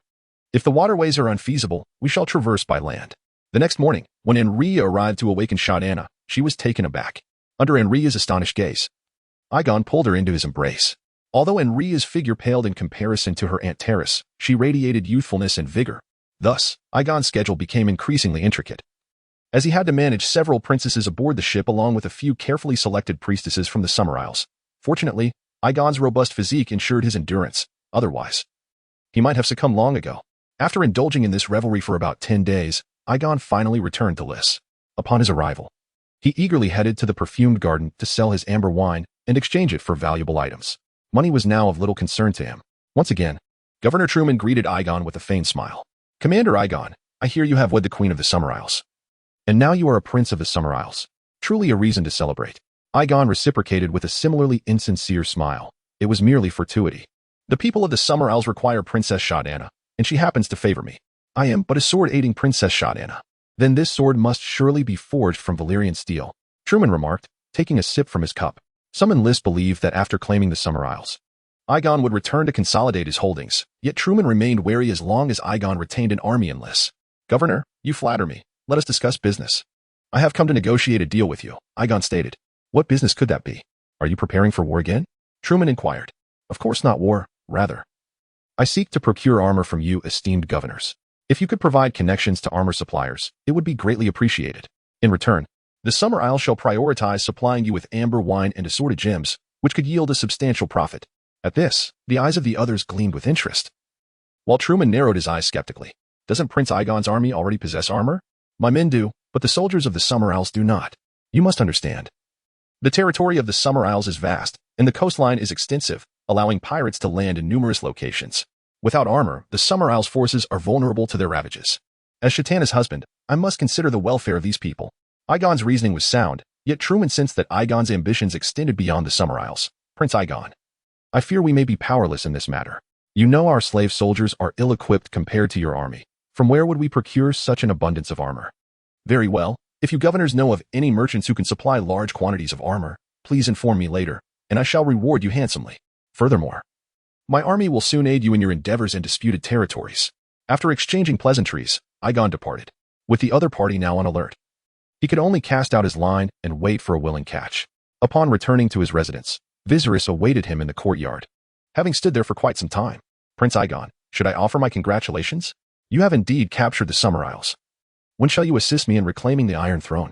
Aegon, seeing the foolishness of Viserys, resolved to address this matter soon.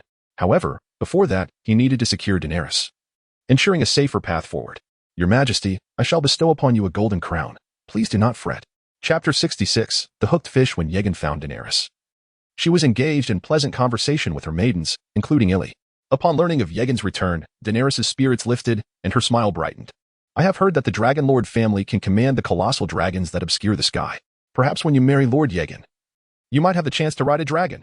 Illy and the others were oblivious to Daenerys' true identity, and upon hearing this, Daenerys smiled gently. Dragons? I have only heard tales of them.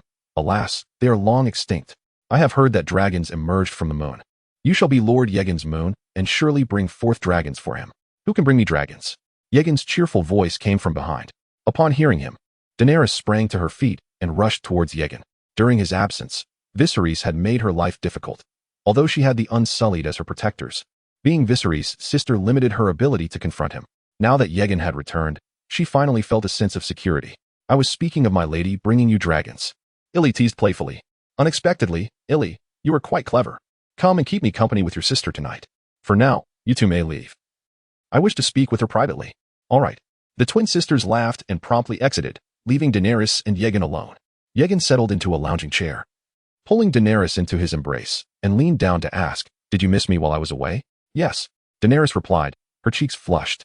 Yegan, captivated by her beauty, leaned in to kiss her. Moments later, he released her. I have heard you sought other princesses from the Summer Isles? Daenerys panted, breathless. The people of the Summer Isles are too fervent. However, you must understand that you will always be my most cherished one. Once I ascend to kingship, you shall be my queen, Yegan revealed, not intending to hide anything from Daenerys. After all, his actions were deemed reasonable in Valyria or the Summer Isles. Besides, if Daenerys could love both the Horse Lord and Dario, there was no reason she would abandon him, who was evidently more handsome. Have you counted how many women you have pursued? Daenerys gazed at Yegan with sultry eyes. Perhaps around 100? Why do you ask? Yegan inquired, intrigued. Is there a true dragon among them? Yegan understood her implication. Not yet. Then what are you waiting for? Daenerys responded and leaned in to kiss him. Yegan, compelled, swiftly carried Daenerys back to the room and kicked the door shut with his foot. After ensuring their privacy, Yegan kissed her again, one hand roaming to her bosom. Undress. Daenerys breathed heavily. Help me. Yegan quickly removed his own shirt and assisted Daenerys in shedding her garments. 2 hours later, nestled under the covers, Daenerys shyly murmured, Where did you learn all these techniques? Yegan continuously encouraged her to explore new positions, igniting both her shyness and desire. Illy and the others taught me. Is that not delightful? When they arrive, we can engage in more fun. Shall we dine first? You go ahead. I am rather fatigued and wish to rest for a while. Besides, I am not hungry. Daenerys yawned, confirming she was indeed sated from earlier. Yegan, seeing her state, said nothing further, dressed, and went out for dinner, planning to bring something back for Daenerys later. The following day, while Yegan was still entwined with Daenerys in slumber, a maid arrived with urgent news. Prince Yegan, Governor Tremens seeks your presence. He has business to discuss. Yegin immediately awakened. Deciding against breakfast with the maidens and hurriedly made his way. The meeting was not set in the perfumed garden, but within Trimon's opulent palace. The lavish surroundings, filled with servants and slaves, solidified Yegin's resolve to seize Lys. Tremond appeared lean, exuding a calm demeanor. Upon seeing Yegin, he greeted him warmly. Prince Yegin, it is good to see you. I sent someone to find you yesterday, but I was informed you had already turned in for the night. So I came this morning to summon you. Last night was hardly restful. I merely spent it training with Daenerys and the others, Yegin thought, yet kept this private. He cut to the chase. Is it true that you have news regarding the armor? Tremond took a sip of wine and laughed. Indeed, Prince Yegin. You cannot imagine the effort I have expended on your behalf. When the time comes, your amber wine and gemstones will be my priority for resale. Of course, rest assured. I shall not sell amber wine to anyone else in Lys. The market shall be yours alone. I knew Prince Yegin was a straightforward man. Come, let us toast to our friendship. Tremond exclaimed, downing his cup of wine. Yegin followed suit, while his guards remained still as statues. Governor, how many sets of armor can you provide me? Yegin inquired after setting down his cup. Prince Yegin, I do not possess that many sets myself. However, I have a friend who has an abundance of armor, and I am here today to introduce you to him. Tremond whispered to a nearby maid. Moments later, a rotund middle-aged man, accompanied by a striking young woman with golden hair and blue eyes, entered. Allow me to introduce you. This is Prince Trig of Amorin. And this is Prince Yegin, Tremond announced as he facilitated their introductions. Yegin recognized the man before him as the corpulent lord of Bear Island, Jorah Mormont, and the stunning woman by his side was undoubtedly Jorah's wife, Lynesse Hightower. The trading princes of Lys did not require the same sacrifices to the sea gods as their counterparts in Pentos, yet they wielded no administrative power. Thus, Trig Amorin, though affluent, could not be compared to Yegin, who held actual authority. In Yegin's presence, Trig did not attempt to boast. Upon sitting, he respectfully stated, I hear from the governor that Prince Yegin is in search of armor. Chapter 67. A new journey. I require a substantial quantity of armor. I wonder how much you can provide? Aegon inquired, taking a sip of his drink. He sensed that the other party might demand an exorbitant price, yet he remained indifferent. The enemy stockpiles provisions while I stockpile arms. They are my granary. Once my forces are adequately equipped, no matter how much gold they possess, it will ultimately belong to me. As for Lynesse Hightower, I shall ensure her well-being and might even utilize her to exert influence over the Hightower family. Trig Amorin did not provide a direct answer, but instead asked, how much armor does Prince Aegon desire? The more, the better. I could consume even tens of thousands of suits. Aegon replied. Currently, he had about 1,000 members of the Knights Brotherhood yet to be outfitted. And after arming the nearly 1 million inhabitants of the Summer Isles, excluding those needed for its defense, he could still muster nearly 10,000. Aegon could not lead them into battle clad in mere leather against the elite knights of Westeros. Prince Aegon is jesting. How could a mere merchant possess tens of thousands of suits of armor? Then how many can you provide? Aegon asked. I happen to have nearly 2,000 chainmail suits available, which I can sell to you at 25 gold coins each. As for plate armor, that would require Prince Aegon to seek skilled artisans himself, as it must be tailored to fit. However, if you provide me with the measurements, I can certainly assist you in finding enough craftsmen to create them. Trig laid out his terms. Aegon quickly understood that this fellow was likely making a living through the resale of armor and possessed connections to craftsmen from other trading city-states. His desire to absorb Trig intensified. He was unconcerned that the price for the chainmail was slightly above the usual rate and readily agreed to all the terms. I can have 50,000 gold coins delivered to your residence shortly. I hope by then, my Lord Trig, you will have prepared the armor I require. If this collaboration proves fruitful, I shall continue to procure plate armor from you in the future. Haha, I knew Prince Aegon was a straightforward man. Come, let us toast to this fortuitous transaction, Trig exclaimed, raising his cup in exuberance. Sitting beside him, Lynesse Hightower. Upon witnessing Aegon parting with tens of thousands of gold coins without a flicker of hesitation, cast a coy glance in his direction. She had left Jorah Mormont seeking a better life, and now, comparing Aegon to the rotund man beside her, she felt a stir of interest towards Aegon. Aegon did not linger at Trig's residence for long. After completing the transaction, he proceeded directly to the military camp. Time was of the essence. He needed to prepare swiftly for the impending conflict and secure an island in the Stepstone Archipelago. This way, when he returned to King's Landing, he could continue to keep Robert in check. The essence of fishing lies in the art of catch and release. If he did not offer Robert some incentives, he would certainly not easily grant Aegon such favorable treatment again. Upon arriving at the council hall, Aegon found Will and Messaria already gathered. Once everyone was present, Aegon articulated his plan. I summoned you all to discuss how we can seize the 2 islands of the Stepstone Archipelago at minimal cost. Seize the Stepstone Archipelago? Will exclaimed. Have we received another business opportunity? Not exactly. This time, You all will be fighting for me, but I assure you the bounty will remain substantial. As Aegon was the sole voice in the Knights Brotherhood, and will had no aspirations for power, Aegon's decision faced no opposition. Our objective is to capture the southernmost island, Torture's Depths, and the southwestern island, the Grey Gallows. These territories are relatively easy to defend, and our garrison can provide mutual support. My lord. The remaining pirates at Torture's Depths are holed up in caves, while those at the Grey Gallows can fortify themselves within a fortress built by their kin. Capturing these territories will not be straightforward. Aegon's subordinate furrowed his brow. I have considered this. We need not mount a full frontal assault. We possess the Valyrian longbows, which have a longer range than theirs, and our armor is far sturdier. They will undoubtedly hesitate to confront us head-on. Once we land, we can encircle them. They cannot remain holed up forever. We can initiate negotiations for their surrender, starting with the pirates at Torture's Depths. We still have hundreds of those who surrendered back then. Do we not? I believe this plan is feasible. However, we must prepare ample provisions. Miss Arya nodded in agreement with Aegon's strategy. Naturally, I currently have more than enough of those supplies. Aegon declared. Since there are no objections, let us return and make preparations. Once ready, we shall depart immediately. With that, Aegon ordered ample arrows and provisions to be prepared, even bringing a significant amount of timber. The following day, Aegon's grand army set forth, heading straight for Torture's Depths. Upon sighting Aegon's imposing fleet approach, the pirates immediately retreated into their caves, hiding their unmovable vessels in the gorges. The longships that could be moved were dragged into the caverns. Prepare the timber. Archers, suppress the cave entrance. Aegon commanded calmly. The archers wielding Valyrian longbows began to unleash a rain of arrows upon the entrance, keeping the pirates inside from lifting their heads. Meanwhile, Aegon quickly positioned a significant amount of timber at the mouth of the cave. Taking advantage of the calm sea breeze, Aegon dispatched the previously surrendered pirates to the cave entrance to begin negotiations for their surrender. Chapter 68. The fire attack. With nearly 2,000 troops stationed under the command of Aegon, the pirate leaders sent to persuade them to surrender entered the cave without incident. Garrett, you cowardly wretch, dare you return? Do you not fear that I shall eviscerate you? The speaker was the newly appointed pirate king, Gyros, whose thick black beard lent him a fearsome visage. Upon seeing Garrett, who had come to negotiate surrender, Gyros was consumed by fury and drew his sword, pressing it against Garrett's shoulder. Garrett displayed no signs of panic. Instead, he chuckled lightly. Gyros, I never imagined you would ascend to the throne of Pirate King. However, I urge you to reconsider. Should you kill me, the opportunity for negotiation would vanish, and all within this cave, including the hundreds of men, would perish as a consequence. Are you threatening us? Do you think we, like you, are devoid of courage? Gyros retorted. Our cave shelters enough provisions to sustain us for a year.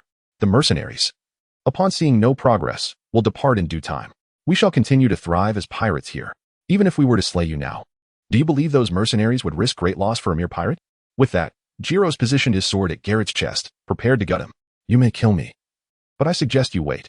After all, you have not yet heard my terms. Should you still wish to slay me after my explanation, I shall accept my fate without resistance. Garrett remained unperturbed, continuing to address the assembly. Furthermore, even the most impregnable fortress can be breached. How do you know that Lord Aegon lacks a means to infiltrate this place? His words incited laughter among the pirates, and one who had previously held animosity towards him mockingly exclaimed, Garrett, you surrendered to mercenaries, and now you dare to address him as Lord. You might as well castrate yourself, for you are of no use. Garrett ignored their jeers, his gaze resolute upon Gyros. Gyros raised his hand to silence the crowd, his voice icy as he warned. If your forthcoming words displease me, this blade shall surely pierce your heart. Fear not. I am certain your words will resonate with the crowd. The terms laid forth by Lord Aegon are exceedingly generous. Should you lay down your arms and pledge your allegiance to him, your transgressions shall be forgiven, and your treatment shall align with that of other soldiers. No longer shall you be confined to these caves. In times of peace, you shall live normally. But there is one condition. You must obey the commands of your superiors without question, and acts of rape, robbery, or murder against civilians are strictly forbidden. You shall not resume your piratical ways unless commanded by Lord Aegon. Superiors? Gyros queried, skepticism etched upon his features. After contemplating Garrett's conditions, he wavered, eager to negotiate further. Indeed, your direct superior shall be me, Garrett proclaimed, lifting his chin defiantly. Are we not permitted to form our own crew? Gyros pressed. Certainly not. Then I shall slay you and negotiate with the mercenaries, Gyros declared, moving to strike, but Garrett, anticipating the action, stepped back and shouted, Do you wish to doom these 300 men for your selfish desires? The other pirates, initially inclined to assist Gyros, suddenly hesitated, realizing the gravity of the situation. In that moment of stalemate, a thick plume of smoke billowed from the cave entrance. The wind blew it directly towards them, engulfing the chamber in chaos. Seizing the opportunity, Garrett bolted for the exit, his hands raised in surrender, as Egan had ordered no arrows to be loosed. Meanwhile, the pirates within the cave descended into disarray. Despite Jiro's attempts to restore order, his efforts were futile. "Let us surrender. We shall receive favorable treatment," cried one pirate, prompting an immediate response from the others. The cavern, once spacious, now felt confining, and although there were other means of escape, their resolve had crumbled. The smoke was the final straw. One by one, the pirates cast down their weapons, raising their hands as they rushed toward the exit, shouting their capitulation. In less than half an hour, over 300 pirates emerged from the cave. Even Jiro's, resigned to his fate, relinquished his weapon and chose to surrender. Egan, clad in heavy armor, approached the assembled pirates to accept their submission and subsequently ordered the confiscation of Jiro's and the other leaders' assets to fund military expenses, which would later be distributed among the other pirate soldiers. Though their wealth was modest, only a few tens of thousands of golden dragons, Egan sought to gain loyalty through shared fortunes. In the future, when conquering other pirates, their leaders would undoubtedly resist fiercely, but their subordinates might not share the same fervor. This strategy was akin to distributing land among the peasantry. Egan always opted to unite those willing to stand together. Moreover, his actions were justified, for the pirates' wealth had been ill-gotten. Though Jiro's and his cohorts harbored grievances, they dared not voice them, as their lives hinged precariously on Egan's whims. Egan took note of their unspoken resentment, covertly instructing Garrett to remain vigilant against them. After fracturing the unity of the pirates, Egan commanded that all 300 be returned to Riss, where they would undergo indoctrination and training before joining the battlefield. Chapter 69. Rebellion after conquering the Torture Abyss. Egan dispatched 200 previously surrendered pirates to defend the area while leading the remaining troops towards Grey Gallows Island. Grey Gallows Island is the second largest island in the Stairway Archipelago. The pirates had once constructed formidable fortifications on this island, only to have them repeatedly destroyed. After the Kingdom of the Three Daughters took control, they restored the fortifications and began charging exorbitant tolls to passing ships, trafficking women and children into brothels. This continued until the Ranger Prince Damon, accompanied by his army and a dragon, laid waste to the place. The current fortifications are those rebuilt by the previous batch of pirates atop the original castle. At this moment, the pirate leaders within the fortress were in a state of uproar. They were incensed by Egan's terms of surrender. Yet they feared that refusing to capitulate would lead their own soldiers to bind them and deliver them to Egan by nightfall. That would surely spell their doom. Voluntary surrender and forced surrender are not treated the same. Why panic? Cannot you all sit down and contemplate a strategy? Do we not still have over 1,000 troops? The pirate king seated at the head of the table bellowed in frustration. King Adder, the crux of the matter is that the mercenary possesses thousands of soldiers. We stand no chance of winning this war. A small leader lamented, his face contorted in worry. I believe we should unite all the pirates of the Stairway Archipelago. Otherwise, we will be defeated one by one. Agreed. If we do not unite, that legion will sweep away all our riches. The others chimed in. Yet, our greatest trouble is the immediate siege. If we do not eliminate the soldiers outside, we cannot notify the other pirate kings. Although King Adder wished to inform the other pirates, they were rivals, always scheming to devour one another.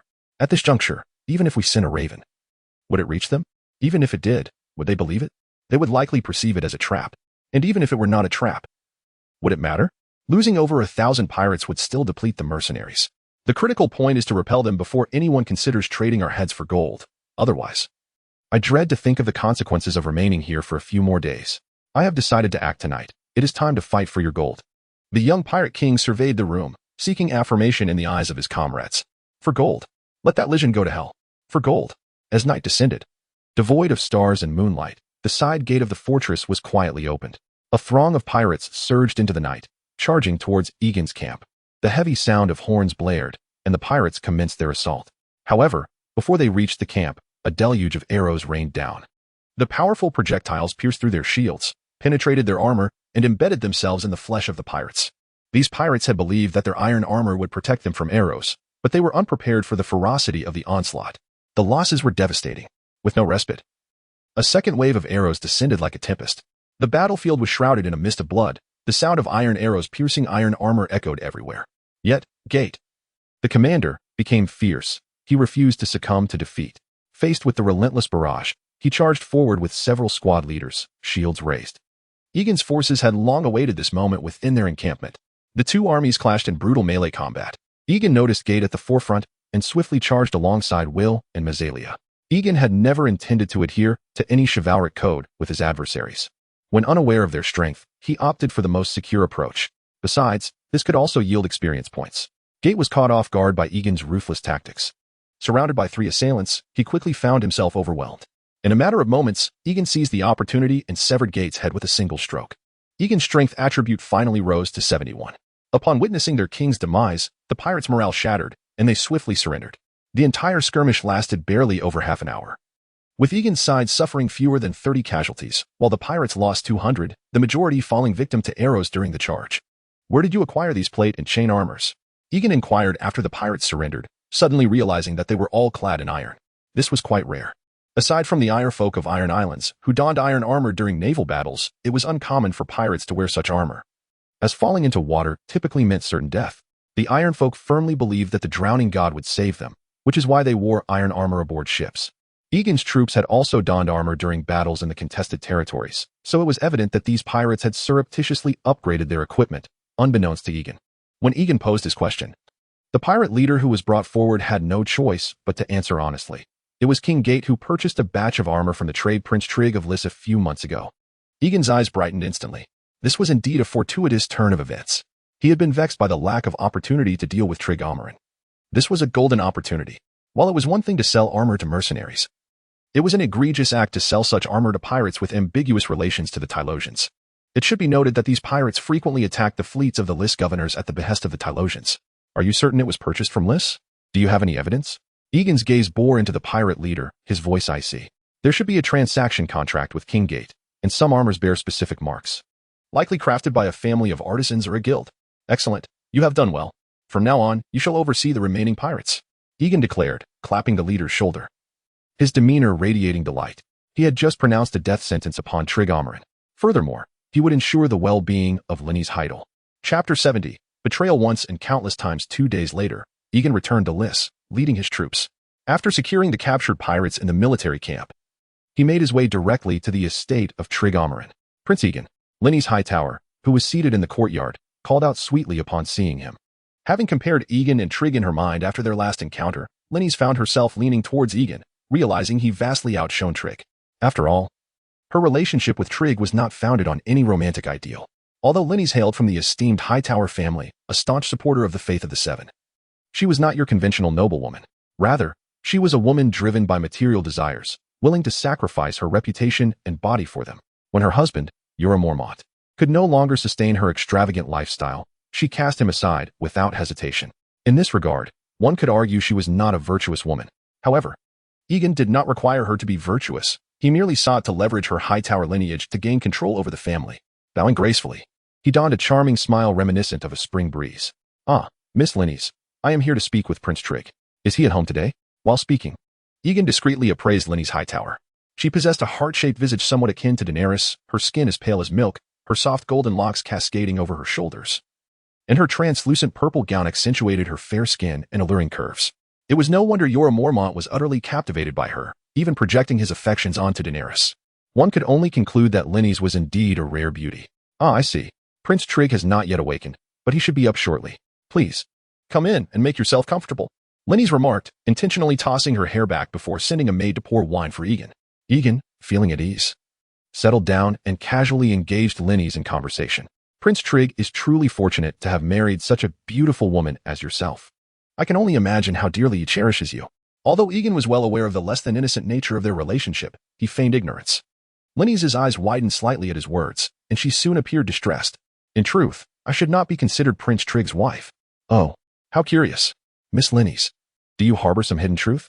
Egan feigned surprise, his eyes wide with feigned innocence. Linny's, cautious, sent the maid away and, with tears glistening in her eyes, lamented. Prince Egan, I was forcibly taken by Trig. I was the wife of Lord Ura Mormont of Bear Island in Westeros. A year ago, Trig, lusting after my beauty, seized me. My husband, Ura, was too weak to challenge Trig's soldiers and abandoned me here. As she spoke, tears streamed down her face, embodying the essence of a victim. Egan inwardly marveled at her performance. Had he not known the narrative, he might have been swayed by her act. Is that so? I find Trig utterly despicable. I shall duel him on your behalf. Linny's was taken aback by Egan's declaration, quickly interjecting, No, Prince Egan, I know of your formidable strength. But Trig has other allies in Lys, and he is cunning. I fear for your safety. Without you, I would be trapped under his control for life. As she spoke, she took Egan's right hand in her soft grasp, deliberately closing the distance between them. Egan was astonished. This woman was indeed adept.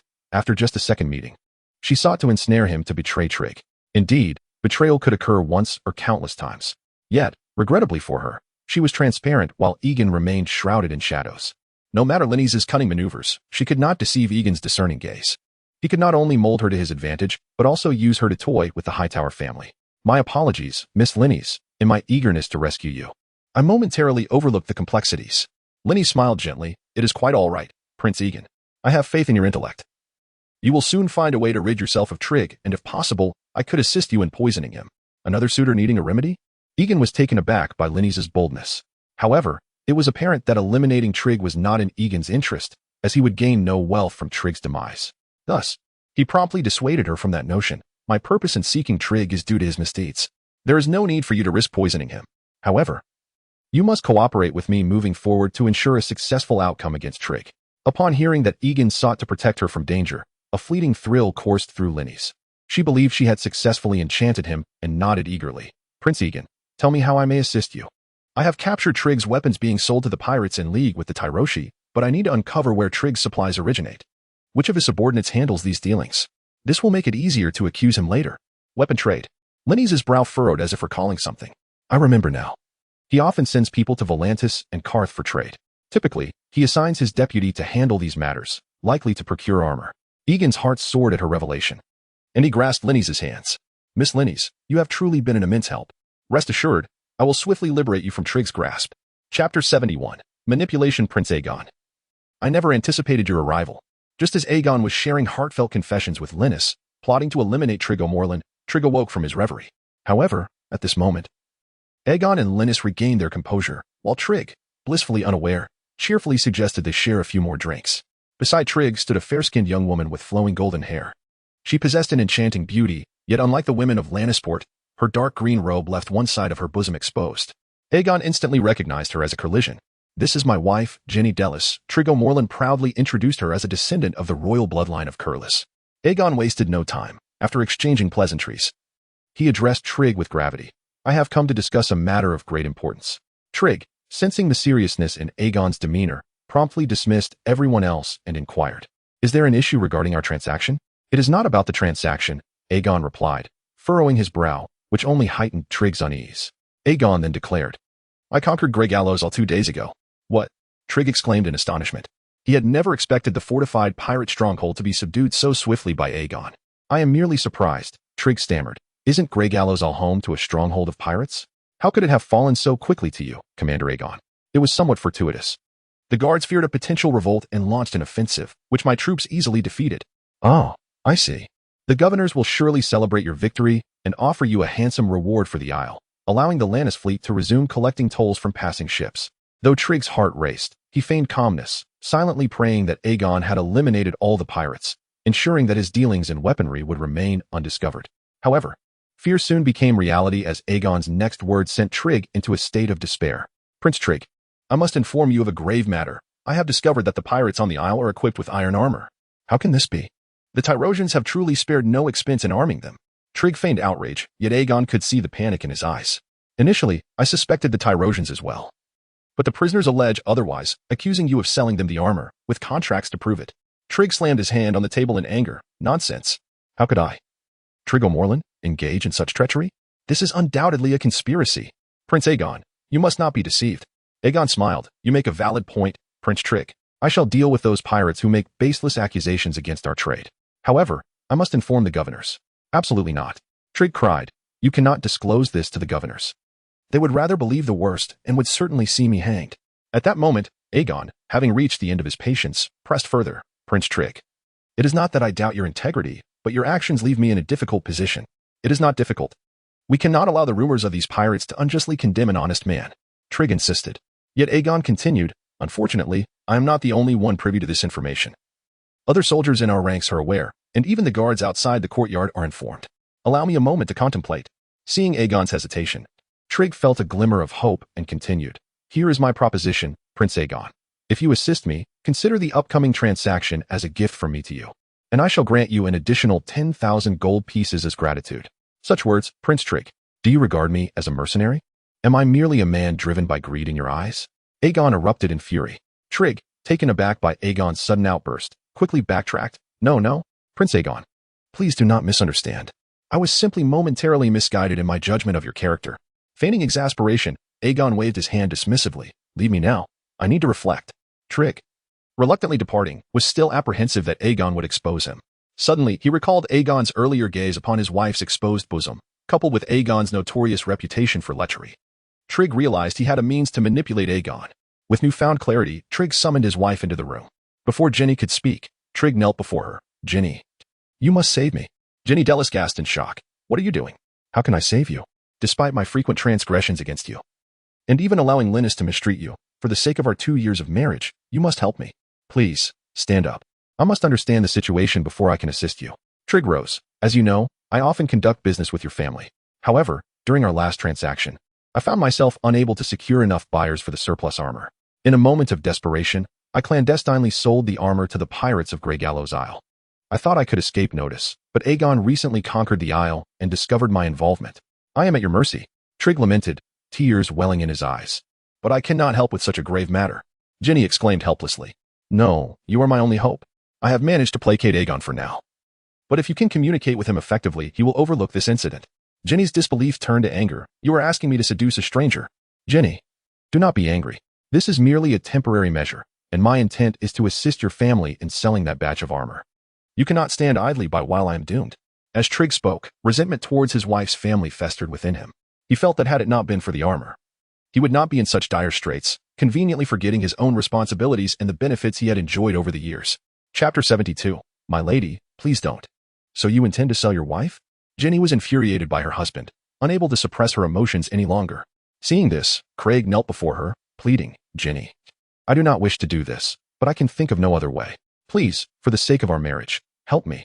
Instead of responding directly, Ginny shot back. Did he send you here? Craig instinctively wanted to shift the blame to Egan. But he realized that such a move might provoke his wife's resentment and ruin everything. Thus, he shook his head. How do you know he would be tempted by me? He certainly would. Did you not notice the way he was staring at your left breast? Ginny, you must assist me. If I were to be hanged, many would covet our possessions. Even my cousins might come after them. You would not fare well either. Think of yourself, will you?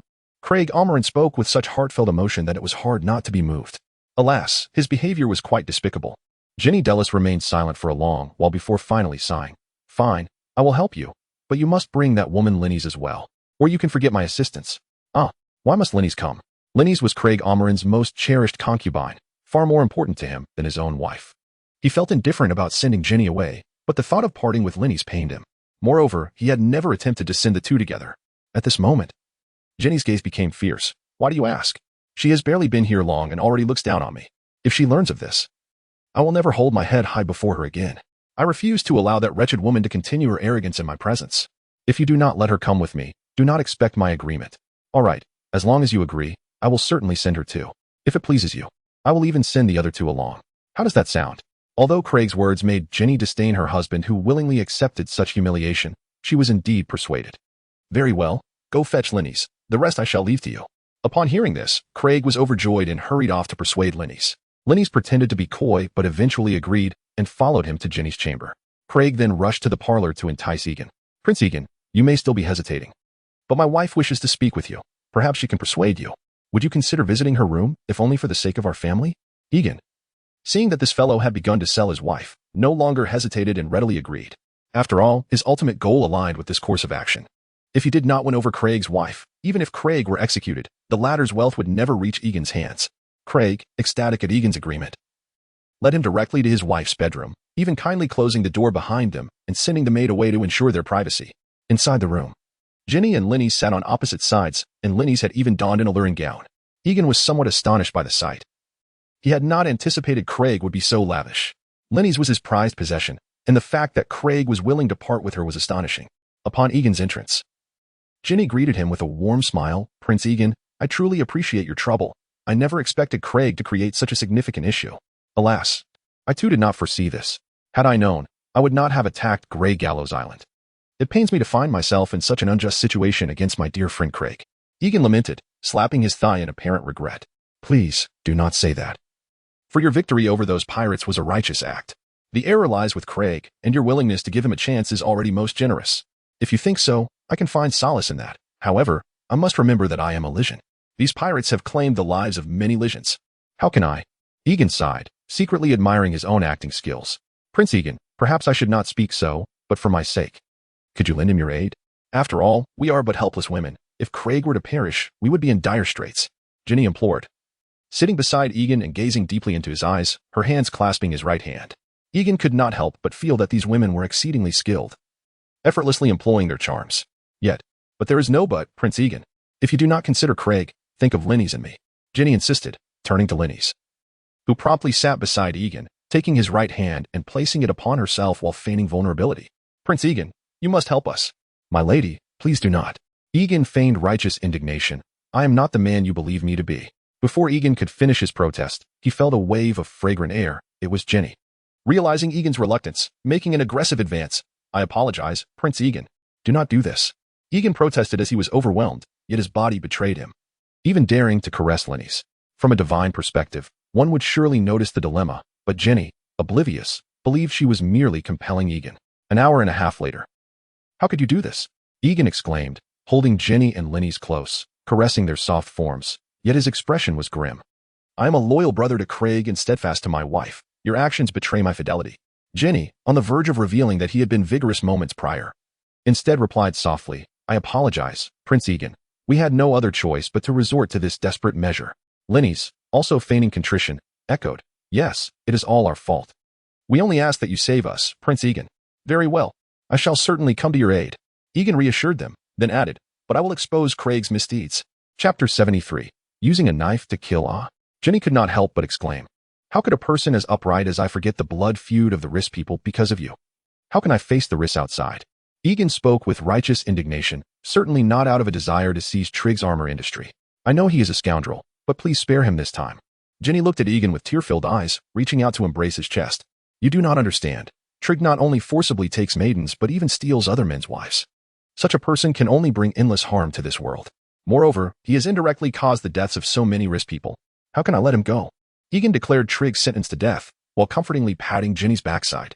However, this is Trigg's wrongdoing and cannot be blamed on you. I will still help you. Seeing that Trigg was to be executed, Ginny, not wishing to hang her hopes on him, immediately pleaded, then I must rely on you, Prince Egan. My companions and I are counting on you.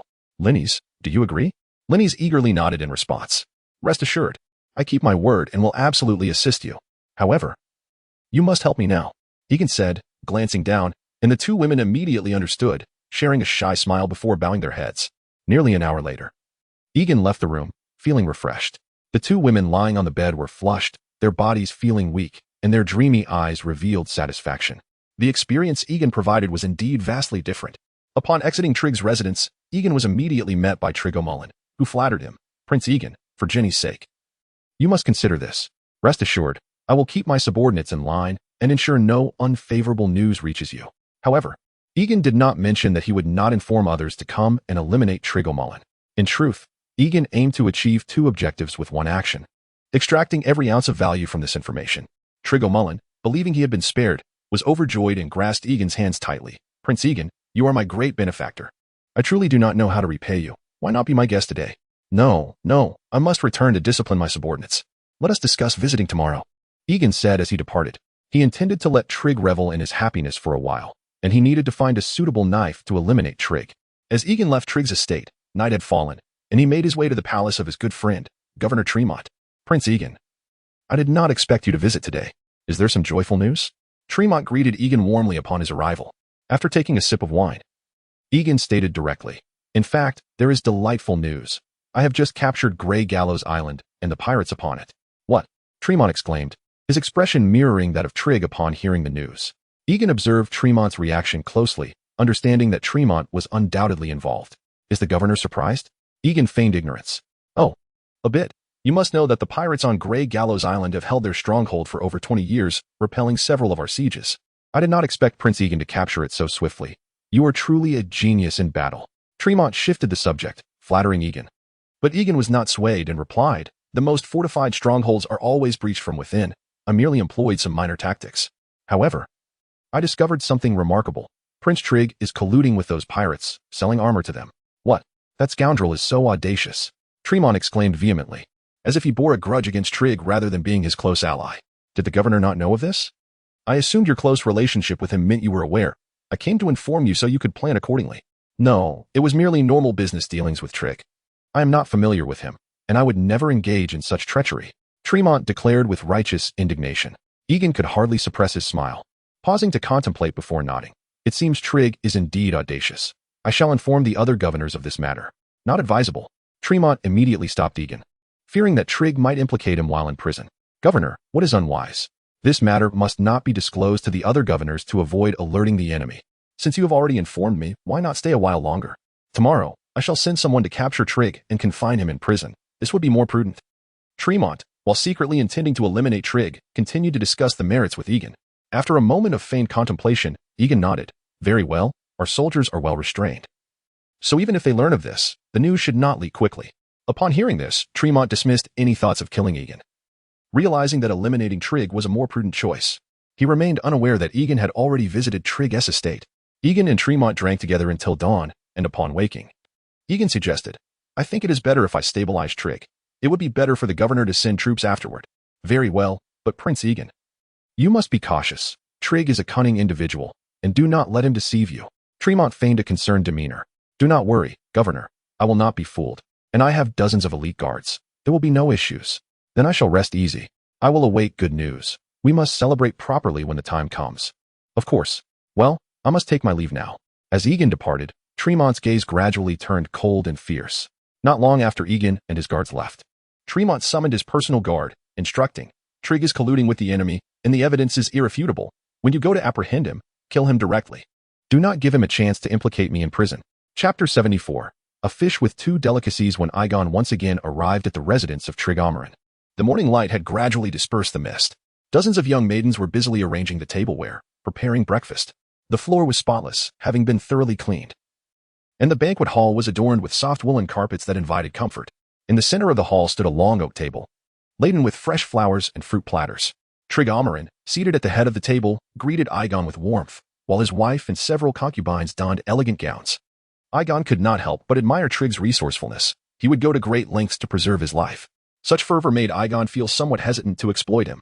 However, the one he truly wished to eliminate was his good brother, Tremond, not Igon himself. With this thought, Igon felt a sense of justification. Furthermore, he would indeed avenge Trig, which led him to consider himself quite the virtuous person. After the maidens poured Igon a glass of exquisite white wine, Trig raised his cup in celebration. Prince Igon, let us toast to your bravery. Following Igon's assurance from the previous day, Trig was under the impression that it was his wife and concubines who had seduced each other. Thus he was in particularly high spirits. He even contemplated sending his other two concubines to entice Igon further, believing that such camaraderie would elevate his own status. As a merchant, he placed little value on the chastity of his concubines, even willing to offer his most cherished one, Lenny's Hyder. Igon, upon hearing Trig's toast, downed the drink and refilled his glass. This toast is in gratitude for Prince Trig's generosity and warm hospitality. Trig erupted into hearty laughter upon receiving Igon's toast. Ha ha ha, Prince Igon, you are too modest. Come, come, let us savor the specially prepared cheese and strawberry milk. The others present smiled eagerly at Trig and Igon's brotherly demeanor, fearful of incurring their displeasure. However, the smiles of Jenny and Lenny's bore a hint of awkwardness. Once they had satisfied their appetites, Trig whispered a few words to his other two concubines, who then turned and returned to their chambers.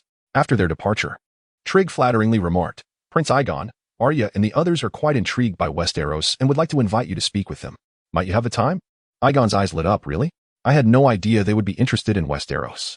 You know, I am often quite busy, but I cannot refuse such a cordial invitation from Arya. Thank you, Prince Igon. You must hurry, or else Arya and the others may grow impatient and blame me. Igon struggled to suppress a laugh at Trig's antics. This Trig was indeed quite the character, managing to present his wife's company in such a grandiloquent manner. Meanwhile, Jenny and Lenny's exchanged embarrassed glances, particularly Jenny, who felt her disdain for Trig intensifying. Well, I suppose I must go, Igon declared, hastening to the chamber of Trig's concubine, Arya. The two women sat at the edge of a plush bed, gazing at Igon with longing as he entered.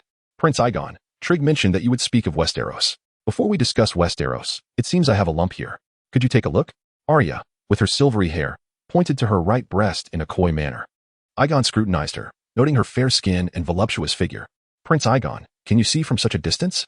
Arya, sensing Igon's hesitation, eagerly pulled him closer. Before he could react, she had drawn him onto the bed, guiding his hand to her breast, while the other concubine seized his other hand. Aegon instinctively squeezed, prompting Arya to lean in for a kiss, her face flushed with shyness. An hour later, both women lay languidly in Aegon's embrace. Meanwhile, outside, commotion erupted, and Aegon hastily donned his clothes and rushed out. In the courtyard, Trig Amorin, still bewildered, greeted Trement's guards with a smile, only to be met with their cold indifference. Trig Amorin is colluding with pirates and deserves to be hanged. Take him down. With a command from the guard, several soldiers surged forward, restraining Trig. As a mere merchant, he stood no chance against the robust warriors, rendered powerless. FK, Tremend, you scoundrel. How dare you accuse me? Trig shouted in fury, directing his ire at the guards. What are you waiting for? Seize him. Only then did the guards spring into action, raising their swords against Trig's men. However, Tremend's elite soldiers held the upper hand, swiftly dispatching one of Trig's guards. Trig, your resistance warrants death. If you persist, you shall be treated as an accomplice. One of Tremend's guards bellowed, lunging at Trig with his sword, intent on killing him before any trial could take place. Clang. The sound of steel clashing echoed as Trig, fearing for his life, shut his eyes, only to find that he did not feel the anticipated pain. Upon opening his eyes, he saw Aegon's sword poised at the neck of his assailant. Trig's guards ceased their resistance. Trig's crimes can only be judged by the law. You cannot simply execute him. Aegon coldly interjected. Tremend's guards, initially confident in their plan, were now disrupted by Aegon's intervention and dared not offend him. They quickly replied, Trig was resisting arrest, compelling us to act. I am not blind. Trig is already subdued. He must be delivered to the governors for proper judgment. Only then can justice be served. I will escort him to prison, where you may handle him. This may not adhere to protocol. Is it protocol to kill without trial? Aegon pressed, applying pressure to his sword. The young guards, realizing they had no choice, relented. Very well. Since Prince Aegon insists, we shall allow you to escort him. Satisfied, Aegon signaled for his own guards to take charge of the transport. Prince Aegon, do not trust them. Tremend seeks to harm me. He is the one in league with outsiders. Trig pleaded as he was escorted, desperately trying to grasp at Aegon as his lifeline. Silence him. He cannot defame Governor Tremend. One of Tremend's guards barked. Aegon interrupted. Stop. If anyone is to silence him, it must be my men. Seeing Aegon's insistence, the guards could only acquiesce, and they continued to follow as Tremend's guard returned to Tremend's palace. Chapter 75, shot in the back, confirmed dead by suicide upon arriving at the prison. Prince Yegan dismissed the guard and voluntarily removed the cloth ball that had been stuffed in Traeger's mouth. Your Highness, Prince Yegan, Traegerman intends to silence me. You must save me.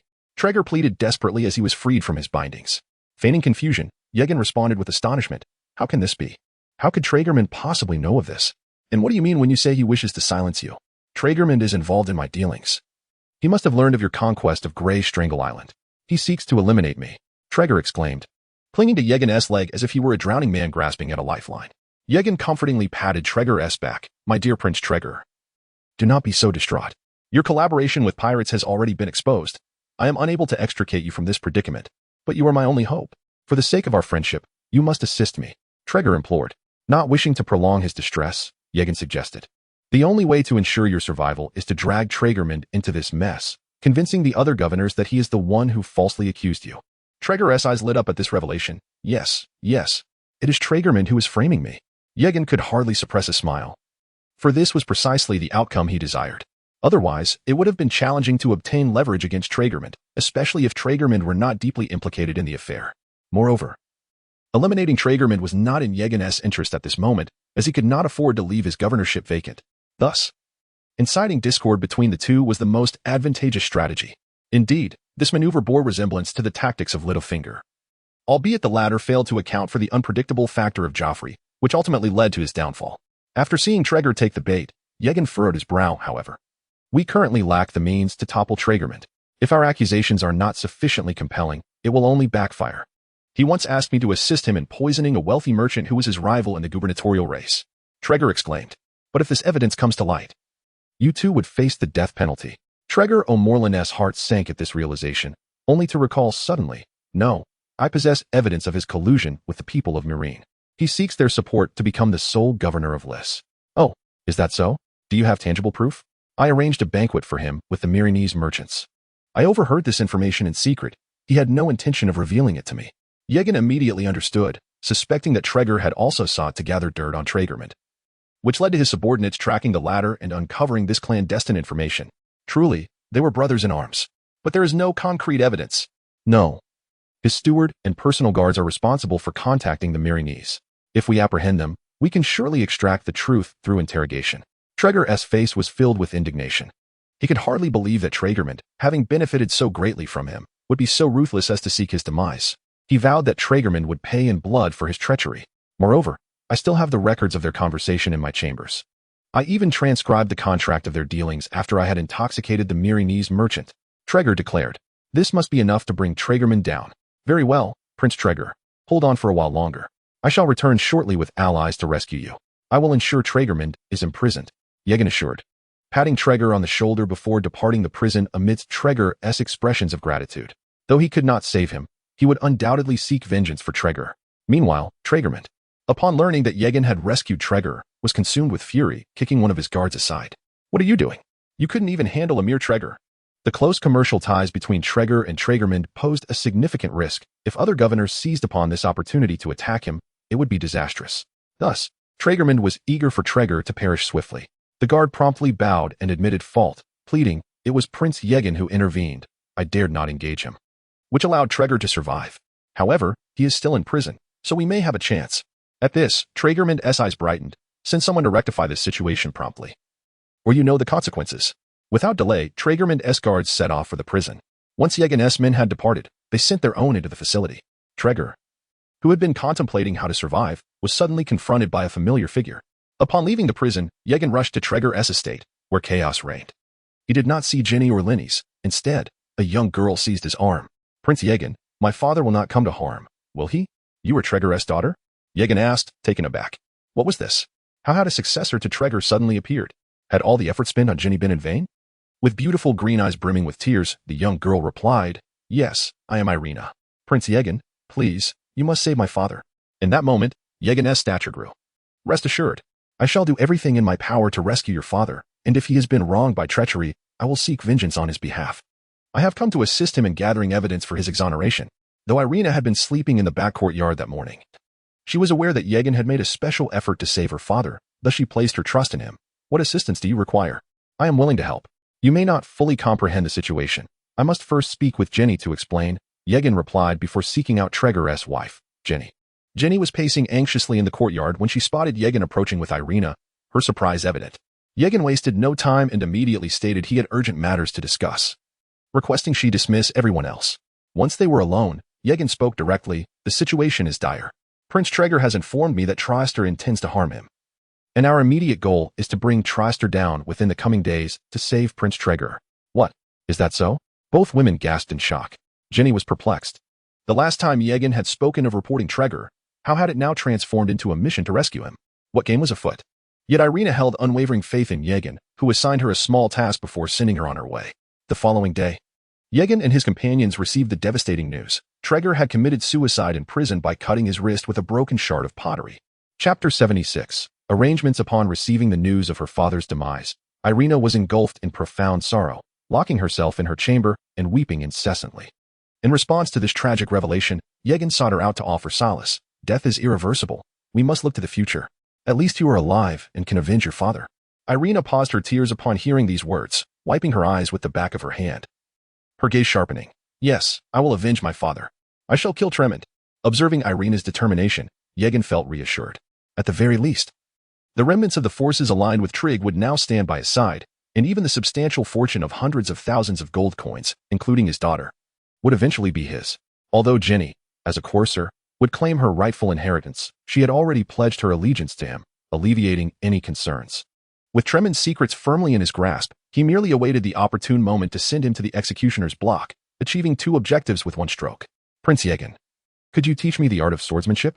As Yegin reveled in his astute plans, Irina boldly requested him to be her mentor. Taken aback, Yegin steadied her shoulders and calmly replied, "Even if you begin training in swordsmanship now, it would take years before you could defeat Tremend. I am unafraid of waiting. I must kill him to avenge my father." Irina's eyes were filled with unwavering resolution, prompting Yegin to ponder if she were truly Arya's elder sister. This young girl resembled a more refined version of Arya. However, unlike Arya, Irina exuded a greater semblance of grace and beauty. "Irina, you must understand that sometimes one does not need a weapon to kill," Yegin gently advised, yet Irina remained somewhat perplexed. He continued, "You must have heard of the Rogel family, correct? They were once the most powerful family in Lys, bringing great prosperity to the realm, yet those who obliterated them did so without a single sword or soldier. They merely wielded a rumor that effortlessly destroyed the entire Rogel family. Thus, to eliminate an enemy, a blade is not always necessary. Do you comprehend? At last, Irina grasped Yegan's intent and turned to him. Prince Yegan, please assist me. Become my teacher. I am merely a teenage girl. I fear I truly cannot avenge my father. At this moment, Irina was thoroughly influenced by Yegan's words. Her situation mirrored that of Sansa following Ned's death, both trusting the promises of those who vowed to assist them. However, unlike Littlefinger, Yegan would ensure Irina never uncovered the truth. Rest assured, I am a close friend of Prince Trigg, and I will certainly aid you. However, it is crucial to conceal your intentions for now, understand? In a few days, you can accompany me to Westeros, allowing Tremond to believe you have been deceived. Only when he is not constantly on guard against you can you find the opportunity. Irina nodded in enthusiastic agreement. With that matter settled, Yegan declared, I must speak with Jenny about acquiring some weapons from her family, so I cannot stay with you any longer. Jenny was Irina's stepmother. Yet Irina harbored no fondness for her, simply nodding in response. Meanwhile, Jenny and Linnes had been eagerly awaiting Yegan's arrival in their chamber. Prince Yegan, you are here. I was terrified you might abandon us. Upon seeing him, Linnes, clad in a semi-transparent purple gown, sat upon Yegan's lap, deliberately placing his hand on her curvaceous form. What a brazen woman. Jenny scoffed inwardly, yet she could not bring herself to act so indiscreetly. What do you take me for? Am I one to indulge without consequence? The softness of Linnes' skin prompted Yegan to instinctively caress her, causing Linnes to blush slightly. You must promise that I will stay with you from now on. You cannot forsake me. Linnes insisted, snuggling closer to Yegan. Do not worry, I shall not abandon you. Yegan reassured her, patting her rear. The prospect of such an enticing opportunity was not one to be overlooked. Furthermore, Linnes, being not only a woman of exceptional attributes, but also the scion of the Heidel family, offered a potential alliance that Yegan could not afford to miss. Upon hearing Yegan's agreement, Linnes leaned in and kissed him, deliberately enticing him. I knew Prince Yegan could not be so heartless. I shall move into your residence tomorrow. That is not feasible. It would be too brazen, and Tremond may notice something amiss. You cannot do that yet. Yegan firmly declined. Linnes, hearing this, pouted in displeasure. While Jenny could not help but revel in the situation. You shameless hussy, trying to seduce Prince Yegan. He is not interested in your antics. You claim he will not abandon you, yet in less than 2 days, you are already seeking to leave him. As Linnes continued to tease Yegan, he could only respond with exasperation. I never said I would dismiss you. In a few days, I will travel to King's Landing, and you may accompany me. Once I deal with Tremond, you can move into my residence openly. I knew Prince Yegan would not abandon me. Linnes exclaimed, kissing Yegan once more on the earlobe. Yegan marveled at her skill. She resembled not a noble maiden, but rather a social butterfly. Reflecting on social engagements, Yegan realized he had not visited Joanna in months due to his hectic schedule. He decided to invite her over, lest she think he had lost interest. However, I must clarify that I am married, so you will remain a concubine. You must still heed her wishes in the household. Linnes smiled softly at this. Turning to face Yegan directly as she sat on his lap, that is perfectly fine. I will not cause any trouble. As long as I hold a higher position than Jenny. Not a chance. You have truly lost your mind. Jenny interjected angrily from her seat. Initially, she had sought to engage with Yegan cautiously, knowing she could always remarry elsewhere. However, being overshadowed by Linnes was unacceptable. Linnes, emboldened by her newfound alliance with Yegan following Trigg's demise, retorted, You cannot compete. What can you offer Prince Yegan? In bed, you are far less proactive than I. If I were Prince Yegan, I would have cast you aside long ago. With a sharp slap to Linnes' rear, Yegan exclaimed, I have not even wed either of you yet. Must we not speak civilly? He then called Jenny closer, pulling her into his embrace as well, and instructed, From now on, both of you will stand on equal footing. Neither shall overshadow the other. Do you understand? Jenny nodded, albeit somewhat confused. After all, any future marriage could lead her to wed another wealthy middle-aged man, potentially even older, who might have an entourage of irritating concubines. Staying with Yegan seemed a far more appealing prospect, at least he was younger. Chapter 77. The explosive soldier. After being reprimanded by Ijen, Linnes Hightower fell silent. Ijen, however, had no intention of indulging her. He delivered a firm slap to her ample posterior, demanding, Do you understand? Linnes let out a soft cry but dared not provoke Ijen further. Instead, she sweetly replied, I understand. I promise to keep my distance from Jenny. But Arya and the others must be placed behind us. Linnes thought to herself that although she could not compete with that little vixen Jenny, she must at least surpass Arya and the others. After considering her words, Ijen nodded. After all, these individuals would soon be engaging in the dual-layered hamburger game together, and Linnes would not be able to stir up much trouble. Upon seeing Ijen's agreement, Linny's felt a sense of victory, sitting in his embrace as she slid her shoulder straps down, revealing her fair skin. Not so fast. Aijin had intended to discuss weapon trade with Jenny. Jenny was of royal descent from Kors and represented a significant power, although she might not match the strength of Kors' 13 giants or the major guilds. The royal family ruling such a vast and populous city as Kors must possess some degree of strength. Aijin eagerly anticipated the armor Jenny's family would provide. Jenny, you mentioned that Trig's weapons were purchased from your family. How much armor can your family supply? Despite Linny's restlessness in his arms, Aijin continued discussing the trade with Jenny. After all, aside from the usual agenda, he needed to arm his troops. Wouldn't it bolster his confidence to lead his mercenaries with full gear?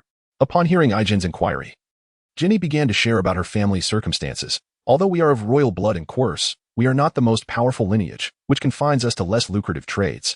Profitable industries like spices, fine wines, and silk are monopolized by the major guilds and the main royal family. However, my grandfather married a noble girl in Volantis and successfully expanded the blacksmith guild. If we go all out in production, we could produce 500 suits of plate armor a month. But for that, you will need to prepare a substantial sum for my father in advance. This would mean abandoning all other businesses. Of course, I can provide the funds. Gold is the one thing I have in abundance. Jenny, you truly are my lucky star. Aijin exclaimed, feeling exhilarated. The most pressing issue had seemingly been resolved, and he anticipated that in a year or two, his army would be fully equipped. Volantis and Kors, with their profound heritage, were indeed formidable, capable of generating such production capacity and business. Aijin had employed numerous blacksmiths from Starfall City, Highwatch, and the Free Trade City-State, yet could only forge 400 suits of armor each month. Meanwhile, Jenny's family had the potential to double that output. Am I not your lucky star as well? Linny's Hightower mused quietly, twisting her body slightly. Hold on. But the two women offered him no respite. Jenny, dressed in a coarse robe, promptly stuffed a piece of bread into his hand, while Linny's placed 2 pieces of bread into Aijin's mouth. What could Aijin say? He could only ask for greater force. Reclining on the bed, Aijin pointed to his flute. Though merely 18, his physique had developed exceptionally well, and after his crossing, his constitution had been further enhanced, allowing him to wield a flute as thick as an infant's arm. The flute quickly elongated in Linny's hands, transforming into a 20-centimeter instrument. She cast a playful glance at Aijin and immediately began to play, even harmonizing with Jenny.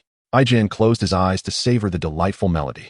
He had to admit, Linny's Hightower's skill was commendable, her sense of rhythm was impeccable, and the music was utterly enchanting. He reached out to pat Linny's on the head, saying, I adore this. From now on, wake me with music each morning. Although the women from the Summer Islands and his maid often roused him this way, Aijin sought to make it a lasting habit. All right, Linny's replied with a smile. Aijin lay back contentedly, watching Linny's passionately perform, his spirits lifted. I can't believe Trig never taught you this. Yet, you both grasped it so quickly. Yes, eat it with the bread. Linny's instantly understood and began to eat in that manner. After a delightful meal at Trig's estate, Aijin directly sought out Trimond with his guards.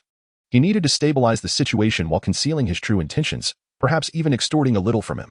Following the demise of the threat posed by Trigomulin, Trimond was in high spirits, enjoying the dance of his female slaves while indulging in fine wine. Your Excellency, what a refined gathering. Is there a celebration? Aijin boldly seated himself at the banquet and began to jest with Tristar.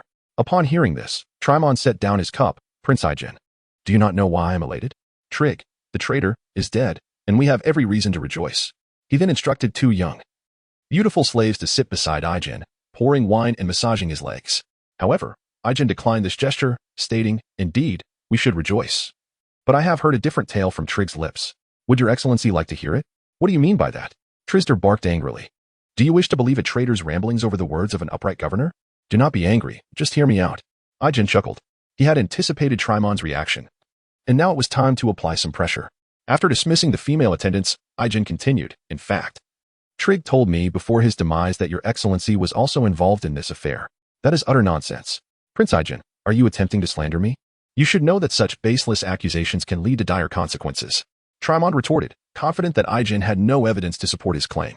Aijin leisurely replied, While I indeed lack concrete evidence for this accusation, Trig did mention that you signaled him to poison someone, and he even had your letters as proof. What are you trying to accomplish? Trimond realized that today could not end amicably and considered whether he could simply eliminate Aijin.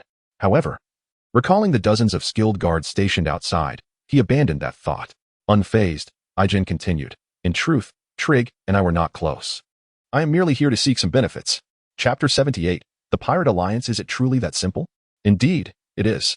Egan replied with a light chuckle, stating, I have no familial ties to Trig, Does the esteemed governor truly believe I would seek vengeance on his behalf? Moreover, he is hardly a virtuous man. I am merely interested in his wealth, as well as his beautiful concubine and daughter. Egan spoke with unpretentious candor, a blend of truth and falsehood that lent some credence to Tremin's beliefs. At the very least, Egan's actions appeared consistent with his words. I will not interfere with your intentions to seize Trigg's estate, Tremin said slowly after a moment of contemplation. Governor, I shall keep your secret. But you must offer me some recompense. My warriors from the Summer Isles are without armor. Egan, exuding an air of confidence that irked Tremin, left him feeling powerless. Despite Egan's overt greed, as a governor frequently collaborating with the avaricious merchants and mercenaries of the free city-states, Tremin found nothing extraordinary in Egan's demeanor. It seemed that mercenaries and merchants were inherently so. After a brief period of reflection, Tremin appeared to have made a significant decision. I will provide you with 50,000 gold coins and 500 sets of armor. However, you must incinerate the letters after I deliver the payment, and only then will the armor be dispatched. Should you desire more, I shall not hesitate to confront you directly. Upon hearing this, Egan clapped his hands in delight, laughing heartily. Haha, Governor, you are so generous. How could I possibly be insatiable? Let us proceed as you suggest. With the banquet concluded, I shall take my leave. With that, Egan rose to depart. Yet, after taking a few steps, he chose to play the villain once more. Turning back to say, by the way, I rather fancied those female slaves from earlier. Might the esteemed governor be willing to part with them as a testament to our newfound friendship? Tremin's blood boiled at Egan's audacity. Those slaves were fine specimens he had just procured from the depths of the ocean, and he had intended to enjoy their company himself. He had not expected Egan to attempt to extort them. Truly, this mercenary was excessively licentious and greedy. However, he reminded himself not to succumb to anger. A moment's impatience could jeopardize grander schemes. Taking a deep breath, Tremin replied, Since Prince Egan has taken a liking to them, it is their fortune. How could I abandon our friendship over a few bed slaves? I shall send them to Prince Egan's residence at once. Egan, reveling in his triumph, laughed uproariously. Ha ha ha. There is no need to trouble yourself, Governor. I am on my way back. Simply have them come out to accompany me. Tremin could only nod in resignation as he summoned the 8 female slaves to present them to Egan. Satisfied with his performance, Egan approached the 2 slaves who had just poured him wine, wrapping his arms around them as he swaggered out. As Tremin watched Egan's retreating figure, his gaze grew increasingly frigid. He vowed that once he became the sole governor of Reese and occupied the seat of power, he would ensure Egan paid double for this extortion. On the Stony Steps Islands, the remaining pirate kings convened on the largest island, Bloodstone Island, to unite against Egan. That Reesian seeks to seize all of our gold. We can no longer afford to bicker amongst ourselves. We must join forces to eliminate that mercenary, spoke Henry Veshui, the pirate king of Bloodstone Island. He was a man in his 40s. Distinguished by his dark curly hair and a conspicuous tumor on the right side of his neck, a rumor suggested it was a result of consuming his twin brother while in the womb. Much like the ferocious Mercenary. However, after he had severed the tongues of several men and displayed their heads, few dared to speak such words in his presence. But the fortress of Grey Gallow is the strongest. It has already been breached by that mercenary. Are we certain we can defeat him? Another pirate king doused Henry's fervor with cold water. Henry's muscles tightened with anger. Ord, you coward, if you remain silent, no one will mistake you for a mute. Although both Henry Veshui and Ord hailed from Storm's End, Henry was a bastard born of the Imans family from Greenstone Castle, raised amidst scorn, which fueled his disdain for both the people of Greenstone Castle and Westeros as a whole. I believe King Henry's assertion holds merit. We must unite to have any chance of standing against that mercenary. However, I propose we refrain from immediate conflict with him, suggested another pirate king. Henry Veshui coldly retorted. What do you mean by that? That mercenary fights solely for Reese. We should not become scapegoats for the Targaryens. I recommend we negotiate peace with the governors of Reese. As long as we refrain from plundering their fleets, those governors will lose interest in pursuing us. Without employment, these mercenaries will return to the disputed lands to fight. This middle-aged pirate king's analysis garnered the agreement of the other pirate kings, who nodded in unison. Although Egan posed a significant threat, they preferred to eliminate it with minimal cost rather than engaging in war. The pirates and fleets they commanded were their means of survival, and they would not squander them unless absolutely necessary. Is that how you all feel? Yet I have heard that many among you maintain close ties with the Targaryens. Do you think the governor of Reese will trust you? Henry Veshui sneered. I believe the governor of Reese is more concerned with profit than past grievances. Perhaps once we negotiate peace, they will welcome us warmly. The middle-aged pirate continued to analyze unhurriedly. However, we indeed need to unite. This way, whether the Risians or Targaryens seek to confront us, we will possess the greatest leverage and options. Harris's perspective resonated with the assembly, and they quickly echoed their agreement. Then who do you believe should be our pirate king? Henry's cold gaze fixated on the Targaryen before him, inducing a sense of dread.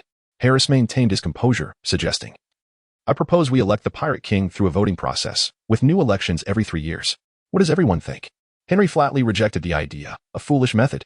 I shall not consent to such a process. I possess the strongest fleet and should be the sole Pirate King. Harris took note of Henry's demeanor, yet remained smiling. Then let the first Pirate King be King Henry. We shall first navigate this crisis and revisit the discussion in 2 years. Only then did Henry nod in satisfaction, and the others, wishing to avoid provoking him at such a moment, readily concurred. Chapter 79. The respected meritorious Minister Joanna, feeling somewhat fatigued, squinted her eyes as she reclined in Yegan's embrace, indulging in the warmth of a milk bath. Nearby, several young and beautiful maidens attentively served her in a pool strewn with rose petals. Relishing this tender moment, Joanna eventually spoke. I heard from someone in Bravos that bathing in milk improves one's skin. Do you think my skin has improved? Yegan, upon hearing this inquiry, felt a slight headache. Indeed.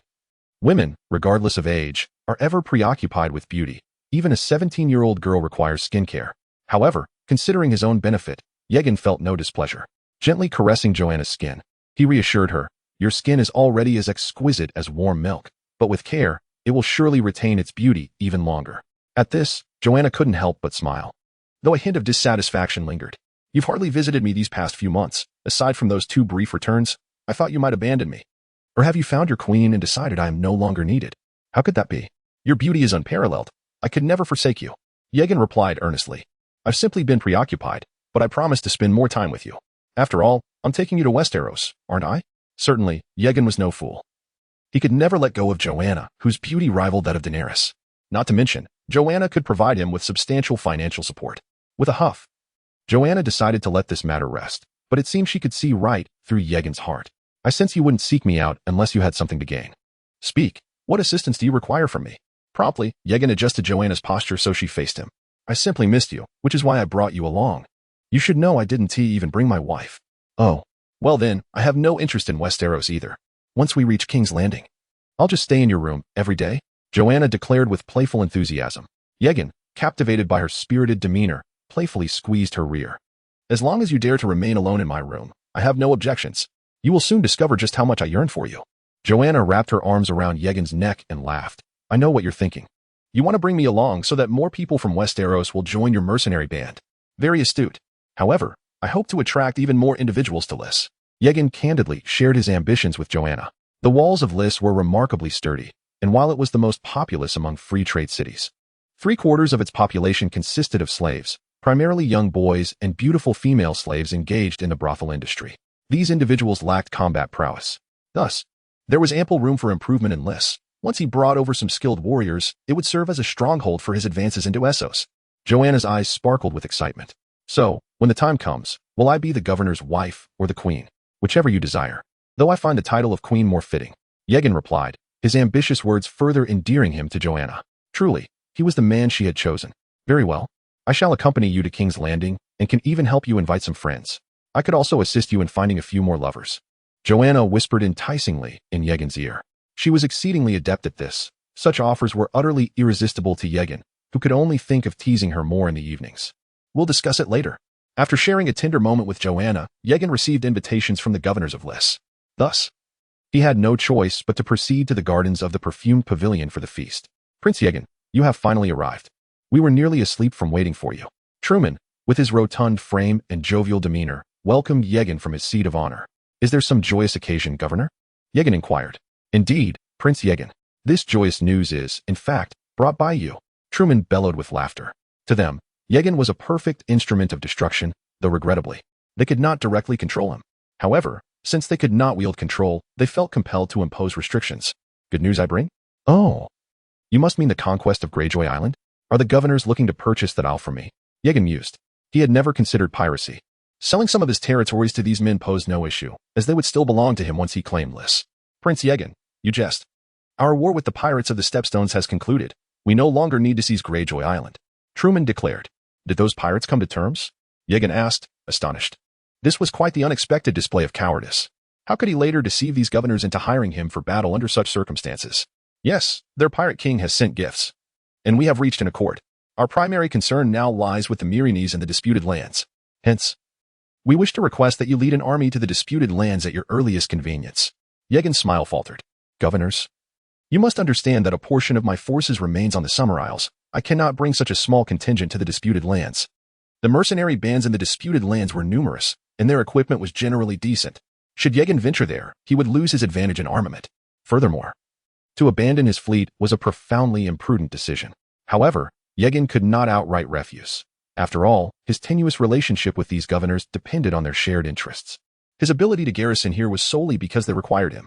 How long might it take you, Prince Awaken, to return with your soldiers from the Summer Isles and set forth anew? About a year. Within a year, the soldiers from the Summer Isles should be sufficiently equipped. By then, I can also bring them back. In truth, the soldiers from the Summer Isles would likely be sufficiently armored for self-defense in about 6 months. But Awaken sought to buy himself more time. This way, when he seized Lys, he would not appear to be in a reactive position. Very well. However, Prince Awaken, you must expedite this. If you are unable to engage in battle for an extended period, our generous rewards will remain unfulfilled for your brave warriors. Truman urged. Rest assured, Governor, I shall act swiftly. Chapter 80. The Prince of the Summer Isles. Days later, Aegon finally set forth towards King's Landing, accompanied by a retinue that included 100 Unsullied acquired from Astapor. These Unsullied exhibited a loyalty surpassing that of his own guards, allowing Aegon to secure his residence without the fear of his schemes being uncovered. On the Swan ship, clad in a green Carthene robe, Jenny Dillas expressed a desire to breathe the fresh air on the deck, but Aegon interjected. Jenny, it would be prudent for you to avoid exposing yourself in Westeros like this, he advised, caressing her delicate skin. Otherwise, those men will have their eyes glued to you. The Dothraki referred to Carthene women as nursemaids, and their provocative attire, coupled with their fair skin, contributed to their allure. The Carthene bore a resemblance to Slavic women, both possessing statuesque figures and pale complexions, while few women in Westeros could rival the beauty of Carthene maidens. Aegon believed that Jenny's beauty, coupled with her attire, would surely attract attention at the port. Would they be so brazen? Jenny's eyes reflected uncertainty. In Qarth, such overt staring would likely lead to the loss of one's eyes. It is most barbaric.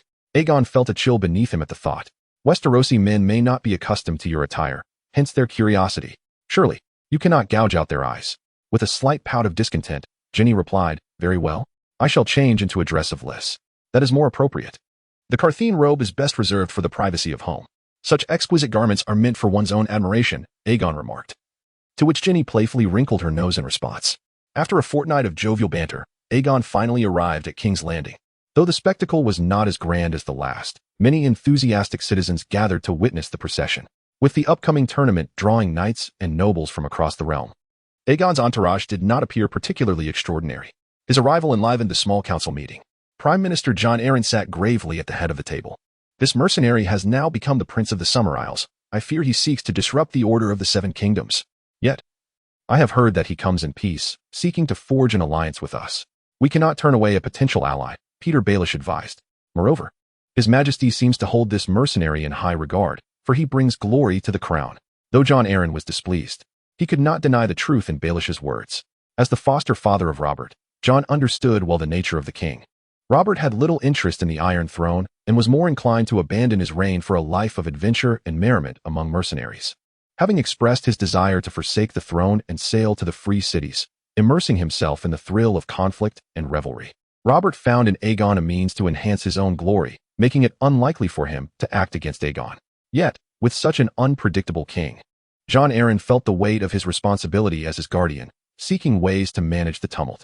Regardless, we must curtail this mercenary's influence. Never has a Sellsword wielded such power in King's Landing, Jon asserted, his gaze shifting towards Renly Baratheon and Stannis Baratheon. I hope our champions can vanquish him in the tournament, to quell his fervor. We of Storm's End possess the strength to prevail. We shall not be bested by a mere mercenary, Renly boasted, though he privately doubted his own abilities, believing instead in the prowess of his men. Excellent. Jon nodded in approval. Furthermore, now that he is a prince, we should restrict his trade privileges. The crown must introduce a suitable alternative. In the throne room, Robert reclined upon the Iron Throne, a grin illuminating his face.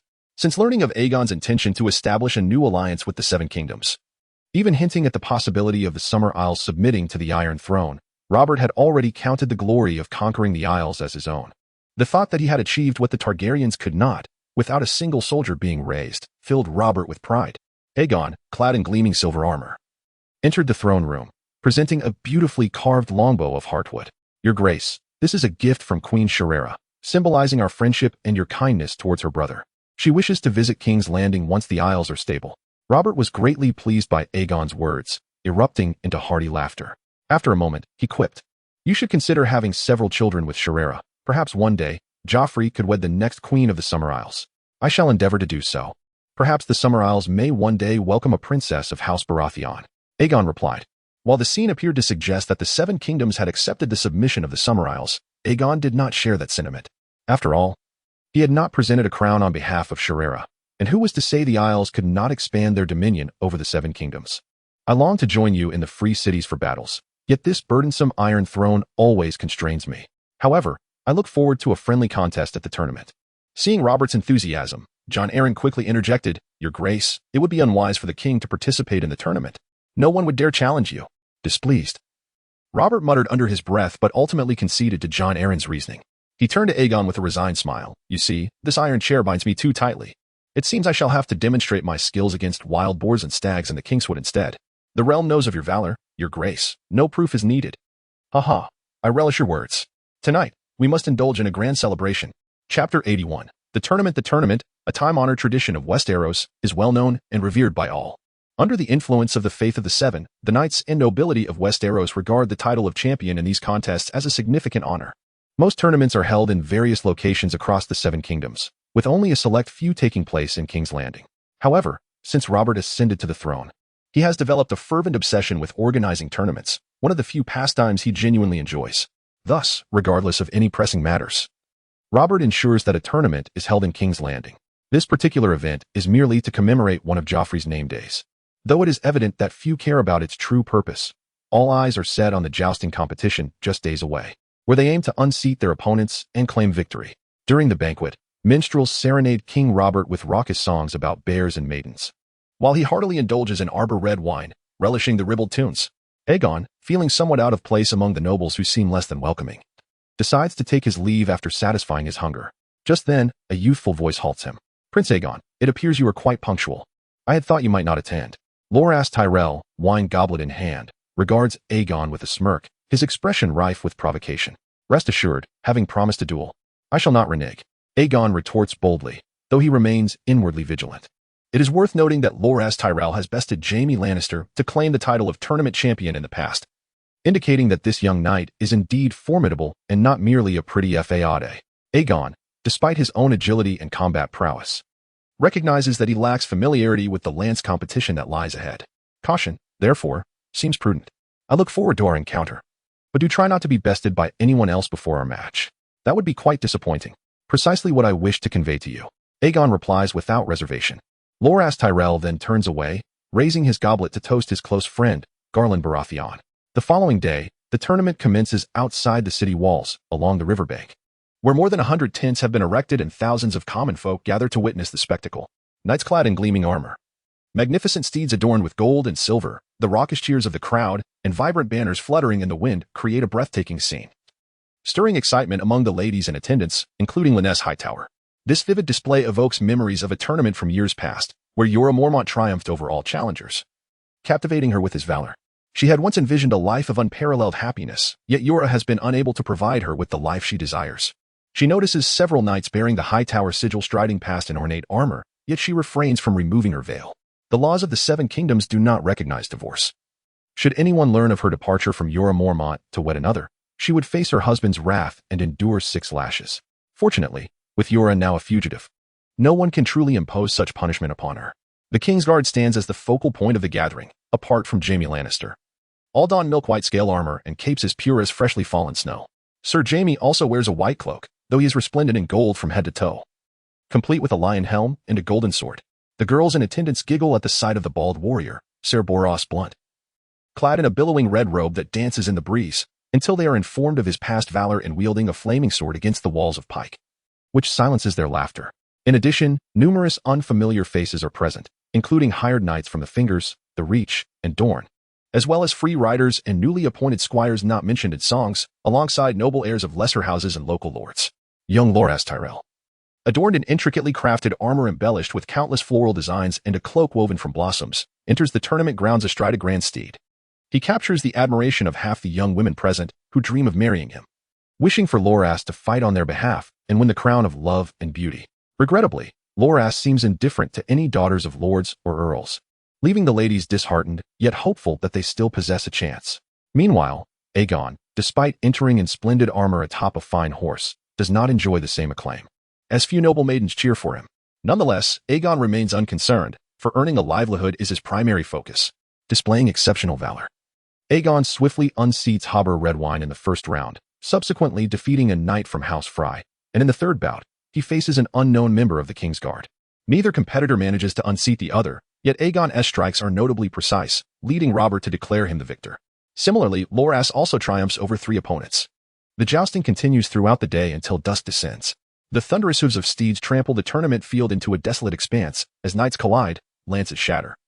And the crowd erupts in fervent cheers, some girls terrified by the chaos. Yet a few brave souls remain composed in the stands.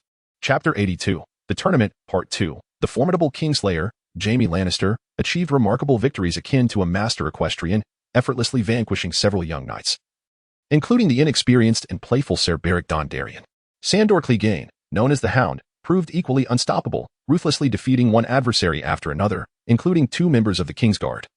Before engaging in a fierce battle with Ser Barristan Selmy, their combat was evenly matched, but after shattering 7 lances, the Hound ultimately succumbed to the seasoned Kingsguard captain's spear. Aegon felt a twinge of regret that Gregor Clegane, the Mountain, did not attend, depriving him of the chance to face him in combat. However, the absence of such a brutal contender rendered this tournament less bloody, thus far. Only a knight from House Frey had suffered a fatal injury while battling Ser Rabar Royce of the Vale.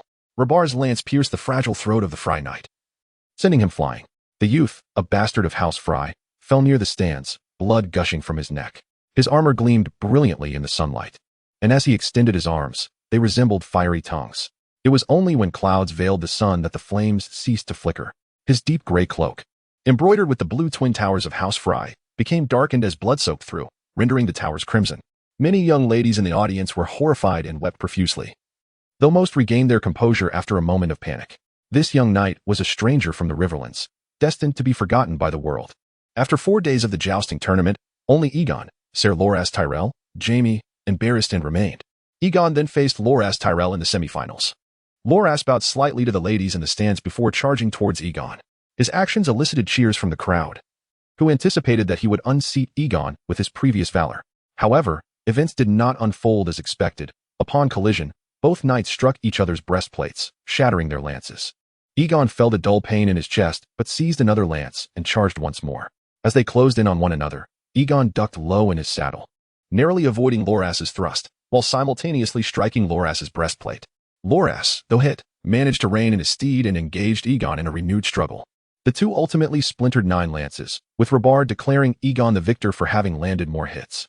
By this time, the moon had risen, and the spectators, weary from the day's events, began to disperse as Rabar announced that the final 3 just would take place the following morning, prior to the team tournament. The crowd gradually ebbed away, discussing the day's highlights and the anticipated spectacle to come, while the nobles retreated to the riverbank for a meal.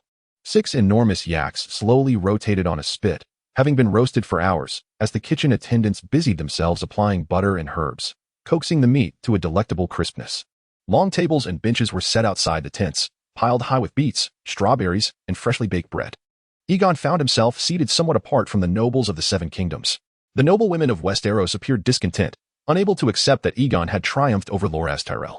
Like fervent fans witnessing a beloved star's downfall, they suspected Aegon had employed unscrupulous means to secure his victory. Prince Aegon, your performance today was exceedingly valiant. I wonder if any maidens have entrusted you with their tokens for battle? As Aegon enjoyed jovial banter and wine with Ser Saros and Beric Dondarrion, a stunning woman with chestnut hair approached him. And you are? I am Jane Westerling, of House Westerling from the Crag, she replied, extending her hand for a handshake. Recognition dawned on Aegon. This was the very woman who would one day become the Queen of the North, leading to the demise of Robb Stark's forces.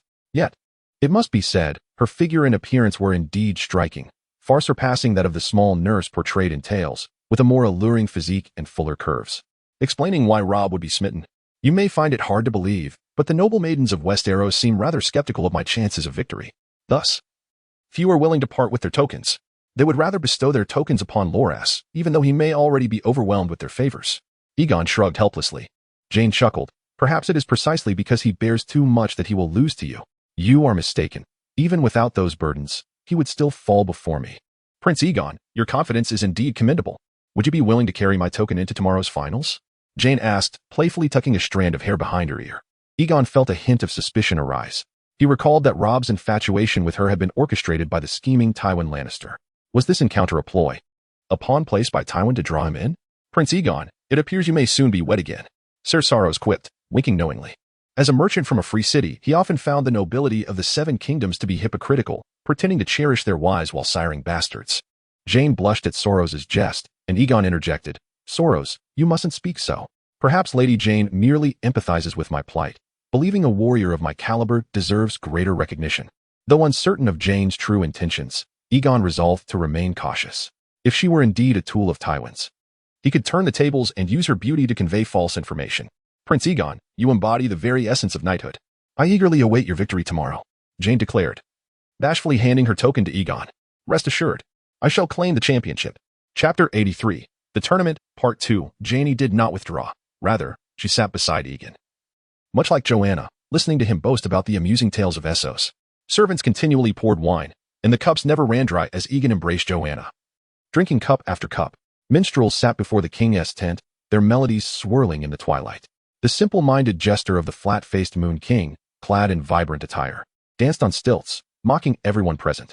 Egon, however, spent the entire evening conversing with Janie, his occasional jokes and body quips causing her to blush. Yet she never displayed any dissatisfaction. This left Egon in admiration of her composure. Whether she was arranged by Tywin or sought to elevate her status with Egon, it was evident that her intentions were intricate, but this did not confound Egon. If she played hard to get, he would match her wits. Thus, he escalated his advances, gradually drawing closer to Janie while still holding Joanna. Meanwhile, dishes were presented one after another. A thick barley and venison stew, chilled beet salad adorned with crushed nuts, spinach and plum salad, and snails cooked in honey and garlic. Having never tasted snails, Janie was taught by Egon how to extract the meat from the shell, and he personally fed her the sweet first bite. Next was a trout, freshly caught and encased in clay, which Egon helped her break open, revealing the tender fish within. When the meat dishes arrived, he served her personally, cutting a succulent piece from the richest part and cheerfully placing it on her plate. Sweetbread, pigeon pie, cinnamon-scented baked apples, and sugar-dusted lemon cake soon followed. Yet Janie found herself overwhelmed by Egon's attentiveness, just as she struggled to swallow the roasted sausage he offered. Robert's roar pierced the air. King Robert's voice grew louder with each dish presented. Even though Egon sat relatively far from the king's table, he could still hear the king's boisterous laughter and commands that drowned out the music and clinking of utensils, yet the distance made it impossible to discern his words. Finally, a shout rang out clearly for all to hear. "Shut your mouths," he bellowed, his voice resonating like thunder, silencing everyone. The crowd turned in astonishment to see the king, swaying and crimson-faced, rising unsteadily, a goblet clutched in one hand, utterly inebriated. "You foul woman, do not presume to dictate my actions. I said I would enter the list with a warhammer, yet you all have something to say about it." He screamed at Queen Cersei. "I am the king here. Do you understand? This is my domain." Stunned silence enveloped the assembly, yet no one intervened. The queen's face drained of color, resembling a mask carved from snow. She stood from the table, adjusting her skirts, and silently turned to leave, her attendants hastening to follow. Jaime Lannister reached out to grasp the king's shoulder, but Robert violently shook him off, causing Lannister to stumble and fall. The king laughed madly. "What a grand night. I still have ways to make you eat dirt. Remember that, the Kingslayer." He tapped his jeweled goblet against his chest, splattering wine across his satin cloak. "As long as I wield my warhammer, no one can stand in my way." Jaime Lannister rose, brushing off the dust. "Yes, your majesty," he said stiffly. Duke Renly approached with a smile. "Robert, you've spilled your wine. Let me pour you another. I should not be this king. You all should take that spiky iron chair." Robert grumbled, downing his goblet of fine wine before turning to leave. It seems the king of Westeros has quite the temper. Joanna was the first to react, initiating a conversation filled with dry humor. Egon chuckled. "You ought to say that most kings have poor tempers, and we should pray that when we encounter him, he is in a good mood. I find Prince Egon's temper to be quite amiable. Is Prince Egon not among the majority?" Janie Westerling added. Upon hearing this somewhat audacious remark, Egon was taken aback. "Janie, you must not speak so recklessly. I am merely the Prince of Summerisle. How could I be a king? But do you not command thousands of mercenaries? Surely that qualifies you as a mercenary king?" "Of course not. The Golden Company outnumbers my forces. Can they be considered kings? Enough talk of mercenary kings. I would rather hear about the serpents of Summerisle and the long-winged dragons." After Robert departed, Jaime Lannister could only leave the banquet in a dejected state. But at the door, he was intercepted by his father, Tywin Lannister. Tall and broad-shouldered, Tywin, just past 50, appeared remarkably robust in his golden armor. Since he began losing his hair, he had shaved his head entirely, leaving only a thick golden beard at his temples, his pale green eyes flecked with gold. "Father, what brings you here?" Jaime glanced nervously at Tywin Lannister. Throughout the Westerlands, few were not intimidated by the Duke of Tywin. "I had hoped to witness my son claim victory, yet I found a pitiful wretch instead." Flames of fury sparkled in Tywin's eyes. He was incensed by Robert's recent humiliation of Jaime. But what angered him most was Jaime's failure to stand up for himself. "You are unworthy of the Lannister name. The House of Lions does not produce sheep." Jaime felt his face flush under Tywin's reproach, realizing that his recent disgrace had not gone unnoticed. "Father, you know I am a member of the King's Guard, sworn to serve the king." Jaime attempted to defend himself. "It would have been better if you had not mentioned that.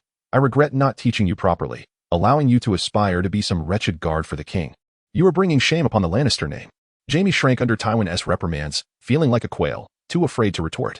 After studying his son for a moment, Tywin sighed. "Tomorrow, you must defeat all your opponents and claim victory, understand? You must make these people realize that the House of Lions is not to be trifled with." "I understand, father."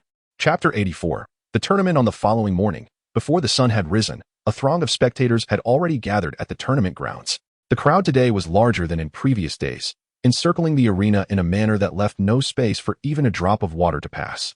Everyone was eager to witness who would emerge as the champion. Clad in a golden cloak, the king's attendant made way through the masses, creating a path for King Robert. Following closely behind were the nobles of Westeros, along with lords and ministers, and finally, the knights of House Lannister, adorned in golden armor and lion-emblazoned capes.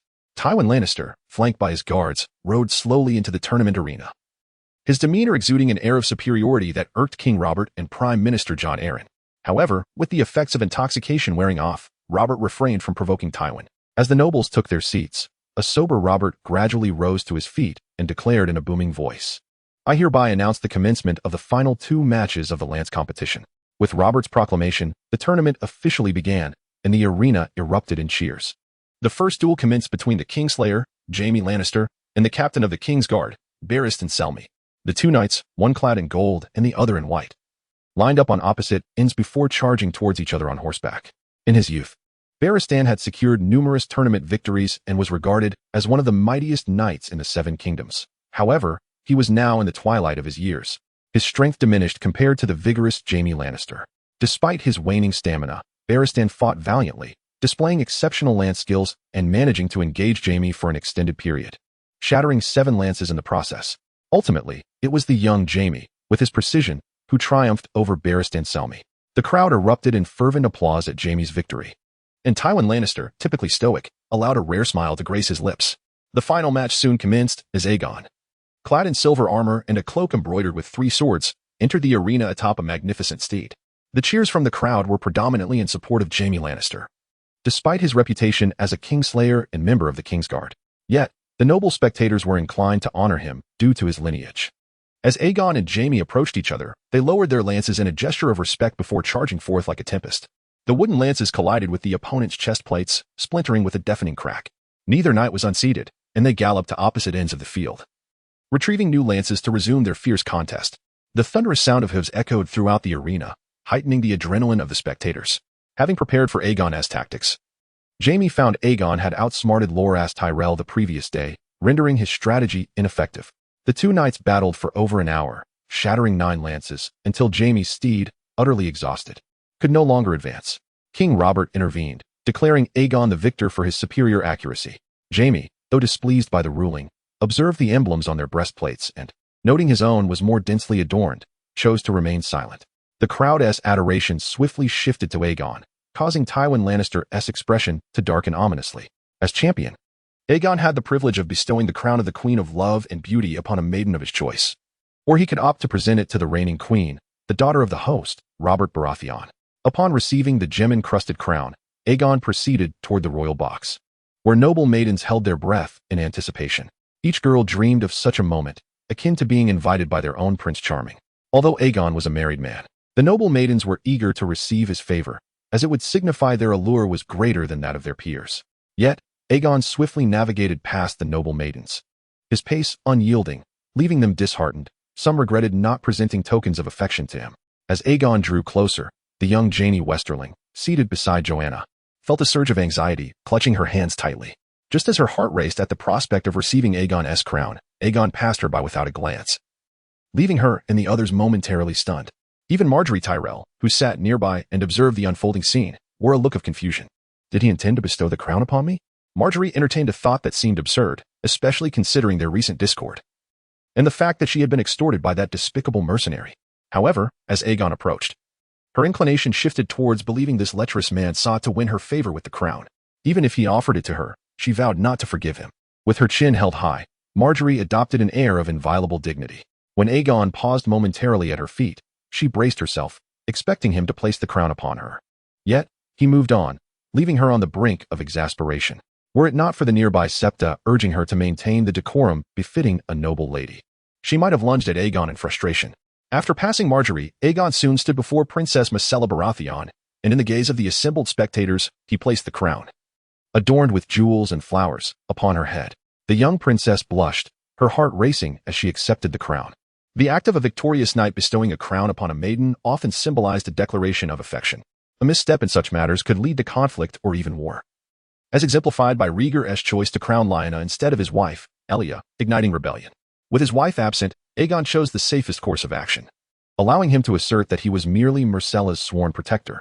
King Robert observed the scene in silence, while Jaime Lannister's gaze towards Aegon grew increasingly resentful. Following the conclusion of the ceremony, Tywin Lannister departed abruptly, casting aside any intention of attending the evening's festivities. Chapter 85. Magic. Tywin Lannister arrived with a large retinue to witness the tournament, hoping to see his son claim victory. Alas, reality did not fulfill his aspirations. Disheartened, Tywin decided to return to the capital, King's Landing, intending to head back to Casterly Rock after a few days. That night, the candles in Tywin's chamber flickered brightly. The cupbearer stood nervously by, pouring wine for the old lion, wary of inciting the ire of the aged duke. The heavy sound of footsteps echoed, and at the door appeared a portly, somewhat rotund elderly man, his skin impeccably smooth, with golden-hued hair and a balding crown. Upon seeing the visitor, the young cupbearer discreetly exited the room. There was no need for anger. Robert had always been unjust to the Lannisters, and no one dared to underestimate their house. This stout man was none other than Tywin Lannister's brother, Kevan Lannister, his most loyal aide. Kevan admired his elder brother immensely and had faithfully served Tywin. He, like their father, Tytos Lannister, was gentle and amiable, yet too weak, leading to ridicule from his vassals during their revelries. Some viewed this as a prime opportunity to openly challenge the Lannisters. Other lords borrowed money from him with no intention of repaying it. In the court, they mocked Tytos as a toothless lion. Tywin observed all this, having contemplated eliminating these individuals on multiple occasions, only to reveal the claws of a lion as he matured. I believe no one dares to belittle the Lannisters. I am merely vexed for Jaime. If it weren't for his insistence on serving that mad king as a wretched guard, I would not be troubled about the heir to Casterly Rock. Tywin lamented, his expression melancholic. Though he had two sons in his heart, he recognized only Jaime as his true progeny. He regarded his deformed son, Tyrion Lannister, as a curse upon him. Unless the Lannister line perished, he would never allow Tyrion to inherit Casterly Rock. Kevan opened his mouth to speak but ultimately remained silent. After a long pause, he finally voiced, "If only Cersei were a man. At least she understands how to wield these blades." Upon hearing this, Tywin set down his goblet. His pale green eyes flecked with gold regarding Kevan. "Do you consider that mercenary a blade?" Kevan nodded. "Indeed, I see the shadow of the mountain in him. If we utilize him wisely, he could serve as a fitting weapon in our hands. The mountain is merely a ferocious beast. His sole purpose is to instill fear of the Lannisters, but I believe this mercenary will not content himself with being merely a blade. Should we not control him soon, lest this blade turns against us? Not yet. The time is not ripe, and he poses no significant threat at present." After the spear competition concluded, Robert hosted a lavish banquet by the river. It was evident that Aegon's victory over Jaime delighted him immensely. Countless torches and candles illuminated the camp as if it were day. A sumptuous array of dishes adorned the tables, their enticing aromas tantalizing the attendees. Aegon was surrounded by noble maidens, resembling a triumphant general. The cacophony of their chatter nearly overwhelmed him. Most notably, Aegon stood to gain nothing from this. Seizing the opportunity, he managed to extricate himself from the throng of maidens and return to Joanna's side. Nearby, Jaime Westerling appeared somewhat forlorn. "Prince Aegon, I entrusted you with my token, yet you crowned Princess Myrcella instead." Aegon shrugged. "Jaime, you must understand, I am a married man. Even if I wished to wed you, I would have to consult my wife." Jaime was flustered by his words, her cheeks flushing as she retorted, "Bah, who said I wanted you to marry me? I have no intention of doing so." At this moment, Joanna, intrigued, cast a sidelong glance at Jaime. "You presented your token to Prince Aegon. Did you not wish to marry him?" "I intend to marry him soon." "Who says I must marry him?" Perhaps another count's son will seek to wed me. Haha, Janie, you are indeed clever. I also perceive that Prince Aegon is not a virtuous man. I support your sentiments, yet regrettably, my poor judgment has led me to pursue him relentlessly. Young Janie Westerling found herself outmatched by Aegon and Joanna, retreating like a quail hiding its head. Aegon, wishing to cease the banter, raised his cup and directed a question to the nearby Red Priest, Soros. My Lord Soros, you proclaim to be a follower of the Lord of Light. Do you know any other servants of Lawler? Soros inquired with curiosity. Prince Aegon, do you intend to embrace the faith of the Lord of Light, Lawler? Janie Westerling's expression shifted subtly. Her great-grandmother was a sorceress, known as the Toad Witch. Cersei Lannister had once visited her in childhood, seeking guidance, which instilled in Cersei a wariness towards Marjorie Tyrell and Sansa, fearing they were women seeking to usurp her everything. Not at present. I currently worship only our goddess of lust, Lys. However, Queen Shatana wishes for me to seek out some servants of the Lord of Light, thus providing the populace of Summer Isles, who revere him, a refuge. Aegon fabricated a tale. During this magical tide, the followers of the Lord of Light indeed possessed enhanced powers. Not only had Melisandre's magic been amplified, but even a less devout believer like Soros could resurrect others. Such potential assistance was not something Aegon would refuse. He was not as rigid as the scholars of the Seven Kingdoms. Soros furrowed his brow. Prince Aegon, I have been in Westeros for quite some time, and I have lost contact with my friends in Essos. I may not be able to assist you.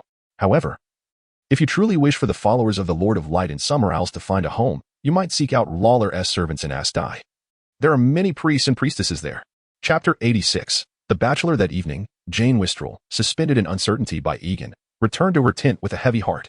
The flickering candlelight within the tent mirrored her turbulent emotions, making it difficult for her to find solace. What troubles my dear daughter? A voice, aged and familiar, resonated from behind her. Jane knew instinctively that it was her father, Count Gavin Wistrel of Stonehill Castle. It is due to your urging that I approached that mercenary prince. I delivered the token to him, yet he still bestowed the laurel upon my Sella. Jane pouted in dissatisfaction, her words laced with reproach towards her father's insistence that she pursue Egan. Gavin Wistrel sighed, a resigned smile gracing his lips. My little princess, you must comprehend that our family requires a wealthy alliance. Otherwise, in a few generations, the Wistrel lineage may find itself unable to even maintain our castle. The Wistrel family, once renowned for their opulence and esteemed as one of the wealthiest houses in the West, had a lineage tracing back to the days of the ancients. However, after the exhaustion of the gold mines within the city, the family's income had sharply dwindled, and over centuries, their fiefdom had diminished. By Gavin's generation, their finances had become so strained that hosting a ball within their own castle had become an impossibility, rendering them more akin to impoverished northern nobles than their esteemed counterparts in the West. This predicament led Gavin to abandon traditional noble alliances, opting instead to marry the daughter of a spice merchant to alleviate the family's financial burdens. Following the success of this union, he began contemplating the marriage of his daughter to a wealthy merchant from the free trading city-states. This way, they could secure a substantial sum of gold, restoring the Wistrel family's fortunes and allowing his son to pursue other noble maidens. After all, daughters were plentiful, but the heir to Stonehill had but one. In Gavin Wistrel's eyes, Egan represented an exceptional matrimonial prospect. Handsome, affluent, and youthful, his daughter would not be at a disadvantage. He had initially believed that Jane's beauty would easily captivate the notoriously indulgent Egan. Yet fate had other plans when Egan chose to crown Myrcella instead as the competition drew near. Having endured her parents' persuasive counsel repeatedly, Jane let out a soft sigh after her frustration subsided. I shall continue to approach him, my daughter. It would be prudent to refrain from pursuing that mercenary for the time being. Should you exhibit too much eagerness, it may lead him to dismiss you, Gavin advised. Your mother and I have secured a friend of Queen Cersei. In a few days, we intend to recommend you and your sister to her, so you may serve as Princess Myrcella's handmaidens. Jane paused for a moment, then gently nodded in agreement. After claiming victory in the tournament, Egan promptly set forth with his retinue towards Old Town. With Jon Arryn still alive, it was imperative for him to enhance the strength of his forces, and the scholars of Old Town were his target for recruitment. His army was no longer lacking in soldiers and armor, and with ships now at his disposal, the elevation of technological prowess on the Summer Isles was his foremost concern. Despite lacking a castle of his own, he held out hope that some distinguished scholar might be enticed to join his cause. Perhaps he might encounter a scholar, like Korban, who had been discarded. His band of adventurers was surely more formidable than the warrior company. If Korban was willing to align himself with a mere 1,000-man company, surely scholars would be eager to join his adventurers. Egan's caravan was extravagantly lavish, patronizing nearly all the fine inns along their route as he flaunted the 30,000 gold dragons he had earned from his championship, eager to spread word of his wealth. After several weeks, Egan finally arrived in Old Town, the sun having set by the time they reached their destination. He hastily instructed his soldiers to set up camp outdoors, intending to enter the city the following day. Suddenly, a piercing scream disrupted the camp's tranquility, causing chaos to ensue.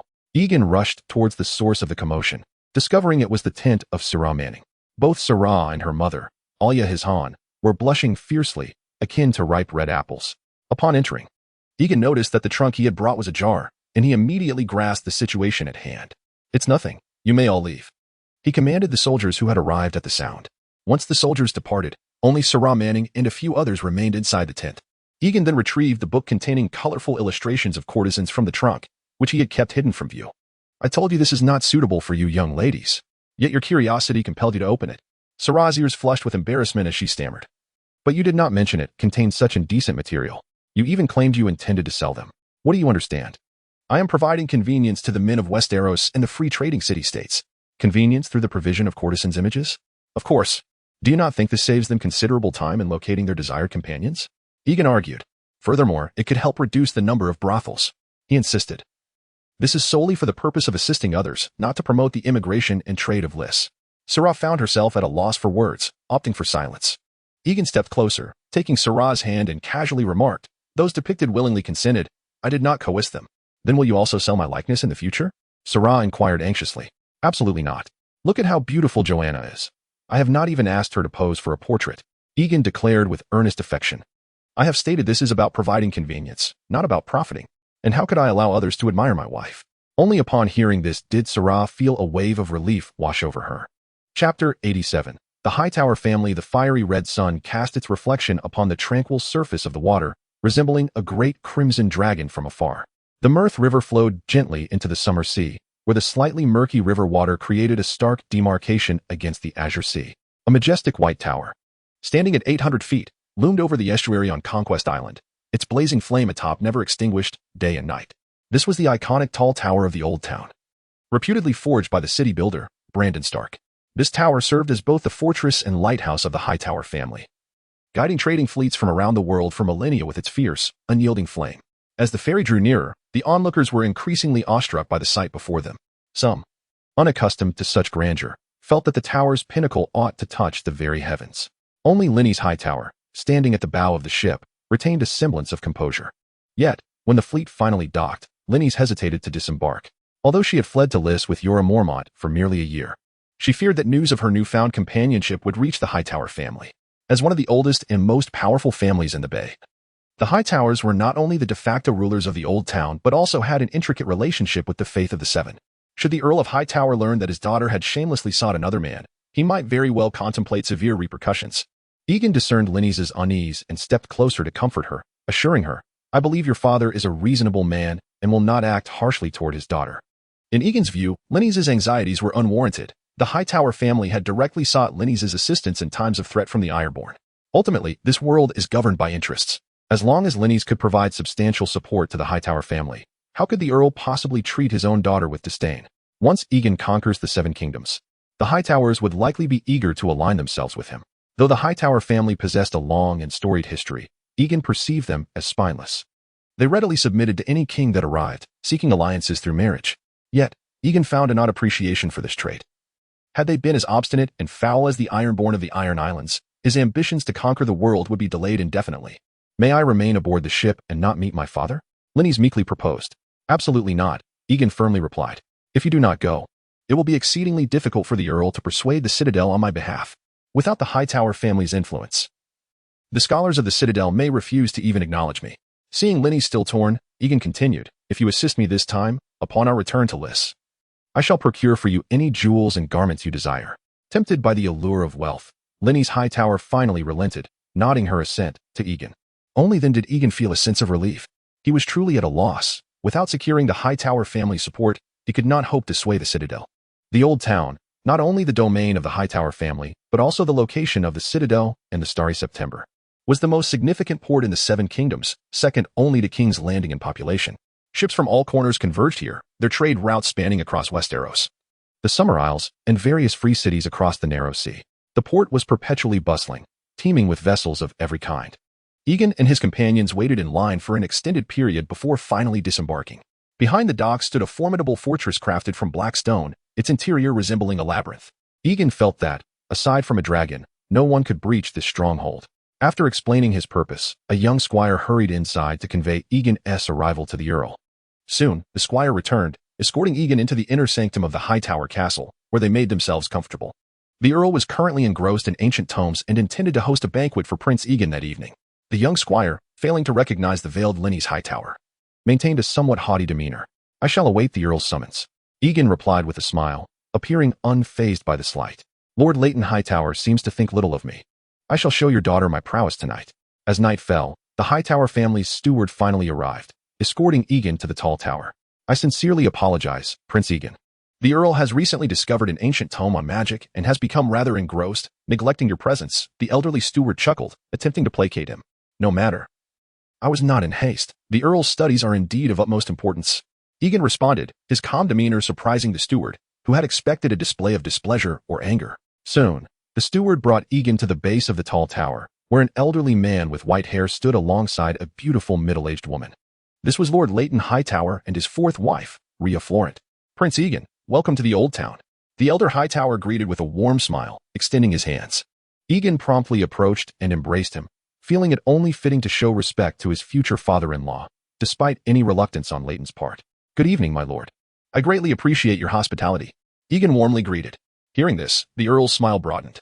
"Not at all. Please forgive my preoccupation with ancient texts today. Come inside. I have prepared a splendid feast for you." Egan nodded, accepting the bread offered by a servant, dipping it in salt before taking a bite. Having completed this ancient rite of hospitality, he followed the Earl into the grand entrance of the tall tower. Chapter 88. Coercion. The interior of the towering edifice was illuminated. Its walls composed of an enigmatic, obsidian-like stone. Most individuals, upon entering this majestic and mysterious tower for the first time, would be captivated by its grandeur. However, Prince Yegan remained steadfastly focused ahead, trailing behind the elderly Count Hightower. Noticing Yegan's demeanor, Count Hightower could not help but temper his earlier frivolity. "Prince Yegan, are you aware of who constructed this castle? I have heard it was forged by the legendary smith of old, Brandon Stark, millennia ago." Yegan, somewhat perplexed by the Count's sudden interest in history, simply nodded. "Indeed, the Hightower lineage dates back to the Dawn Age. We have witnessed countless kings and heroes, including the esteemed smith, Brandon. The Wall and Winterfell, as well as the Holdfast, are all his creations." The aged Count spoke with pride, as if silently urging praise for his illustrious family. "I had only heard of House Hightower, but I never anticipated such a rich history. This honor is indeed rare in Westeros." Yegan effused, showering the Count with compliments. The elder Hightower beamed at Yegan's flattery, his time-worn eyes crinkling with delight. "The Valyrian Dragon Lords also boast a long lineage, and your own honor is considerable, Prince Yegan. To demonstrate my respect, I have arranged a banquet this evening, one that rivals even the feast of the Red Keep.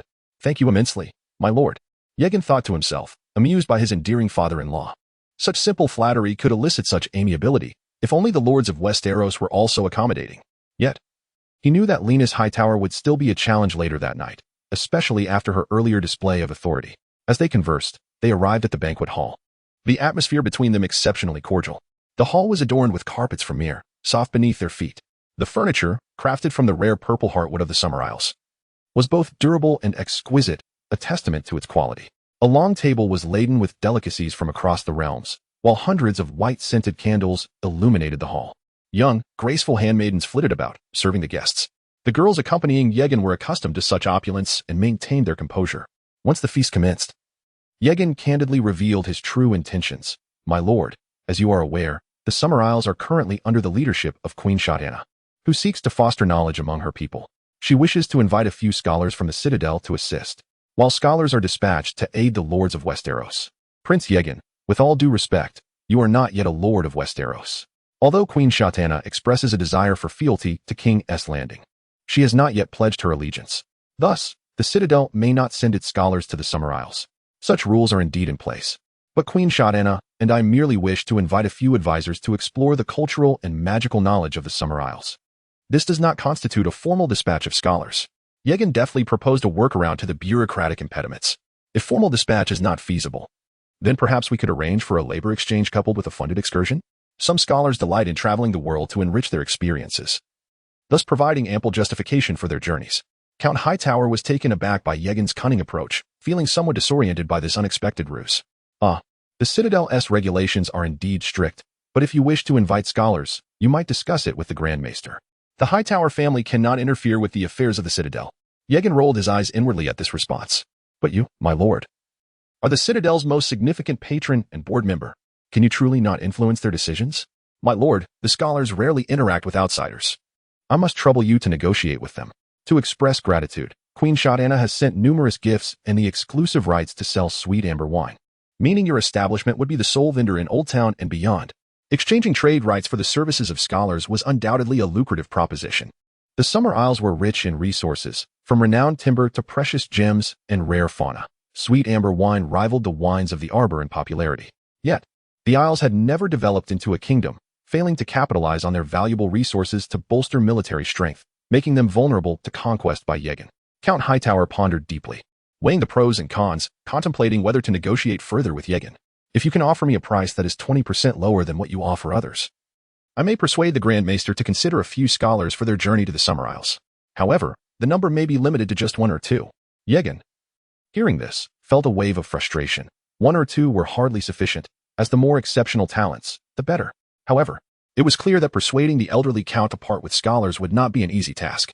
Determined, Yegan resolved to leverage his secret weapon, believing that with the count's precious daughter involved, he would be more amenable. My lord, I have another gift for you. Would you be so kind as to step this way? Count Hightower, puzzled by Yegan's intentions, followed him into a private chamber. Upon entering, rather than producing jewels or rare treasures, Yegan instead revealed a letter. My lord, this is a letter from your daughter, Linus Hightower. As Yegan spoke, Count Hightower's expression shifted, and he quickly took the envelope, opening it with anticipation. Inside, alongside Linus' handwritten note, lay a necklace he had personally chosen for her. After a long moment, Count Hightower finally set the envelope down. Linus says you saved her? Is she still with you? Though initially elated to receive his daughter's letter, the content dampened his joy. Yet the knowledge that she was safe provided some solace. Yes, I will take good care of her. She is quite happy in Liss. Alas, if only Seriora had been captured, I would have married her. Yegan's flippant remark felt like a dagger to the old man's heart. The elderly count closed his eyes in frustration, and after a moment, he opened them with a long sigh. I will communicate with the Citadel on your behalf. But you must treat Linus well. Chapter 89. The City of Learning. After deftly managing Count Hightower with the assistance of Lisa Hightower, Aegon did not linger at the banquet. He swiftly consumed his meal before retreating to his chambers, fearing that prolonged presence might provoke the elderly count to ill health. Having already gained a considerable advantage, he believed it unwise to press further. Upon entering his room, he found that the young maid had prepared warm water for him. However, Aegon chose not to bathe immediately, but instead made his way to Lisa's chamber. Lisa Hightower was initially seated at the edge of her bed, lost in sorrow, until Aegon embraced her from behind, startling her. He buried his face in her silken hair and comforted her, saying, in truth, your father cares deeply for your safety. Perhaps in the future, you might return to visit them. Lisa had assumed Aegon was merely captivated by her physical form, but his concerns stirred a warmth within her. Yura is not dead. I am still Yura's wife. It seems I am destined to remain in Liss for this lifetime, she remarked with a forced smile. The laws of the Seven Kingdoms are not immutable. Who says you cannot initiate a divorce from Yura? Lisa nearly gasped at Aegon's audacity. Are you suggesting that the church would alter its doctrines? Indeed. Do you not perceive the inequity in such laws? Noblemen may keep mistresses and father countless illegitimate children, while their wives face punishment for infidelity and are barred from divorce. Such regulations are evidently designed to benefit men. Aegon declared passionately, if I become king, every marriage here could be annulled at the behest of either party, and then you could marry me. The faith of the Seven forbids couples who have consummated their marriage from seeking divorce unless one partner dies, making remarriage impossible. Yet, Aegon aspired to become the king of Westeros and would inevitably marry Daenerys, a union that the faith would also disallow, foreshadowing inevitable conflict between him and the church. Nonetheless, he was prepared to confront the church, and facilitating Lisa Hightower's divorce would not be a significant hurdle. Moreover, this would bolster Lisa's loyalty to him, granting him greater influence over House Hightower. Only in a world where the formidable Jorah Mormont was injured could such arrangements be realized. Lisa could hardly fathom that Aegon envisioned a future where she might wed him, and she found herself harboring feelings for him. Regret washed over her for not having traveled the world years prior. Perhaps then, she might have encountered this man, stronger and more handsome than Jorah. She could not help but fall for Aegon, who not only promised the continuation of a lavish lifestyle, but also fulfilled her desires in ways she had longed for. As these thoughts crossed her mind, tears welled in her eyes, and Aegon, noticing, gently wiped them away and kissed the corner of her mouth, evoking the image of a prince from a ballad. making her feel she had truly encountered her soulmate. One should not shed tears of joy so easily. Lisa chuckled through her sobs. I cannot help it. I am simply overwhelmed with happiness. Then let us forget such matters. I shall take you to bathe, Aegon declared, sweeping Lisa Hightower into his arms. She squirmed playfully, her cheeks flushed. But I have just bathed. No matter. Another wash will only render you cleaner. Lisa was puzzled by Aegon's unusual urgency that night, but nestled her head against him nonetheless.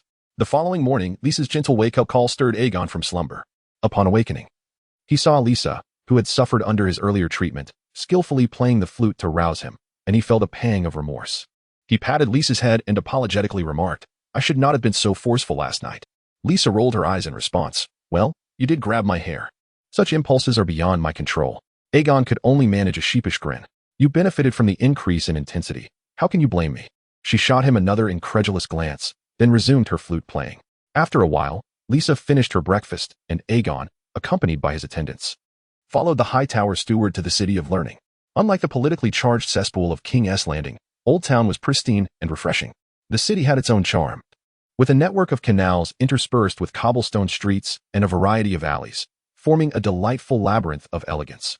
The City of Learning was situated along the banks of the Honeywine River, at the very heart of the city, with towers and domes connected by stone bridges, and residential halls built atop these bridges. Though not as grand as the towering heights of other structures, it still exuded an air of majesty, imparting a sense of the sacred. Flanking the grand entrance were towering green sphinx statues, fantastical creatures with the body of a lion, wings of an eagle, and the tail of a serpent, one with a male visage and the other female. Following the steward into this imposing edifice, Aegon felt as though he had stepped into a bustling marketplace. The steward introduced him to the scriptorium of the City of Learning, where the residents of Old Town sought out assistant scholars to draft wills or read letters. Young scholars awaited clients at open stalls, while others sold books or maps. Advancing further led to the main area, Crow Island, home to the oldest structure in the City of Learning, the Crow Tower. Its walls were cloaked in verdant moss and vines, with an ancient fishbeam tree dominating the courtyard, where crows roost. The White Raven's nest rested atop the western tower. Crossing a nearly decayed wooden bridge, Aegon followed the steward to the steward's hall. Inside, the hall featured a stone floor and grand arched windows, culminating in a dais at the far end where a gatekeeper awaited those wishing to meet the steward. Master Norrin is within. Allow me to escort you, the steward said, bypassing the line after confirming his identity, leading Aegon inside. There's no need for your assistance. I can find my way, Aegon replied. Very well.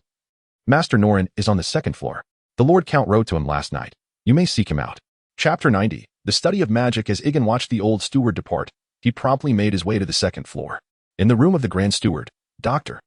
Norrin, a vast desk was laden with books, and shelves were packed with volumes. The room was impeccably clean, yet it bore an unmistakable scent of age. Dr. Norrin, with his wispy white hair, was an elderly gentleman who only acknowledged Aegon's presence upon hearing his footsteps. Ah, Dr. Norrin, I am Aegon Baelaris, sent by Queen Shadana to invite several scholars to the Summer Isles. Oh, I am aware of you, the aged steward rasped slowly. This morning, Count Hyder sent a messenger with a letter. I expected you to arrive sooner, yet here we are, almost at noon. Dr. Norrin's speech was notably deliberate, as if he were struggling to find his breath, leading Aegon to wonder if the old man might be on the verge of passing. Nevertheless, he could discern the words clearly. Feeling somewhat embarrassed, Aegon chuckled awkwardly. I was delayed by breakfast. Young people ought to rise earlier, Dr. Norrin imparted, as if speaking to an apprentice. Aegon thought to himself that he had indeed risen early, but he merely smiled and nodded in agreement. The letter from Count Hyder indicated that the Summer Isles were willing to provide funding for our scholars to study there, and in return, those we send would assist Queen Shadana. That is splendid news. If only the lords of Westeros would embrace such initiatives instead of squandering their wealth in brothels and tournaments. Dr. Norrin, oblivious to Aegon's true intentions, merely felt that such an endeavor would indeed bolster the academic city, especially with the Countess backing, and had no inclination to decline. Perhaps in the future, the funding for our academic city will flourish. The lords of the medieval era were ignorant of the significance of science and technology, failing to appreciate the value of the academic city. However, Aegon, a man of modern sensibilities, could not afford to share their short-sightedness. Even the strongest warrior cannot withstand 2 bullets to the head. Should one master the technological tree, dealing with them would be a mere matter of overwhelming force. Though the academic city aspired to create a world devoid of magic, having once aided the Hyder family in the assassination of Aegon I during the Blood Dragon Frenzy, which incited a civil war among the Targaryens, Aegon believed this power could still be controlled. There were scholars within the academic city who studied magic and mysticism, Yet the scholars of Westeros had never practiced magic, leading them to reject this uncontrollable force. But with the tide of magic approaching, the scholars of the academic city might soon wield magical powers. Would they still resist it then? Let us hope it unfolds as you say. Dr. Norrin exclaimed with great enthusiasm. Come. I shall introduce you to several scholars who would be most suitable for the journey to the Summer Isles. Upon hearing this, Aegon eagerly followed him. His heart raced in anticipation, akin to the excitement of drawing a rare card in a game. The scholars of the academic city were of varying caliber, and Aegon did not wish to squander money on those who merely consumed resources without merit. He would be better off seeking a few witches in Ashadu. Dr. Norrin's pace was rather slow, and more frustratingly, he declined assistance from his apprentice, leaving Aegon in exasperation. Eventually, after what felt like an eternity, they reached the tower at the back. Some scholars were engrossed in their studies, while others were conducting dissections with their apprentices. However, 3 scholars were gathered in the hall. Engaged in conversation, Dr. Norrin led Aegon before them. These 3 were Dr. Katos, Dr. Morris, and Dr. Osler, all of whom held a keen interest in the Summer Isles.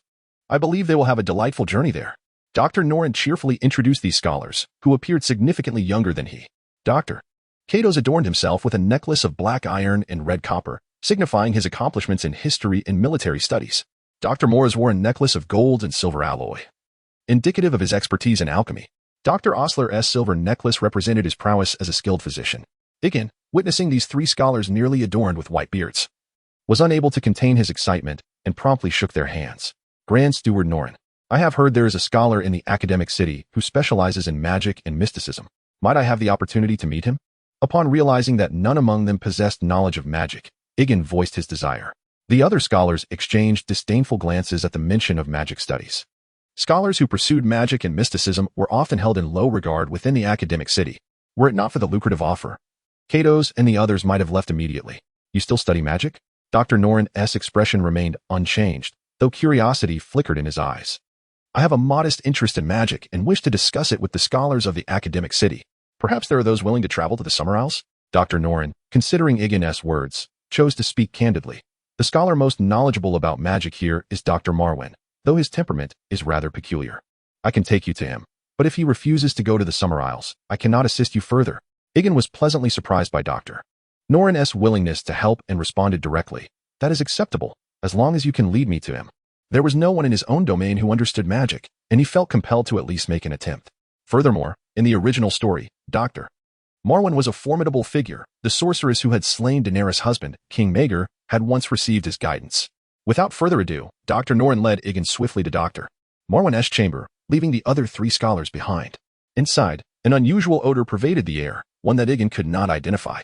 Aside from the shelves filled with books, various oddities cluttered the room. An elderly man sat at the desk, his gaze fixed on a glass candle without raising his head. He possessed a bull-like neck and a jaw like slate, appearing stout and solidly built, with white hair sprouting from his ears and nostrils. His teeth were stained a mottled red from sour grass, rendering him rather unappealing in appearance. The Valyrian steel necklace he wore symbolized his profound mastery of magic and mysticism. Marwyn, I have brought you a friend. Must you always disturb me, Norrin? Marwyn replied, his voice tinged with impatience as he lifted his head. Chapter 91. A fortuitous encounter this time. I have a legitimate reason to seek you out. Otherwise, who would wish to linger with such a hideous creature as you? The aging steward of the academic city, facing Marwyn, seemed to have cast aside all pleasantries. It was evident that these 2 often exchanged barbs. Marwyn appeared unfazed by Norrin's derogatory nickname, turning instead to Aegon. Is this your new assistant apprentice? Young man, you truly have an eye for talent.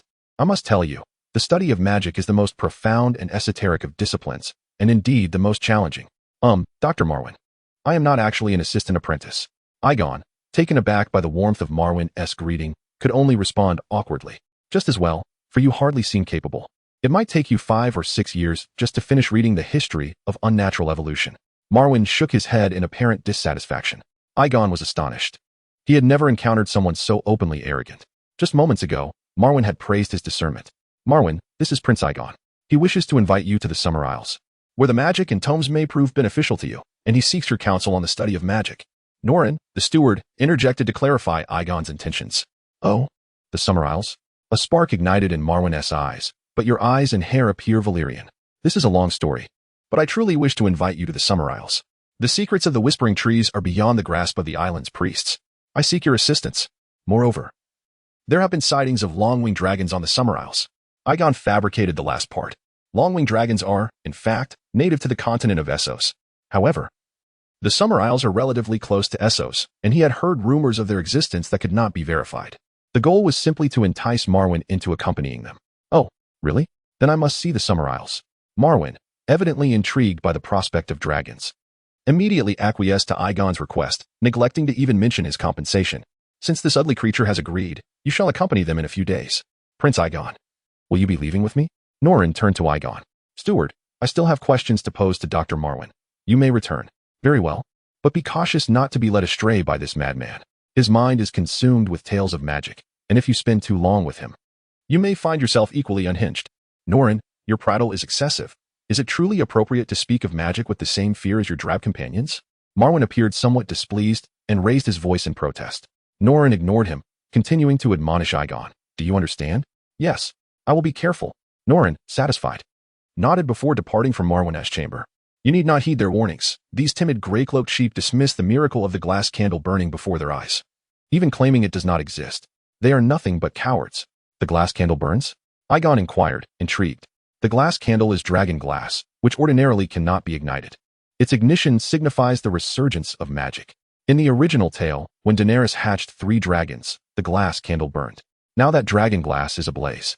It symbolizes an increasing magical potency, likely heralding the imminent arrival of the Red Comet. Indeed, the assistant scholars of the Academy must keep vigil in a room filled with black glass candles on the eve of their oath to become scholars. No light sources are permitted within.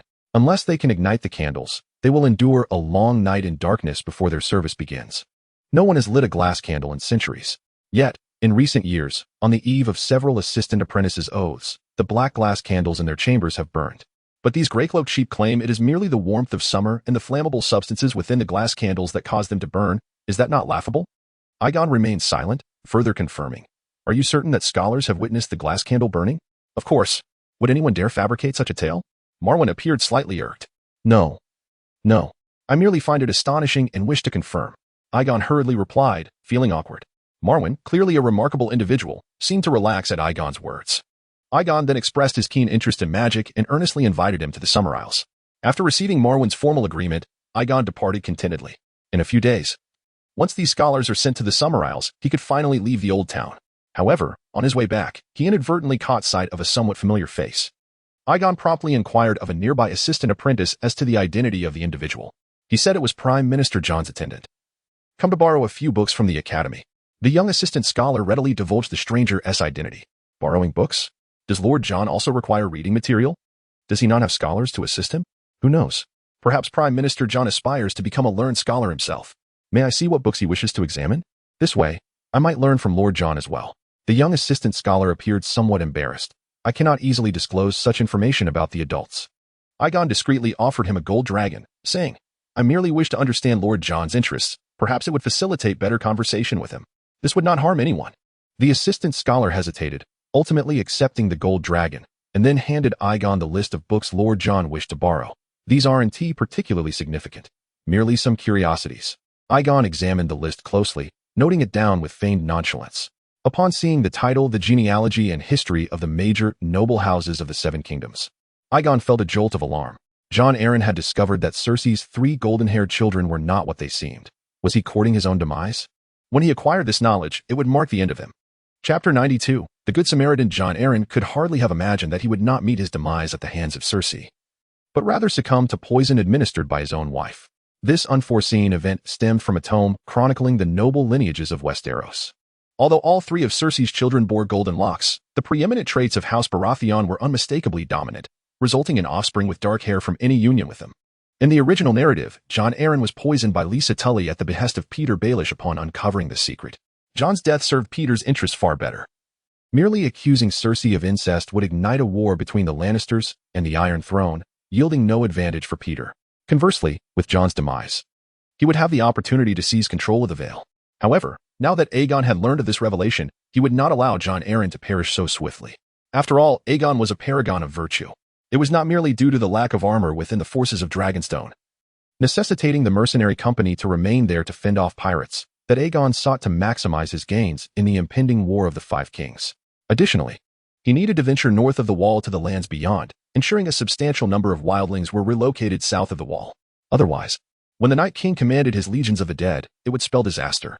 In light of this urgency, Aegon's foremost objective became to delay Jon's servant, ensuring he did not deliver his message promptly. Are there copies of these tomes at the Citadel? I would like to study them as well. So I may engage in enlightening discourse with Lord Jon, Aegon inquired, feigning casual interest to extract further information. Some of these volumes are unique. It may take me a couple of days to retrieve them for you. The young assistant scholar replied, clearly apprehensive. I fear Prince Aegon will be disappointed. Oh, what a pity. Aegon lamented, his face a mask of regret. Might I borrow the other volumes in the meantime? Well, the young assistant hesitated. Prince Aegon, you are neither a lord of Westeros nor a scholar of the Citadel. I fear I cannot lend you these volumes. It was evident that this individual was timid, having accepted Aegon's gold yet unwilling to extend him any convenience. Such a person was clearly unreliable. Should trouble arise, he might easily expose Aegon, causing him to abandon any thoughts of further bribery or collaboration. Lord Hightower can vouch for me, and I believe Dr. Nolan would agree as well. Is there truly any issue? No issue. The assistant stammered. I shall send someone to collect the books later. By the way, do you know where the finest taverns and brothels in Old Town are located? The young assistant's face blanched with fear. Prince Aegon, I have never frequented such places. I do not doubt your word, but as a resident of Old Town, you must have heard of them. Aegon replied, patting the assistant's shoulder. Moreover, visiting a tavern for a drink is hardly scandalous for a scholar. I am certain no one would condemn you for it. Upon hearing this, the young assistant finally relaxed. I am not well acquainted with the brothels, but the Quill and Tankard is the most renowned inn in the city, famed for its potent apple wine. Do scholars often go there for drinks? Aegon inquired. Why yes, no, not really. Only a few apprentices might go there for a drink. I have only visited a couple of times. The assistant protested, as if his tail had been stepped on. Aegon recognized that the assistant was not being entirely truthful, but he had acquired the information he sought and departed without further ado. The previous assistant was far too timid. He needed to find someone bolder to help him conceal the volumes for a while, ideally for a month or two. Given the inefficiencies of medieval bureaucracy, Jon Arryn would likely not notice the absence. All he needed was for Jon's servant to linger in the brothel while waiting. Thus, Aegon did not return to the Tower of the Hand, but instead made his way directly to the Quill and Tankard, situated on a small island in the Honeywine River. The Quill and Tankard required a ferry to access. The establishment was a tall wooden structure with a sloping roof, its third-floor terrace adorned with torches. For 6 centuries, it had stood resolutely on the island, never closing its doors. Even in the afternoon, when Aegon arrived, it was bustling with patrons. Noticing that the crowd did not resemble the apprentices of the Citadel, Aegon seated himself, awaiting the arrival of his quarry. Young warrior, would you care for a drink? A buxom, alluring waitress approached Aegon with a radiant smile. Turning to face her, Aegon discovered a golden-haired beauty with striking blue eyes. Though the fine lines at the corners of her eyes suggested she was no mere girl, her skin remained impeccably maintained. I have heard your strong spirits are the finest. Bring me several cups, Aegon declared nonchalantly. Our finest is not limited to just apple wine. The waitress replied, deliberately loosening her neckline to reveal her fair skin. But it is still afternoon. Aegon hesitated. Would a true man concern himself with such trivialities? She countered, leading him up to a room on the 2nd floor. Aegon considered establishing some clandestine connections in Old Town, thus he followed her willingly. Observing the sway of her hips, he understood why the inn thrived. An hour later, Emma finally collapsed upon Aegon. My warrior, you are magnificent. I have never encountered such a virile man. You shall see me often henceforth, Aegon replied with a light chuckle. Is that true? How delightful. My daughter, Rashi, has just begun her moon cycle. Her first night can be yours for 5 gold dragons. Emma, having perceived Aegon's wealth from his attire and the coin purse she had felt while undressing him, was eager to sell her daughter as swiftly as possible. Perhaps we could enjoy her together. Emma continued to entice. If I wish to procure Rashi from you, how much would it cost? Emma was evidently taken aback by Aegon's inquiry. If you would consider purchasing a tavern worker's daughter. Did you not hear me? If I were to buy your daughter, what would be the price? Noting her hesitation, Aegon pressed on. I have no intentions of selling her again. She will accompany me. This life is far superior to that of a tavern wench. 1,000 gold dragons. Chapter 93. An awkward encounter. 1,000 golden dragons. You have greatly overestimated the worth of your daughter. Though Aegon is wealthy, he is not a fool. It was evident that Emma recognized his interest in Rashi and thus sought to extort an exorbitant price. You may not have seen Rashi. She possesses enchanting light brown eyes, a blossoming figure, and a vibrant, youthful physique. Yet Emma remained undeterred, intent on fetching an even higher price for Rashi. Most crucially, she bore a striking resemblance to me. We could serve you together. Upon finishing her sentence, a smile crept across Emma's lips, convinced that Aegon would find such temptation irresistible. No, I will not pay 1,000 golden dragons. Yegin resolutely shook his head in refusal. However, I could offer several thousand golden dragons to purchase this establishment instead. You could manage the tavern, while Rashi would accompany me. What do you think of this arrangement? You wish to entrust this place to me? Emma's expression was one of disbelief. Clearly, she struggled to comprehend that this man, whom she had only just met, would actually buy the establishment. Will it truly belong to me? Certainly. I only require you to remain here for a few more years. After that, you can join Rashi. And the profits from this tavern will still belong to you. However, I will need your assistance with a few other matters. No problem. Emma agreed without hesitation, not even inquiring about Yegin's intentions. Yegin chose not to prolong the conversation, confident in his hold on Rashi and doubting Emma's loyalty after this. Well then, I must take a stroll. I did come here primarily to indulge and drink, Yegin remarked, giving Emma a playful tap on her rounded backside. Instantly, Emma twisted her body, helping him don his attire, and Yegin readily tossed her a golden dragon. Upon receiving the coin, Emma beamed with joy, a sum she would typically earn over 5 days. Clearly, she had not misjudged. This patron was indeed very affluent, and she needed to find Rashi quickly to ensure such a benefactor did not slip away. By the way, where is the finest brothel in the old town? Yegin inquired after dressing. It is located on this very island, approximately 200 meters to our right. Do you wish to go there, my lord? Emma was taken aback, not expecting Yegin to still be eager for more. She felt a strong need to keep a close watch on Rashi. She feared that Rashi's first encounter could go awry.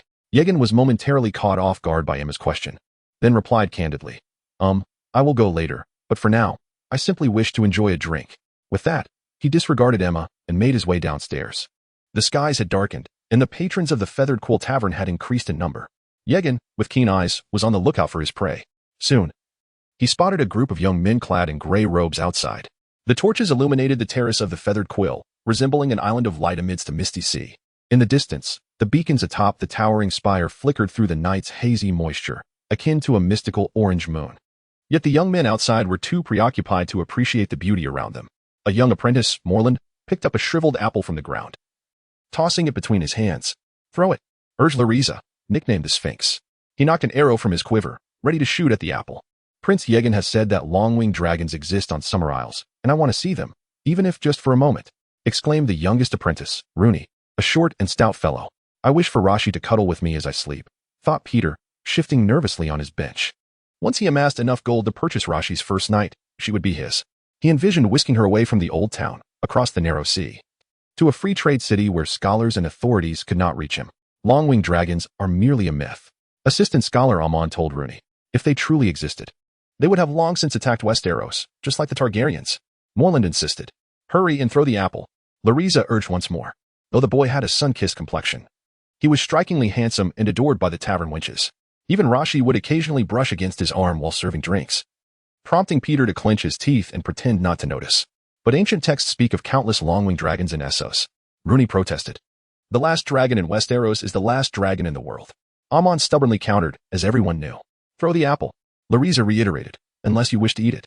Here it comes, Morland exclaimed, hopping lightly on his deformed foot, turning around and flinging the apple into the mist above Honeywine River. Were it not for his foot, he might have been a knight like his father, for he possessed strong arms and broad shoulders, lacking in nothing but agility. The apple soared far and fast, yet not as swiftly as the arrow that followed, its golden shaft adorned with crimson feathers.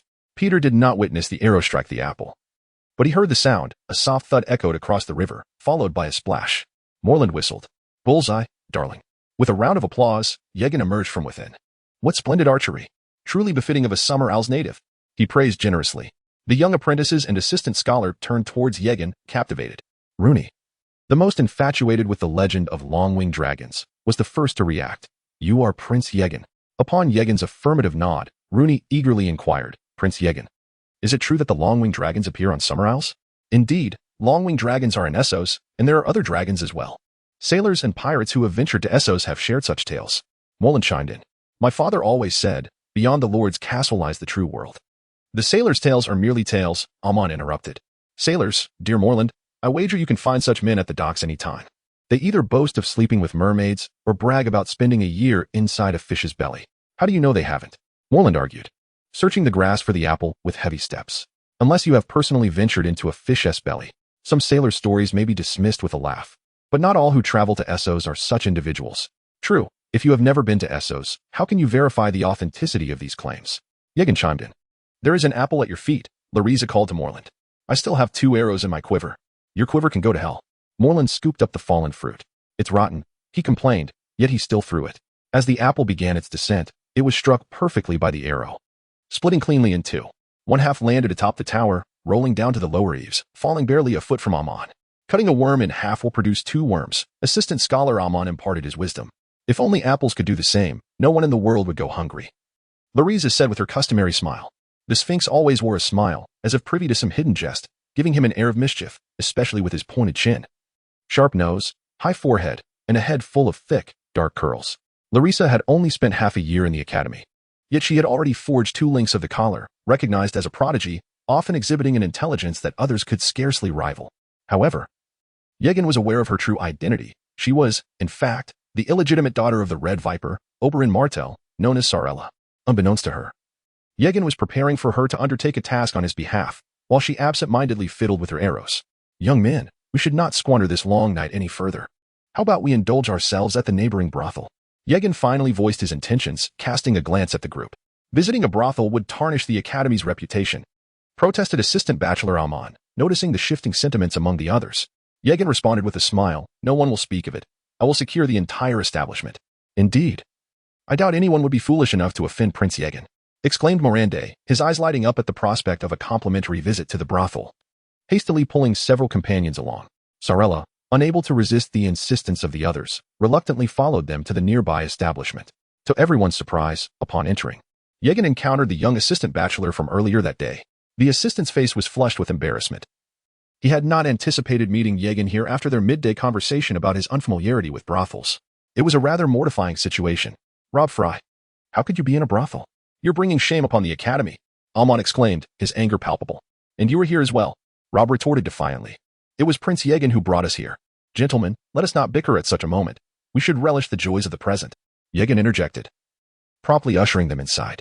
Soon, the others found their preferred companions, leaving Sarella standing awkwardly to the side, eventually seeking a place to sit within the room. Are you not going over? Yegin inquired, feigning ignorance. No, I prefer not to. The scent here is rather unpleasant. Oh, is that so? Yegin smirked mischievously. Is it the scent you dislike, or is it simply because you are, in fact, a woman? Chapter 94. The mischievous Aijin, I do not comprehend what you are saying. Sarella retorted, clearly flustered by Aijin's words. Oh, you fail to grasp my meaning? Allow me to remind you. I have heard whispers that Oberyn Martell, the Red Viper of Dorne, has several illegitimate daughters known as the Sand Snakes, one of whom is even sired by a woman from the Summer Isles. Is that not so, Sarella? Larisa's pupils dilated in shock, realizing that Aijin had seen through her. How did you discover this? I spent 6 months in the Citadel, and they never found out. Quite simply, your demeanor differs from others, despite your belief in your excellent disguise. Aijin refrained from revealing that he was merely a plot device. Sarella, evidently convinced by Aijin's assertions, reluctantly inquired, what is it that you desire? Since you have not made it clear, it suggests you must have some ulterior motive. Astute. What I seek is rather simple. 2 books from the Citadel. Why not simply borrow them from the Citadel? The books I wish to borrow are those that Lord John intends to borrow, and I need to peruse them first. What? You are mad. This is impossible. Sarella vehemently rejected his request. If I cannot access those 2 books to curry favor with Prime Minister John, I shall be in great distress, and I might hold you accountable for it. You would forfeit your opportunity to become a scholar at the Citadel. Sarella was incensed by Aijin's audacity, yet found herself powerless against him and could only nod in resignation. Excellent. We merely need to administer a sedative to Lord Robert Fry to ensure he cannot attend the library for a few days. You need not concern yourself with that. I will take care of it. Upon hearing Sarella's assurance, Aijin ceased further discussion, patted her shoulder, and cheerfully remarked, Then I shall trouble you, dear Larisa. I will take my leave now. Oh, and do not forget their payment. As he spoke, Aijin tossed a pouch of gold coins to Sarella and exited without a backward glance. Do not bother. Simply inform the brothel's proprietor that I have reserved the premises for the next few days. Who said anything about giving you change? Sarella seethed as she watched Aijin's retreating figure. By the time Aijin returned to the towering spire, night had completely enveloped the castle. Yet the festivities remained vibrant and lively. Before he could reach his chamber, he was ushered to the ball by the steward of the Hightower family. Have any notable guests arrived today? Aijin inquired with curiosity along the way. 2 young gentlemen from Driftmark have come. The Lord Earl has organized a grand ball in their honor. The old steward replied with palpable excitement. The twin heirs of House Valerion from Driftmark? What brings them here? Aijin pondered, unable to fathom the reason, but obediently followed the steward to the ball. The ballroom was already bustling with young nobles, twirling gracefully to the melodious tunes of the singers. It was here that Aijin caught sight of the twin brothers from House Valerion. Yet, the stars of the evening were not them, but rather a young maiden adorned with lustrous chestnut curls, whose figure was strikingly slender. It was evident that the assembled nobles longed to invite this enchanting young woman to dance, yet none dared to take the first step. At last, the elder brother, Horace Valerion, bravely approached her. Aijin soon learned that the captivating lady was none other than the sole daughter of Sir Baylor Hightower, the heir of House Hightower, Lady Alicent Hightower. It was clear that the Hightower family held high hopes for this bold young woman, aspiring for her to follow in the footsteps of her ancestors and ascend to queenship. Contemplating this, Aijin anticipated the outcome for Horace Valerion. As he suspected, Alicent Hightower declined Horace's invitation, leaving him visibly disheartened. However, his twin brother, Hobart Valerion, appeared quite pleased, adjusting his collar and heading to the side for a drink, preparing to make his own advance. Aijin could not idly watch as the Valerion family sought to ally with the Hightower family, for even the slightest opportunity could not be afforded to them. After all, a united Driftmark presented no advantage for Aijin. Although the Earl of Hightower had already married one daughter to the Valerion family, that was merely a cadet branch. Should Alicent wed the legitimate heir of House Valerion, it would spell disaster for Aijin. Thus, Aijin swiftly approached Hobart Valerion. Sir Hobart, perhaps I should refer to you as such? Prince Aijin, what brings you here? Hobart sensed a hint of mischief in Aijin's demeanor. Nothing of great significance, merely that I noticed you were about to invite Miss Alicent to dance. Indeed, I am confident that Miss Alicent will surely accept my invitation.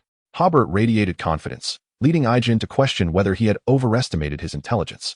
But she just turned down your brother. What makes you think she will not do the same to you? Of course she won't. The Valerion and Hightower families share a close bond, and we have come bearing an offer of courtship. Alicent would not so easily disregard the Valerion family. Moreover, I am convinced that her refusal of my brother was solely due to his drooling.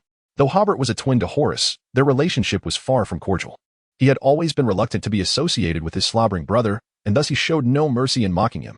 Oh, no, you cannot think that way. Sir Hobart, do you truly believe that Miss Alicent rejected your brother solely because of his drooling? What else could it be? The Hightower family and the Valerion family have always maintained a good relationship, not to mention that we have brought generous gifts. Is there any other reason for Miss Alicent to refuse my brother? Hobart spoke with great conviction, presenting a seemingly sound argument. Yet, Aijin shook his head in disagreement. The reason Miss Alicent declined your brother's advances is far more complex than that. Consider, who is the main attraction of this ball? Why, it is Miss Alicent, of course. Precisely. She is the center of attention at the ball. How could she so readily accept another's invitation? That would render her rather indiscreet. I will not allow you to speak ill of Miss Alicent. She is not a frivolous person. Hobart appeared highly agitated, much like a fan whose idol had been insulted. My intent is not to imply that Miss Alicent is frivolous. Rather, I suggest that because she is not, she rejected Horace. And should you pursue her as well, you shall only become a second Horace. Aijin began weaving his persuasive web. What should I do then? Prince Aijin, you must assist me. Hobart grasped Aijin's hand, regarding him as a lifeline. Aijin responded with a smile. It is quite simple. All you need to do is remain quiet and stay right here.